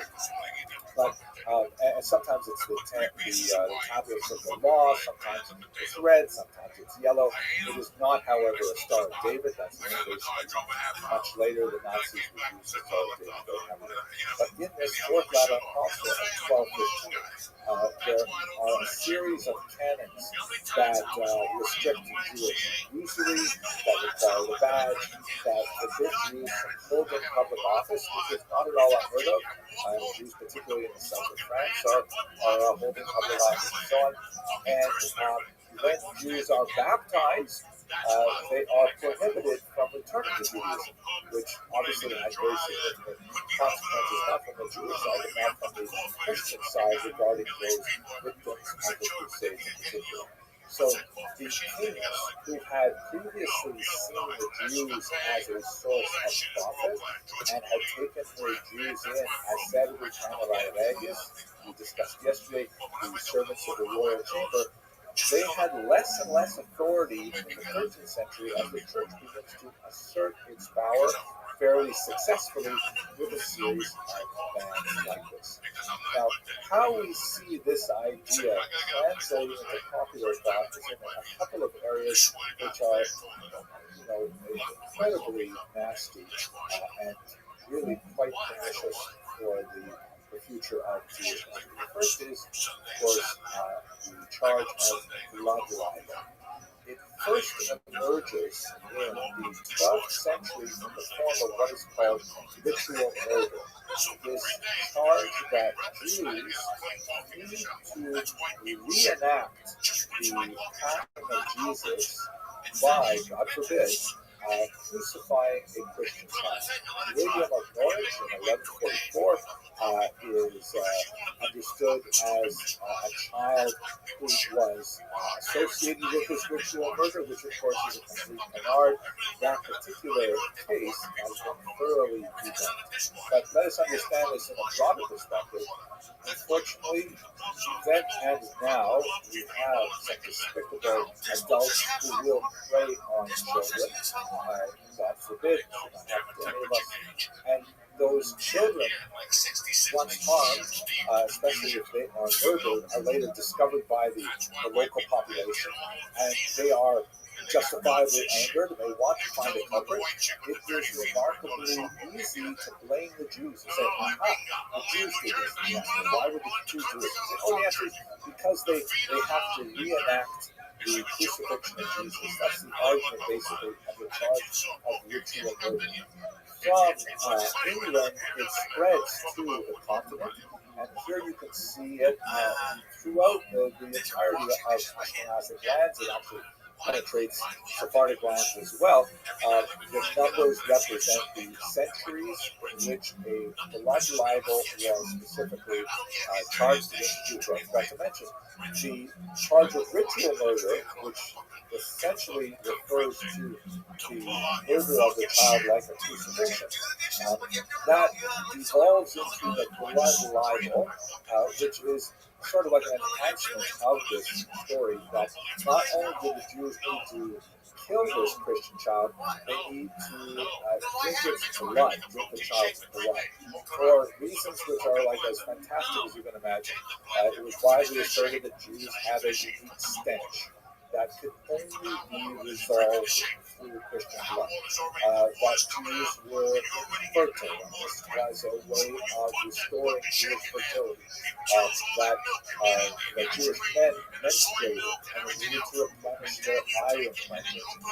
Absolutely ridiculous, insane kind of assertions. But each one built upon each other in a conspiracy-like mentality, and it proved to be a dramatically powerful thought that was able to communicate throughout Europe. In many cases, they actually had attacks on Jews when there was no body of a Christian child that was found. It was just simply, the rumor went out that a Christian child was murdered, no body was ever found, no one ever reported a child missing, and the Jews would never be attacked. Actually, a horrific period of time, and as you can see from the numbers here, it goes all the way up to the 20th century. If we move outside of Europe, you actually have blood libels in the 21st century, particularly in some Muslim regions. And again, I feel constrained to point out this is completely imaginary. This never happened, but nevertheless, the belief that it did happen was sufficient to cause these terrible riots, these show trials, and so on, right up until the modern era. And in fact, we have some really disgusting, interpretations of this idea, right up until the 21st century. This is something right from the beginning of the COVID era. It was like things couldn't get worse. This is a contemporary artist named Gasparo who actually, painted a scene based on the same blood libel of Trent, extremely evocative, incredibly anti-Semitic, and just perpetrating this element of hatred in contemporary society for no reason that I can possibly justify. So the blood libel just races through Europe from the 12th century onward and has a lasting hold on the popular imagination. Let us move to the next element, which is related to it, and that is the charge of post-desecration. As is recalled in Catholic practice, Orthodox practice as well, actually, there is a ritual known as communion, in which a member of the church will confess sins and will receive penance and absolution. And at the end of that, they are allowed to participate in this ritual of communion, which involves the consumption of a ritual item of food, typically a small wafer, like a little round cracker, could be a cute bread, like some churches, and with some wine, and this has significance, obviously, in Catholic practice. So the argument is that this actual consumption of the wafer and drinking of the wine represents through the doctrine known as transubstantiation, the actual body of Jesus. And so the thought goes, and by the way, during the 14th century in particular, where you had the Eucharist consciousness, the Eucharist is another word for this thing called the host, which refers to the sacrament. the church really wanted to let people know about this idea of transubstantiation. There was a certain amount of pushback. I'm not really adept in Christian history, but I understand that many Christians were not enthusiastic about believing that the food actually was the body of Jesus. But nevertheless, it certainly reinforced the church's position if there was this notion that the Jews, since they were inveterate haters of Jesus, they also must hate the host. Since the host is the body of Jesus, not symbolically, but really, then Jews must want to torture the host like they want to torture Jesus through the charge of ritual murder and blood libel. So you have this series of stories that, like the blood libel, race through Europe that do not involve the abuse of children, but do involve the abuse of the host. And unfortunately, the end result is very similar. Jews are rounded up, there will be a trial, just a facade of a trial, and then there will be public burnings and massacres of that nature. Really horrific kinds of things. Here is a 15th century representation of the host desecration from Passau, Germany. You can see the story is laid out kind of like almost in a comic book form. On the left, there is a Christian individual who's gone into the church. You can see that he's surreptitiously looking over his shoulder as he scoops up the host and puts them into the bag he has at his side. The second panel, he goes to the Jews. You can see they're labeled with the well there. And he offers the host in exchange for money. The Jews take this back to their synagogue in the third panel, and in the fourth panel you can see that they are stabbing the host. You can see in the background the artist is obviously unaware of Hebrew topography, and he's tried to represent the Ten Commandments on the two tablets in the background there.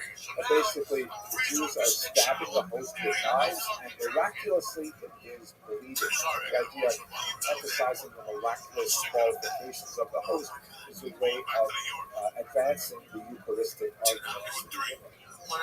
Then what happens is people get suspicious. There's some sort of town official, some type of policeman comes to the door.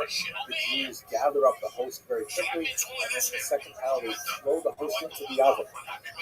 Again, miraculously, the image of a cherubic child is viewed in the flames, and doves fly out of the flames, who are then captured by waiting angels, lots of miracles associated with those. And then in the third panel, the officials break in and they arrest the Jews. They behead several of them in the final panel here. The rounded hat, like that, is also with the pointy top, is associated with Jews and part of the foreground as well. They torture some of the Jews here in this panel. Others are set aflame. In the third panel, the Christian who originally was the accomplice who betrayed the host, this is a very common theme, is taken away.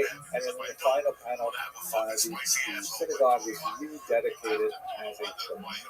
And with the exception of the burning of the Jews and their abuse and the confiscation of Jewish property, nothing else was true. Unfortunately, the violence against Jews was something which is characteristic of the war. Now, here you can see in this map the progress of the post-desecration notion, which makes its way from France in particular, and then eastward throughout Central Europe and Poland, also makes its way south into Portugal and Spain. Very, very popular idea for those who would see conspiracy afoot.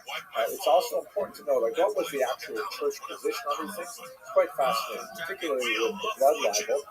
The higher levels of the church, and the popes for most of these periods, were very much against the notion of perpetrating this blood libel and ritual murder charge. the sound no point to it.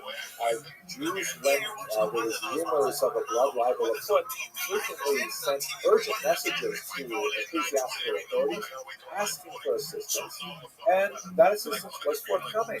The church frequently printed bulls, which are kind of like decrees, instructing the population that it's not true, Jews do not drink Christian blood, please do not get all upset and arrest the Jews and God forbid kill them.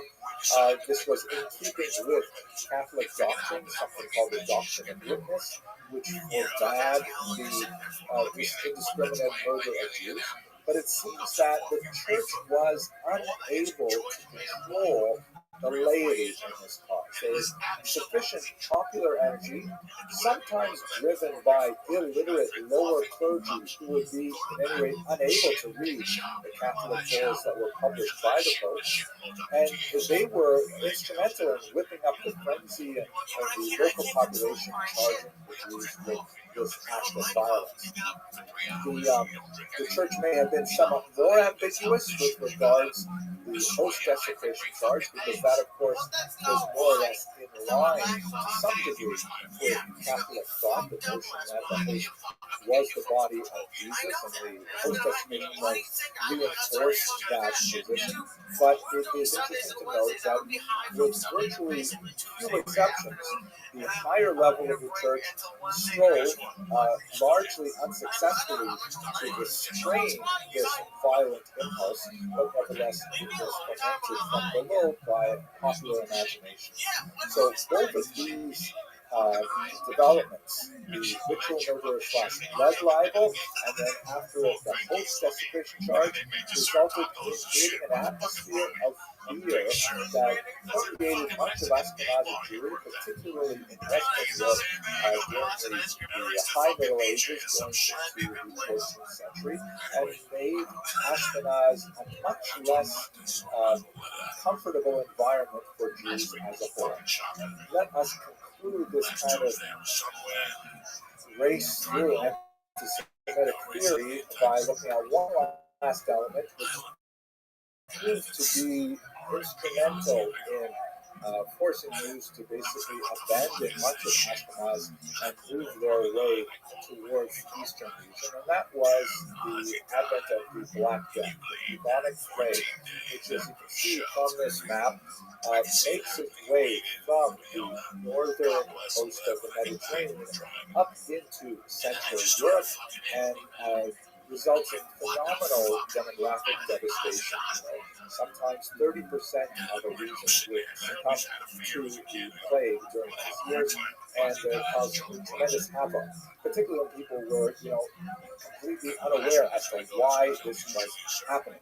Now, it is a widespread myth that Jews were somehow less spared the ravages of the plague than non-Jews, and we simply have no data to support that or even to deny it. But it's hard to imagine that that is in fact the case. Some argue some rather fanciful theories, like, for example, the Jews are hesitant to own dogs for much of Ashkenazic history. There's a discussion in the Talmud of a prohibition of owning a vicious dog, even a dog that barks a lot. Is potentially hazardous to other people, and therefore you would be subject to liable for damages if your dog harms another person, even if they bark and frighten another person in an appropriate way. So historically, culturally, Jews tended to favor other animals as pets, in particular cats. So the theory, which is kind of fanciful, is that if Jews had cats, the cats chased away the rats and mice. The rats and mice were the vector of the fleas that carried the bacillus that was responsible for the plague, so therefore Jews were less likely to get the plague. I mean, it's an interesting idea, but we have no data to support it. Another somewhat more convincing argument is that the Jews were somewhat cleaner. We have to realize that medieval Europe was definitely not a clean place. People rarely bathed, hardly changed their clothes at all. Jews, at the very least, would customarily bathe once a week for the Sabbath. So not exactly squeaky clean by modern standards. So it's not that much cleaner. And washing before eating bread, that's a ritual requirement that Jews would have to engage in. Washing with cold water without soap, it's hard to imagine that they're really going to be less likely to catch the plague. On the contrary, there are good arguments to suggest that Jews would have been more likely to contract bubonic plague than their neighbors, primarily because of what's called the urban charge. I remember that term correctly. By living in higher concentrations in urban settings, which was more characteristic of Jewish patterns of settlement, rather than far apart from each other in open fields and farmsteads, Jews were more likely to be in congress with other people and to catch the contagion because they simply have many more people who come into contact with any given day. So that urban debt or that urban charge would suggest that Jews probably suffered more from the plague than others. There are some interesting studies of local activities. We do have some memoirs from doctors, Jewish doctors who were active in the plague, but they do not give us any real indication on it. At any rate, sorry for that bit of a tangent.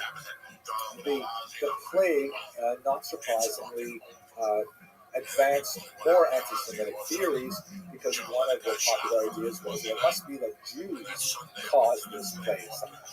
Some of the more bizarre ideas were the notion that Jews were in league with the devil and they had received the help of lepers that somehow allowed them to conspire together to poison the waters of Europe. You see in this image here, there is a representation of a Jew standing on the left, and he's wearing some kind of like a turban, which is like the artist's impression of perhaps some kind of Middle Eastern garb. There is the victim of a ritual murder on the cross there, and wounded, probably also the blood libel, and using, as the legend goes, some of the discarded flesh of lepers, which is apparently in that leather bag he's about to drop into the well. The Jews were able to concoct some kind of secret recipe that would create the plague, and then he's dropping this into the well, and you can see sort of spinning up out of the well is a demon that urinates back into the waters and poisons them. So, the rest of the story you can probably finish for yourself. People get very upset. People blame the Jews, and then you have mass arrests of Jews and spontaneous burnings of Jews, as we have in several Ashkenazi locations in the wake of the Black Death. So taken together, this rather nasty period of growing anti-Semitism creates an environment in which Jews are not wanted, and Jews don't want to be there that much either. In many cases, their departure from Ashkenaz is accelerated by numerous expulsions. As you can see in this map, there's a whole range of them. This includes, of course, the great expulsion from the Iberian Peninsula in the 15th century. But the expulsions from places like France were primarily economic in nature, less associated with drug libels and post-desecration, and but nevertheless very much connected with arguments over debt load and things like that. This is the same kind of thing happening in England. Sometimes the expulsions are a result of misanthropy, meaning that the Jews are charged with various human-hating activities. Misanthropy means misanthropy, hating other people. And we see that expressed in the blood libel and post-desecration. Both of those things are entirely fabricated, have no basis in reality whatsoever, and nevertheless, have a powerful hold on your imagination. And then finally, you have expulsions which are related to panic over contagion related to the Black Death. But taken together, the economic, anti-Semitic, various cultural, popular movements conspire to make Ashkenaz a far less attractive location for Jews to settle. This is moving into 300-400 years since they originally arrived in Ashkenaz, and that begins to push Jews more towards the east. As they move to regions like Poland, Lithuania, southern Ukraine, there they find not only are they free, at least from the time being, from these charges, but they're also welcomed, much like they were earlier as Serve Amarai Regis, as service of the Royal Chamber. They're welcomed as administrators and middlemen in a latifundia-based economy that we'll discuss in a few lectures when we get to specifically the Eastern European economic situation and its impact on the local population. So for the time being, this has kind of been a lightning tour of elements of anti-Semitism in Western Europe, in the homeland of Ashkenaz. Thank you very much for there he is. How you living, pimp? You ready to lose? Are you ready to lose? Yeah. Hey, Rabbi. What's going on, pimp? Was Big Brother a popular show in the U.S.? Not as big as Survivor. Was it popular? The first season let us begin was decent. right away by going to our topic, which is, of course, the... Did you know that you had an invitation? Yeah. Did you know that everybody's waiting on you? There you go, big dog.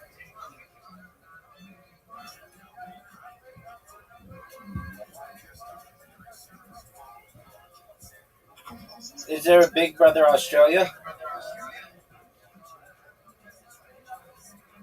Yeah, it was like the most popular show in the early 2000s. Oh, wasn't Sam Pepper on it? No, that was UK. Oh, good move. Good knowledge.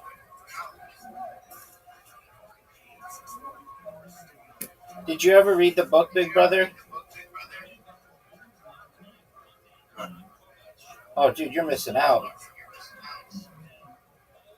Do you know what the future of humanity looks like? Yeah. What is it? Surveillance everywhere. Well, yeah, but they say in that book, it's a human boot stepping on a face. A boot stepping on a human face.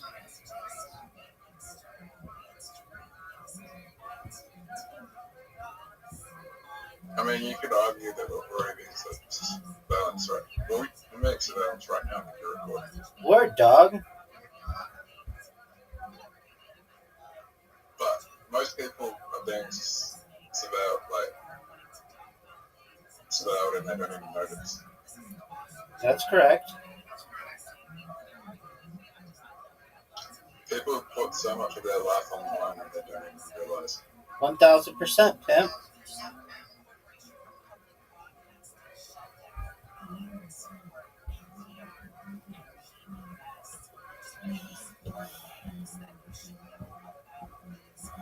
I've changed my bot strategy to Kick, and it's worked a lot better. I got 14 people in the last 24 hours to join the Discord.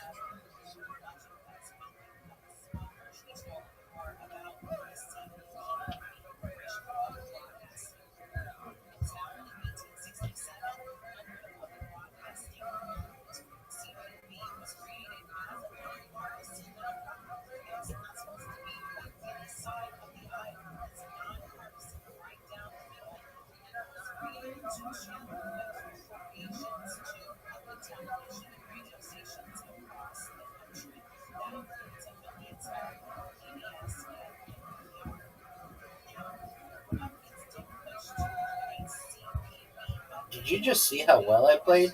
You didn't score a single point. Do you want to play again?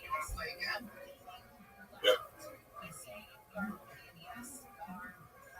you did we even have a break there? Or did I even get a turn? Yeah, you got one turn.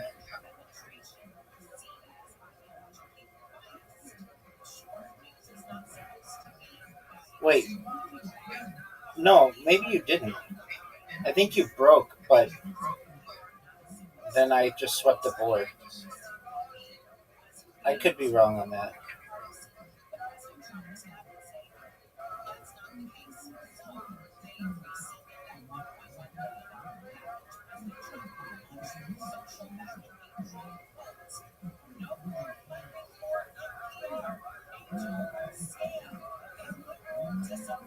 Get there, get there.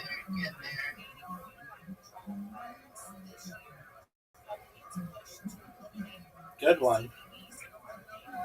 Hey, Rabbi, what do you think people have the most issues with out of these four things? Visual, coordination, communication, and attention. That's a good question. It has to be just one of those? Yeah. Perhaps attention? Attention? Perhaps. I know you think it's coordination. I don't really understand what that means. Explain to me coordination. Yeah, I mean, that normally to me means like how somebody like moves and whether they're in control of their movements. Yeah.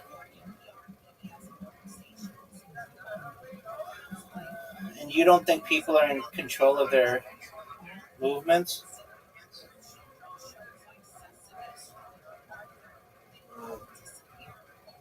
Coordination means a lot of things. It can mean ability to tie shoelaces, ability to drive, ability to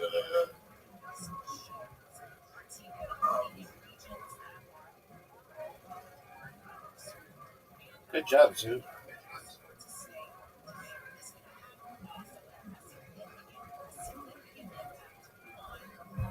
Big miss. coordinate tasks.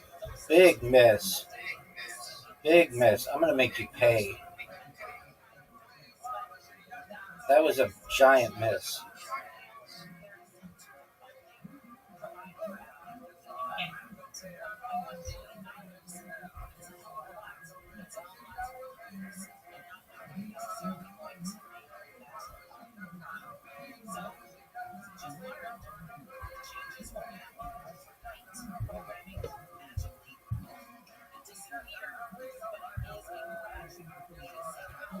You ready for this one, Zoo?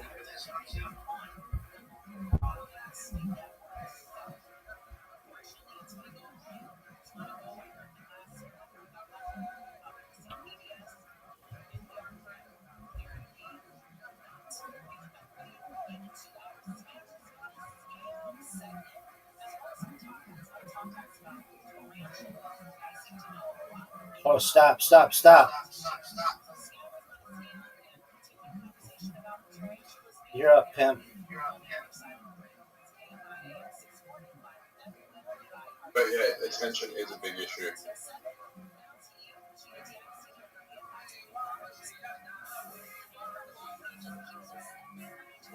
Coordination can also mean speech, how the way you speak, did you stutter?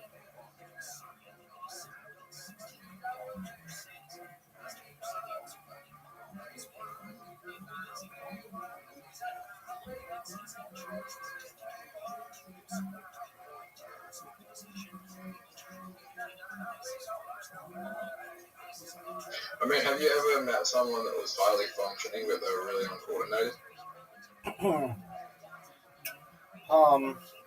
I've met people who are less coordinated than other people, but never.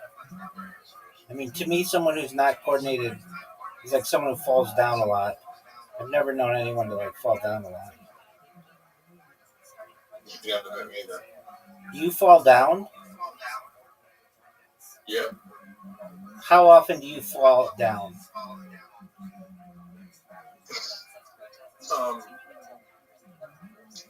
Twice a week. Shut the fuck up. Yep. You just straight up fall down twice a week? I fell on my face. I can. I wish I could go take photos of when I fell on my face. Like I don't know, like 9 months ago, 10 months ago. No, you just said you fall twice a week. Yeah, but I mean, like it's very seriously, like it's very,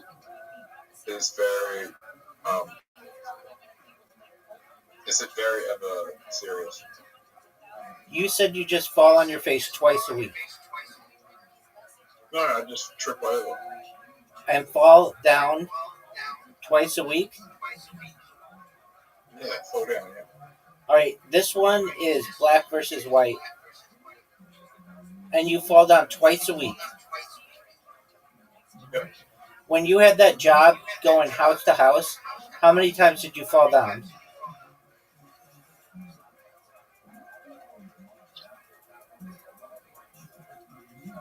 About twice. You fell on the ground twice. I tripped over, yeah, I tripped over, so, yeah. How many times a week do you fall from a standing position to the floor? You have an invitation, Zoot.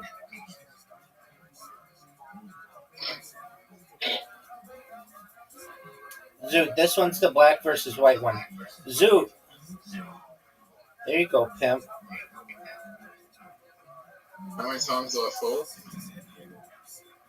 Yeah. Well, there has to be like a reason why I fall. Like I'm walking in the landscape chances and trip over and then not get used to the landscape. Well, that's kind of everybody. Yeah, it's kind of everyone, but it fucking happens to me all the time.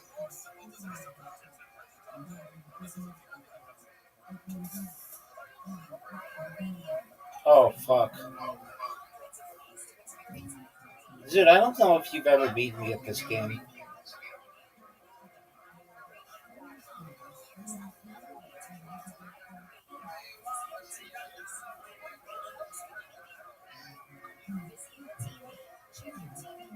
No, Zoot, it's black versus white. You have to get in your color. You're black. Oh, shit. No, you're not. You just weren't paying attention to when I said it like 12 times.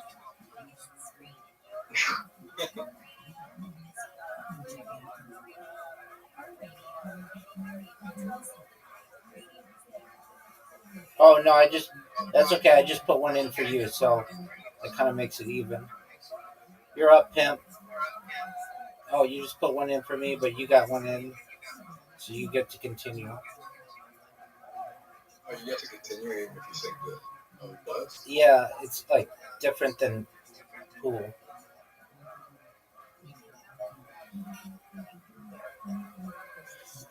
Am I allowed to hit you? Yep. The white first? Yep.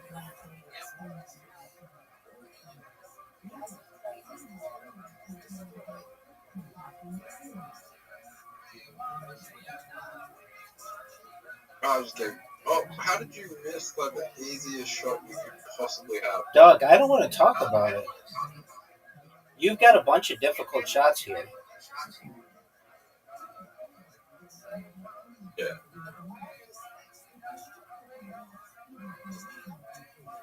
Is it Sunday today? It will be. Have you ever met someone that couldn't tie their shoes? Like mentally disabled people.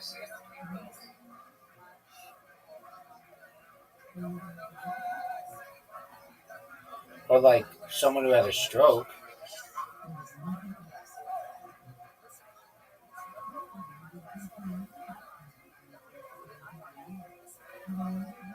Dude, you've made it really difficult for me to do anything. Intense. Mentally disabled people can't tie their shoes. So they have like Velcro shoes or something?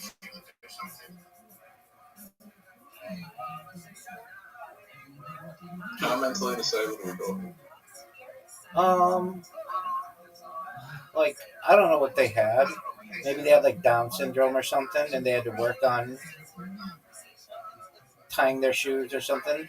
I don't know. I think there are people with Down syndrome who work at it enough and can tie their own shoes.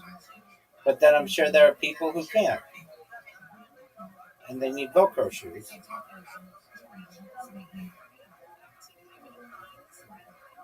Get in there. Get in there. There you go.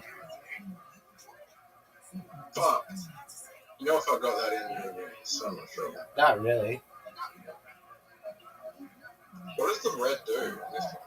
Fuck the red. You just have to get it in and cover it before you win. So you can do it at any time, but just one person has to do it. Either you do or I do. Oh, good job.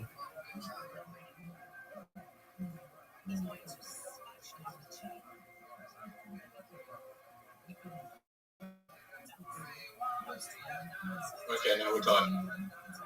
No, I have the lead. Now we're tied. Yeah, now we're tied. What are you going to do, So son? Neil's going to get it in, but... Oh, that was a really good shot of yours. That was a really good shot of yours. That was an okay shot, but you can get both of these in. You need to get the queen in first. Oh, no. No, come on. Come on. This is not a hard shot, to be honest. Are you doing? Let's go again. Are you doing comedy on Monday? No. Why not? Week after. But you're really going to do it the week after. This is up to 210, so not black versus white.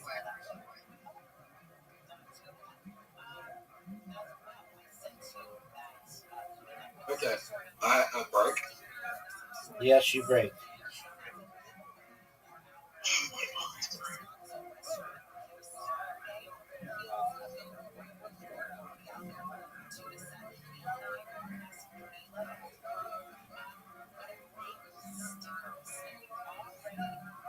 Did I tell you I took... I think I did tell you I took really long the other night. No, you didn't say that. Do you know what it was like? Did it help you focus? I didn't really have anything to focus on at the time, but it just made me, like, see the world. Like, really see the world. I noticed things. Like, I was noticing everything. Cool, dog. Like, every street sign, every single thing was just, like, more detailed. Do you think you'd be better at? Do you think you'd be better at mini golf? Do you think you'd be better at mini golf? Maybe. I'd be able to. It was like putting glasses on my brain. I could see everything. Okay. Do you think you'd be better at mini golf? Probably. I mean, have you ever taken Ritalin? No.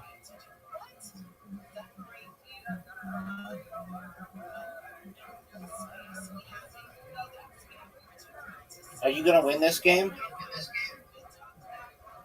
Yep. I don't think so.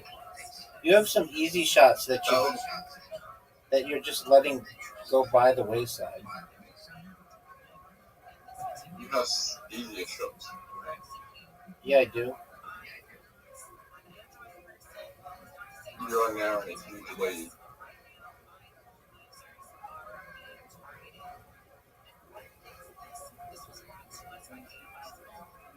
Are you serious?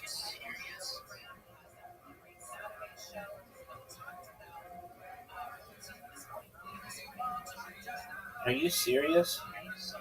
You think you're gonna make that and not put it in?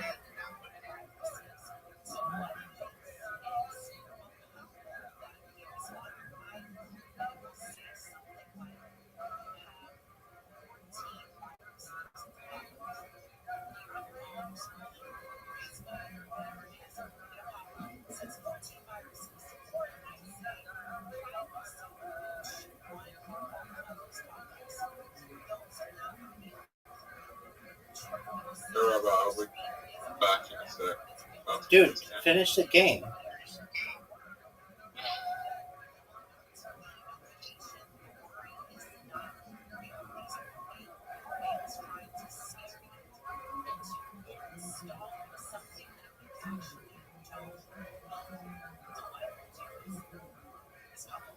I just want Incorrect, dog.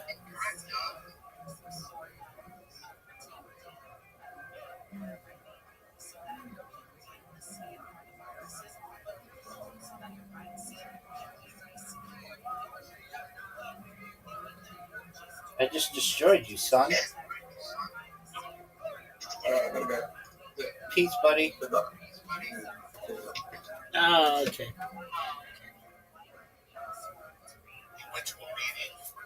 Executives and The Khmelnytsky Rising, and really this is part 5 of the lecture series regarding Ashkenaz.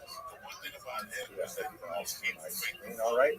I want to begin with a short historical trigger alert, because we're going to be speaking about some aspect of history which is, especially in the present moment, somewhat controversial, and was actually during the solar service a certain amount of grief for me personally, as I hope to explain. Let me begin by taking you into a little bit of a historiographic discussion, and then we'll focus in on the 17th century. So, introducing you here to 3 very important historical figures.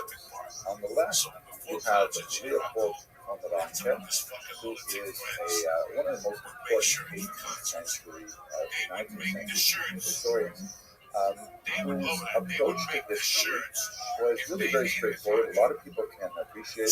He says that historians should really concentrate on the famous phrase, was es eigentlich gewesen war.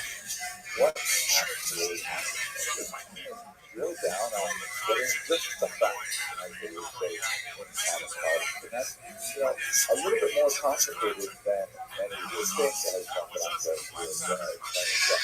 Then in the middle of your screen, you have Julius Valentine, who was known more for his discussion of Hebrew and biblical studies in particular. And I think one of the most contributions that he brings to our discussion and to historical scholarship in general is the notion that historical works are more about the period in which they are written than the period which they purport to describe. It's a very important concept in that, we have to understand that historians are negotiators, and historians work with certain set of assumptions, a Weltanschauung, a way of looking at the world, and when they look at their data, they are participant observers in the overall arc of history, and so they interpret that historical data within the light of their appreciation of the human condition as a whole. And as we will see, this is very relevant for today's topic. And then on the right, you have the incredible encyclopedic Jewish historian Salo Baron of Columbia University, actually a native of Ukraine originally, who spoke about the present moment, in particular for 20th century Jewish historians, and he criticized what has been known as or what he termed as the lachrymose conception of Jewish history. Lachrymose meaning full of tears. Now, there's definitely a lot to talk about in Jewish history. Most of Baron's great work is written, for example, after the Holocaust, which we will discuss in 2 lectures. And so this is an incredible, colossal Jewish tragedy and world tragedy over which, there's a tremendous amount of space for lament. However, Dr. Baron really emphasized that we should not reduce Jewish history to a cycle of books and pogroms and books. This kind of model that, Jews are extremely intellectually active, producing all these fantastic literary works that generate tremendous contributions for global culture, and then they are unfairly attacked in these horrible acts of violence, and then nevertheless they come back and they create more works of mass really is all important. This kind of cycle of intellectual activity, under persecution, intellectual activity, and so on.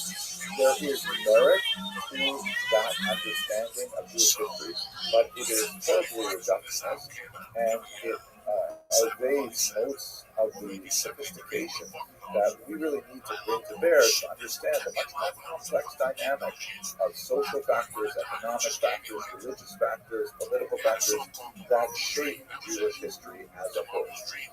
Now, if we take these three things together, if we try to understand was das eigentlich gewesen war in the 17th century, what actually happened in the Khmelnytsky rebellion, specifically with regard to the Ashkenazi Jews that are our subject of study for this series. If we understand that whatever we say today, whatever we research today, is, like Wellhausen would argue, trapped within our current historical moment, then if we were to look at our present moment and how do we fit that within what had become the dominant mode of Jewish scholarship, especially in the immediate post-Holocaust period, as the still recovering of that great crisis. And in particular, if we talk about 2022, our current moment, of course, the most dramatic element that are affecting our lives right now is the horrific conflict in Ukraine, in which Ukraine was attacked unprovoked by Russia, and the people of Ukraine are suffering tremendously with bombardment of civilian areas. They're digging slick trenches in Mariupol and places like that to be able to bury their dead. An estimated 10 million people displaced as a result of this war, and we see no immediate end in sight, with several million, by the way, of those displaced as refugees in neighboring countries. In many ways, this is a reflection of the 17th century conflict that we're going to study, although the players are going to be quite different. And in the middle of all of this, you have a heroic president, Volodymyr Zelensky, who right from the very beginning of the conflict elected to remain in the capital despite the multiple assassination attempts that were launched against him and the tremendous dangers to himself and his family. He chose to remain and in many ways energize the entire world to take action to defend the civilians of Ukraine, and he continues to behave in this manner to the present day. Zelensky, of course, is Jewish, and this is, somewhat ironic when one tries to place his current role within the lachrymose conception of Jewish history, which tends to view our 17th century perspectives of Ukrainians and Jews within the model of books and pogroms, with emphasis really on the latter, pogroms, because the 17th century Khmelnytsky uprising was one in which there was phenomenal violence visited on the Jewish minority in Ukraine. It is a period in which Jews look back with tremendous sadness and anger as they reflect on the horrific descriptions of those pogroms, the terrible murders that occurred at that time at the hands of the Cossacks, who we will describe shortly. But if we are to try to understand this in a more sophisticated manner, we'll see that it's considerably more complicated than the lachrymose model would offer. And that's really what I hope to drill home today. Looking at this picture, I also reflect, interestingly, I think, that, Zelensky, by the way, here is holding his formal emergency application to join the European Union, which is, of course, a major contested issue within the conflict itself. Vladimir Putin of Russia wants to keep Ukraine neutral outside of the Western orbit, and Zelensky and many other Ukrainians see themselves as fundamentally European rather than within a Slavic Russian orbit, specifically in post-Soviet orbit. And look at the individual standing to his right, Ruslan Stefanchuk, who looks to me like, my image of a Cossack that I think a lot of people who are Jews would, I think, resonate that. He stands a full head taller than the Jewish President Zelensky, and he's quite a bit larger, and that's kind of like my gut reaction to the history of the Kozak, as we shall see. Nevertheless, in this presumably deeply anti-Semitic country, looking at it from the Lacumosan position, Zelensky could be elected with a 72% landslide in the recent elections, regardless of his Jewish origins. The same thing happened to the prime minister who was Jewish and so on. I mean, how does this fit together? That's going to be part of our discussion today. So here is the trigger warning, and then no more introductions. Let's go straight to the history. In the context of this conflict, because I'm deeply, involved on a scholarly level with the history of Jews of Ukraine.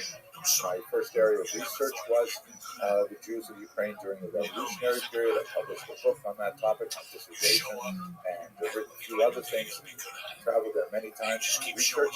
I felt great sympathy for the civilians of Ukraine, and so I published a few videos on my website. And those were, thank God, very well received. Lots of people enjoyed learning about the history of the Jews of Ukraine, which was my small contribution to the overall effort to restore normalcy to that region of the world. But I was surprised by two types of hate that I received that were really quite intense. One was the remarkable number of Russian bots. I use that term in two senses of bots, in the sense that they're probably just automatic, negative comments because they say something somewhat positive about Ukraine. And bots also in the term of being purchased, because I saw a lot of people who were just completely sold on the ridiculous amount of Russian propaganda that somehow colors their understanding of this conflict. But the other group that really bothered me was I received a lot of negative comments from Jews who were deeply disturbed with the concept that there might be something partially about the Ukrainian people. And they held on to what I would characterize really racist views, understanding in an essentialist manner that Ukrainians are the opposite. I was very sorry to hear that. I even received some personal emails from people with whom I had had a relationship for a very long time. And when I suggested that their views were actually racist, when I got such tremendous flack, and I think some friendships are too retrograde.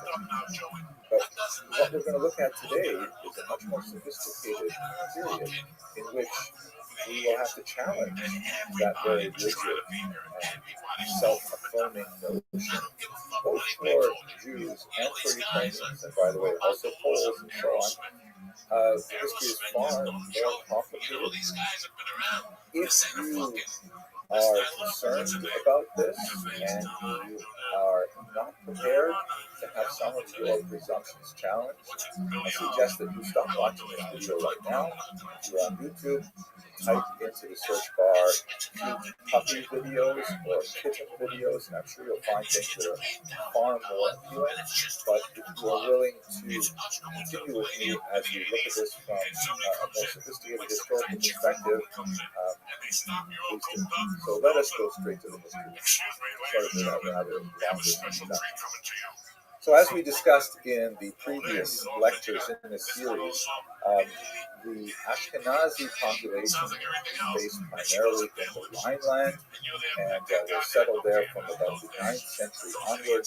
And as we move through the next 5 centuries, there's a number of large swelling of anti-Semitic pressures that drives them to the east. These pressures are expressed in terms of economic competition, with money lending falling under increasing challenge.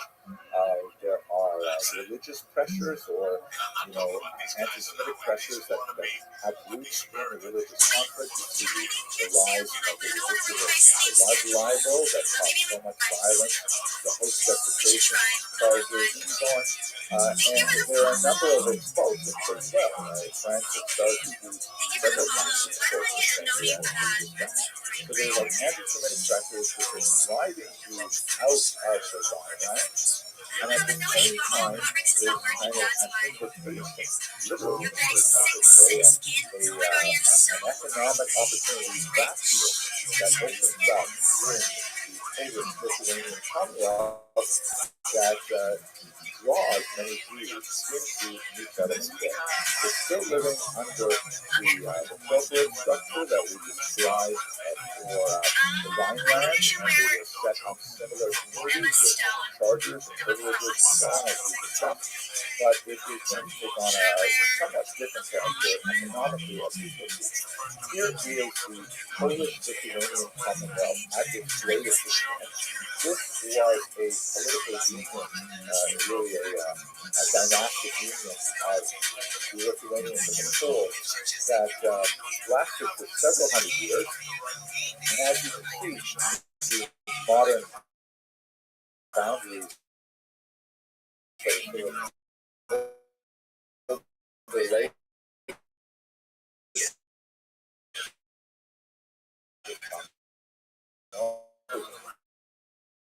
a massive political stretching from the Baltic Sea almost all the way down to the Black Sea and encompassing several modern European boundaries.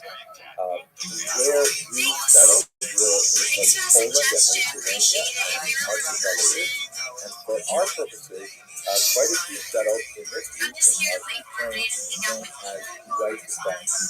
And Right Bank refers to the river, which more or less bisects Ukrainian ethno-linguistic territory, and they'll stand on the right-hand bank. That's why it's primarily Western Ukraine. How many Jews live living here on the eve of the most solid demographic analysis based on the sources that we have, some of which are actually quite accurate, tax records and things like that. The most important pioneering research that I'm going to be relying on for much of this presentation is the work of Shaul Stamper at Purdue University. He's a senior scholar, very well respected. He's done a lot of work in Eastern Europe, and you may recall his name from our discussion of the Kazan hypothesis way back in the first lecture of this year. Here is another map that comes from Dr. Stamper's work. You can see much more clearly the specific locations where many Jews inhabited the right bank. So what exactly is going on with the Jews? What was the cause of the uprising? Let us understand that the Jews actually continued their development in right-wing Ukraine in a very, very positive manner, primarily through an institution which they called the Council of Lands, sometimes called the Council of Four Lands, Mad Arba Haratzot, which essentially was, if you recall our discussion a while ago of the Gila structure, it was a remarkable federation of local Jewish municipalities that aimed to regulate Jewish life throughout the entirety of the Polish-Lithuanian Empire. It was primitive by modern standards, but by early modern and certainly by medieval standards, it was hugely forward, and it allowed the Jews, who were a non-territorial minority, meaning they did not inhabit a single contiguous territory where they were the dominant population. They were always a minority wherever they lived. Nevertheless, they were able to regulate their own affairs through Talmudic law and interpreted by rabbis in consonance with Talmudic law throughout the entirety of the state.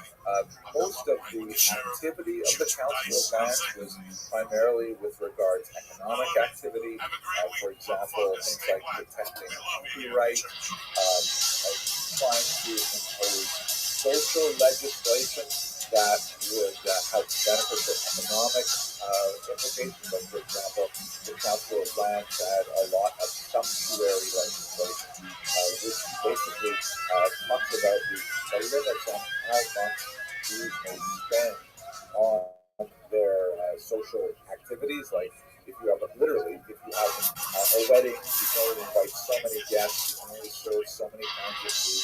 The idea being that Jews are a gregarious people, and there is a natural kind of human desire to outdo one another and make a bigger party, a bigger simcha than someone else. That would have military impact on people's home finances, so they're trying to clamp that down with sumptuary legislation. This is something, by the way, that happens in the present day as well. And also, of course, enforcing aspects of social activities, like if a husband were, for example, to be estranged from his wife but refuse to give her a get, bill of divorce, which has tremendous consequences. The wife cannot remarry under such circumstances. The husband also cannot remarry, but there are loopholes that make it, it's not for our discussion today, but make it a little bit more easy for him to nevertheless continue with his life. If he moves from one town to another, then the Council of Lands would be able to track him and to report to the town that he comes to that he should suffer ostracism and so on for what he failed to do or did in some other town. So the Council of Lands was actually a remarkable, almost a state within a state for this minority. Many historians, like Shimon Dubno in particular, looked at it as really a high point, as an ideal of Jewish self-government in the period. So in many ways, Jews had a remarkably safe and comfortable existence in the regions of the Polish Commonwealth, including Ukraine, so much so that they used to refer to the land of Poland, in Yiddish Poland, as a place where they would rest, which is actually what the word means in Hebrew. Polim means here we will rest. Joe Rogan podcast, check it out. That they had endured in Western Europe, many Jews felt that Poland was this paradise for them. Poland writ large, the entire region, including the Ukrainian area that was dominated by the Poles. And so, for a certain period of time, some centuries, Jews actually enjoyed their existence in Poland tremendously. The Khmelnytsky rebellion would be a dramatic turnaround for them, a period of phenomenal persecution and upheaval and disruption that would color the memory of Poland for centuries.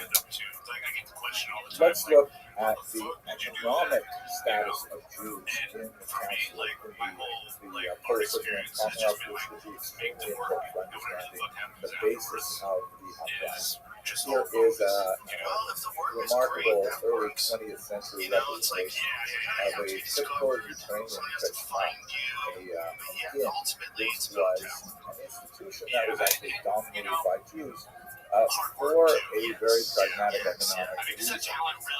Let us recall that in Ukraine, for most of its history, really up until the 20th century, the vast majority of the population were agrarian, living in very rich farmland, the black soil journalism of the region. But Jews tended to live in small villages where they tended to provide a whole variety of commercial services. To a certain degree, small money lending definitely were not really at the scope that we saw earlier in the medieval period. Lots of commerce, lots of small trade, like in spoons and forks and simple things like that. But one of the areas in which there was a certain popular demand was in the distillation and sale of alcohol. So let us understand what's going on in Ukraine in particular. The region was multi-ethnic. The vast majority of the population was basically Ukrainian farmers. Ukrainians are a Slavic people. Religiously, they are predominantly Orthodox. right, although to the west of Ukraine, a Uniate Church was formed in which they kept the Orthodox right, but they owed allegiance to the Pope of Rome, a Catholic hierarchy. This was particularly in the region of Halichinat, Galicia, East Galicia in particular, towns of Lviv, for example, are right in the heart of that Eastern Catholic region. Whereas most Ukrainians were actually Orthodox. This will actually play into our discussion. They were, however, basically landed serfs, and they were literally owned in that capacity by Polish landlords who largely lived far away to the north in Poland in particular. The Polish landlords were the only huge tracts of land called Latifundia, and they would be the ones who would derive most of the profits from these lands. Now, the difficult aspect for the Poles was how do they manage these massive latifundia upon which many Ukrainians are essentially working the land. That's where the Jews come in. So the Jews are migrating to this region, and they are receiving charters from Polish noblemen and Polish kings to be involved in various activities. Some of the earliest activities involved their role as minters, meaning they're actually literally making money, like making coins.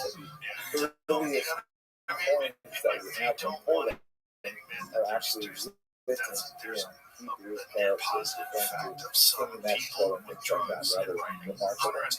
Because these Jews brought with them a lot of economic expertise that they had developed in Western Europe. Jews were overwhelmingly literate, they were numerous, they tended to live in villages and towns, so they were engaged much more in kind of like information work and things that involved the mind as opposed to the back. Very few of them were involved in actually dealing with agriculture, but much more involved in more urban types of economic activity. One of those was the distillation and sale of alcohol, which was frequently given to Jewish communities as an exclusive right called propinacja. So this is something that the Polish noblemen would grant to the Jews and give them the exclusive right to do so, the monopoly to do so, because then the Polish noblemen could tax that activity much more effectively. And they banned the production of moonshine, summer things like that, rather directing it through Jewish auspices, which were frequently conducted in these taverns, these inns, as you see in this particular picture here, where you have the very typical types of activities, where the Jew standing behind the bar who is pouring a drink of vodka. You have another Jew involved in music, also very classic Jewish occupation. And then you have well-dressed Ukrainians who are coming to enjoy the environment of the tavern. Now, this becomes especially problematic for reasons that I'm going to describe right now. I described how the Ukrainians are living primarily on these big latifundias. There is, of course, a much smaller Ukrainian urban class that is literate and that is numerate and so on. It's a professional class, but it is really a small part of the population. Overwhelmingly, they are agrarians, agriculturalists. The Jews are brought in not only to engage in propinacja, as shown in this image, or as klezmer musicians, but they are brought in to be middlemen. They are brought in by the Poles to manage these large estates and to collect the income, which is then taxed by the noblemen. And this was done through a system called the arenda. The practitioners were called arrendators, and it's really basically something which is called in Western Europe tax farming, and it goes basically like this. You'll recall how we discussed this sort of feudal aspect of Jewish structure, really social study and structure in general, that people were grouped into their caste-like classes, like peasants as a whole, noblemen as a whole, and Jews had their own little box as well. Rather than being addressed as individuals, they were dealt with as a community. So the noblemen who literally owned the entire town, not only the fields and, in a technical sense, the serfs who worked them, but also the buildings, the flour mill, the church, all kinds of properties were actually owned by the noblemen. And the nobleman would essentially say to the Jews, listen, I don't want to live way out in right bank Ukraine. I want to live here in Warsaw, where I have a lot of my other Polish noble friends. And so I'm hiring you to act as my arrendators, my tax farmers, and I expect you to collect from these properties X amount of money, let's say 10,000 zlotys. I expect you to collect over the next year 10,000 zlotys from my Lakosundia. And this would be something that could be delivered as a demand to the entire community. They would have a representative of the Kahal, the Kabila, who would be negotiating with the nobleman, the Poretz, and the nobleman would say, okay, I want 10,000 zloty from the territory. You can collect it any way you want. If necessary, I will back you up with my armed forces, but that's what you have to do. So the Jews would say, all right, fine, we'll negotiate that amount, 10,000. They would go back, and then they would have to find the way to collect 10,000 from the Ukrainian peasants. Obviously, a large portion of that would be in terms of agricultural output, in terms of grain. But they could collect it in all kinds of other ways. For example, by imposing tolls on transit, crossing bridges, on highways. They could impose taxes on hunting. There he is. How you living? I just defeated your brother in arms and Karam, and I'm ready to whoop your ass too. How you living? I'm good. Sorry, who did you want? Your boy Zoot. Oh, he was just here. Yeah. He said he'd be back in 2 minutes, so I'll see him next week. Are you ready to get your ass whooped? I don't see a fucking Macau right? That's fine. How are you? Living the dream, dog. Did I tell you about Blue Sky? How they banned your accounts or some bullshit? Yeah. So get this, son. I created 3 robots on Kick that work without me having to do anything, which is really big because then I can sleep and not have to do a bunch of captchas and shit. And I'm going to go viral because of it. I already got 14 people in here in 24 hours. That's amazing. Congratulations. Thank you. I thought you already, Yeah, but I never had a bot that worked without me having to manually create the accounts. So I couldn't create them when I was going to sleep. So this basically, doubles the output. And I'm already really well known on there. People, when my bots post, they're like, no fucking way, he's back. And they're warning everybody about it. And I get some people who are just absolutely shocked. They're like, I can't believe he's still going. And that's hilarious to me. And then I've gotten some people who have been nice, like, hey, welcome back. And so that's been really cool. I mean, they've only been going for 24 hours, so not that long. Dude, what the fuck?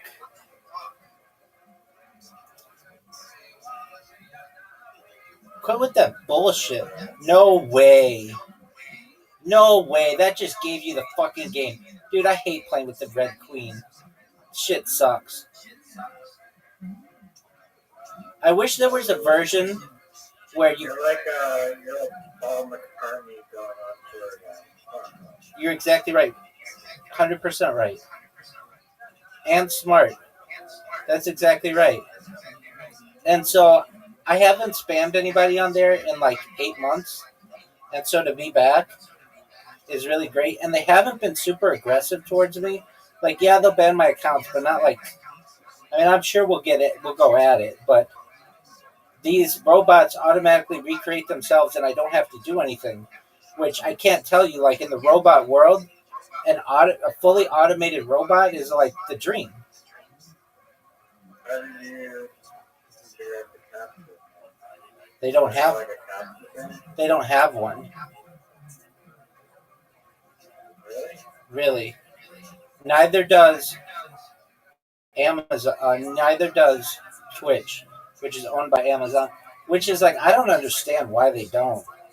It's like so easy to make bots if you don't.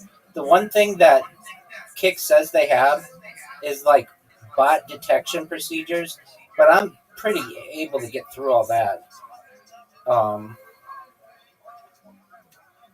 not saying it works every time, but it's fine. If it doesn't work, then the thing just goes and creates another bot. It's no big deal. That was a big miss. You're about to clean up. That's what I heard from Zoot.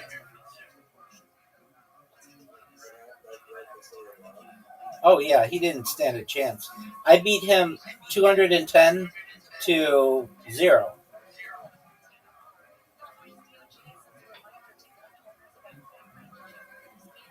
In fact, he broke, and then I just ran the table on him.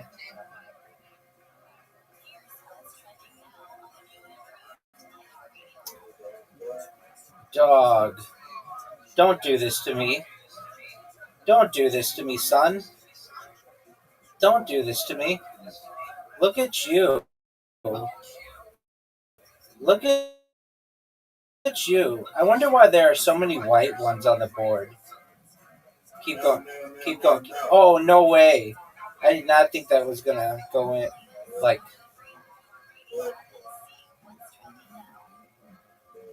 oh, dude, but I just fucked it up.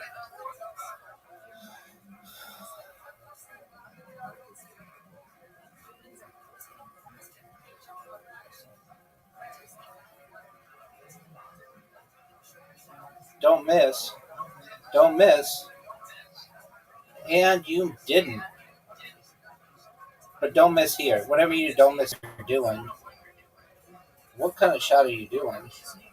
Oh, you're ballsy. Dumb shots.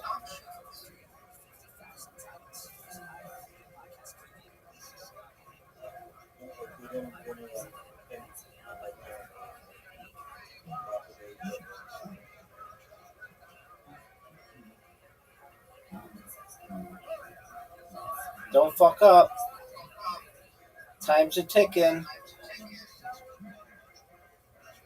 Oh no.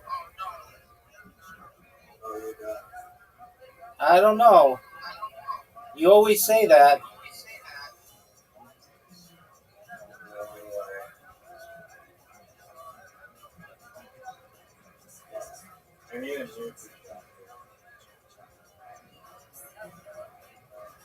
Even if you miss, oh, you didn't, so it doesn't matter. I was gonna say I don't really have a good shot. Oh, good job, dude. All right, reload.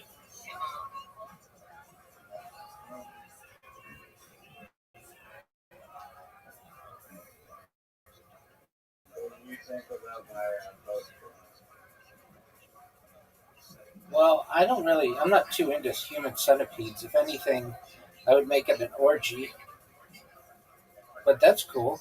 There's no like, it's just people and like the tabletop position, their hands around angles. Did you say angles, not ankles? Yeah. Like you're on your knees and hands and like a line. No one's eating anyone's food. Who had an idea to eat poop? Have you not seen the movie? Centipede? Human centipede. No, what is it? It's like some crazy scientist that like shows people's faces to like the butts of the other. Oh, fuck. That's cray cray. You got. And like the one in front has like the best spot. Because he's, they don't actually cook directly, but the one behind that, the person in front. Good shot, dude. The third person in my past that eat first person to have already eaten the second person. And I'm talking about. Are you proud of that shot? No, it didn't really help me much. It gave you No, points.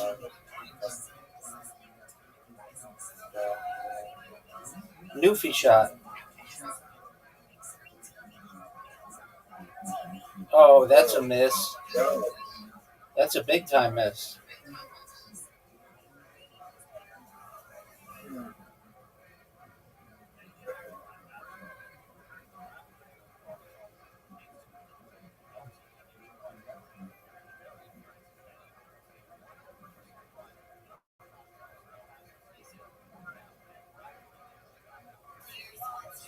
Tough shot. Oh, baby. Just giving you points, son.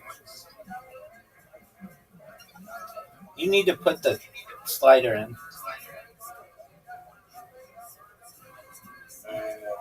Did you ever watch One Tree Hill? One Tree Hill? Of course you didn't, because you don't suck dick.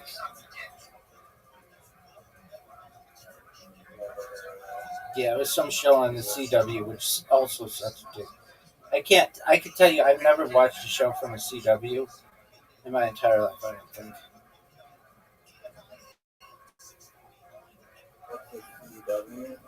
Oh boy, it used to be the WB channel. Okay, so you've got the big four in the United States channels, which are Fox, ABC, NBC, CBS, and it tried to be like, or it still does try to be, I guess, a fifth channel, except it doesn't have news, and it would have these like teen dramas, like I think Dawson's Creek was on it. I'm almost certain Dawson's Creek was on it. But that was back when it was called the WB. Anyway, they would have these shows like Smallville and Gilmore Girls and One Tree Hill. They also had like the Jamie Kennedy Experiment, and they had like, I think like the Steve Harvey Show and Martin maybe. They just have like they try to be competition to the big boys, but I don't know. I just never got into any of those shows. Though the Jamie Kennedy Experiment was kind of funny, but even still, I never really watched it on there. I don't recall. That show was like Nathan For You. Are you serious? Well, it was like a hidden camera show where he would like go around and like prank people, and oh man, this is a tough shot. Yeah, it is. Yeah, it is. Dumb Starbucks? You mean Dumb Starbucks isn't a prank show? Isn't a prank? One of us is not a. How is yogurt that tastes like poop not a prank? It's advertised, but it's very transparent. I mean, sometimes Jamie Kennedy's stuff would be advertised as well. Like, if I recall, do you remember the show Punked? That one's a prank show, I think. Yeah, it was, but they'd be like honest sometimes in that show. Like, they'd be like free parking, or they'd be like free valet parking, and then it would be like Snoop Dogg who would be doing the dude, I just fucked up. I should not have done that. Oh, I won. I did not fuck up. I won like a pimp. I was so busy talking about Jamie Kennedy experiment. What else did they have on the WB? Well, it was the WB, and then the WB, then Warner Brothers sold it, I think, and then it just became known as like the CW or something. I don't know. Again, nobody watches it. I mean, I didn't know anybody watched any show on that. Um, maybe I knew. Maybe some people watch like Dawson's Creek or something like that, but I don't really know. Anyway, it was like an over-the-air channel, meaning like it was not cable.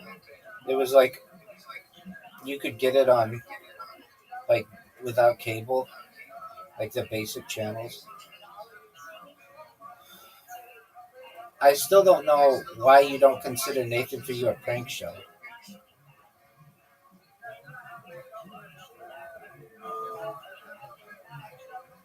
I mean, I feel like the moving blocks episode. It's more like a troll, I feel like. Dude, they didn't even have that term back when they were making Jamie Kennedy Experiment. It's not gonna make them for you.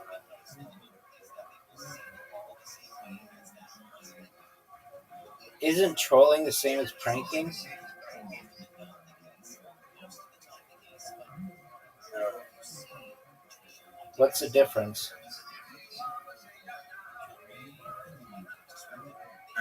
Definition is a practical joke, a trick being played on you.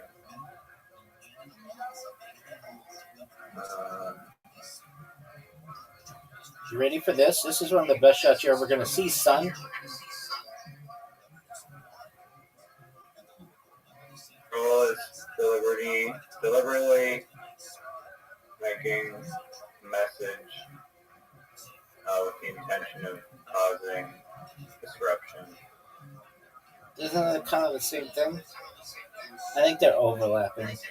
There's like a Venn diagram where there's some overlap between the two.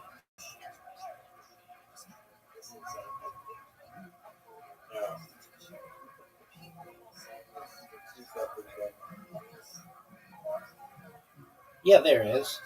There's an overlap between pranking and trolling.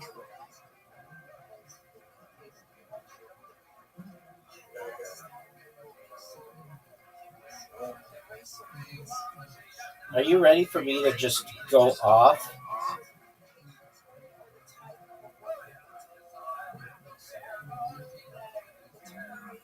Look how sick that shot was. The prank is like, I put whipped cream, shaving cream, and a balloon, and then I got me to sit down on it, and the shaving cream exploded, and then shaving cream on the top. That could be trolling. Troll is just like aggravating someone without like any physical. Dude, don't need to do something. Like you could be like, You and your boss could be considered trolling on shit. oh, completely. They can't do anything about it to stop it. They just have to get enraged. I'm the biggest troll in global history. Yeah. But that's not a prank.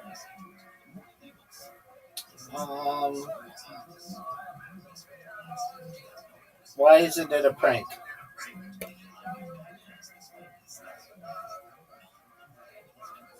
I just think they're two different things.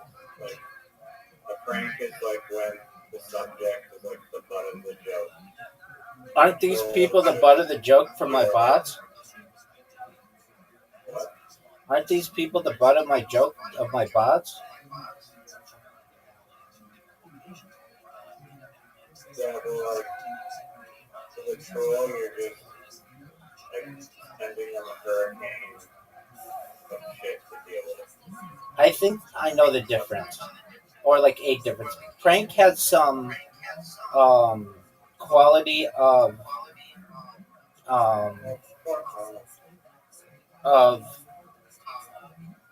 what's the word? It starts with a D.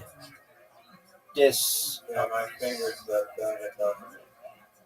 Get yours into the phone. Get your next shot into the. It has deception. The key of a prank is it has deception. That's what I think you're trying to say.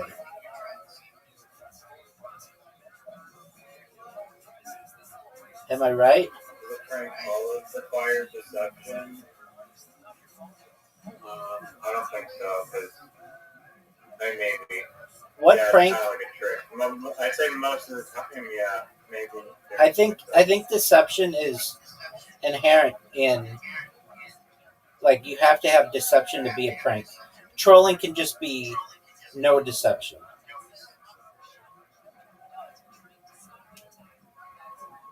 Did you know that you've lost 2 games straight? I fast food drive-through and I just start like asking if they have like downtown for sale and 50 minutes to beat. I guess that's like that's like a troll.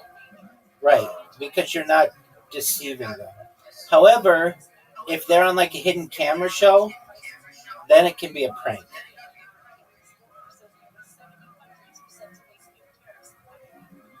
Did you know that you had an invitation? The mini go 1v1 mini go. Dog, I'm gonna destroy you. You did on the last game around, but mini go. I did not.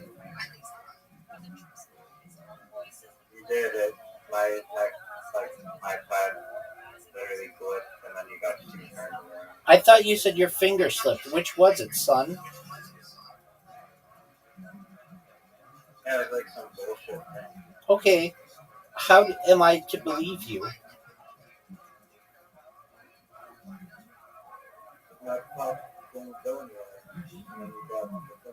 I think this hole would be like much more exciting / difficult if the back left wall here was trees.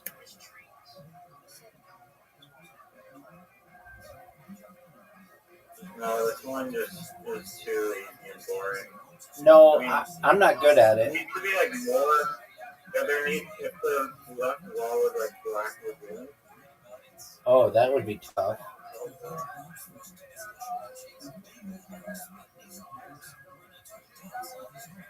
Get there. I'm not good at these kind of greens. But I guess I'm better than you are. I'm up 1-0, son. I mean, you had a straight board. Did your iPad glitch there, son?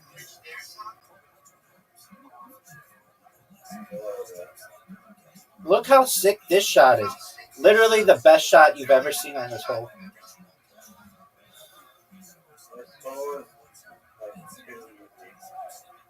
I hate this hole.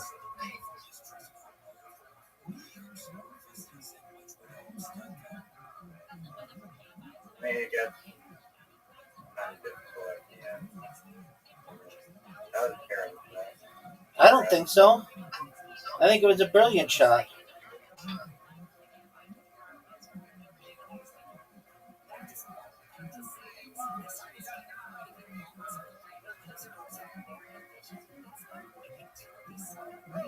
Your shot's terrible. You're gonna hit a sheep. Or you're gonna hit my ball. Thanks, dude. Thank you. No problem. I'm not worried about it. Well, you should be. Because it looks like I'm up 2 holes to 0.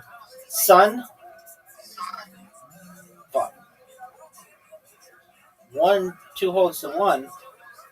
All day.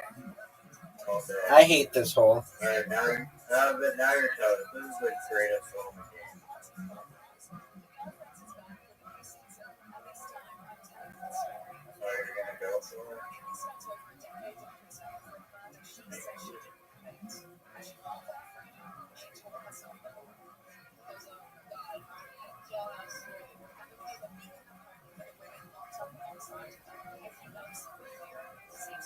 Short.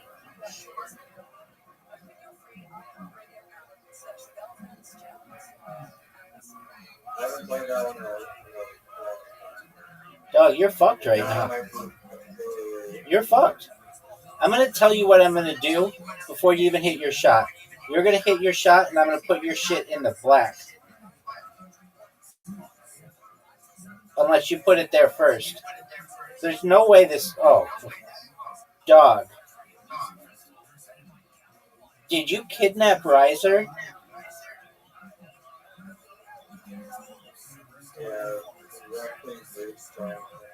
That's about the skill level I'm seeing. No offense to Zoot, but the proof is in the pudding, son. No way. Is that how to do it?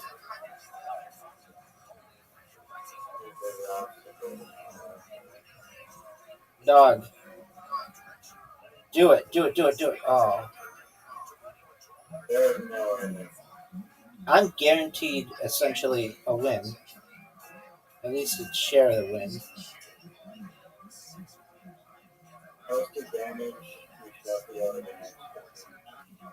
That was not a good shot on my part.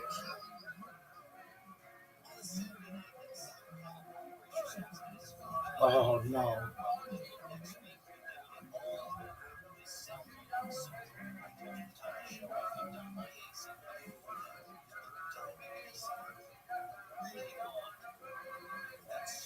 Hey.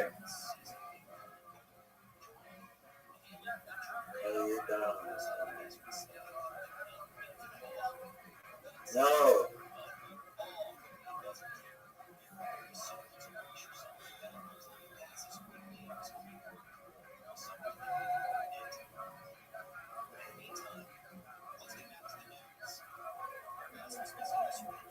Look at how good I am. You're done. Ho, ho, ho. Nice shot. Too bad you're done. Dog. I could literally just hit this ball in the water every single fucking shot and still walk out of here with a W. Did you know that?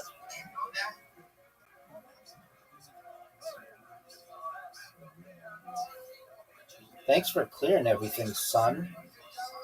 Look how sick this shot is. Look how sick this shot is. Now you're going to water bump me because you're a little bee.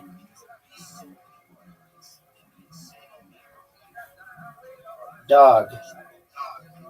Perfect game. Dog. Perfect game. Riser. Perfect game.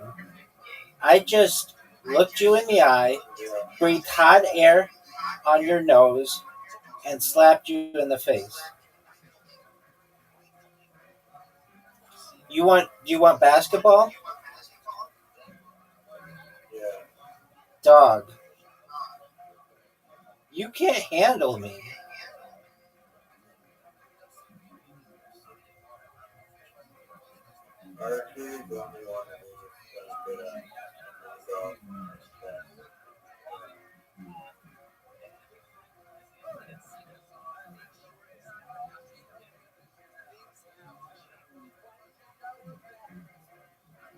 Every other game, the host goes first, but this game is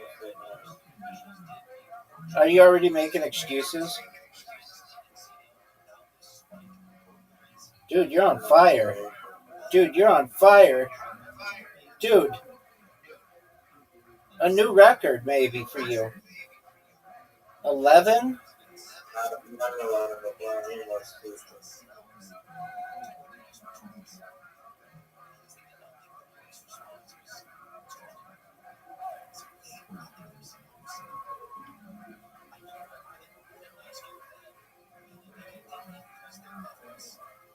You're gonna beat 11? Nope.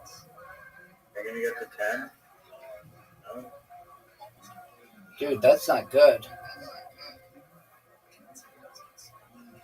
Are you gonna get your first solo win?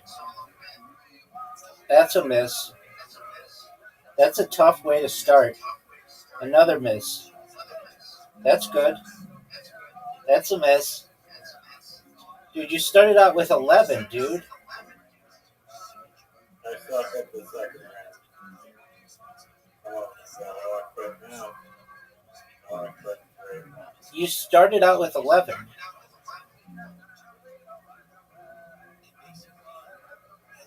I was testing out your strategy. Well, it worked in the first round.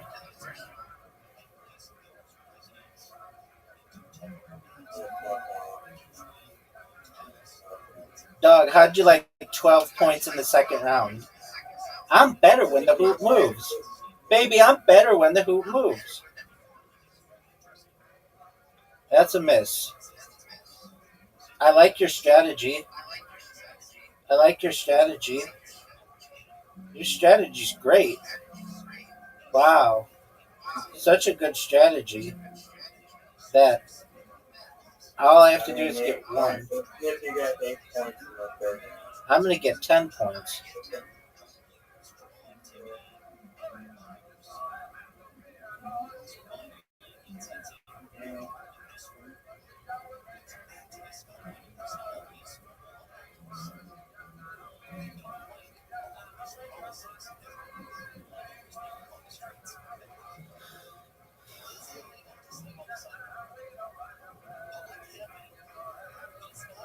One more. I'll try it. I'll try my new strategy. What's your new strategy, pimp?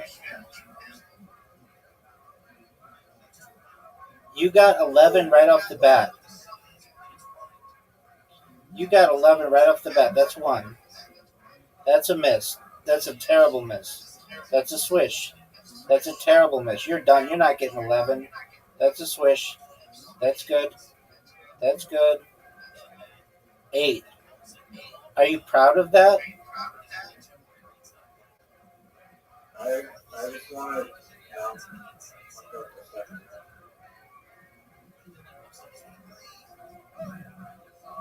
Two misses.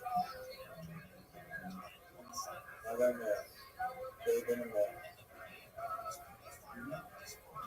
5. Oh, bullshit. You know I missed a bunch and I still tied you. It's the second round. Don't fuck up. I like your strategy. Your strategy's great. Oh, look at this strategy, folks. Look at this. Oh, this is good. Look at this strategy. Doing really well, dude. Nice. Well, pressure there, dog. I'm not worried. Let's see it. Miss. There's a miss. Air ball. There's another air ball.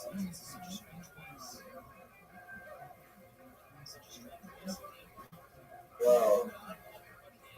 You get past 12. I'm not worried. I'm cool as a cucumber right now. You have a chance to win. Here we go, folks. He starts off with a huge swish, and another make, and another make. Oh, he's got the win. He won. I need like the biggest round of my life. Biggest round of my life. Here we go. This. There's an air ball. Not even a switch. Back to back switch. Oh, fuck. Are you fucking joking me? Yes. Yes. Oh my god. We're close to it. I see what you're doing. Okay, but just the normal kind, not the speed shit. Oh, that's the quick problem. No.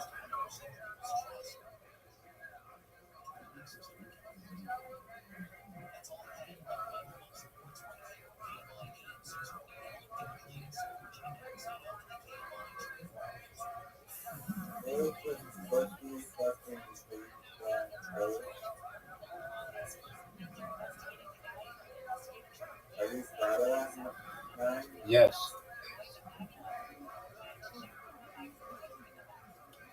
I'll take that all day long. That's really good.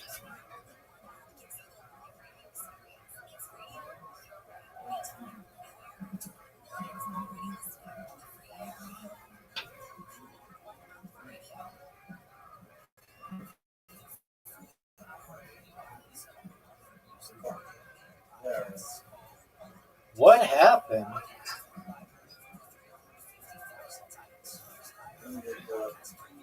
Oh, finger slipped my ass. Archery is not I mean, I'm used to playing quick draw where like actual like fucking hardcore archery people play on this bullshit take fucking 9 hours to shoot get like 4 fucking million minutes to like shoot your shot.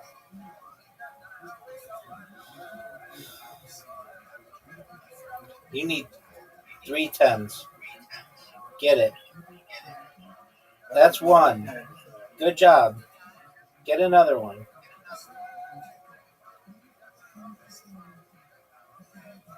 Look at this comeback. That's good. Now get a bullseye. 6.5 win. What? You're right. That was dog shit.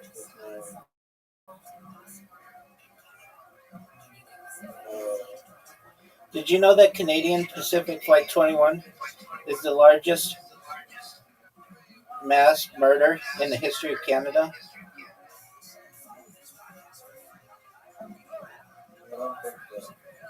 Yeah, it is. Doug, you're done. You need 3 bullseyes. 3 bullseyes.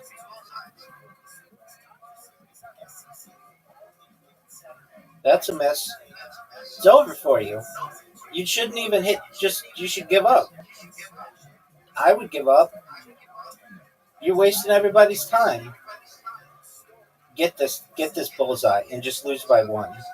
Get this bullseye and just lose by 1. No. You lost.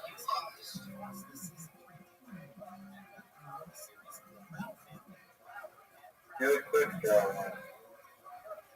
Is it a quick draw one? Is it a quick draw or no? I'm declining it. It's not a quick draw. It is. Is it? Yeah, dog. I'm sending it to you again because you're a little bitch. Alright, good. Now I'm warmed up. Way too long. Yep. Way too long. Yep. Now I have to go fast enough. Way too long again. You're not even going to get more content. You're not even going to get this. This would be terrible for a non-Christian.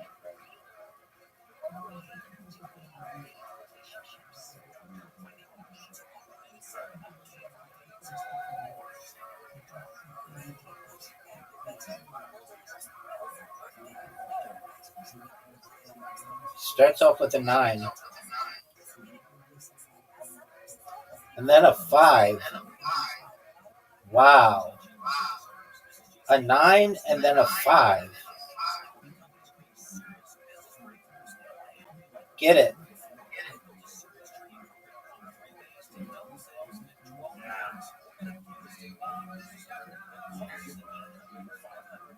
Now my finger was covering where the target was.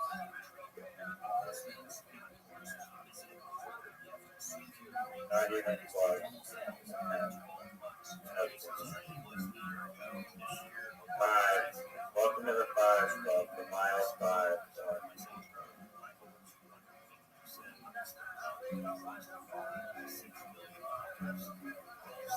Ooh. I should tell you how many points you get up here. I agree with you. Starts out with a bullseye. That was great.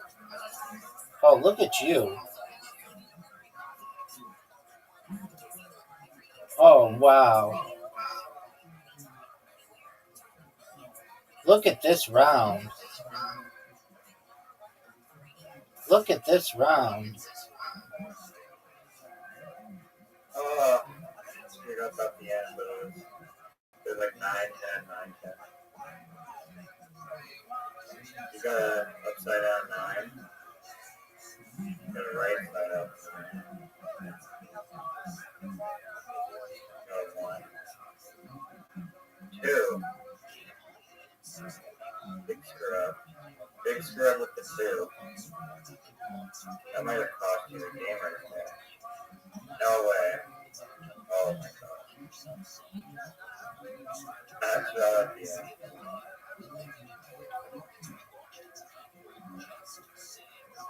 Wow. Wow.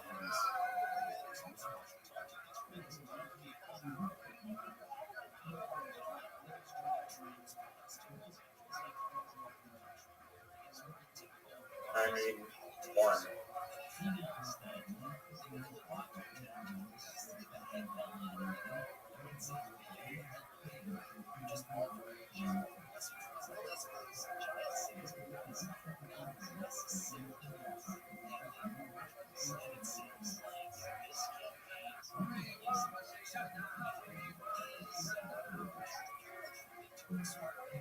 No. Dog, let's play an Olympics. Let's play one of all the games that we play and see who does better. Bounce is like as mentally taxing on me as it is for you to play chess. Okay, I understand. But let's do. Okay, so no bounce and no chess. Let's play one of every game that we play. Except. Literati. Oh, okay, or we could just play Literati. I mean, that's one of the games. Okay. So it's 0-0. I actually know how to play this now.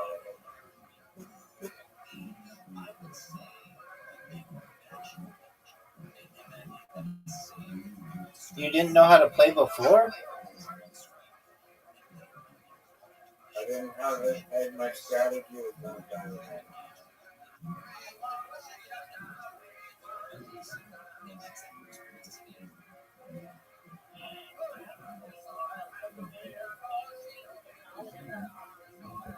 You're up, pimp. Are you J-Yorin?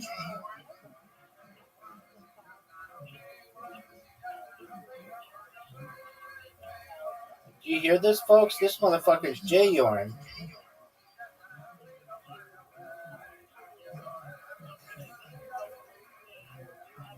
This motherfucker is J-Yorin. I the bloody concentrate.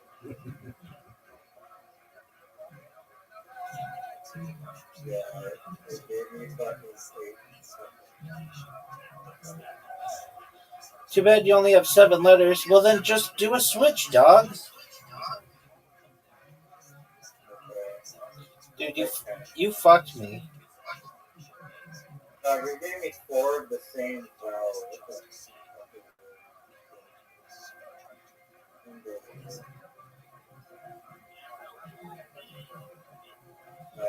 That's not.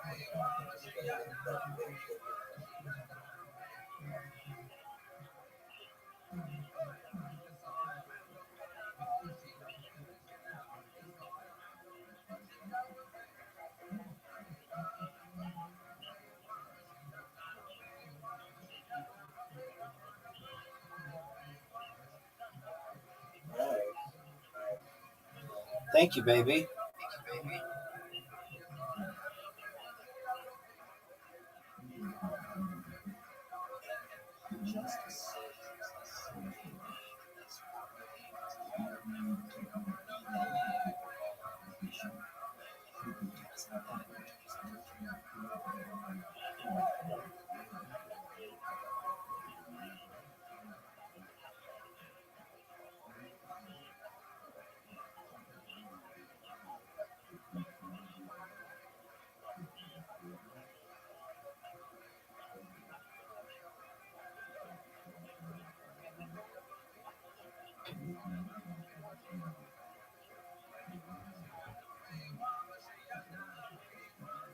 You swapped? Yeah, it gave me fucking 4 of the same letter. Starting off with.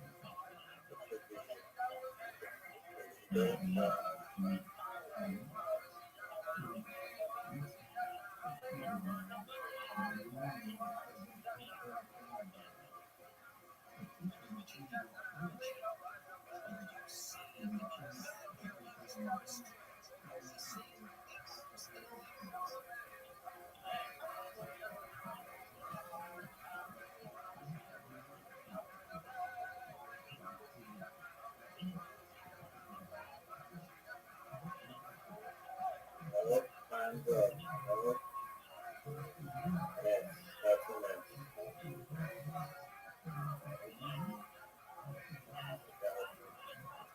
Ba. Yeah, like Baba, black sheep, have you any wool? Yes, sir, yes for 3, whatever, full.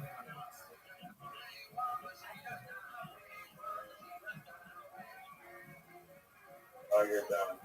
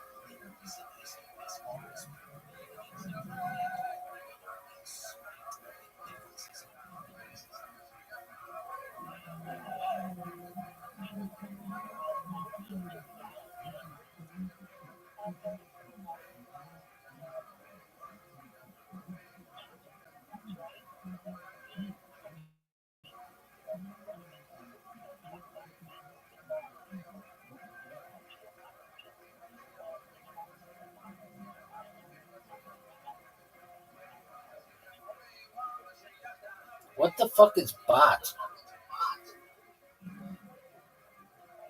Everyone knows it. No one knows what that is. It's a made up word.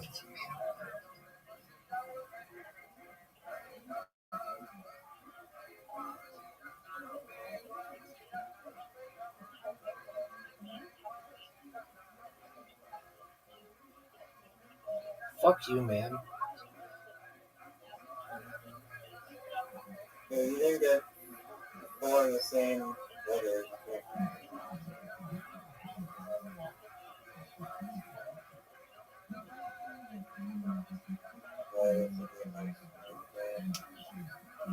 Wow.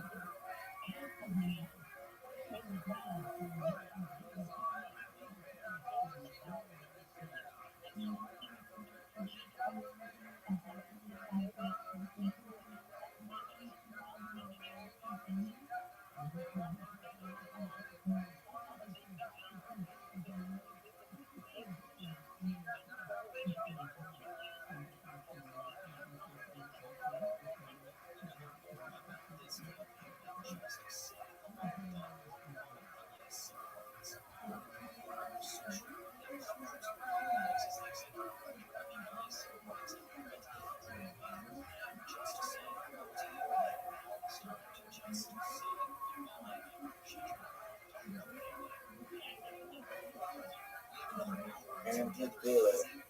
Let's see what nonsensical word.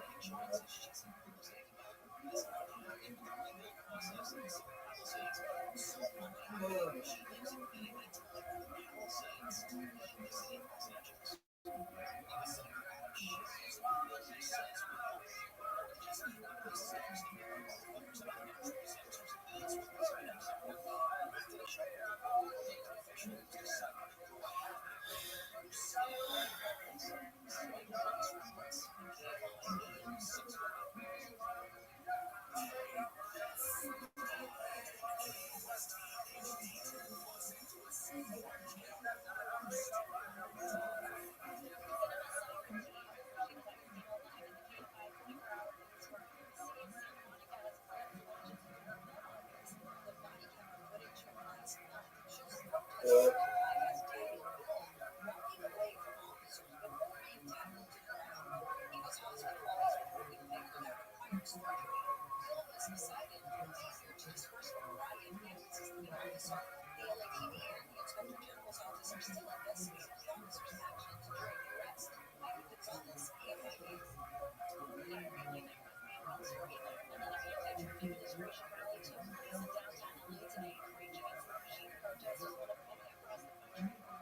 That's good.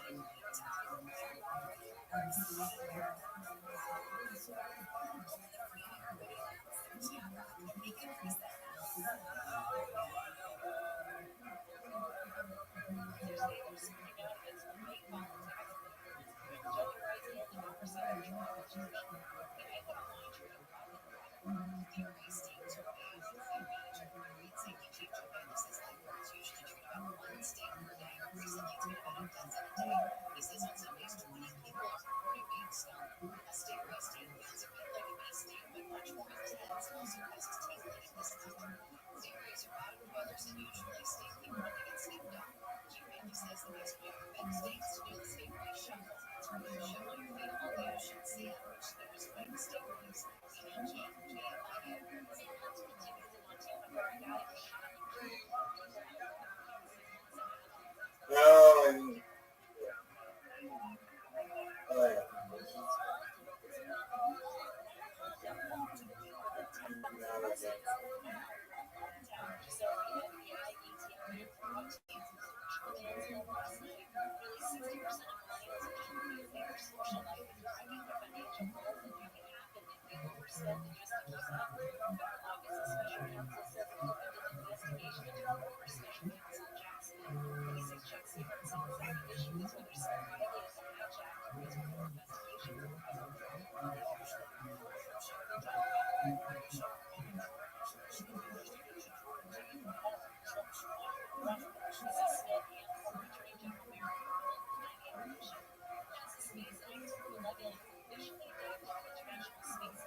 again.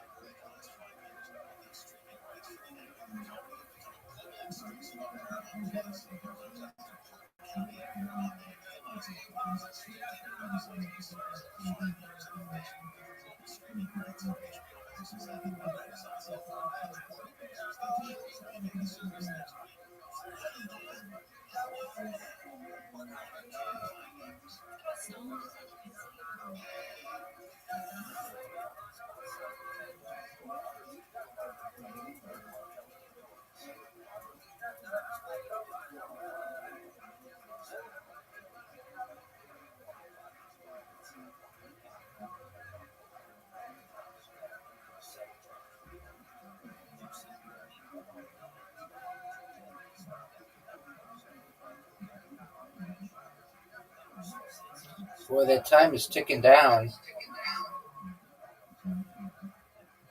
Yeah, I was just seeing if they would possibly have a video.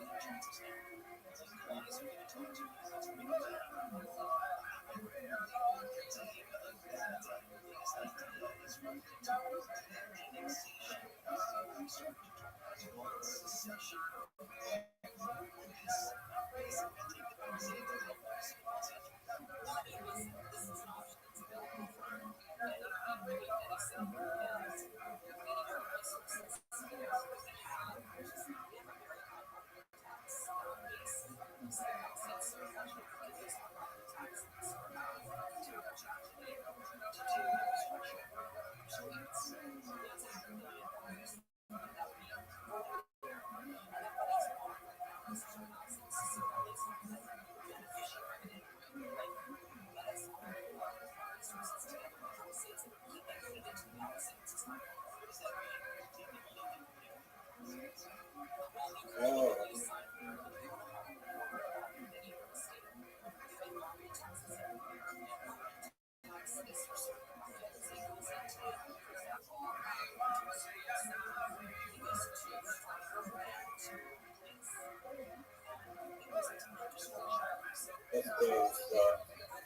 Why do you think it sucks?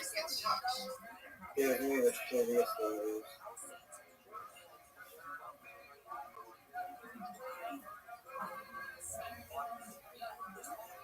What letters do you feel are shitty? The ones that I have. Funny.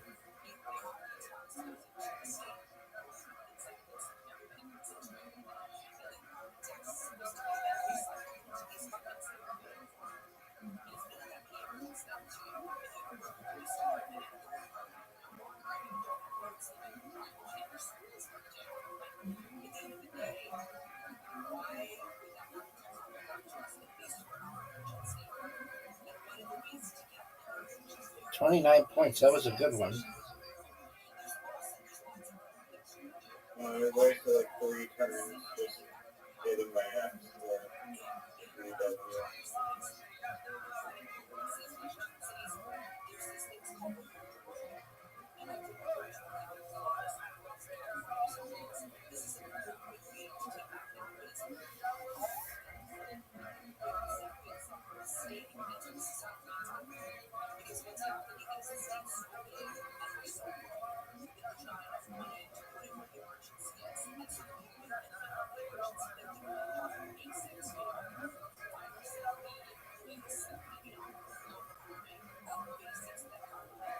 Not happening.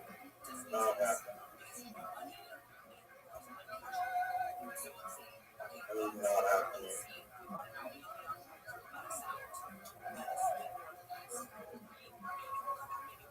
We have an L or an S for like doesn't work.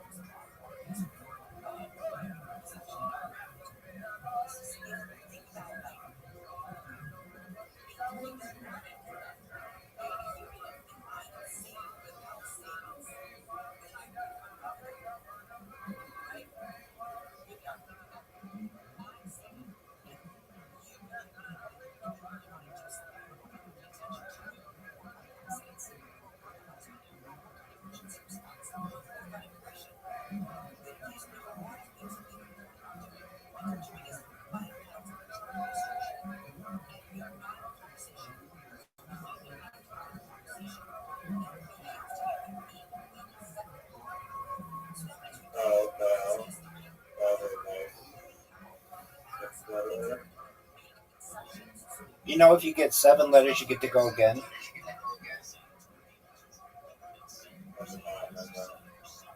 It's called like a boogie or something like that.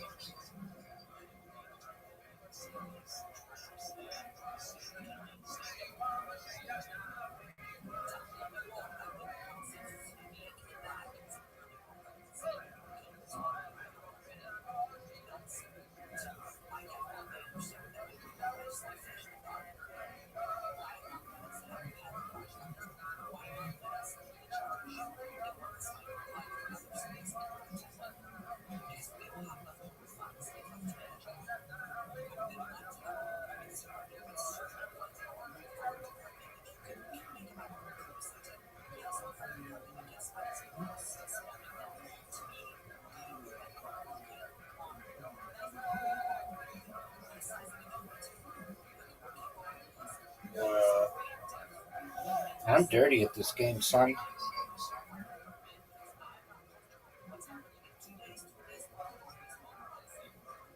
I don't really have any.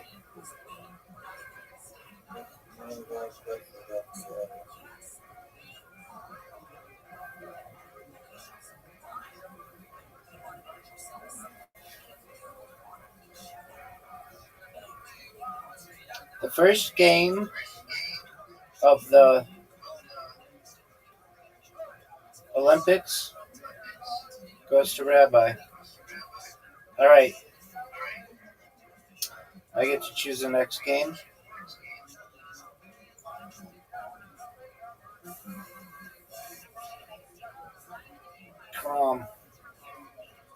Classic.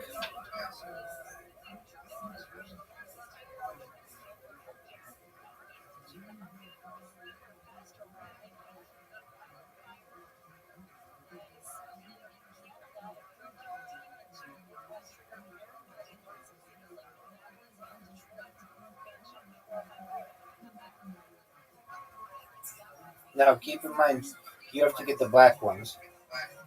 I don't say that to be a smartass. Sometimes I forget. And I know Zoot forgets. And I've seen you forget. There you go. Good job, dude. That was a good shot. That was a good shot. Are you proud of it? Hit my ball in. Thanks, dog.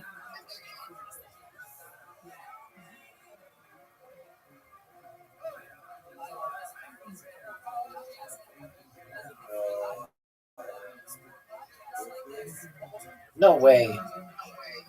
No way. Newfie. And you put my ball in a really hard spot on my desk. That was amazing. Look at you. Looking to take the second leg of the Olympics.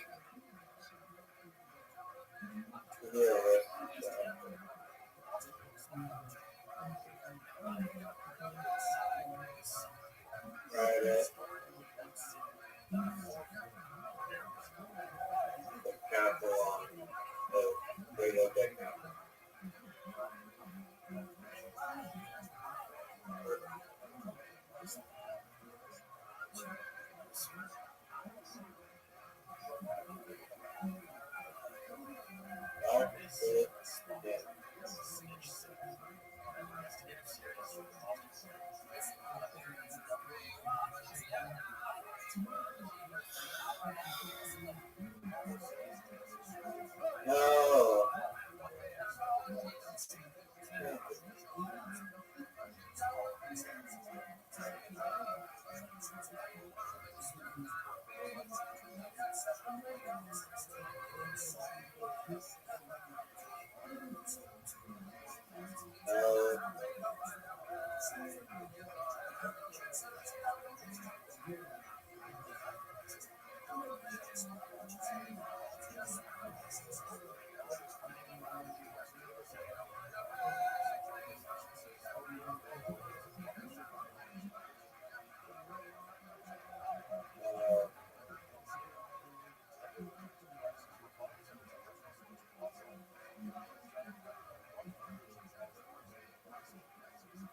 Dude, you put my thing in a difficult position.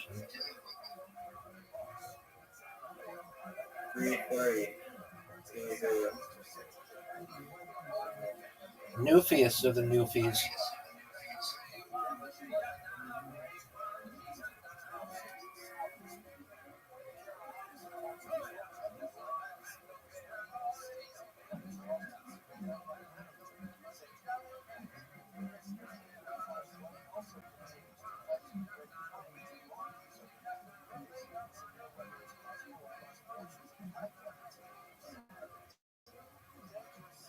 Oh. Why would I barely touched it. Why would you do that? I barely touched it. That was bullshit. That was such bullshit. Now it's 3-3.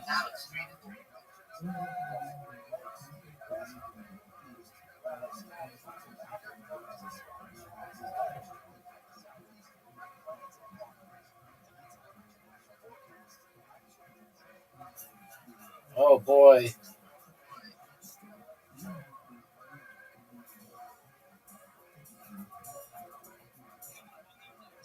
Get it. Oh,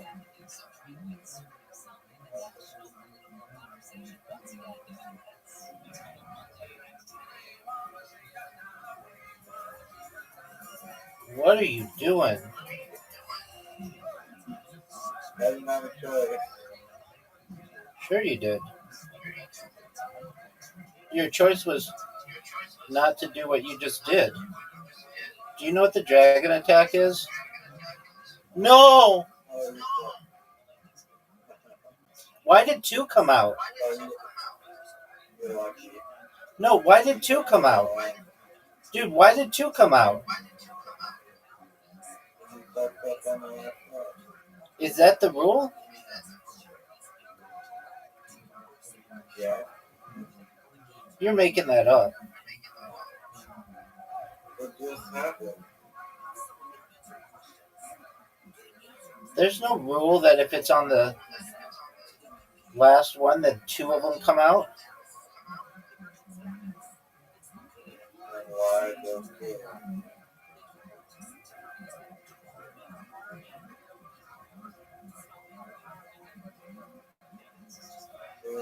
1 to 1. Okay, you get to pick. I got to pick one. Pick whatever you want. We're gonna play them all.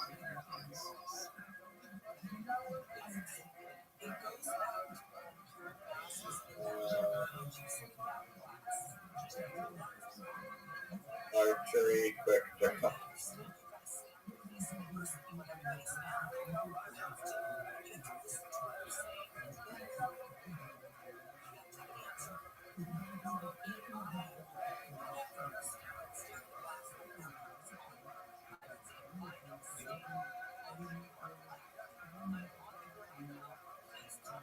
I finally got a new USB-C charger so that it doesn't take me like 30 minutes to fiddle around with my USB-C to get my laptop charged. It's good. You know what's not good? 2 sixes in a row.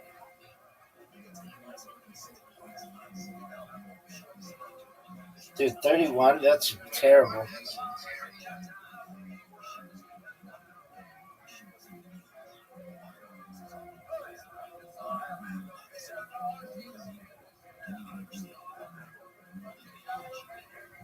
Alright.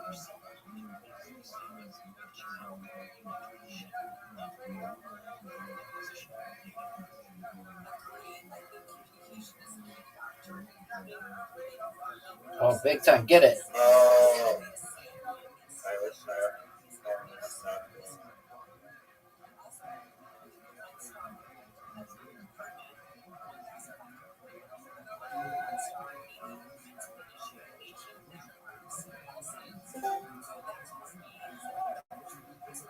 Welcome.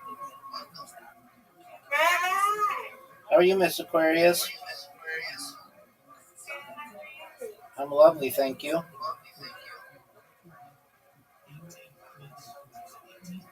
you ready? I got playing a game. We're playing a game. We'll be ready in a moment. How was your day, Miss Aquarius? Y'all do it. Let me take my leg real quick, okay? You do what you need to do. I got to take a bath. I got to be clean. Okie doke. But you say I had a good game. I'm proud of myself. How are you? Lovely, thank you. Hi, Roger. Yo, what's up, Miss Aquarius? How are you? I'm good, how are you? Where do you live again? Georgia. The country or the state?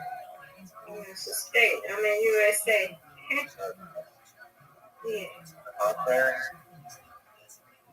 Huh? The hot outside there?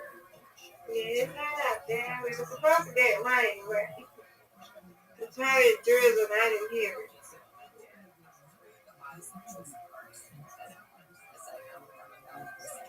What about you? Where are you, Roger, again? Canada. And I meant to go there. Like Dude, I still do want to go. Yeah, it's pretty nice.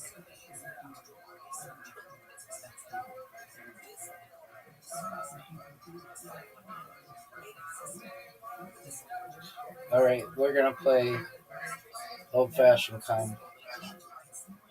I did it. Excellent. 2-1, your lead.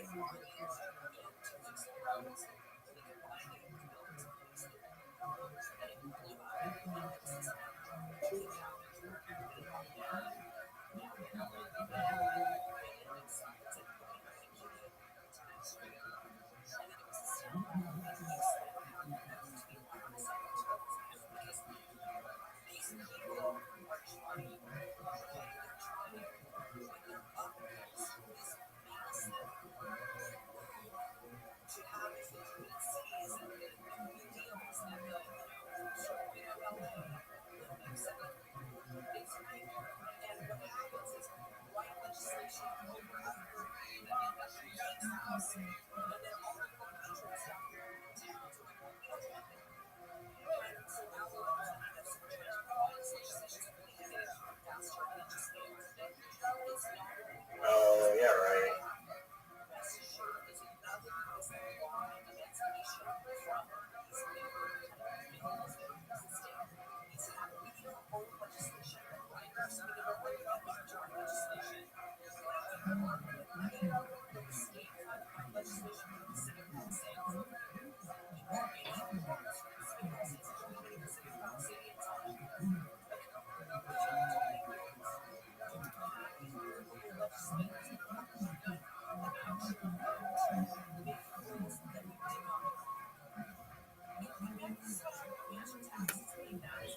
Landed in the 10. Did you see that?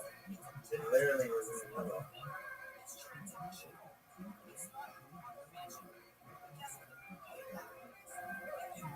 Oh, you were doing good. Good.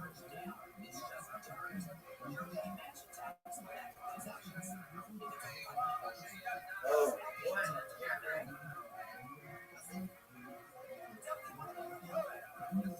if you have a good round, I might be good. You need to get like 8 or above. Doug, you're cooked.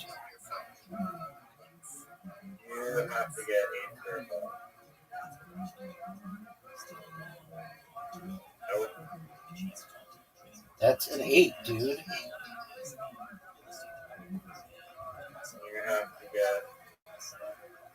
I can try it. Let's see you do it.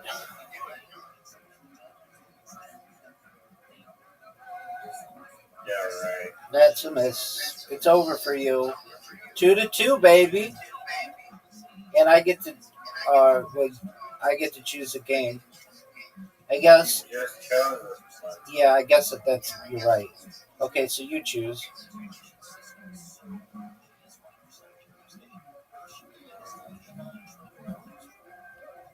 I want to play Mancala, but you don't want to play chess. No, we exchange bounce for chess. Okay. So chess first, and I'll do balance. No, we're not doing either. We get one veto. Oh.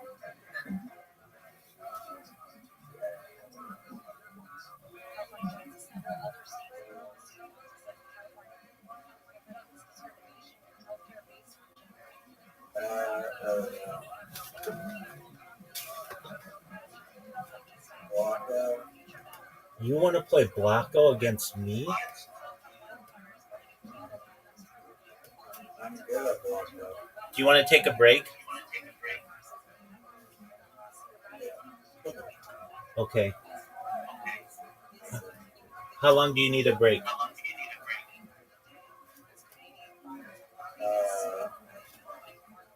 rest of the night. Okay, that's fine.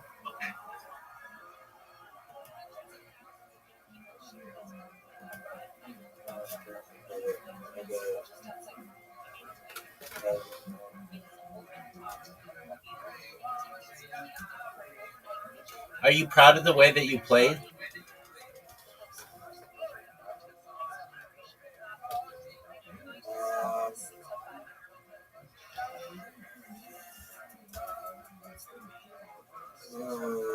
my best performance. Can't always be at like top Olympic level. I'm trying to find new games online because I get too bored easily. So feel free to research some other apps or games.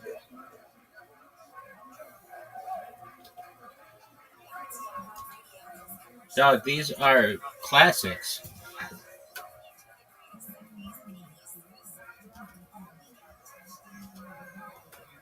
Yeah, but there's probably some really fun ones out there that I don't know. Like we don't have a weird. There's probably like a weird Waldo game. We search it up. Weird Waldo. Isn't that just called Find the Differences? Actually, no, it's not. It'd be like Where's Waldo? Do you ever go on the subreddit Find the Sniper? Never heard of that. Of course you haven't, because you're not as cool as I am. Would you like me to explain it to you? Are they like legitimate, like Warzone pictures? No. It's just called Find the Sniper, like you would find a sniper in a war zone. But it's like pictures of like people who take a picture of their grass, and it'll be like Find the Snake. Or somebody will take a picture of their kid on a mountain, be like Find the Mountain, or like Find the Mountain Lion. Or it'll be like Find the Spider, just like find all kinds of shit. And it's really hard because sometimes their pictures are like a little blurry or so, and then people take guesses in the comments of like where they think it is. It's pretty amazing. Have you posted in the William Montgomery? Have you posted in the William Montgomery subreddit recently?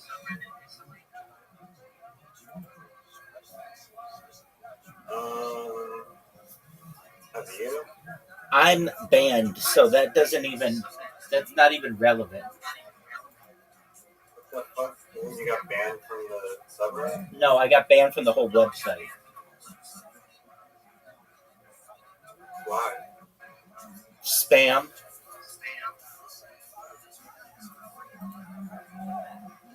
I thought you weren't spamming Reddit for that reason. Oh, I've spammed Reddit for years.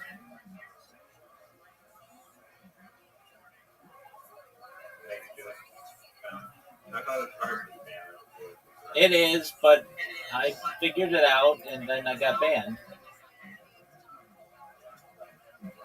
You use your bot to build karma? No. I did it manually. It's too hard to use a bot.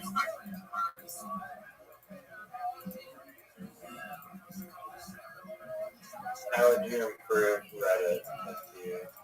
Well, I read this thing about it that they don't want more users. They basically have a dedicated core group of people who are like-minded, and they don't want alternative opinions, I should say. So they're happy with what they have. They don't want to necessarily grow the user base. They're just happy basically keeping it where it's at, because when they let it grow, all the people who they've banned are like people they don't like.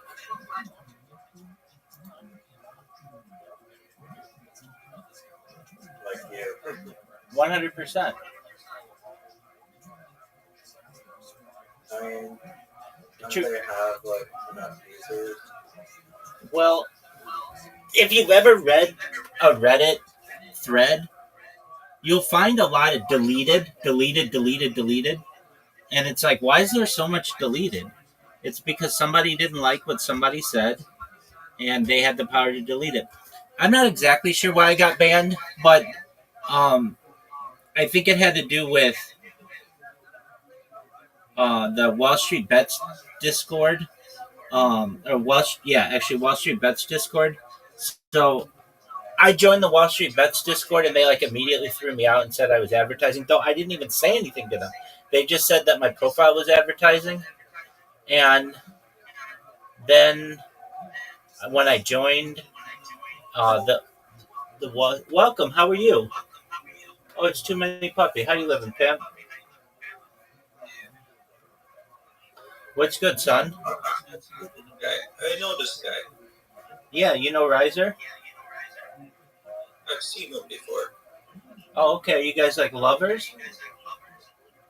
Maybe. Oh, very cool, Riser. Were you aware of that? Too Many Puppy is really a nice person. Ask him the meaning behind his name. Why are you Too Many Puppy?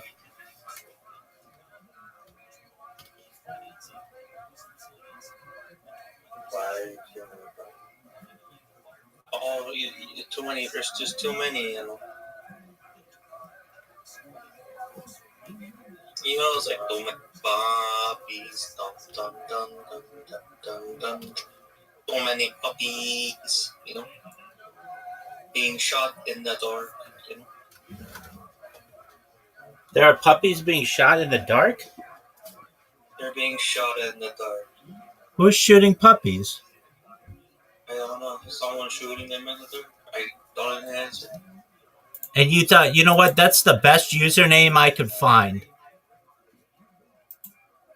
Yep. Excellent.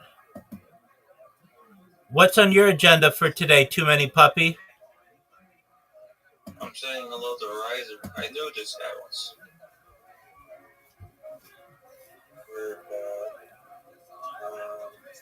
I think that Reddit could do a better job of having the Explorer thing even good. Dude, Reddit's the best. Reddit's the best website to just absolutely kill time in the world. Is it Explore thing good?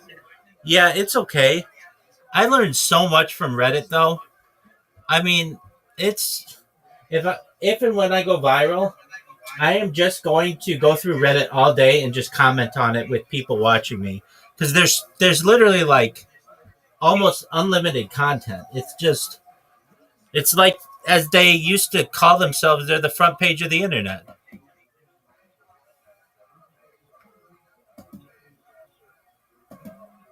Remember, always keep your washer, your dryer, and your clothes near each other. Yeah, remember that, okay? Sounds like a plan. Why do you have to do that? So you can wash them, cook them, and dry them. That's tight.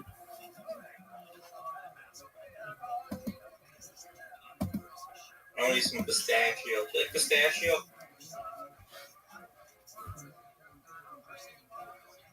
I'm gonna get some lox. I'm gonna get some lox with the schmear. $30 for a bagel I paid, For one bagel? It's like salmon. It had lox? Yeah. Pocket sheet bagels. You ever had a Sebastian? Israel? You should go to Israel. What are you gonna go to Israel, huh? We're going to Israel as soon as we go viral. Word, dog. Drive to Israel. Should we drive there? I would love to. I want to get a Sebastian. I want to get an egg sandwich. Eggplant and egg sandwich. Number one. Excellent. I'm going to take a shower. My dad used to take an hour and 20 minutes. I'll be back in an hour and 20. Excellent, man. We'll be counting down the minutes. All right. Peace, Too Many Puppy. Remember that time, Riser, when you weren't in the William Montgomery subreddit and you would say that you were a really big William Montgomery fan? I don't give a fuck about the William Montgomery subreddit. I care about his podcast. Well, then why don't you watch it on Kill Tony? I do watch Kill Tony. I've watched like all of his stand-up on there. That's what I was like. I need more William Montgomery content. Did you watch him last week?